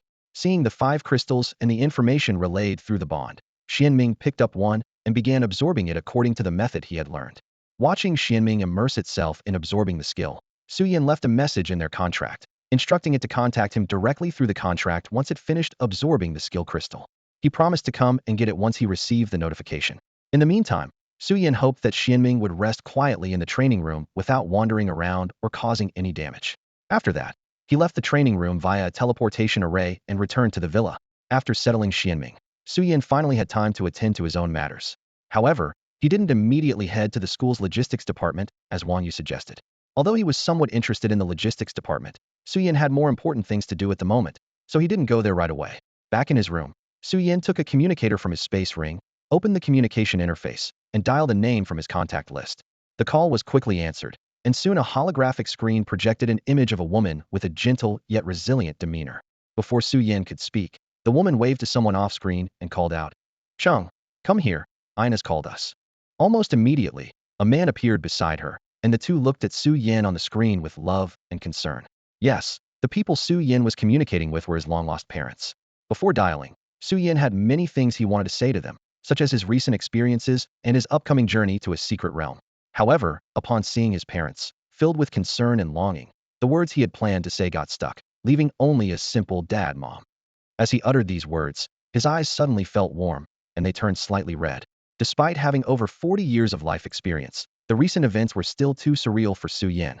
In front of friends and mentors, he didn't want to show vulnerability, but now facing his parents, the mix of longing and experiences caused his eyes to redden. Seeing their son's eyes well up, the two on the other side of the screen grew anxious. Since Su Yin had grown out of infancy, he had rarely cried. So why now? Had something happened to him? Or was he wronged in some way? Su Qing asked urgently. "Ian, what's wrong? Did something happen? Is someone bullying you? Tell me, and I'll stand up for you." Su Qing also chimed in, her concern even more evident. Hearing his parents' anxious voices, Su Yin was momentarily stunned, not expecting to be so emotional. At this moment, their concern filled his heart with warmth. But now wasn't the time for sentimentality. Seeing his parents' worried expressions, Su Yin quickly began to explain to them. Upon hearing Su Yan's explanation, the couple understood why Su Yan's eyes had reddened upon seeing them. Once they confirmed that Su Yin was all right, their emotions gradually settled. Watching the young boy on the screen, the couple couldn't help but smile. Their son had always been composed since he was little, and such an emotional display had been rare since his infancy. They hadn't expected that this time it was due to missing them. Amid their laughter, the atmosphere suddenly turned heavy. Although Su Cheng tried to control his emotions, the longing in his eyes was hard to conceal. Su Qing's eyes reddened directly. The couple's feelings for Su Yin were naturally no less than Su Yan's feelings for them. They had watched this child grow up, and after being apart for so long, how could they not miss him? For the responsibilities they bore and the people behind them, they had to leave Su Yin and enter the secret realm. In that realm, it was the thought of this beloved son that drove them to win battle after battle.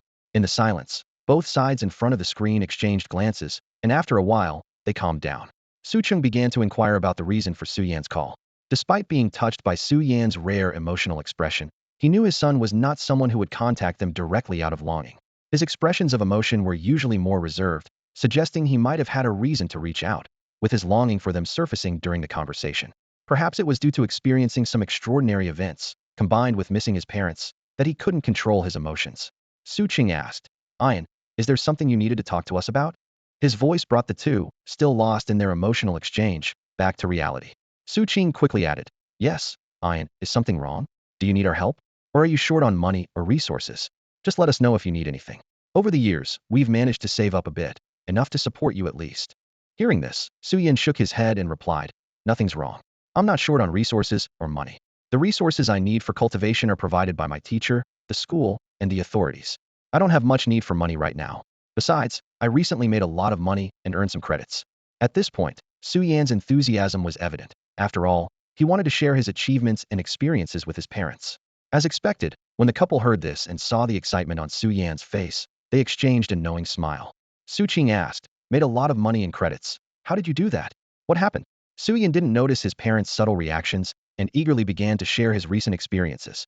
He described in detail the moment his mentor saw through him upon enrollment, the mentor's guidance, his part-time work at the school, the team's adventures exploring mysterious realms, and the story of finally entering the Four Spirits secret realm. Although some details were warned by Wang Yu to be kept confidential, he tried to recount his experiences as thoroughly as possible. Initially, Su Yan's parents listened with a mild gaze, seemingly indifferent to his narrative. To them, Su Yan's idea of making a fortune might mean a few million or tens of millions, not enough to shock them. However, when Su Yan mentioned that his mentor was Wang Yu and that he possessed innate abilities and skills, their expressions began to show surprise. Wang Yu, a renowned titled powerhouse among awakened ones, made them both astonished and delighted that Su Yan had such a mentor. What truly amazed them was Su Yan's next revelation. He proudly announced that he had reached the 5th tier of strength, even acquiring a 7th tier contract beast, and earned billions during his first venture into the secret realm. At this point, his parents were stunned, seemingly unable to believe their ears. Even with such shocking news, their reactions remained calm, as if pondering something. Noticing his parents' distracted expressions, Su Yan quietly waited without interrupting them. After a while, Su Qing finally snapped back to reality and asked with concern, "Yin, are you sure you've reached the early stage of the 5th tier? Have you consumed any rare treasures or strength-enhancing elixirs? Is there any damage to your foundation or potential?" He couldn't help but worry, given how rapidly Su Yan's strength had increased. Upon hearing his father's questions, Su Qing, who had been feeling delighted, also looked at Su Yan with concern. It was only after Su Yan repeatedly assured them that his strength was sound that they breathed a sigh of relief, their faces showing pride in having such an outstanding son. Then, Su Yan informed them that he would be stationed in their secret realm for a period of time, starting in 3 days. Hearing that Su Yan would arrive in 3 days and stay for a while to guard the secret realm with them, the couple couldn't be happier. After all, they hadn't seen their son for several years. Now that Su Yan could join them at the secret realm, reunite, and even fight alongside them, it naturally filled them with immense joy. As for Su Yan's safety, the couple was confident. Since Su Yan was assigned there, his superiors would undoubtedly ensure his protection. Moreover, they themselves were high-level combatants in the secret realm, with Su Cheng being among the top tier. If needed, old Zhao, as Su Yan's elder, would have no problem protecting him. As for the restrictions within the secret realm mentioned by Su Yan, the couple was unconcerned. Leaving the city required approval, and Su Cheng, being one of the commanders of the secret realm, wielded considerable influence, so getting Su Yan's application approved wouldn't be an issue. The team accompanying Su Yan out of the city wasn't a problem either. They didn't guard the city around the clock, but had shifts and rotations. As long as they didn't venture deep into enemy territory, ensuring Su Yan's safety was entirely feasible. Even if they were unavailable, many friends who had stayed in the secret realm for years and forged bonds through countless battles could accompany Su Yan. This would not only protect him, but also build goodwill, as Su Yan's potential was evident, and he could reach the pinnacle in the future. Su Cheng and Su Qing realized that Su Yan's healing abilities had reached a point where he was no longer just a junior following a senior, but could truly be a teammate fighting side by side. Su Yan's capabilities were enough to attract others to support him. Regarding resource allocation, in this era where healers were scarce, the secret realm they were in had only Zhao Wu as a high-level healer. Zhao Wu was not only a close friend of the couple, but also Su Yan's mentor in healing. The couple was full of hope for Su Yan's future. Not to mention that the resources Zhao Wu needed were all high-level outputs from the secret realm, which Su Yan might not be able to use given his current level. Even if some of the advanced resources were needed by Su Yan, as long as they weren't crucial to Zhao Wu, he wouldn't hesitate to share them as an elder. After all, Su Yan was only staying for a couple of months, and there was no competition between the two. With this in mind, the couple warmly welcomed Su Yan's arrival and even planned to prepare a welcome banquet, inviting a few friends to introduce them to their son and perhaps show off a little. After chatting for a while and expressing how much they missed each other, the three ended the call. Su Cheng, after finishing the call with Su Yan, hurried to Zhao Wu's home. Zhao Wu, who was reading in his study, greeted the unexpected guest warmly and invited him to sit, wondering what brought him here. Seeing Zhao Wu's puzzled expression, Su Cheng laughed and said, "My son is coming to stay here for a while, and I'm planning a welcome banquet for him. I'm here to invite you and the other elders, so you can all get acquainted. After all, you are considered Su Yan's first teacher." Hearing this, Zhao Wu recalled a young face with earnest eyes and couldn't help but smile, teasing, "Your son is quite something." "Oh, how so?" Su Qing asked curiously. "He's a 16-year-old at the 5th level, a national team candidate this year, and hailed as the strongest healer of the new generation. Wouldn't you say that's impressive?" Zhao Wu said with a smile. Su Cheng was shocked, not expecting his son to be so outstanding. Meanwhile, Su Yin, unaware of his father's astonishment, ended the call with his parents and returned to his room. After a quick wash, he headed out. He planned to try his luck at the logistics department, hoping he might indeed be the chosen one his mentor mentioned, and perhaps randomly pick a hidden artifact. Exiting the villa, Su Yin opened a portal and set the destination to the entrance of the academy's logistics department. After stepping through the portal, he appeared at the entrance. It wasn't the weekend, so the logistics department was not crowded, with only a few people around. Su Yan's sudden appearance didn't surprise anyone, as spatial skills were not uncommon at Jiangnan University. However, Su Yan, dressed in a white robe, still attracted attention. His striking appearance and demeanor, combined with the white robe that signified his status as a healer, were enough to turn heads. Although curiosity sparkled in their eyes, no one approached him. They simply watched as Su Yan walked into the logistics department. The eager gazes from his classmates didn't make Su Yan feel particularly special, as it had been several months since his awakening. Since then, he had grown accustomed to being stared at in such a manner. Ignoring those looks, he walked straight to the logistics department. The logistics department differed from what Su Yin had imagined, unlike the novels he had read in his past life, which described numerous open counters or individual exchange points. Instead, it comprised several independent exchange rooms, each capable of accommodating only one team at a time. Only after one team completed their exchange could the next enter. Su Yin realized that this setup was more sensible. Open exchange points, as he had read about, indeed posed problems. In such places, whether selling harvests or purchasing resources, all transactions were visible to others. At a university like Jiangnan, with many students, some would stop at nothing to obtain resources. Although the school imposed certain restrictions on seizing classmates' resources, the issue wasn't entirely eradicated, as some in higher positions still supported the law of the jungle. Open resource points blatantly indicated where easy targets could be found. Su Yin recalled a novel scene where the protagonist, after exchanging resources, was immediately approached for a loan, only to turn the tables on his aggressor, an example of this very scenario. While independent exchange rooms couldn't completely prevent such occurrences, they were certainly better than open ones. Upon entering the logistics department, Su Yin saw a large hall surrounded by numerous independent exchange rooms. In the center of the hall, a sign directed individuals to the various profession-specific exchange rooms.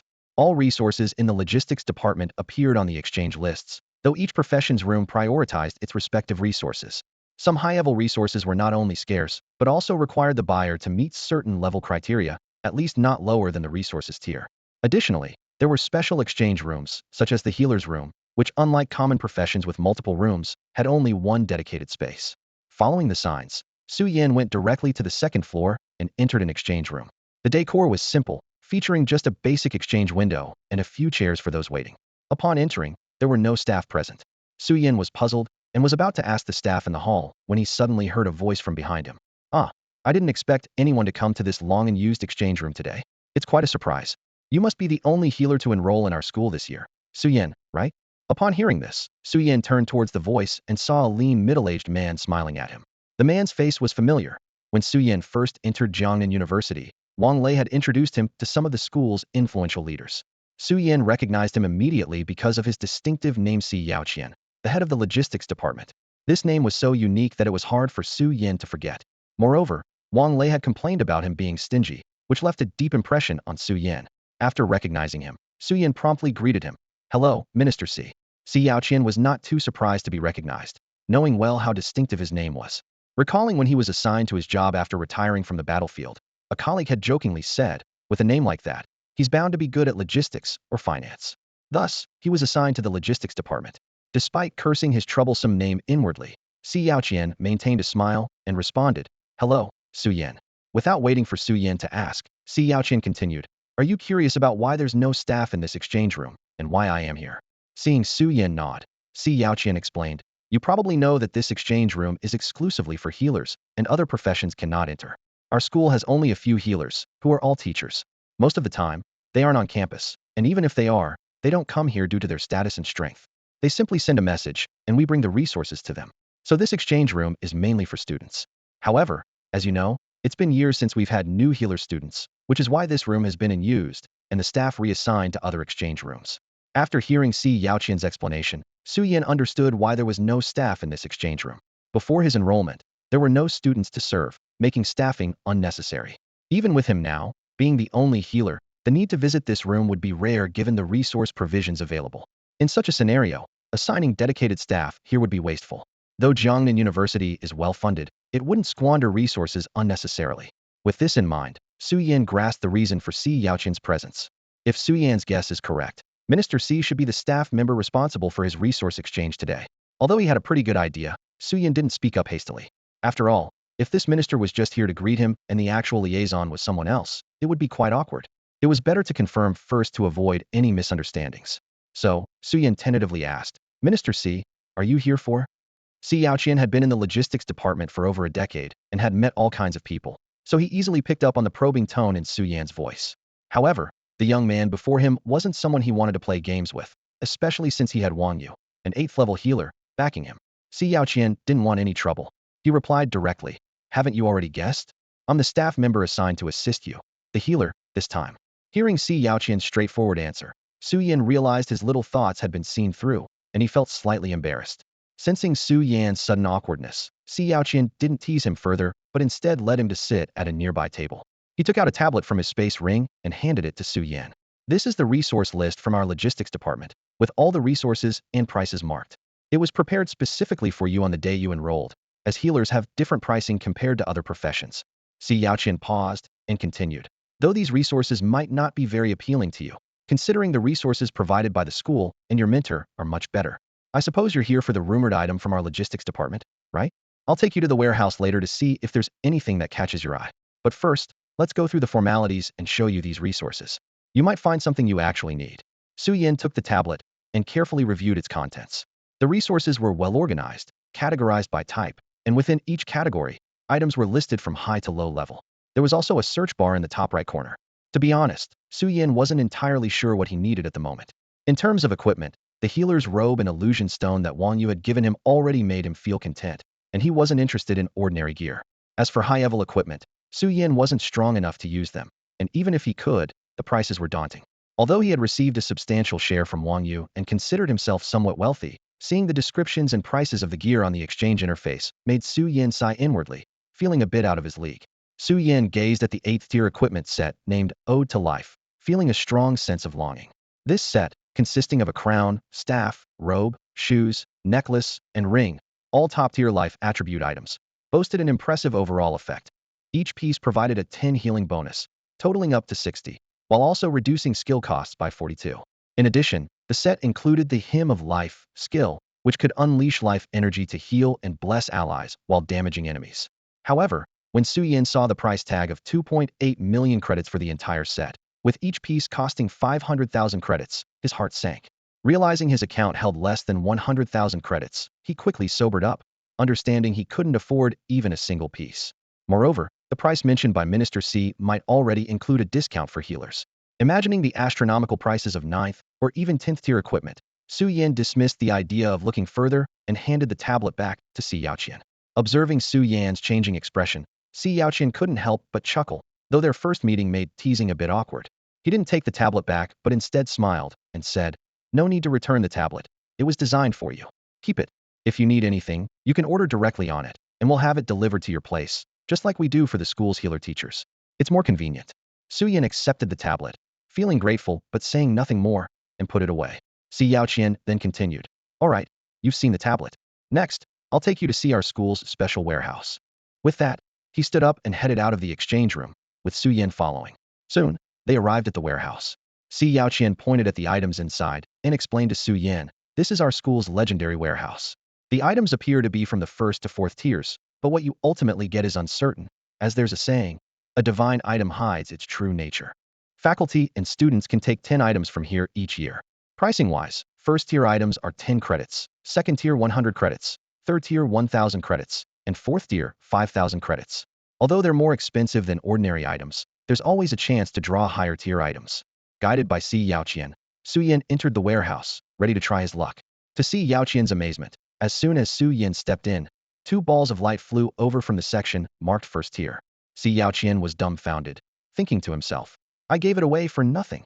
Since the two entered the warehouse one after the other, Si Yaoqian was now standing a short distance directly in front of Su Yan.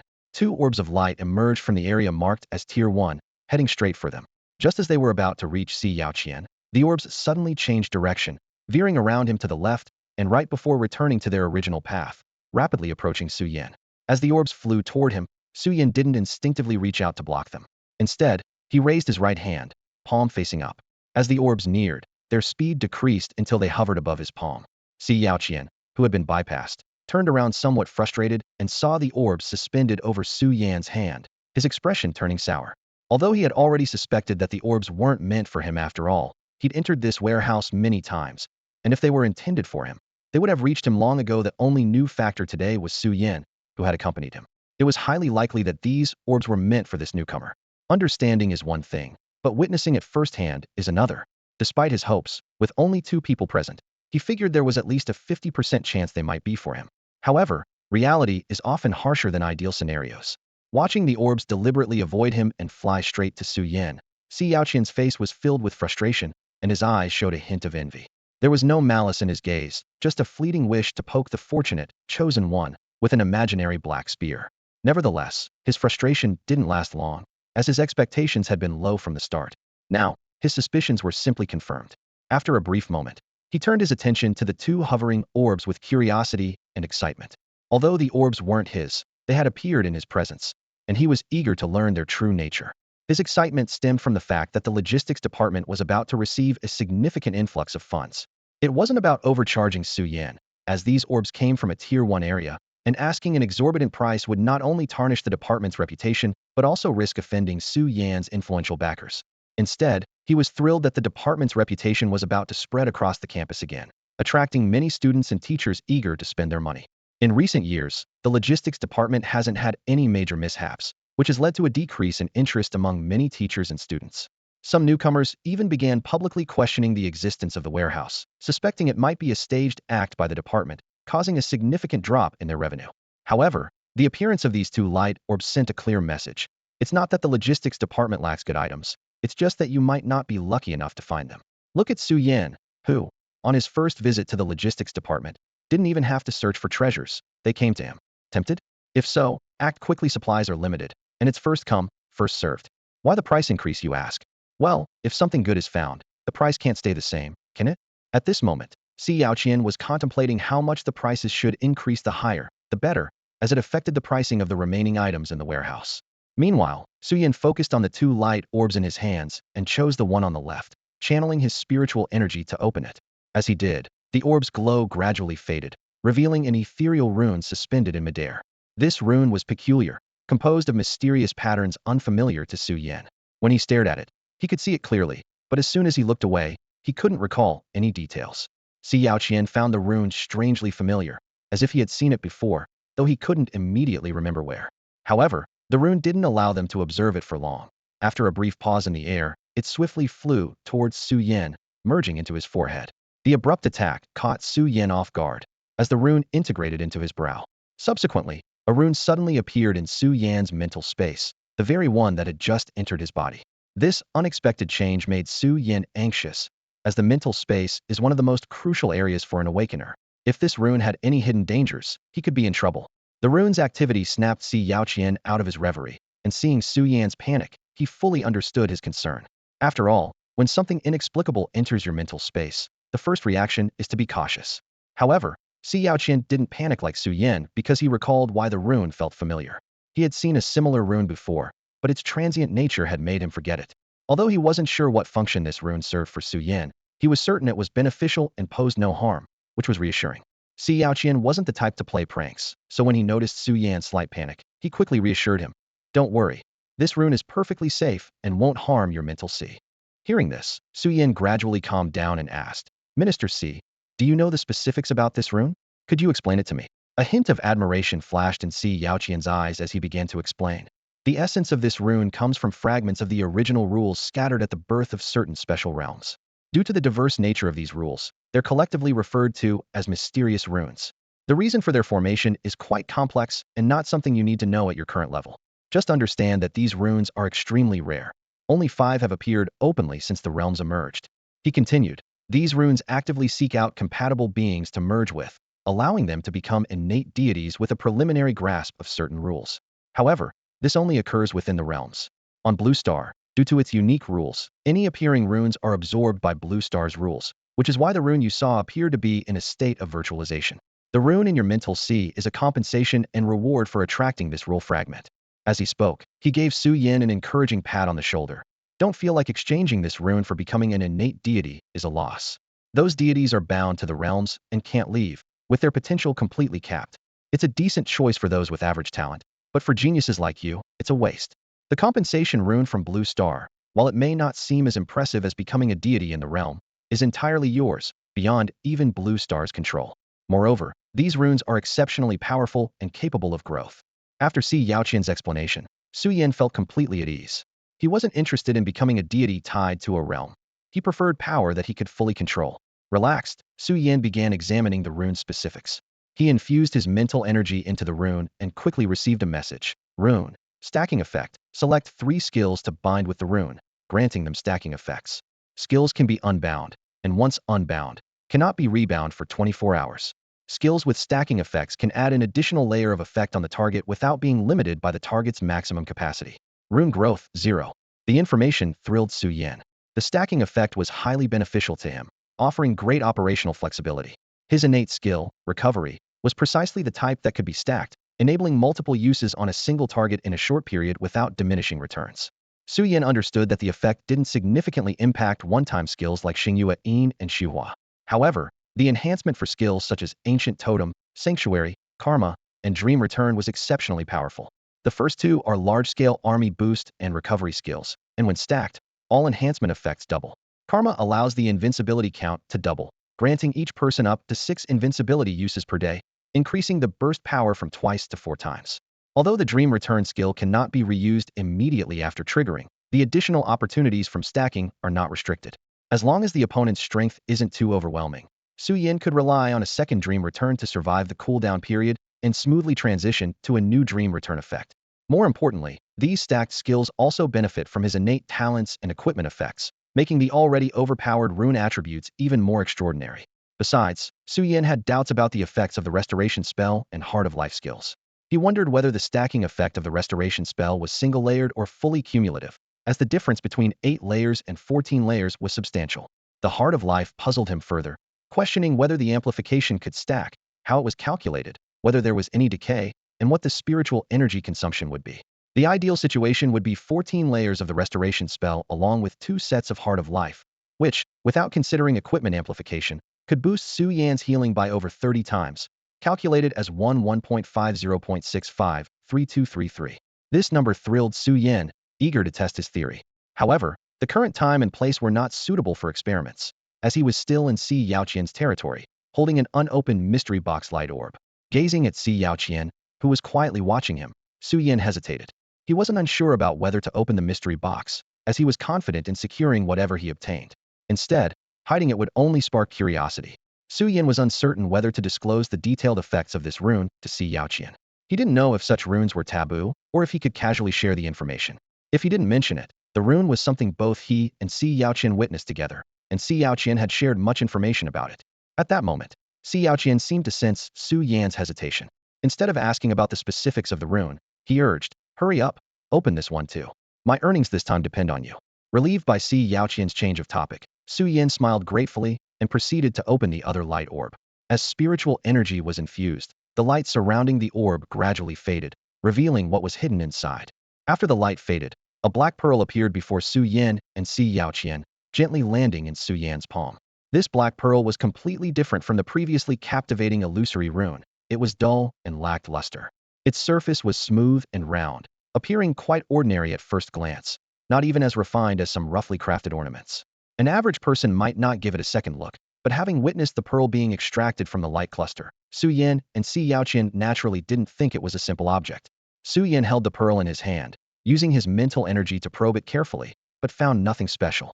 Considering that Si Yaoqian had spent many years in the logistics department and should have some insight into various treasures, he asked, "Minister Si, do you know what this pearl is? I've observed it several times, but haven't found anything special. If it weren't taken from the light sphere, I wouldn't even consider it a treasure." Si Yaoqian took the pearl, examined it for a while, and still found no anomalies, as if it were just an ordinary pearl. However, the logistics department had methods to identify such items with unknown functions. After confirming nothing with the naked eye and mental energy, Si Yaoqian retrieved a small analyzer from his spatial ring, placed the black pearl inside, and began analyzing its function. The analyzer ran for quite some time, and Su Yin gradually began to doubt its effectiveness. Just then, a light screen was projected, displaying the following information. Item name, Soul Pearl. Unnamed. Grade, level 89. Attributes. 1. Guards the soul, strengthens the mental C. 2. Weakens soul, illusion, and mental attacks. Enhances the holder's skills in these areas. 3. Suppresses invaders from outside the mental C, including souls, artifacts, and treasures. 4. Trains the mind, accelerates mental energy growth and strengthening, speeds up mental energy recovery.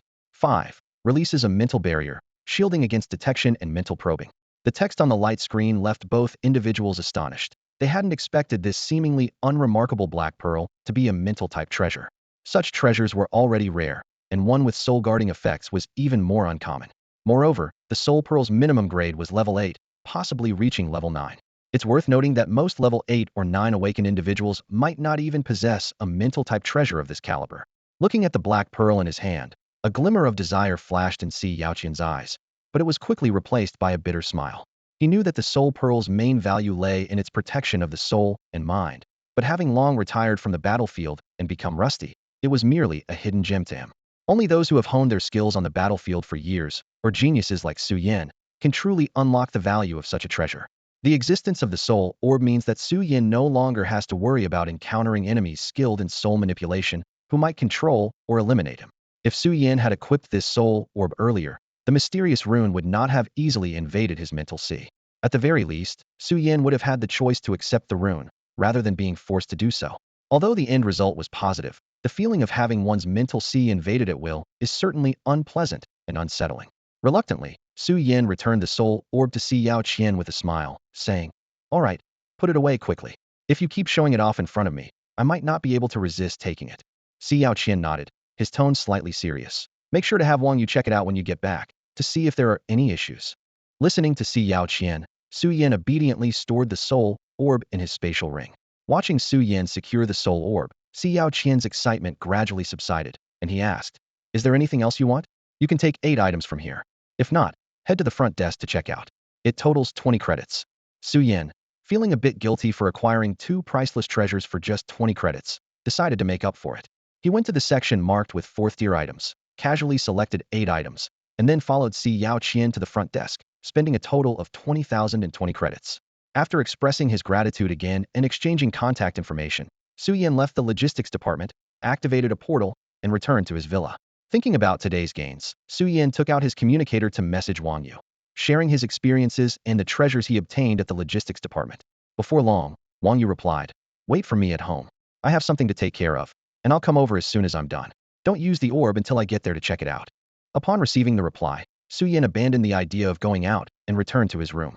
He took out the 8 4th-tier items he had bought to compensate and placed them on the desk, intending to see if there was anything special about them. If there was more treasure to be found, it would be a bonus.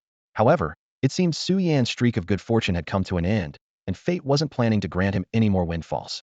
The 8 items he casually picked were just ordinary 4th-tier equipment, with nothing remarkable about them. Disappointed, Su Yan stored them back in the spatial ring, unsure of what to do next. Both Si Yaoqian and Wang Yu had cautioned him against rashly using the soul orb, and Su Yin wasn't one to act recklessly, so he naturally refrained from doing so. In terms of cultivation, although Wang Yu hadn't specified a time frame, Su Yin knew this period wasn't suitable for training. With nothing else to do, Su Yin suddenly recalled his earlier speculation about the rune he had obtained. So he went downstairs to the living room and began attempting to guide the rune in his mental sea, aiming to bind it to the skills of restoration and heart of life. Wang Yu finally finished his tasks and activated his teleportation skill to return to his villa. As soon as the teleportation light faded, a strong wave of life energy surged from a short distance away. Intrigued by the almost tangible life energy in the air, Wang Yu glanced toward the source and saw Su Yin enveloped in green light in the living room. Su Yin seemed to be in good spirits. Although the experiment hadn't gone perfectly as expected, there had been some progress. Testing showed that the recovery technique couldn't be stacked to 14 layers, but it had increased from 7 to 10 layers, boosting the recovery effect by nearly half. However, the healing bonus of the Heart of Life skill had indeed diminished. After rune binding, The Heart of Life skill consumed twice the amount of energy, yet its healing effect had only increased from threefold to fourfold. Despite the discrepancies, the results were satisfactory enough, giving Su Yin a preliminary understanding of the rune's potency and allowing him to plan the skills he wanted to bind. When Wang Yu entered, he caught Su Yin in the midst of activating the dual Heart of Life effect, lost in thought, and completely forgetting to deactivate the skill, causing the life energy to disperse freely. Wang Yu couldn't help but chuckle, thinking that only a student as talented as Su Yin could sustain such reckless energy consumption. An ordinary healer wouldn't even have the chance to forget to turn off the skill before being drained. Sensing Wang Yu's arrival, Su Yin snapped out of his thoughts, noticed the dissipating energy in the air, and promptly deactivated the skill. He approached Wang Yu and greeted him politely. Wang Yu, with a playful tone, tapped Su Yan's forehead with a finger and said, "You're really lucky. I just wanted you to have a look, and you managed to squeeze out two incredible treasures from that miser. All right, show me that bead and tell me about the effect of that mysterious rune, and what were you doing just now? The house's formations can barely contain the life energy you're releasing. If I'd come back any later, this villa would have been surrounded." Feeling a bit embarrassed by Wang Yu's questions, Su Yin realized he hadn't paid attention to his surroundings during the experiment. He retrieved the soul bead from his space ring and handed it to Wang Yu, then detailed the specifics of the stacking rune in his mental sea. Listening to Su Yan's account, Wang Yu couldn't help but feel a twinge of envy. The bead in his hand, whose specifics were still unknown, and the stacking runes Su Yan mentioned were enough to drive anyone mad with desire. Wang Yu quietly listened to Su Yan's explanation, then used his mental power to scan the soul bead once more, but as expected, found nothing new. The pearl indeed had some mystical properties. Although Su Yan had doubts, he decided to keep it with him for now and seek advice from someone later. He planned to return it to Wang Yu before they set off in 3 days. As for the rune, since it had been verified, it could be used normally, but it was best not to recklessly emit life energy like today, as such energy was extremely attractive. After Wang Yu left, Su Yan stayed indoors and returned to his room to train. Over the next 3 days, except for a brief moment when Xianming finished absorbing the skill crystal and went to the training room, Su Yan was immersed in his training. It wasn't until he received a message from Wang Yu that he ended his session, packed his belongings, and waited for Wang Yu in the villa's hall. Shortly after, Wang Yu appeared in front of Su Yan, holding the soul pearl, and tossed it to him. This pearl indeed has a problem. Someone tampered with it, and it tends to attract hosts with strong talents, subtly influencing their thoughts. It was wise of you not to use it. Now that the issue inside hasn't been dealt with, find some time to integrate it, Wang Yu said. A soul-stabilizing pearl, a ninth-tier mental treasure, used for fishing. They really spared no expense, Su Yan commented as he caught the pearl. Although curious about the they Wang Yu mentioned, he wisely chose not to delve deeper when Wang Yu didn't elaborate. After returning the soul pearl to Su Yan, Wang Yu asked, "Are you ready for the journey to the Jiang City secret realm?" Su Yan replied solemnly, "Teacher, I'm ready." Wang Yu nodded, and a teleportation array appeared beneath their feet. With a flash of light, Su Yan and Xianming found themselves in a building unfamiliar to Su Yan. "This is the southern city's teleportation point, used specifically for intercity travel," Wang Yu explained. "In a moment, you'll use this teleportation array to go to Jiang City, where someone will meet you." He then looked at the huge Xianming beside him and added, "Have Xianming transform into a totem on your body." The teleportation array's energy consumption depends on the size and weight of the object being teleported. Xianming is quite large, so the energy cost is significant. Although healers use this for free, it's best to minimize unnecessary waste. Su Yan nodded in agreement, gently stroking Xianming's head and conveying his thoughts through their pact. Soon, Xianming was enveloped in blue and yellow light, transforming into a Xianming totem imprinted on Su Yan's left hand. Su Yan waved goodbye to Wang Yu and stepped into the teleportation array. After watching Su Yan leave, Wang Yu's previously smiling eyes turned cold. "You really went all out to plot against my disciple. That rune was probably added as a deliberate distraction. But my sudden decision to have a yin leave disrupted your plans, creating this big loophole. Fortunately, a yin is calm and didn't fall for your trap." "Humph. If anything had happened to a yin, I would have shown you what it means to witness the fall of the stars," he muttered, seemingly to himself, yet as if warning certain individuals. Su Yan didn't notice the sudden change in Wang Yu. By this time, he had already reached the center of the teleportation array, quietly waiting for it to activate. As the activation sound signaled the array's opening, the surrounding spatial energy became lively, and in a blink, Su Yan found himself in a completely new environment.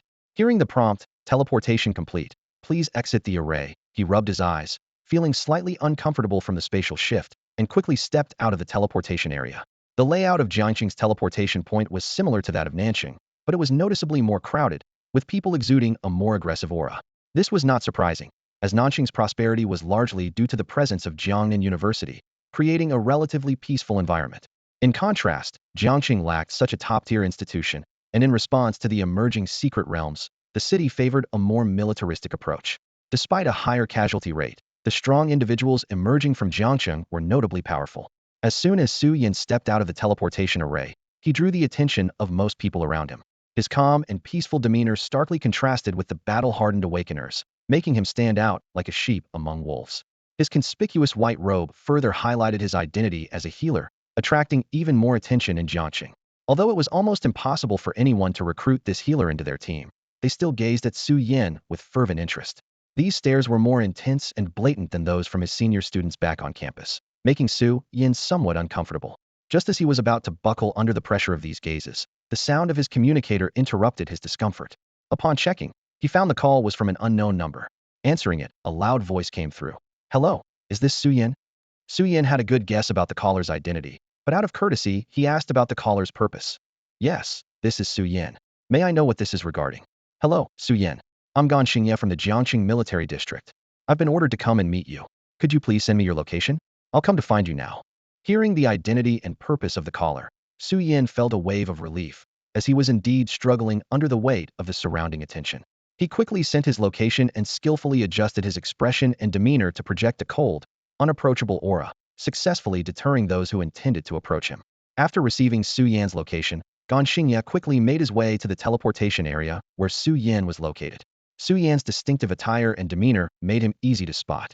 Gan Xingye approached Su Yan briskly and presented his identification. "Hello, Su Yan. I'm Gan Xingye," he greeted politely. "Hello, Senior Gan.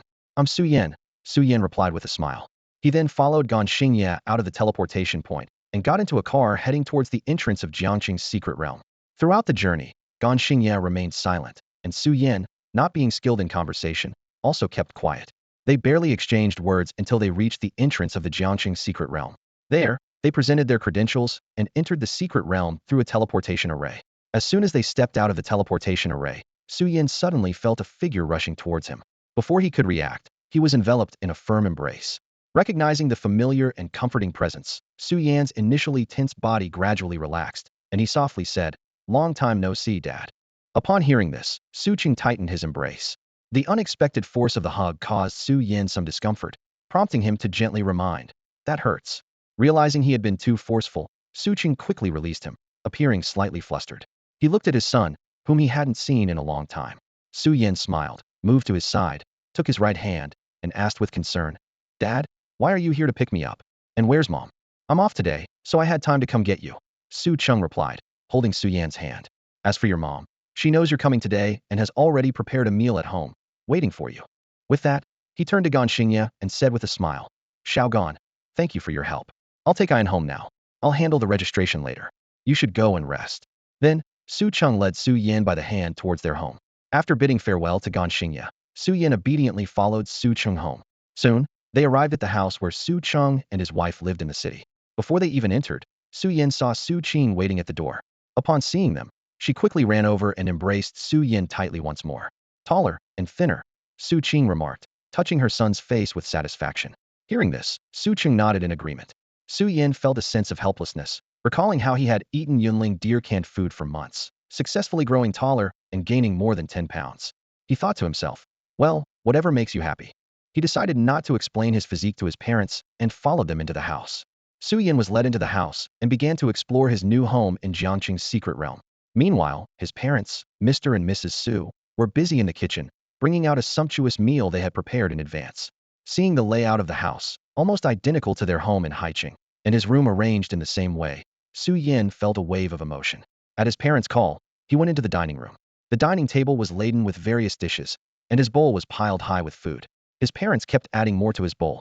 Su Yan smiled wryly, about to tell them he was already full, but then noticed the concerned look on Su Qing's face, as if saying, "My son looks thin, he needs to eat more." So he swallowed his words. Luckily, Su Yan now had the strength of the 5th tier, which meant he had a much larger appetite and could convert food into stored energy, allowing him to just about manage.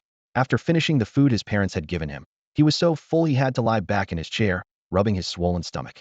After the meal, the three of them expressed how much they had missed each other, chatting until past 11 before retiring to their rooms.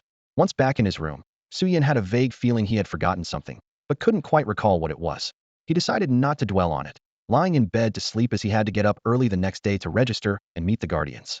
With these thoughts, he quickly fell asleep. In the darkness, Su Yan's left hand, resting on the quilt, began to flicker with yellow and blue light, as if expressing displeasure at being forgotten. The next morning, as soon as Su Yan woke up, he felt a burning sensation on the back of his left hand. Looking at it, he saw a totem tattoo glowing with yellow and blue light, and finally remembered what he had forgotten. He quickly summoned Xianming from the tattoo. When Xianming emerged, he looked displeased and questioned Su Yan. "Didn't you say you'd let me out as soon as we got to Jiangxing? How long has it been now? I was about to fly off to the turtles." Feeling a bit guilty, Su Yan realized he had indeed forgotten. He spent quite some time appeasing Xianming in the room before finally stepping out with a now one-dimensional Xianming. In the dining room, breakfast was already prepared, and his parents were eating at the table. Seeing Su Yan and Xianming, a flicker of surprise crossed their faces, but they invited Su Yan to sit and eat, and provided Xianming with a special canned beast food. At the table, Su Yan introduced Xianming to his parents, explaining his identity and background. The three of them and the turtle enjoyed breakfast together. Afterward, Su Qing had to leave for work, while Mr. Su took Su Yan to register and meet some of the townspeople. As a wood element awakener, although their healing abilities may not match those of professional healers, in a situation where healers are extremely scarce, such awakeners naturally need to take on certain healing responsibilities. As for Xianming, after Su Yan declined the proposal to undergo retotemization, he was left at home. After seeing off Su Qing, Su Cheng took Su Yan and Xianming and headed to the city lord's mansion. On the way to the mansion, many people showed respect upon seeing Su Cheng. After all, Su Cheng was the top expert in the Jiangxing secret realm, having led the defense against invading secret realm creatures multiple times. Additionally, his wife, Su Qing, a high-level wood element awakener, was known for her gentle nature, earning them both respect and admiration in the city. Before long, they arrived at the city lord's mansion. Su Cheng led Su Yan inside, navigating through several turns until they reached a conference room. Without hesitation, he opened the door and took Su Yan inside. 12 people were already seated, and the sound of the door opening drew their attention. Su Cheng paid no mind and found seats for himself and Su Yan. Su Yan looked around and realized he didn't recognize anyone except for Zhao Wu at the head of the table. The others did not criticize Su Yan's slightly impolite behavior. Instead, they smiled kindly when meeting his gaze. After the father and son sat down, Zhao Wu began speaking. "All right, now that everyone is here, let's begin." However, Zhao Wu didn't dive straight into the meeting's agenda. Instead, he approached Su Yan, patted his shoulder, and introduced him to the group. The newcomer to this meeting is Su Yan. He is a 5th-tier healer with a regular healing ability at the 7th tier and can reach the 8th tier at full capacity. He is hailed as the strongest healer of the new generation. His participation today is not due to Su Cheng or his healer status, but because he possesses such strength himself. Then, Zhao Wu pointed to the other 8 attendees, introducing them one by one to Su Yan. Through Zhao Wu's introductions, Su Yan learned that these 8 people, along with Su Cheng, comprised all the 8th-tier awakeners in the city, representing its highest combat strength. Hearing Zhao Wu's introduction, the others were surprised. Their initial view of Su Yan as a junior quickly replaced by seriousness and respect. After introducing everyone, Zhao Wu returned to his seat to preside over the meeting. He said, "The reason for gathering you here, besides introducing the new member, is because I received news from the scouts yesterday. The Northern Forest of No Return and the Western Sunset Canyon have formed an alliance and are amassing forces to launch a beast-tide attack on us in a few days." Remembering that Su Yan was new to the Jiangxing secret realm, Zhao Wu added, "The entrance to the secret realm in Blue Star is located in the central area. To protect the exit and prevent secret realm creatures from reaching Blue Star, we had to establish a city here. Our arrival has divided the originally competitive secret realm forces into 4 parts: the eastern Yunluo Mountains, the western Sunset Canyon, the southern Dark Forest, and the northern Forest of No Return. To secure the secret realm exit, they periodically launch beast-tide assaults on us. Fortunately, these 4 forces are not united, or the situation would be much worse." He then proceeded to assign tasks to everyone.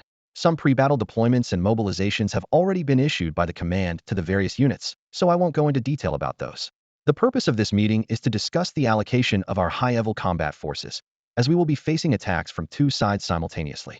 With that, Zhao Wu activated the communicator, projecting information about the powerful figures from the 2 factions, the Forest of No Return and Sunset Canyon, onto the screen. He addressed the attendees with a serious expression. "These are the 8th-tier forces that have appeared during past beast tides and our proactive strikes. They are the opponents we may face in this beast tide. There are quite a few of them, mostly at the early to mid-8th tier. Except for Su Yan and me, most of you can handle multiple enemies at once.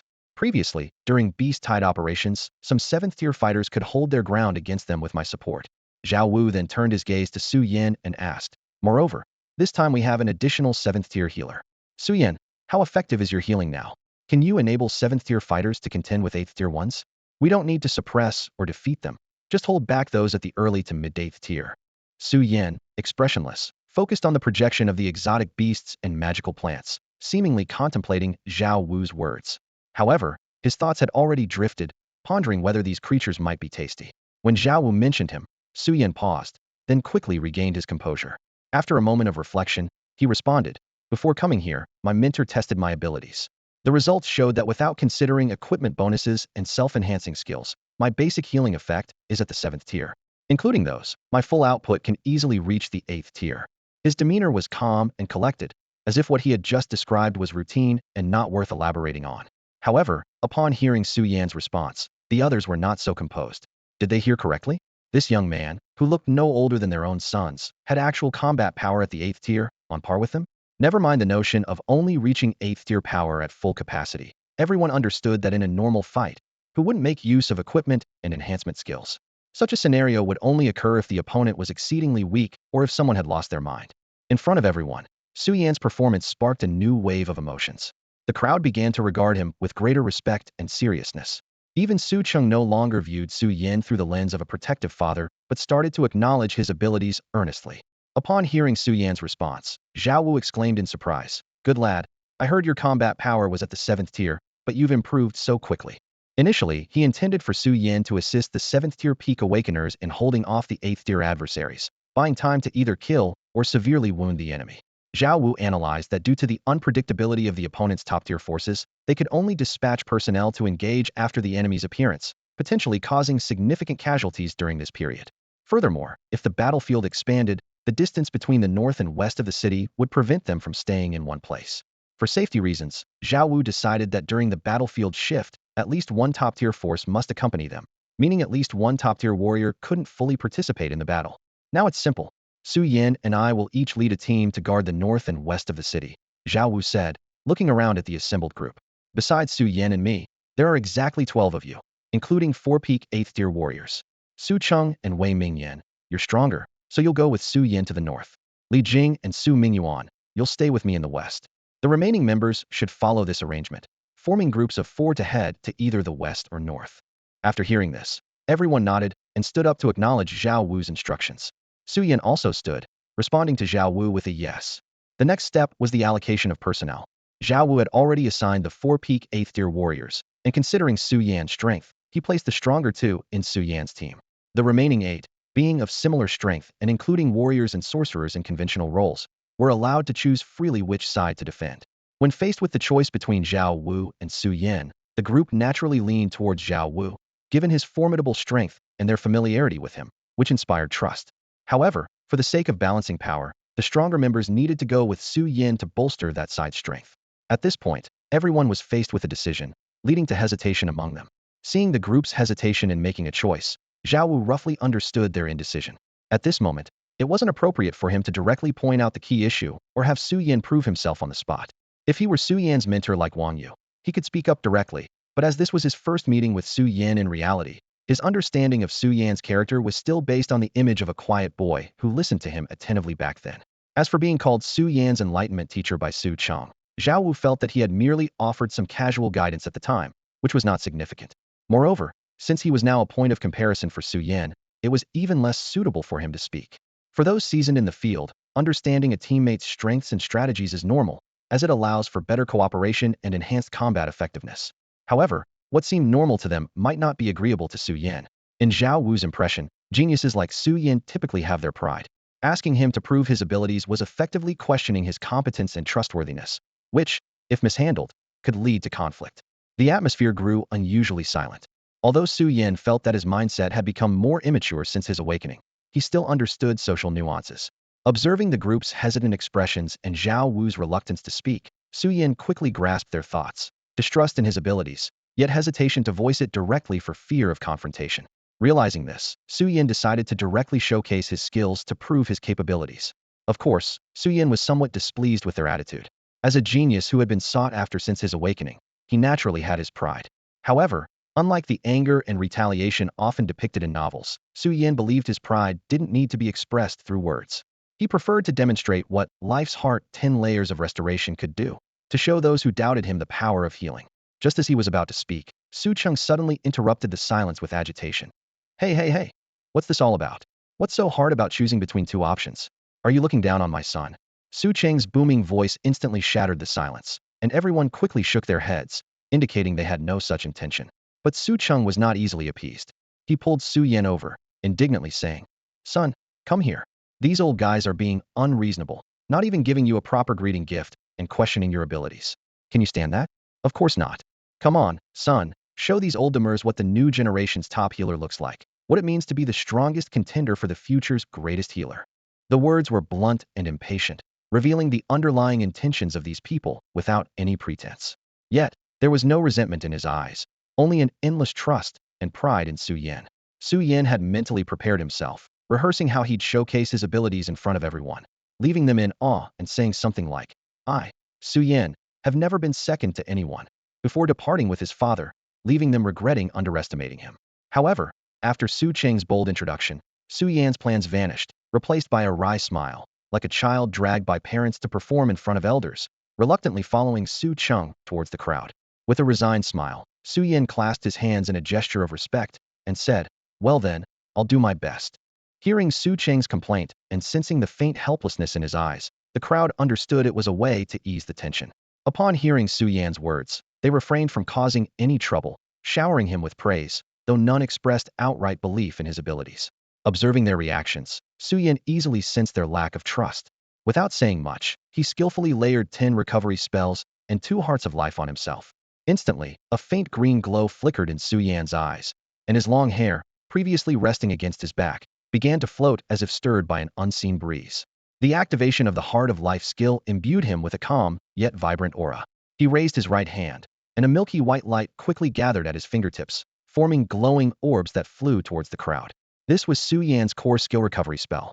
The crowd stood still, allowing the orbs filled with potent life energy to enter their bodies. Initially, the effect of the first orb did not visibly change their expressions. While the recovery spell was effective, it wasn't particularly outstanding among healing skills. However, as Su Yan continued casting the spells, orb after orb entered their bodies. The cumulative recovery speed began to astonish them. By the time Su Yan had applied all 10 layers of the recovery spell, the crowd was visibly stunned. They were at the 8th tier of power, while Su Yan was only at the early stage of the 5th tier, making the 3-tier gap seem unbelievable. Su Yan's 10 layers of recovery spell achieved a recovery rate of 1/20th per second. What did this mean? It meant that theoretically, they could recover from near death to full strength in just 20 seconds. It meant that some of their medium to low consumption skills could be used without depleting their resources, and even some ultimate moves could be used as regular skills. This was an experience they had never encountered before. Zhao Wu's healing style focused on controlling and weakening opponents while boosting allies, strong and healing, but within normal limits. In contrast, Su Yan's demonstration was entirely different. Though not exceptional in boosting or weakening, his terrifying healing and recovery abilities introduced a new dynamic to the battlefield. When the group experienced the effects of Su Yan's healing technique, they immediately understood that the upcoming battle was almost a foregone conclusion. With this skill alone, Su Yan could be considered a top-tier healer. Among them were seasoned veterans who had studied various combat strategies. The astonishing speed of Su Yan's healing sparked numerous tactical ideas in their minds. For instance, they imagined engaging in a war of attrition by relying on continuous healing, exchanging blows with the opponent, and using their superior recovery rate to gradually wear down the enemy. Just the thought of trading injuries, only to find oneself healing swiftly while the opponent struggles, was daunting. Alternatively, they considered a rotational assault strategy, managing spiritual energy output to unleash maximum damage within 20 seconds, then swapping out to allow the previous fighter to recover to peak condition before rejoining the fray.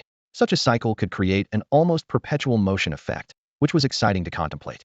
Beyond these strategies, many other tactics flickered through their minds. Although they weren't listed one by one, it was clear that Su Yan's display of abilities had ignited an intense interest among the group. Their smiles hinted at thoughts on how to leverage these skills against their adversaries. Su Yan realized that he had already gained the group's recognition with this skill alone, without needing to prove himself further with other abilities. However, Su Yan wasn't content to stop there. He thought to himself that since he had already showcased his capabilities, he might as well present them in full, allowing these potential allies to fully understand his skill set. To put it nicely, it was about demonstration, but truthfully, Su Yan's perfectionist streak felt that not fully showcasing his prowess would be unsatisfying. Thus, Su Yan activated the overhealing ability he had kept dormant until now. Suddenly, a thin shield of light enveloped the group, with continuous power infusing it, enhancing the shield's strength and resilience. He then sequentially deployed Star and Moon Guidance, Taunt Swap, Sanctuary, Regeneration, and Six-Wing Protection. The powerful life energy and the regenerative skills that stirred the essence of life left everyone in awe. Before they could fully process this amazement, the life energy swiftly merged into the light shield, further reinforcing its strength. As 8th-tier Awakeners, the group possessed excellent control over their bodies and could keenly perceive the shield's formidable strength. If the light shield formed by the recovery spell earlier could be shattered with a few normal attacks, the current shield is astonishingly strong. Even the strongest attacker among us would need considerable time to break it with full force. More terrifyingly, the shield's strength isn't static, it continues to grow. However, the group quickly regained their composure, masking their rare expressions of surprise and returning to their usual steady demeanor. With years of experience, they had seen many things and could roughly guess the principles behind the skill healing overflow being converted into a shield. It's just that this shield is remarkably strong and can keep stacking. Despite their experience, they couldn't help but feel that their composure was short-lived. Indeed, they had never encountered a shield that is not only absurdly strong, but also infinitely enhancing. With these thoughts, they looked at Su Yan with an increasing desire. Subsequently, Su Yan demonstrated multiple skills: the ancient totem with multiple enhancements, the invincible double burst of karma, and the dream return skill as the third binding stacking rune. Each time Su Yan performed a skill, the shock and fervor on their faces intensified. In the end, apart from Zhao Wu, who was also a healer and somewhat aware of Su Yan's extraordinary abilities from the Healers Association, and Su Cheng, who kept reminding himself that this was his son, everyone else looked at Su Yan with a peculiar gaze. It was a fervent and reverent look, as if they were witnessing endless wealth and hope. Su Yan's performance completely conquered everyone present. The powerful healing effects and the terrifying shield strength commanded their respect. Especially with the quadruple life-saving effects, they realized how many highlights they had previously overlooked. The invincibility upon near death from the Fate Keeper, the immunity to lethal damage from Death Defiance, and the time reversal of Dream Return to restore oneself to an optimal state, with the ability to trigger twice. More importantly, they sensed that these skills did not trigger simultaneously but had their own priority order. Dream Return had the highest priority, followed by the Fate Keeper Totem, and finally Death Defiance. Considering the skills Su Yan had previously displayed, they could even envision how terrifying their survival capabilities would be on the battlefield. First, they would have to withstand Su Yan's absurd healing effects and the terrifyingly strong light shield to bring the target to the brink of death. Then Dream Return resets the state, kill again. Dream Return triggers a second time to reset the state again, kill again. Then the Fate Keeper Totem is triggered, wait for the invincibility period to pass. Under Su Yan's healing, return to full status, kill again, and finally, Death Defiance is triggered, with its invincible effect, return to full health once more, and kill again to finally defeat the enemy. In this scenario, not only do you have to kill the opponent while enduring Su Yan's healing and amplification, but you also need to kill them 5 times to completely eliminate them. This is theoretically the optimal outcome. However, won't the opponent retaliate when attacked? With shields and healing effects, won't it require relentless and continuous attacks? Clearly, the answer is no, unless your strength far surpasses the opponent's, allowing you to overwhelm them completely. Yet, in this secret realm, even the strongest is only at the peak of the 8th tier, and such a strong individual often cannot kill an ordinary 8th tier or some powerful peak 7th tier opponent in one hit. Without the ability to defeat the opponent in one blow, with Su Yan present, the opponent can recover significantly at the first sign of attack. Wouldn't the battle then drag into a prolonged conflict? From the enemy's perspective, just thinking this way is nauseating, making one feel sick and devoid of any desire to continue fighting. However, everyone quickly realized, why should I put myself in the enemy's shoes? Isn't Su Yan on our side? How could the opponent be worthy of having Su Yan fight alongside them? With this understanding, everyone began to imagine themselves charging into the enemy formation with Su Yan's support, leaving their opponents in disarray. This thought filled their hearts with joy, and their smiles turned sly, their eyes viewing Su Yan with even greater friendliness. After using his skill, Su Yan originally expected to see the group shocked and showering him with praise. However, when he looked up, he was met with a group of strange uncles and aunties sporting peculiar smiles. The fervor in their eyes made Su Yan shiver involuntarily, and he took a few steps back, wondering if his skill had gone awry, causing these people to act erratically. Soon, Su Yan thought of a solution. Since the problem was caused by the skill, wouldn't making the skill effects disappear solve it? Although he couldn't actively cancel the effects on these people, he had a skill called Dispel in his skill pool. If it was the lingering effects causing the issue, then dispelling them seemed like a good remedy. So, Su Yan raised his hand again, gathering energy, and cast Dispel skills on the group. He didn't realize that they were acting this way out of shock and excitement from witnessing his skills, as he wasn't particularly petty, but not overly generous either. Since you question me, I will show you my abilities and let you evaluate whether my performance meets your standards while you are clear-headed.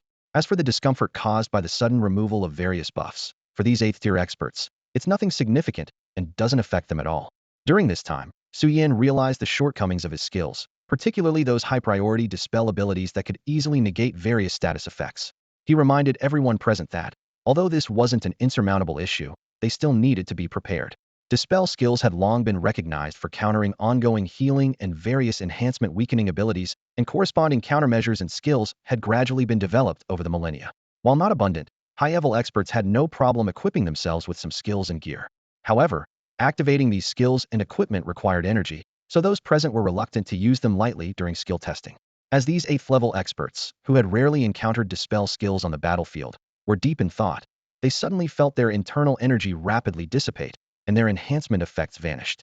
This sudden change caused extreme discomfort, forcing them to snap back to attention. At that moment, Su Yan appeared innocent, seemingly worried that he might have used the wrong skill, and involuntarily cast a dispel skill. This action left everyone present, including Su Cheng, feeling helpless and bitter.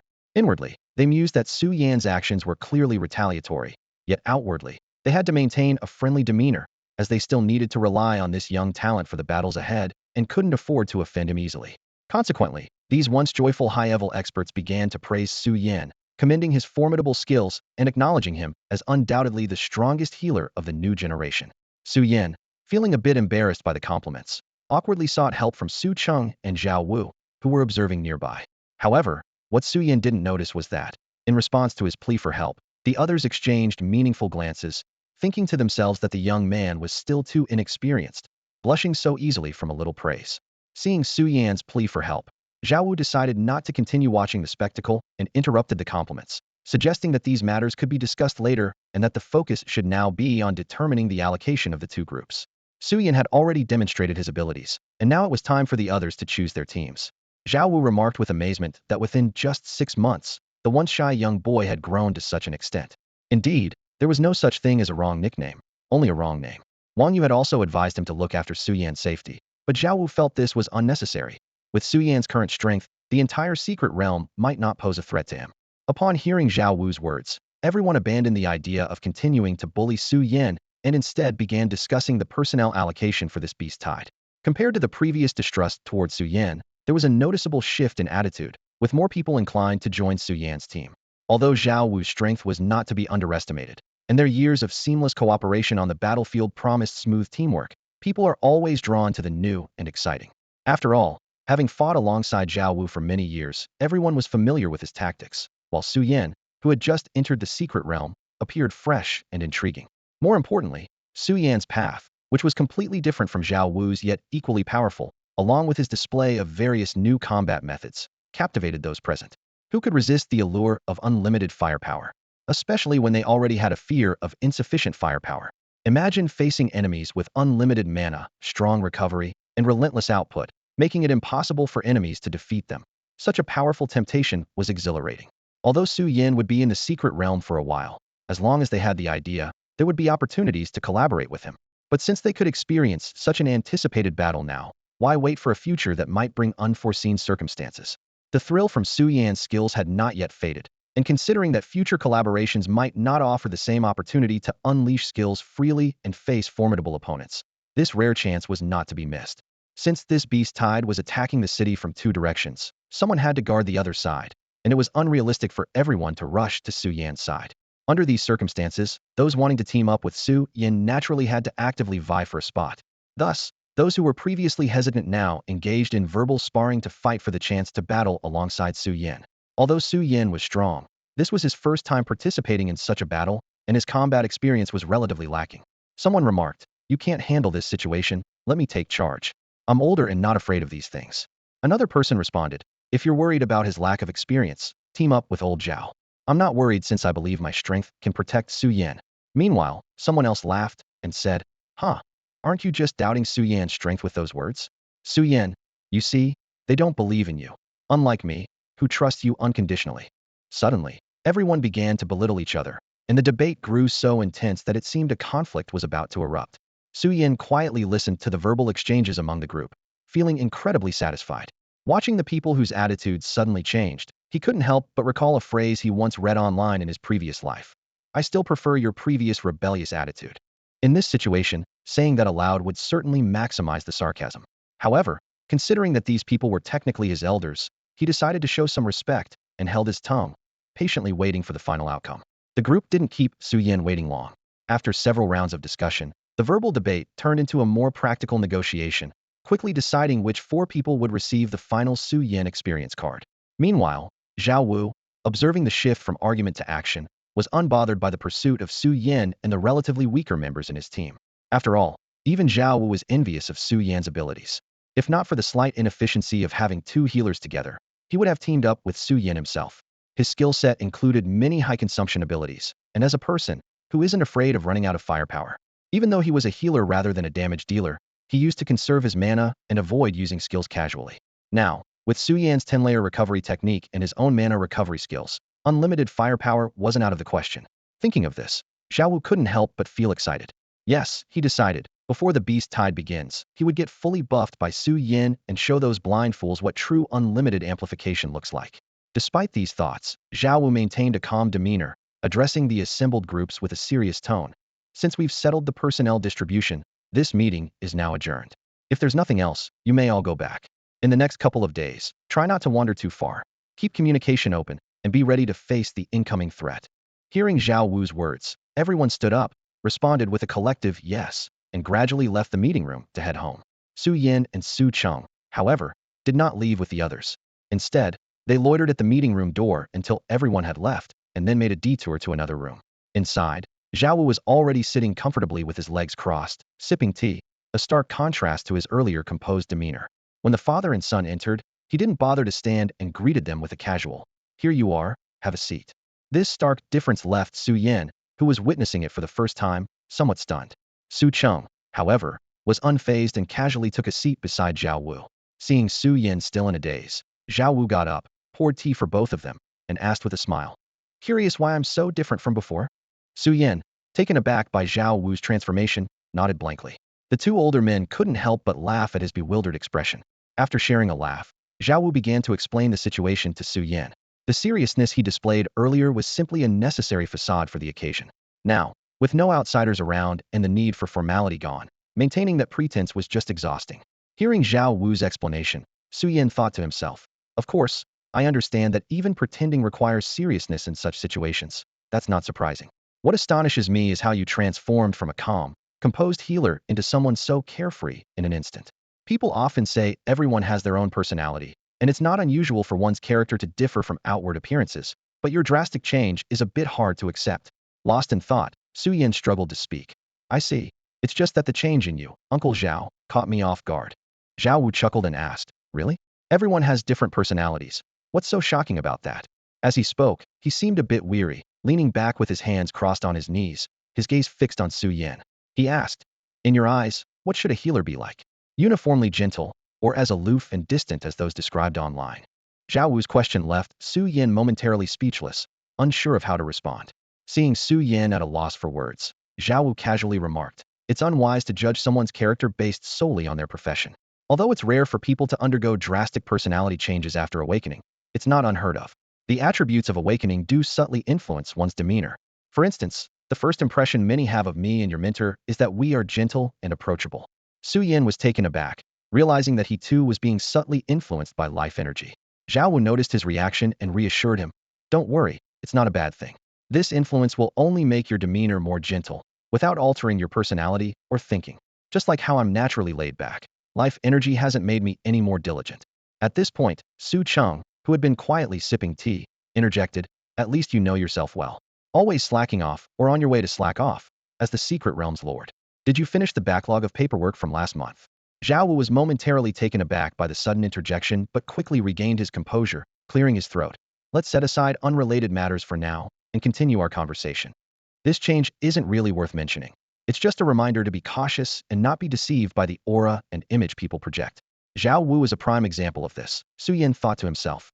Observing Zhao Wu's adept skill at changing the topic, Su Yan suddenly asked curiously, "So how did those online reviews about you being aloof and unapproachable come about?" Zhao Wu didn't answer directly, but instead asked Su Yan, "How did it feel to be praised by that group just now? Do you want to experience it again?" Remembering the earlier awkward situation that made him want to escape, Su Yan shuddered and shook his head vigorously to refuse. Seeing Su Yan's reaction, Zhao Wu laughed even more heartily. "That's why people come across as aloof," Zhao Wu explained. "Being overly friendly can make those people cling to you. Their enthusiasm and flattery can easily lead to uncomfortable situations. More importantly, once you appear approachable and engage with one person, many others will flock to you, trying to gain some advantage. So, healers who are not looking for teammates often appear aloof. Over time, this has become an unspoken rule, signaling to others that they don't want to engage deeply to avoid disturbances. Although this unspoken rule can be frustrating to some, they usually don't break it, but instead complain online."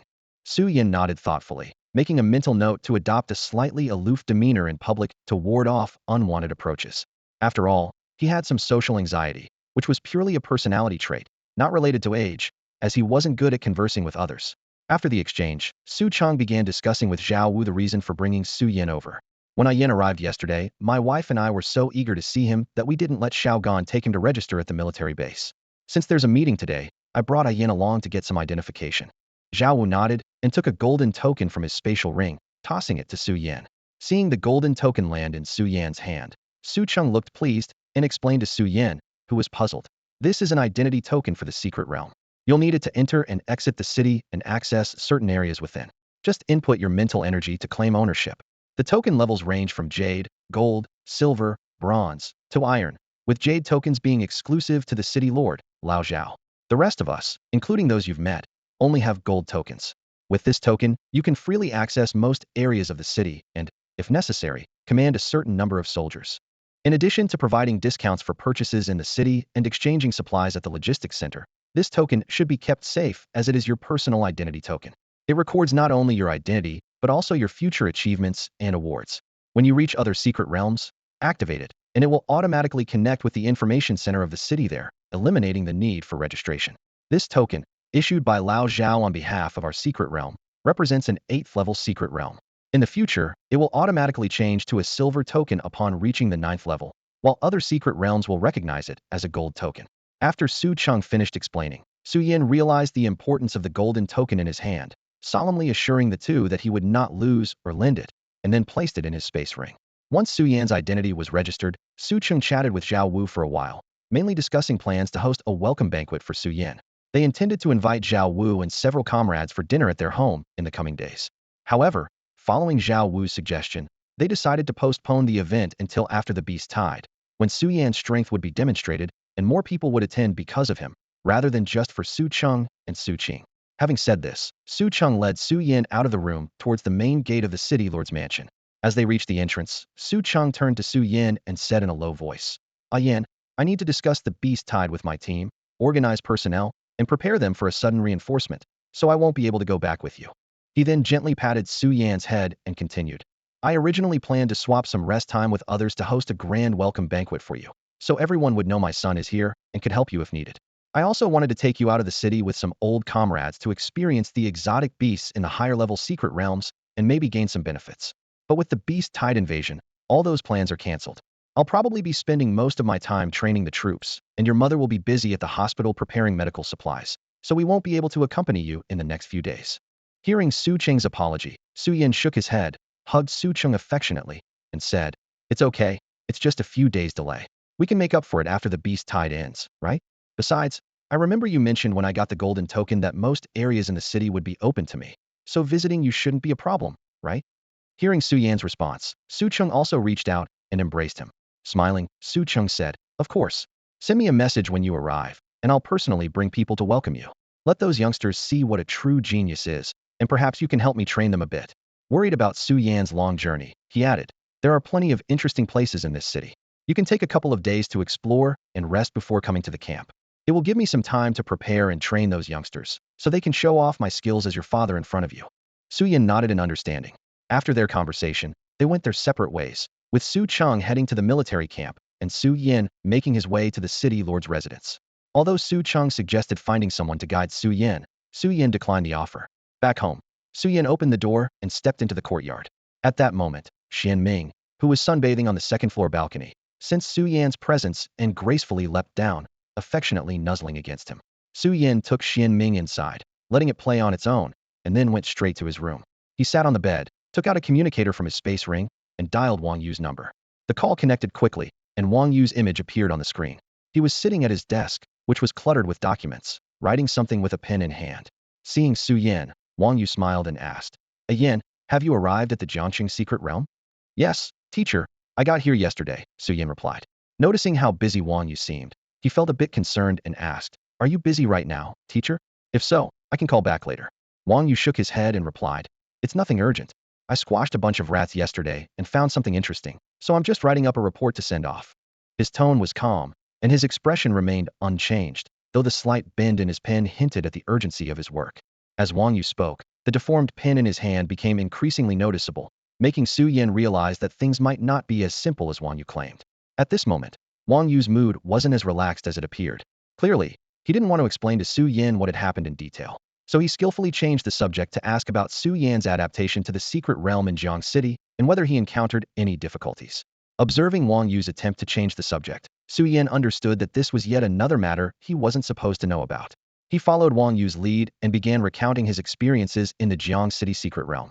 Wang Yu sat quietly on the other side of the light screen, wearing a gentle smile, patiently listening to Su Yan's story without showing any signs of impatience, even though he had just finished communicating with Zhao Wu and had already heard much of what Su Yin was saying from him. When Su Yin spoke about attending the meeting, he suddenly started complaining about the distrust he faced from others, the swift change in their attitude after he proved himself, and the difficulty of restraining himself from retaliating. Seeing this, Wang Yu smiled and comforted him, saying, Although it's somewhat impolite, they're just looking out for their own and their subordinates' safety. After all, you haven't experienced much yet, and your reputation is known only to a few. Coupled with your youthful appearance, it's not surprising they questioned you before seeing your true abilities.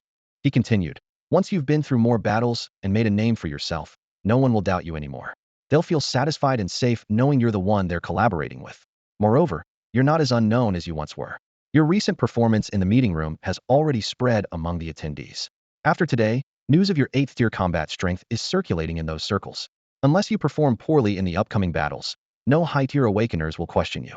As for the mid and low-tier Awakeners, what gives them the courage to doubt a 5th-tier healer? So, young man, keep striving. Use your strength to announce your presence to the world and remind them why healers deserve special privileges and respect. Wang Yu's words successfully calmed the previously angry Su Yin, and his praise made Su Yin feel a bit embarrassed. Then, with a serious tone, Su Yin said to Wang Yu on the other side of the light screen, Teacher, I will do my best. Seeing his determined young disciple, Wang Yu's mood, which had been down due to not finding his enemy, instantly improved.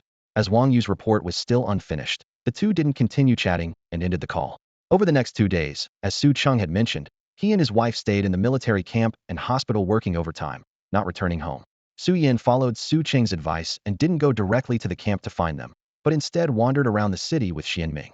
The two of them leisurely contrasted with the fast-paced city preparing for the impending beast tide.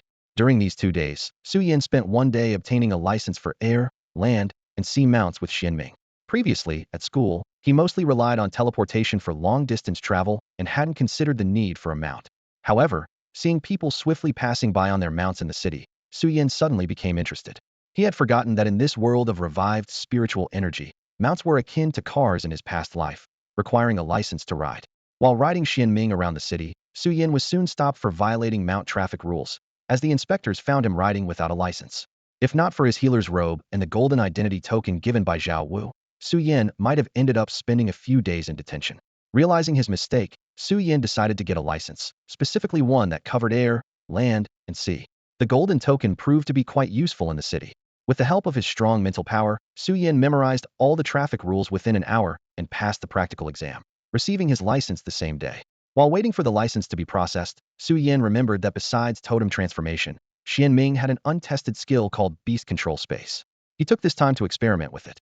The results were astonishing for Su Yin, as the sizable 300-200-100 space sparked new ideas in his mind. After confirming the stability of the space and that items within it wouldn't disappear or be damaged when the skill was deactivated and reactivated, Su Yin took his newly acquired license, rode Xianming throughout the city, and began constructing a small courtyard inside Xianming's beast control space. It was fully furnished and equipped with water and electricity, making it almost like a home, except for the poor signal reception. 2 days passed quickly. During this time, Su Yin obtained a driving license for Xianming and a personal mobile home. On the morning of the third day, Su Yin got up early, washed up, locked the door, and rode Xianming to find his parents. He knew where to find them because Su Cheng had already sent him the location of the military district via communicator at the city lord's mansion entrance. Su Cheng's hospital was conveniently located within the military district, providing treatment specifically for soldiers. Although Xianming is essentially a turtle, its speed is quite impressive. While it may not match the pace of traditional mounts, its flight speed under anti-gravity is faster than some cars at full speed. Soon, Su Yin arrived at the entrance of the military district. Seeing the two soldiers on guard, Su Yin sent a message to Su Cheng using his communicator from his space ring, then approached them with Xianming. After showing his identification token, Su Yin smoothly entered the military district under the courteous acknowledgement of the soldiers. The atmosphere inside the military district was starkly different from what Su Yin had seen at Jiangnan University and Jiangxing City, appearing more rigorous and austere. Su Yin hadn't walked far with Xianming before Su Cheng appeared. However, contrary to what he had previously mentioned about bringing his subordinates to warmly welcome Su Yin, Su Cheng came alone. Su Yin wasn't particularly bothered by this and didn't even recall the details of Su Cheng's earlier words. Instead, it was Su Cheng who felt a bit embarrassed, having boasted earlier but not following through. Su Cheng quickly approached Su Yin and explained why he came alone. He had intended to bring people, but 2 days ago, upon checking his subordinates' training results, he found them slacking off. He ended up being a bit too harsh in disciplining them, leaving them with noticeable bruises, so he decided not to bring them along and instead had them undergo extra training at the camp. As he explained, Su Cheng led Su Yin towards the camp, though there was a hint of dissatisfaction on his resolute face, not directed at Su Yin, but at himself and his subordinates. Su Cheng thought that if his men were more diligent, he wouldn't have had to discipline them for slacking. His usual method of discipline was not to cause harm, but to aim for visible areas like the face and limbs, so they would have to face their comrades looking like they'd been in a fight. The original idea was to give them a profound lesson about the consequences of slacking, but he had forgotten that he'd need these men to accompany him to meet Su Yin. As a result, they ended up looking unpresentable, with swollen faces or bruised patches, not fit to be brought along. As Su Cheng headed out with the group to pick up his son, he thought to himself that it would be a miracle if they didn't embarrass him. Truthfully, the others had no intention of tagging along. Su Cheng had merely mentioned it in passing. Surprisingly, they seemed to take it to heart, training fervently as if filled with newfound enthusiasm. Left with no other choice, Su Cheng abandoned his original plan and decided to pick up Su Yin alone. Following behind his father, Su Yin couldn't help but chuckle at his father's explanation. It seemed his father's subordinates were quite amusing. Soon, they arrived at Su Cheng's camp. Even before entering, Su Yan's enhanced hearing picked up the conversations inside. What do you think of the boss's son? I'm not sure. I've only seen photos of him on the boss's desk. He's good looking, definitely got his mother's genes. I heard he's a rare healer with exceptional talent. Damn, it's unfair. How did our burly boss end up with such a beautiful wife and a son to be proud of? I wish he were my son. Su Cheng's face darkened instantly. With an expressionless demeanor, he walked into the camp, noticing how everyone fell silent at their arrival. He cracked his knuckles and coldly asked, "Why did you all stop talking? Weren't you supposed to be training hard instead of coming with me to pick up Yin? Is this how you train, with your mouths? Come on, let's have a onion-owned special training session since my son's here. Everyone, line up at the ring. I'll give you individual guidance." His words were met with groans. They had just been through a tough session for not training hard enough, and now, thanks to a few loose tongues, they faced another round. Despite their thoughts, their bodies moved instinctively, snapping to attention and forming lines. They shot malicious glances at those who had spoken earlier, who trembled, realizing they had indeed angered everyone. Then they noticed Su Yin entering with Su Cheng, and their eyes lit up with hope, silently pleading with him to intervene. However, Su Yin wasn't feeling particularly generous, especially since some of them had joked about wanting to be his father. So, with a gentle smile, he asked Su Cheng, "Dad, will this kind of guidance hurt them?" Assuming Su Yin was swayed by the group's pleading looks, Su Cheng glanced at them menacingly before replying softly, "It's just basic guidance, nothing too harsh. At most, they'll get minor injuries that heal quickly." Su Yin then asked, "But will the training be effective if you can't use full force?" Su Cheng nodded in agreement. Su Yan's smile became even more gentle, but it was as if a dark flower bloomed behind him. Su Cheng realized Su Yin wasn't as soft-hearted as he had thought. Then, in the sweetest tone, Su Yin suggested the most terrifying idea to those present. why don't I help increase the efficiency? It's better to go all out than hold back, right? Under my return to dream, commander of fate, and death defiance effects, you won't have to worry. As long as you're not killed 5 times in a row, you won't suffer any real damage.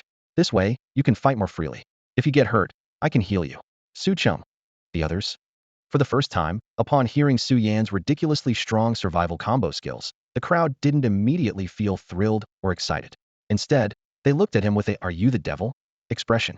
How could he, with such an innocent face, say something so devilish? Have we been in the secret realm too long, detached from society? Are healers nowadays all like black sesame dumplings? Su Cheng, who also heard Su Yan's devilish words, was initially shocked. After all, in his mind, Su Yan had always been the quiet, gentle, and well-behaved one. How did he become so cunning after just a few years? Though surprised by Su Yan's demeanor, Su Cheng quickly regained his composure and smiled with relief. He had been worried that Su Yan's soft nature might lead him to be taken advantage of by unscrupulous people, but Su Yan's current behavior eased those concerns. Although Su Yan's personality differed from his previous impression, being like a black sesame dumpling was far better than being a pure, flawless saint. At least now, he wouldn't have to worry about Su Yan being bullied or morally coerced due to his softness. More importantly, Su Yan's suggestion was excellent. When acting on his own, Su Cheng wouldn't have to worry about accidentally causing severe injury or death to others. For him, these people were like punching bag soups. I mean, they would benefit more from his unknown guidance. It was a good thing, and he could also take the opportunity to vent some pent-up frustration. Su Yan's proposal was truly brilliant. For the soldiers, although they'd be in for a beating and might feel some pain, the chance to engage in a full-force battle with a peak 8th level expert, without the risk of serious injury or lasting consequences, was a rare opportunity. Word would spread, and people eager to get beaten could line up from the south to the north of the city. Moreover, with the guarantee of skills, suffering a few life-threatening injuries and experiencing the brink of death could, under the body's natural survival instincts, unlock potential and even break through current limitations. As the behind-the-scenes supporter of this event, Su Yan might not receive any tangible rewards, but his reputation would spread, letting more people know about a powerful healer in Jiangqing's secret realm. Though people might initially look unhappy and resistant, once they've been through the arena, felt their strength improve, or even achieved a breakthrough, they would naturally feel grateful and respectful towards Su Yan. In Su Cheng's view, this was a win-win-win situation. So why would he refuse? As for those who would face a beating, could it really be called a beating in the military camp? This was clearly a benefita gift from a healer and an 8th level expert. How could they refuse? If such powerful figures were willing to lower themselves to offer them enhancement, how could they possibly say no? After much contemplation and deliberation, Su Yan quickly accepted Su Cheng's suggestion within 30 seconds of it being proposed. He was ready to give these people a hard time. Then, as if suddenly remembering something, he turned to Su Yan and said, Yan, why don't you treat their facial injuries first?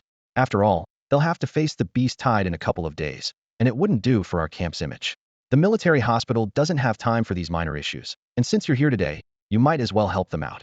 When Su Yan first came in, he was preoccupied with thinking about how to deal with those who tried to take advantage of him verbally and act like his father, so he hadn't noticed their appearances. Now, reminded by Su Cheng, Su Yan looked around and saw that some faces were so swollen they were unrecognizable, while others were covered in bruises, so much so that he couldn't help but laugh out loud. Seeing Su Yan's unabashed laughter, those who had been dispirited by Su Cheng's words felt even more downcast. They wanted to retort, to express their dissatisfaction, but remembering Su Yan's identity and his previous intimidating remarks, they forced themselves to suppress their thoughts, repeatedly reminding themselves, don't react, this is the boss's son, a healer, and a big shot himself. We can't offend him. So, they awkwardly forced a smile and thanked Su Yan for his willingness to treat them. However, in forcing a smile, they forgot about their injuries, and their twisted expressions were painful to look at, making Su Yan almost want to turn around and laugh again. Though his earlier laughter could be excused as an involuntary reaction, laughing openly now after they had shown goodwill would seem impolite and could offend them. Su Yan suppressed his laughter, raised his right hand, and gathered life energy. A towering temple shadow appeared behind him, and an invisible protective domain expanded to encompass everyone present. The crowd watched as Su Yan raised his hand, gathered energy, and summoned the temple shadow. A sudden breeze brushed their faces, bringing a refreshing coolness. The swelling and pain gradually receded with this coolness, and soon they couldn't feel it at all. At the same time, a deeply soothing sensation spread through them, causing a few with weaker wills to let out soft moans. The moans were so enchanting that everyone else fell silent immediately. If Su Yan weren't present, the atmosphere wouldn't have been so silent. Normally, after a brief pause, the group might have burst into laughter and ridicule, perhaps even turning this incident into a running joke. However, With Su Yin in their midst today, things were different. Although Su Yin was the son of their leader and technically not an outsider, seeing Su Cheng's angry expression perhaps due to the embarrassment of his team in front of his son made Su Cheng question if he truly belonged with these people. Clearly, Su Cheng would have preferred to be surrounded by other outsiders. While others shared similar sentiments to Su Cheng, they were more concerned about their comrades' embarrassment in front of someone with Su Yan's healing abilities. They worried whether Su Yan would associate them with those who had lost composure and whether they might be shunned despite their proximity to Su Cheng due to his status. Those who had groaned out loud found themselves averting their eyes after noticing their comrades' varied expressions and Su Cheng's stern face. Each had different thoughts. Some wished they could find a hole to crawl into, while others fidgeted with their fingers, counting how long they'd endure the ensuing ridicule. The air of social death hung heavily around them, making them eager to escape. Meanwhile, Su Yan, who felt like an outsider, was questioning everything, his mind filled with confusion. He pondered why, after activating only a shelter skill, he hadn't subconsciously engaged a perception-deception skill.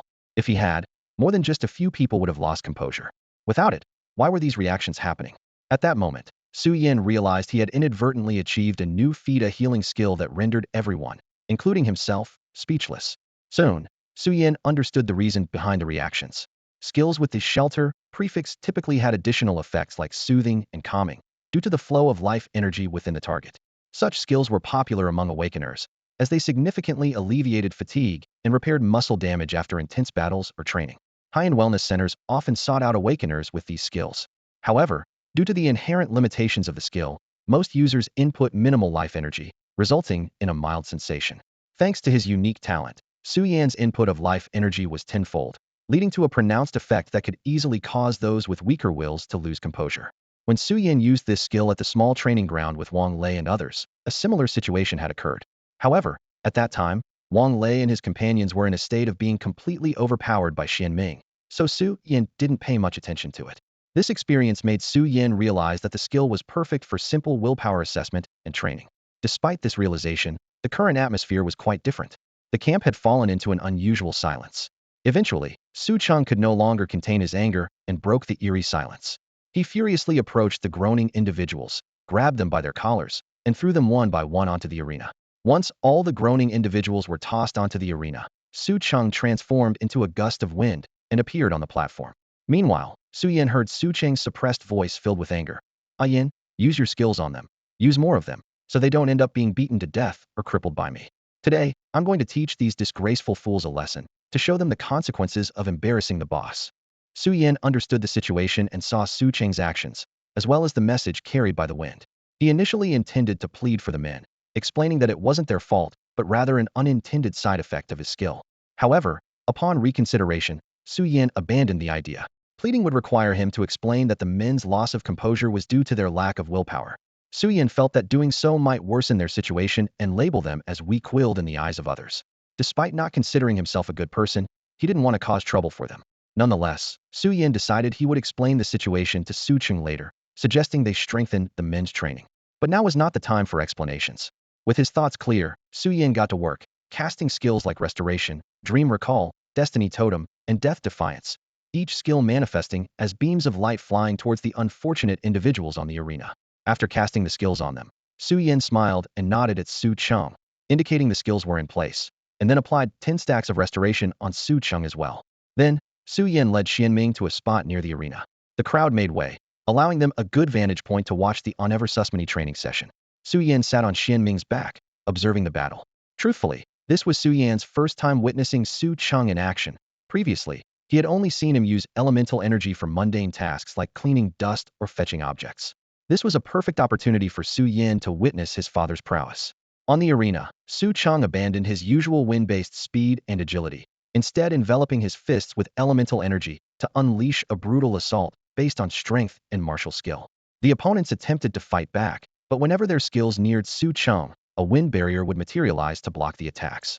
Under the overwhelming pressure of Su Cheng's absolute power, the opponents were soon covered in wounds. Finally, with a powerful punch from Su Cheng, the Dream Recall effect on a few of them was triggered. The few individuals who had been severely injured under Su Cheng's fierce attack couldn't hold on any longer after his punch. They all spat blood and were sent flying backward. At the moment they were airborne, a faint blue light suddenly emanated from their bodies.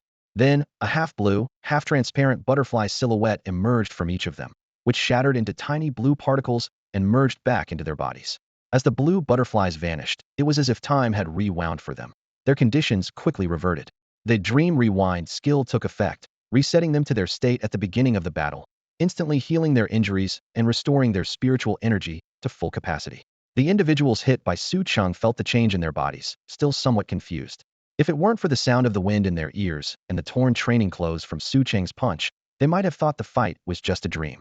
However, the wind reminded them of their current situation. They had been fighting the leader just moments ago and were now airborne. By the time they realized this, it was too late. Their bodies were dangerously close to the ground, about to make contact, with no time to react. The next moment, they crashed heavily to the ground and slid a short distance due to inertia before coming to a stop. From the observer's perspective, it seemed like this group was so stunned by Su Cheng's attack that they forgot even their basic combat training.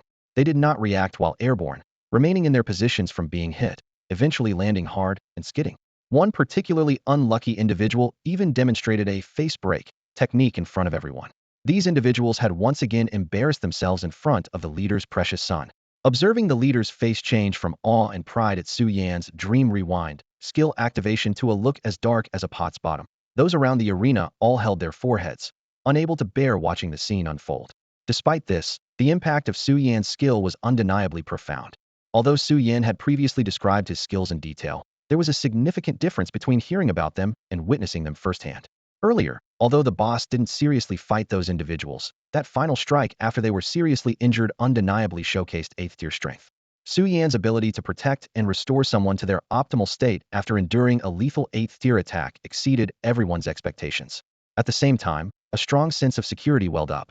On the platform, Su Cheng, who had initially calmed his mood by venting, saw the performance of these individuals and his anger flared up again. Subsequently, Su Cheng employed extremely ruthless methods to demonstrate what true peak 8th tier strength was. Initially, they could spar with Su Cheng for a few rounds, but in his wrath, Su Cheng sent them flying with a single punch. Driven by the gust, their bodies were involuntarily gathered together, directly facing Su Cheng's full-force punch. Sparks flew, and like a movie replay, they were once again reset to their peak condition midair. However, this time, instead of being stunned, they quickly moved in the air, using techniques to dissipate the force and landed early on the ground. This reaction was what they should have exhibited under normal circumstances, slightly improving Su Cheng's mood. Seeing the fearful and cautious eyes in front of him, Su Cheng felt somewhat bored. He decided not to trigger the effects of the Destiny Totem and Death Resistance, as these skills required coordination with Su Yan's healing to be most effective. The individuals before him, even if restored to full condition, couldn't withstand another punch from him, and continuing would only waste Su Yan's spiritual energy, though Su Yan didn't mind. So, Su Cheng waved them off the platform, instructing them to line up separately. He then transformed into a breeze, approached Su Yan, and addressed the uneasy group, saying, "All right, this charade should end now. Honestly, I'm not satisfied with your performance. But considering you've been in the army for less than half a year, I understand the shortcomings. From today, your training will double. I don't want a repeat of this." "Understood," they replied in unison. "Understood." Hearing Su Cheng's words, they stood straight and jogged back to their formation. Despite the upcoming doubled training, they had no complaints and were somewhat relieved, knowing their performance. After seeing them return to their formation, Su Cheng, with a serious expression, led Su Yan to the front of the group and said, "All right, the earlier charade is over, and now let me formally introduce Su Yan, my son, a 5th tier healer with 8th tier combat prowess." He then looked at the individuals at the forefront of the group and continued, "The reason for coming here is to find a few 7th tier members for a trial collaboration to see how it works. This test is also an opportunity for you. If you perform well, you may get a chance to collaborate with Su Yan. I've mentioned the beast tied to you before, and you should have noticed the change in atmosphere within the military district these past few days. This time, you will join me in defending the North City Gate, with the core of our defense being this person beside me. When the time comes, several of us at the 8th tier will take on the high-level opponents among the enemy's 8th tier, while you at the 7th tier will need to handle their lower-level counterparts." Seeing the change in expressions among the people below, Su Cheng continued, "Of course, this doesn't mean you'll face the enemy alone. Su Yan will provide healing and support to those of you confronting the enemy's 8th tier soldiers. The test will involve selecting one person each from the early, mid, late, and peak stages of the 7th tier to pair with Su Yan and engage in an unknown battle with me. My strength will gradually be unleashed from the early 8th tier as the battle progresses, to assess what minimum strength is required to withstand an 8th tier attack with Su Yan's support, and the maximum strength the 7th tier can reach with his assistance." This test wasn't a spuro-thement decision by Su Cheng. It was suggested by him to Su Yan on the way to the camp, and Su Yin agreed. Although Su Yin was confident in his abilities and had proven in previous meetings that he could heal and enhance 8th-tier warriors, he was still uncertain about enabling 7th-tier soldiers to confront 8th-tier opponents head-on. Su Yin wasn't lacking in self-confidence, but rather skeptical of the combat capabilities of those 7th-tier soldiers. He expressed his concerns to Su Cheng on the way to the camp, which led to this proposal of having Su Yin work with his 7th-tier warriors, with their opponent being none other than Su Cheng himself. Originally, the plan was to introduce Su Yin to the others at the camp before starting the test. However, an unexpected commotion occurred, which Su Yin found quite entertaining. Nevertheless, Su Cheng successfully communicated the planned test details. His words stirred a slight commotion among the crowd below. Those below the 7th tier understood that a healer of such caliber would not choose them as teammates, especially since Su Cheng had already specified the required strength levels. Meanwhile, the 7th tier Awakeners within Su Cheng's specified range were quite excited. Initially, when they heard Su Cheng mention that they needed to oppose the enemy's 8th tier forces, they thought they were in for a desperate fight, with multiple 7th tiers working together to hold off the enemy's 8th tiers at the cost of their lives to buy time for their comrades. They weren't filled with despair or resentment, as they had already prepared themselves for sacrifice when they joined the military. Behind them were the family and friends they wanted to protect. They wouldn't back down in the face of the impending enemy. Still, there was an inevitable sense of regret and reluctance in their hearts. Regrettably, it seemed unlikely that they would ever see those familiar faces again. This sense of helplessness stemmed from their own lack of strength. Had they been powerful enough, they could have thwarted that formidable 8th-level opponent and minimized the loss of their teammates. However, Su Cheng's subsequent words brought unexpected relief to everyone. Although they were mentally prepared to sacrifice themselves for their country, who wouldn't choose life over death if given the chance? Though their strength was considerably inferior to that of an 8th-level adversary, the support of a high-level healer during battle could change everything. The benefits of healing and amplification were obvious, but the Dream Recall skill alone effectively granted them 2 extra lives. Additionally, the skills Su Yin mentioned, the Fate Totem and Death Defiance, while their exact effects were unknown, seemed to be life-saving measures based on Su Yan's earlier hints. This effectively added up to 4 extra lives. With these skills enhancing them, while defeating the opponent might still be a stretch, they could at least deter the enemy from attacking recklessly, fearing severe backlash. Stopping them seemed achievable. Moreover, they were eager to experience the skills Su Yin had previously employed. Had they known about these potential benefits while receiving shelter skills treatment, they wouldn't have suppressed their instincts and held back. Even at the risk of social embarrassment, the advantages gained would have been well worth it. The closer they came to death, the more they could feel its threat, which, paradoxically, could unlock greater strength and potential, making it easier to break through the limits of their abilities. Among the newly joined members, several had already started to grasp this concept. With this realization, they glanced at their peers with similar strength, eyes filled with a hint of competitiveness. Though they were comrades, in this matter, there would be no holding back. After Su Cheng announced the criteria for Su Yan's testing, the scene from the meeting room a few days prior replayed before Su Yan.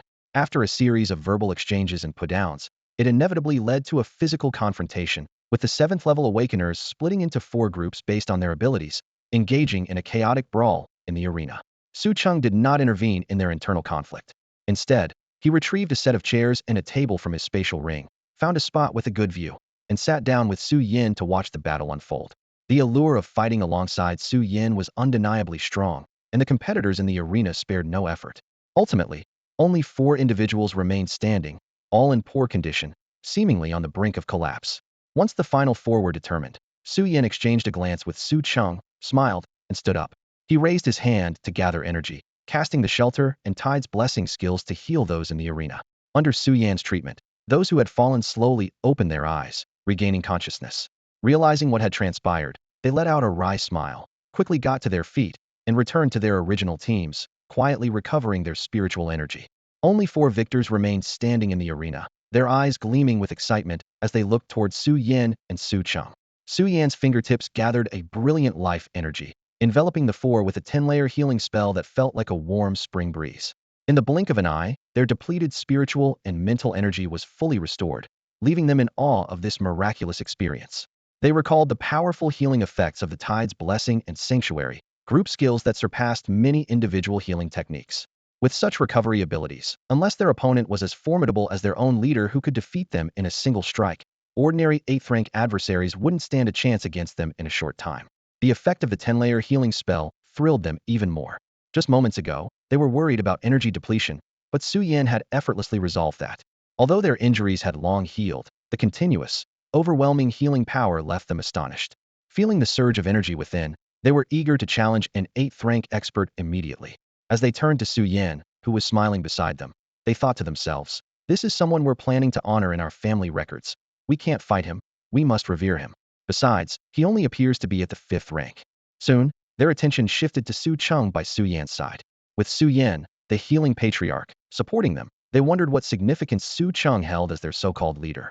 They decided to challenge Su Cheng to determine who truly deserved to stand by Su Yan's side. Su Cheng noticed the lack of respect in their eyes, but didn't dwell on it. He swiftly lifted Su Yan and placed him in a safe and convenient spot on the arena for spellcasting. However, he failed to notice the increasingly hostile glances directed at him from the others on stage. After ensuring Su Yan was settled, Su Cheng moved to one end of the arena and pointed at one of the early 7th rank practitioners, saying, "Let's begin the test. Lin Wen, you'll go first. The rest of you wait below." Due to the victory in the chaotic battle, Lin Wen excitedly approached Su Yan, eagerly anticipating Su Yan's enhancement. Meanwhile, the other 3 unnamed victors cheered for Lin Wen before leaving the arena, leaving only Su Cheng, Lin Wen, and Su Yan behind. Su Yan, noticing Lin Wen's expectant eyes, smiled warmly and began his performance. As life energy flickered at Su Yan's fingertips, he quickly applied 5 skills to Lin Wen: Sanctuary, Tide Summoner's Blessing, Dream Return, Death Resistance, and Ancient Totem Attack, along with enhancements to life, defense, speed, stamina, and fate. Feeling the surge of attributes within him, Lin Wen confidently walked to the other side of the arena, staring intently at Su Cheng with battle spirit. Seeing this, Su Cheng remarked, "It seems you're ready. Let's begin the fight. I'll suppress my strength to the early 8th stage." After Lin Wen nodded in confirmation, Su Cheng transformed into a gust of wind, swiftly charging toward Lin Wen. Seeing Su Cheng vanish in an instant, Lin Wen quickly drew a crimson giant sword from his spatial ring, assuming a defensive stance while vigilantly observing his surroundings. Soon, he sensed a gust of wind brushing past his ear. His expression changed drastically, and he swung his sword to block. However, his reaction was slightly delayed. Su Cheng had already appeared behind him, delivering a heavy punch to Lin Wen's back, sending him flying. Despite this, Su Cheng chose not to pursue the advantage but instead stood quietly, waiting for Lin Wen's response. Su Yan understood this well and refrained from healing Lin Wen, merely watching him being knocked back. As a seasoned soldier with years of experience in the camp, Lin Wen's combat awareness was far superior to others. In the instant he was sent flying, he quickly adjusted his posture, landing steadily. Once stabilized, he assessed his physical condition and said to the 2, "Without considering recovery, I could probably withstand 8 or 9 hits of this level. Accounting for recovery effects, as long as I don't suffer multiple consecutive attacks in a short period, this level of attack poses no threat to me. The injuries I sustained when I was knocked back have already healed." Hearing Lin Wen's recovery, Su Cheng nodded in satisfaction and said, "The punch I just delivered was at the full strength of the early 8th stage. It seems Yan's enhancement on you is quite effective. Let's continue. I won't give you time to recover next." With that, he once again transformed into a gust of wind, charging at Lin Wen. At this moment, Su Yan also applied the already prepared 6-winged guardian and excessive healing to Lin Wen, forming 2 layers of light shields. Maintaining his defensive stance, Lin Wen was once again struck by Su Cheng's punch on his back, sending him flying into the air. However, this time Su Cheng did not stop as before, but quickly flew forward, launching a series of attacks on Lin Wen in midair. At the beginning, Su Cheng's attacks were continuous, but not particularly intense. His strikes maintained a certain rhythm, keeping Lin Wen airborne and unable to land, while ensuring each blow carried the same power as before. However, this time, Su Cheng's attacks didn't have much effect. Lin Wen was at full health and had applied 10 layers of healing spells, which rapidly fortified his light shield due to the effects of overhealing. When Su Cheng's 6-winged guardian was shattered after 5 or 6 hits, Lin Wen's overhealing shield had reached a considerable strength. Su Cheng was surprised to find that his current attack frequency was insufficient to break through the remaining shield, and his damage was even less than the shield's natural growth. On the surface, Lin Wen appeared completely suppressed and unable to counterattack, but in reality, aside from some pain from the hits, he hadn't sustained any substantial damage. Realizing this, Su Cheng increased his attack frequency, launching a more ferocious assault, deploying the maximum intensity of continuous attacks achievable at the early 8th tier, just barely surpassing the growth rate of Lin Wen's shield. However, this level of attack only slightly exceeded the shield's natural growth, and the excess damage was negligible to Lin Wen, even less than the residual energy damage from battles with opponents of the same tier. Moreover, during Su Cheng's probing phase, he hadn't increased his attack frequency, allowing Lin Wen's shield strength to grow to a significant level during that time. Now, constrained by the early 8th tier, Su Cheng had to slowly whittle down Lin Wen's shield with these scratching attacks before he could target Lin Wen's body directly. As the battle progressed, Lin Wen gradually adapted to the rhythm, transitioning from initially taking hits passively to being able to parry some of Su Cheng's attacks with his sword and counterattack. Although most of his counterattacks missed or did little damage, they successfully disrupted Su Cheng's attack rhythm. When Lin Wen was directly enduring the attacks, he naturally couldn't sustain as much damage as before, reducing Su Cheng's efficiency once again. After several exchanges, Lin Wen's healing converted into shield growth, quickly compensating for Su Cheng's inflicted damage. As Lin Wen became more accustomed to the battle, his skill and awareness allowed him to block more attacks, further decreasing Su Cheng's efficiency. From Su Cheng's perspective, without external intervention, this battle seemed destined to turn into a prolonged engagement. In a beast-tied battle, facing Lin Wen in his current state, even an early 8th tier opponent might not be able to breach Lin Wen's first layer of the Dream Return effect, let alone the subsequent second layer, the Life Command Totem, and the Death Resistance. However, in this battle, Su Cheng was unaware of any potential external intervention. As Su Cheng increased the frequency of his attacks, Su Yan stood nearby channeling spiritual energy and casting spells in succession. What was once a mere cluster of starlight transformed into a celestial river, cascading down into Lin Wen's body. With 10 layers of restorative spells on himself, Su Yan didn't waste his skills, as most of his abilities consumed much less than the immediate recovery provided by the restorative spells. Additionally, his Overheal ability converted surplus healing into a shield. Initially, Su Cheng had managed to make his attacks outpace the shield's growth, causing its strength to wane, but under Su Yan's influence, the shield's volume more than doubled in an instant. Sensing the change in Lin Wen's shield, Su Cheng landed and faced the approaching Lin Wen, his desire to continue the battle waning. This fight felt like banging his head against a wall. No amount of spiritual and physical energy seemed sufficient to break Lin Wen's luminous shield. Continuing was futile. Although Su Cheng and his team had speculated about Su Yan's combat style after seeing his skills in the meeting room, and felt uneasy from the enemy's perspective, the reality was far more frustrating and despairing than they had imagined. At this moment, Su Cheng's perception of Su Yan as his son shattered as he watched him enhance Lin Wen's shield with relentless skill application. Su Yan's previously displayed cunning and vengefulness hadn't bothered Su Cheng. He was relieved his son wasn't overly compassionate. Under the lens of fatherhood, Su Yan was always seen as adorable and flawless.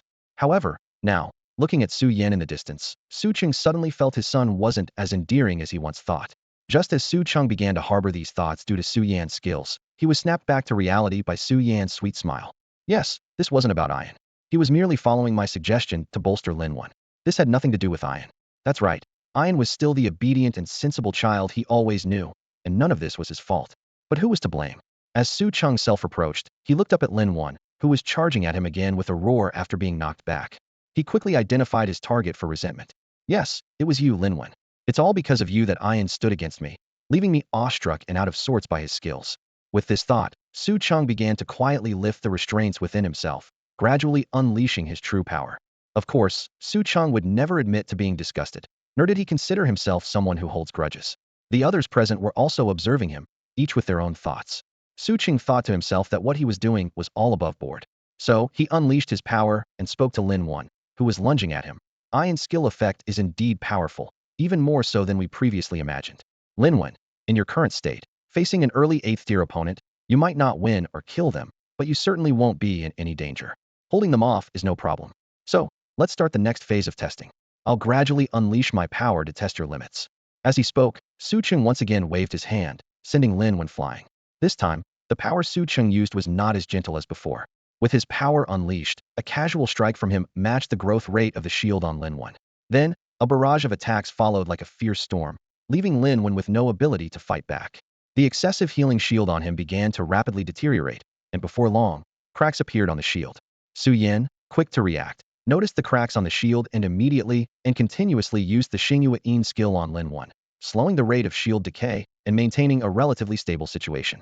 Su Cheng's attack directly broke through the excessive healing shield created by the recovery spell, shattering the original shield.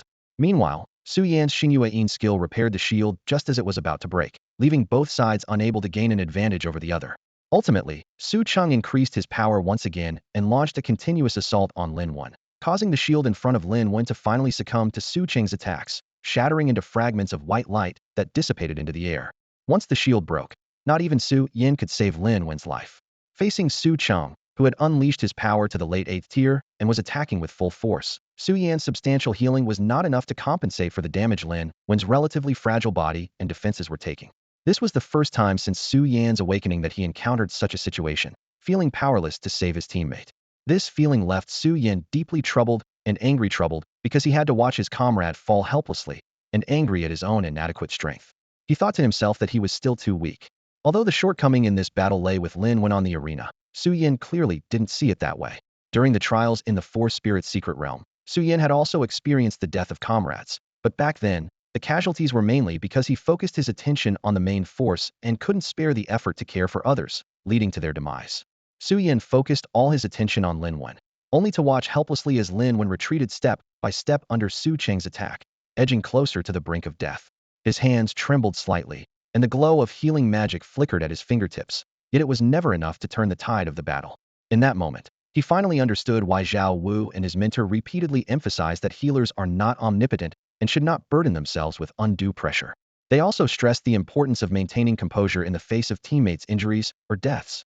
In past trials, everything felt like a game. Casualties were just changes in data, and he could easily adjust his mindset.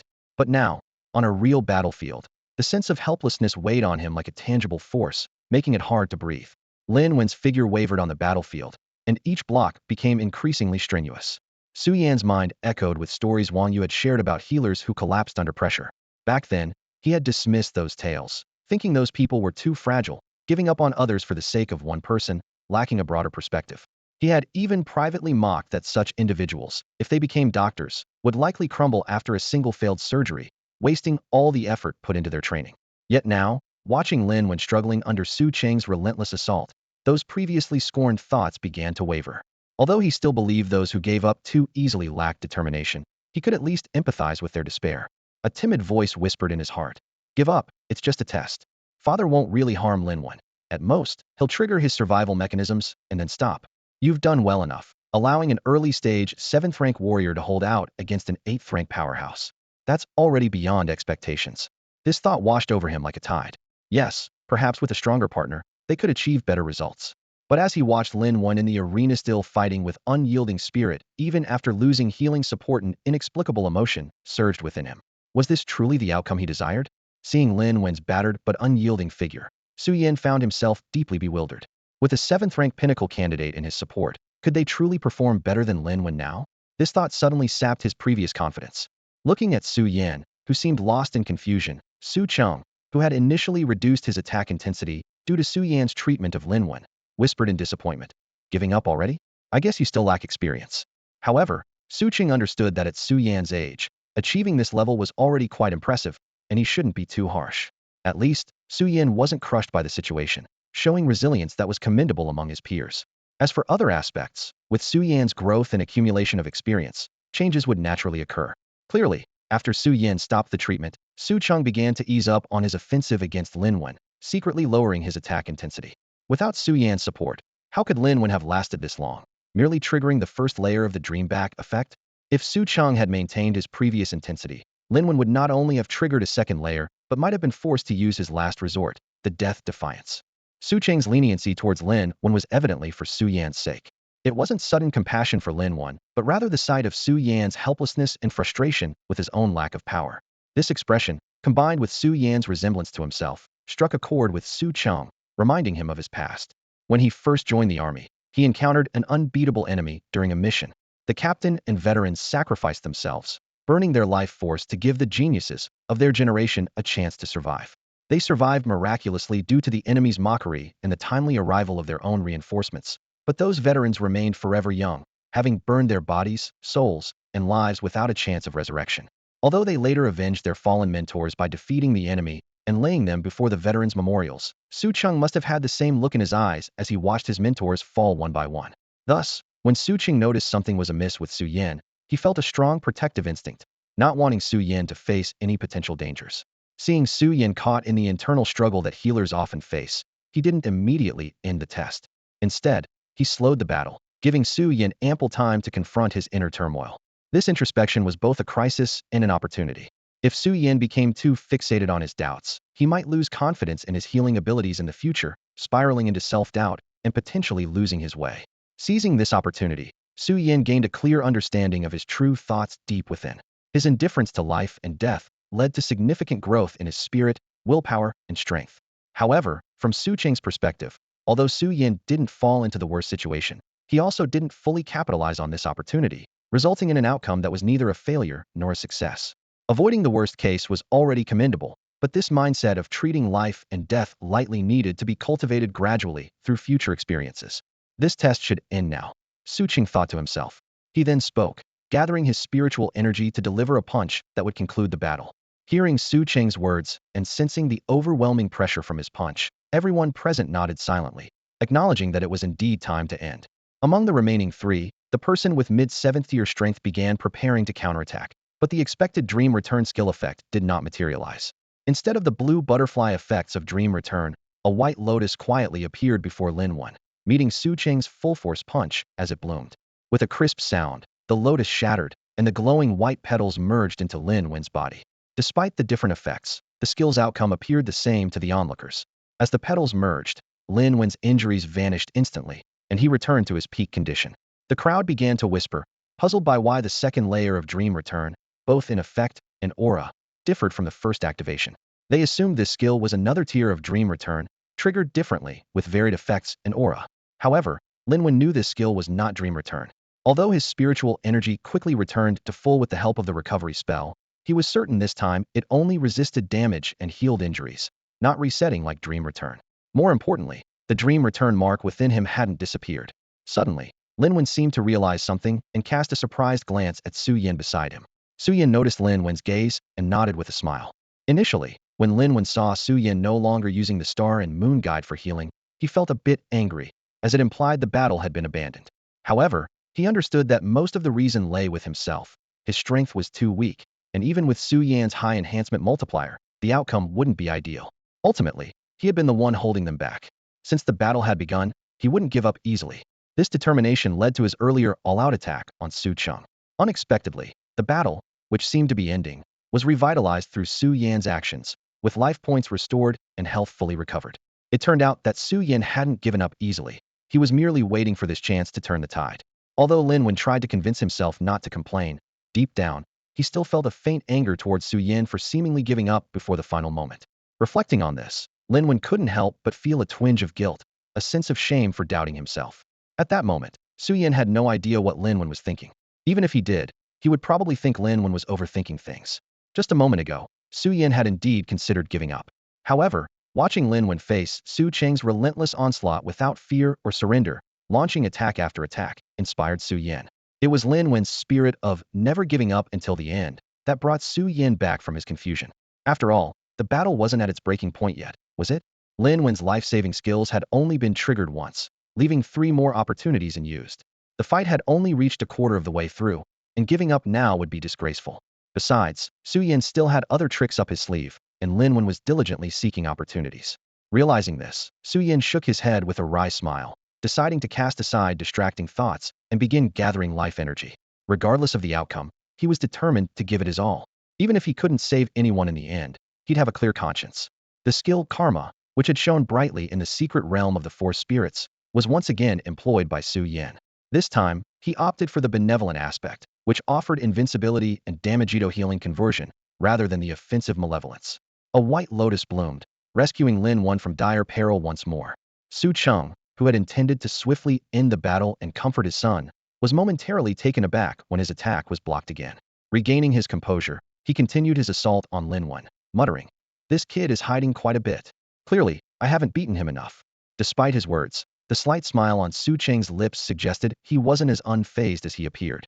In the ensuing battle, even with Su Yan's renewed support, Lin Wen struggled against Su Cheng's relentless attacks. Recognizing his own thoughts, Su Yan spared no effort, using every healing skill he could on Lin Wen. Although the situation remained heavily one-sided, the constant support from Su Yan made things considerably better than before. As Lin Wen gradually adapted to Su Cheng's attack rhythm, empowered by Su Yan's karma, he finally landed a powerful counterattack, successfully injuring Su Cheng with a double strike. In the end, Lin Wen exhausted all his life-saving abilities against Su Cheng and collapsed to the ground, breathing heavily. In battle, the small invincibility effect of karma can only be used 3 times a day, while the double damage effect can only be triggered once an hour. Faced with Su Cheng's relentless attacks, Lin Wan and Su Yin quickly exhausted their survival skills. However, despite not winning the battle, the fallen Lin Wan and the standing Su Yin displayed no disappointment. Instead, their eyes sparkled with determination. They were up against Su Cheng, a peak 8th level master, while they were only at the early 7th and 5th levels, respectively. It was remarkable for them to hold their ground against him. Through this intense battle, Su Yin underwent a deep introspection and realized his shortcomings as skills damage reduction was insufficient, and with low target defense, an enemy could easily defeat him in one move, rendering his strength useless. Lin Wan, on the other hand, felt he was on the brink of a breakthrough. He just needed to consolidate today's gains to advance to the mid-7th level. Initially, Su Cheng intended to comfort Su Yin after the fight to prevent any negative thoughts from arising. But it seems Su Yin had already overcome his doubts, meeting Su Cheng's expectations. Su Yin walked to the arena, approached Lin Wan, and, seeing him on the ground, bent down with a smile, extending his right hand. Lin Wan, who had been beaten to the brink of death by Su Cheng, quickly recovered once the attack ceased. Seeing Su Yan's outstretched hand, Lin Wan earnestly reached out his right hand, using Su Yan's strength to stand up, his eyes reflecting an unreadable expression. He then took a position behind Su Yin as a protector. Su Cheng, who initially planned to praise Lin Wan, felt displeased upon witnessing Lin Wan's sudden allegiance shift. From an angle Su Yin couldn't see, Su Cheng shot Lin Wan a fierce glare and gestured for Su Yin to return to his position, signaling the next tester to prepare for their turn. Observers below, who saw Lin Wan's engagement with Su Cheng, were both surprised and increasingly fervent towards Su Yin, as if wishing they were the ones on the stage. The three waiting participants cast envious glances, longing to replace those on stage. Especially those at the same 7th level regretted not holding out longer. The mid-7th level participant was already eager, ready to take the stage. Upon Su Cheng's signal for the next tester, he quickly ascended the platform to face Su Yin. With Su Yan's support, he began his battle against Su Cheng. Previously, due to unclear knowledge of Su Yan's skill metrics and Su Yan's momentary confusion, Su Cheng hadn't ended the battle quickly. This time, the fight was noticeably shorter, and under Su Cheng's full assault, the participant was soon on the ground. Subsequently, the 3rd and 4th participants took their turns, only to be defeated by Su Cheng as well. Under Lin Wan, the traitor's lead, Su Yin successfully gained 4 new protectors after the battles. Even Xian Ming, standing nearby, felt a twinge of envy, squeezing past the others to position Su Yin behind him. Su Yin couldn't help but smile wryly as he looked at the 4 inexplicably recruited as his guards, and the rarely jealous expression on the usually carefree Xian Ming's face. Next to him, Su Cheng was both amused and annoyed by their betrayal, glaring fiercely at the 4 behind Su Yin but refraining from an outburst. After all, he had already beaten them before, and if it had been effective, today's situation wouldn't have arisen. Additionally, with Su Yin present, he had to be cautious about causing serious harm, even if he could hit hard. These individuals knew they wouldn't suffer too much in the end, so they didn't learn much from it. However, in this test, the 4 performed quite well. With Su Yan's support, the 2 early and mid-level 7th-tier warriors could face mid-level 8th-tier opponents directly, and those who had just reached late 8th tier could at least delay them. As for the 2 in the late and peak 7th tier, they could directly contend with late 8th tier opponents. Though they were easily defeated by peak 8th tier ones, they could still manage to fend off a few attacks. After this test, Su Cheng gained a deeper understanding of his son's abilities and felt more confident about future battles. However, he still wanted to clarify some specifics. Approaching Su Yin, he waved dismissively at the 4, signaling them to leave and return to training. Su Cheng knew they were just trying to gain an advantage by following Ian before he became famous, hoping to attach themselves as followers. However, their plans were doomed to fail. With their current level of strength, they were far from qualified to follow Ian. Even Ian's giant turtle would likely be more than a match for all 4 of them combined. After the 4 reluctantly left, frequently looking back, Su Cheng asked, "Ian, how many people can your current skills affect?" Hearing his father's question, Su Yin pondered for a moment before replying. The ancient totem and sanctuary skills have no personnel limit. Any ally within the effective range of these skills can benefit from their restoration and enhancement effects. As long as they are within the totem's range when I use it, they will continue to receive the skill's benefits, including the Siming totem, even if they leave the area afterward. Sanctuary, being a continuous restoration skill, requires the target to remain within its domain for healing and damage reduction effects. I tested the specific range when I was at the 3rd tier. The range of the ancient totem is smaller, covering all targets within a circle with a 100-meter radius centered on me. Sanctuary, on the other hand, covers a circle with a 500-meter radius centered on the location I choose to place the sanctuary, which is precisely the maximum casting distance of my skill.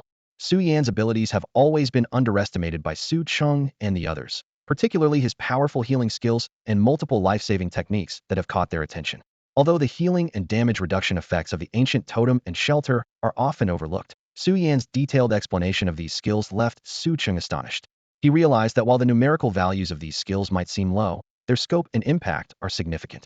Su Yan's ancient totem can enhance the strength of every soldier in a 1,000-strong legion, resulting in an overall increase in power far beyond just 10%. As the size of the legion grows, the amplification effect becomes even more pronounced. Su Cheng estimated that with Su Yan's skills, their overall strength could increase by at least 1 to 2 times. Moreover, the special effect of the Fate Totem, which grants invincibility to each soldier after sustaining a fatal injury, is undeniably a terrifying skill. Despite Su Yan mentioning the limitations on the range of the skill's effects, Su Cheng was not concerned. They could employ a method of stacking people within the limited space to ensure everyone benefits from the amplification effect. Even if physical compression is required, the rapid activation of Su Yan's skills would allow them to endure for a brief moment. That's all for today. Thank you so much for watching. I hope you guys enjoyed. If you wish to have another part of this recap, please give us at least 1,000 likes. Please don't forget to comment and subscribe to our channel for more content like this. Until next time.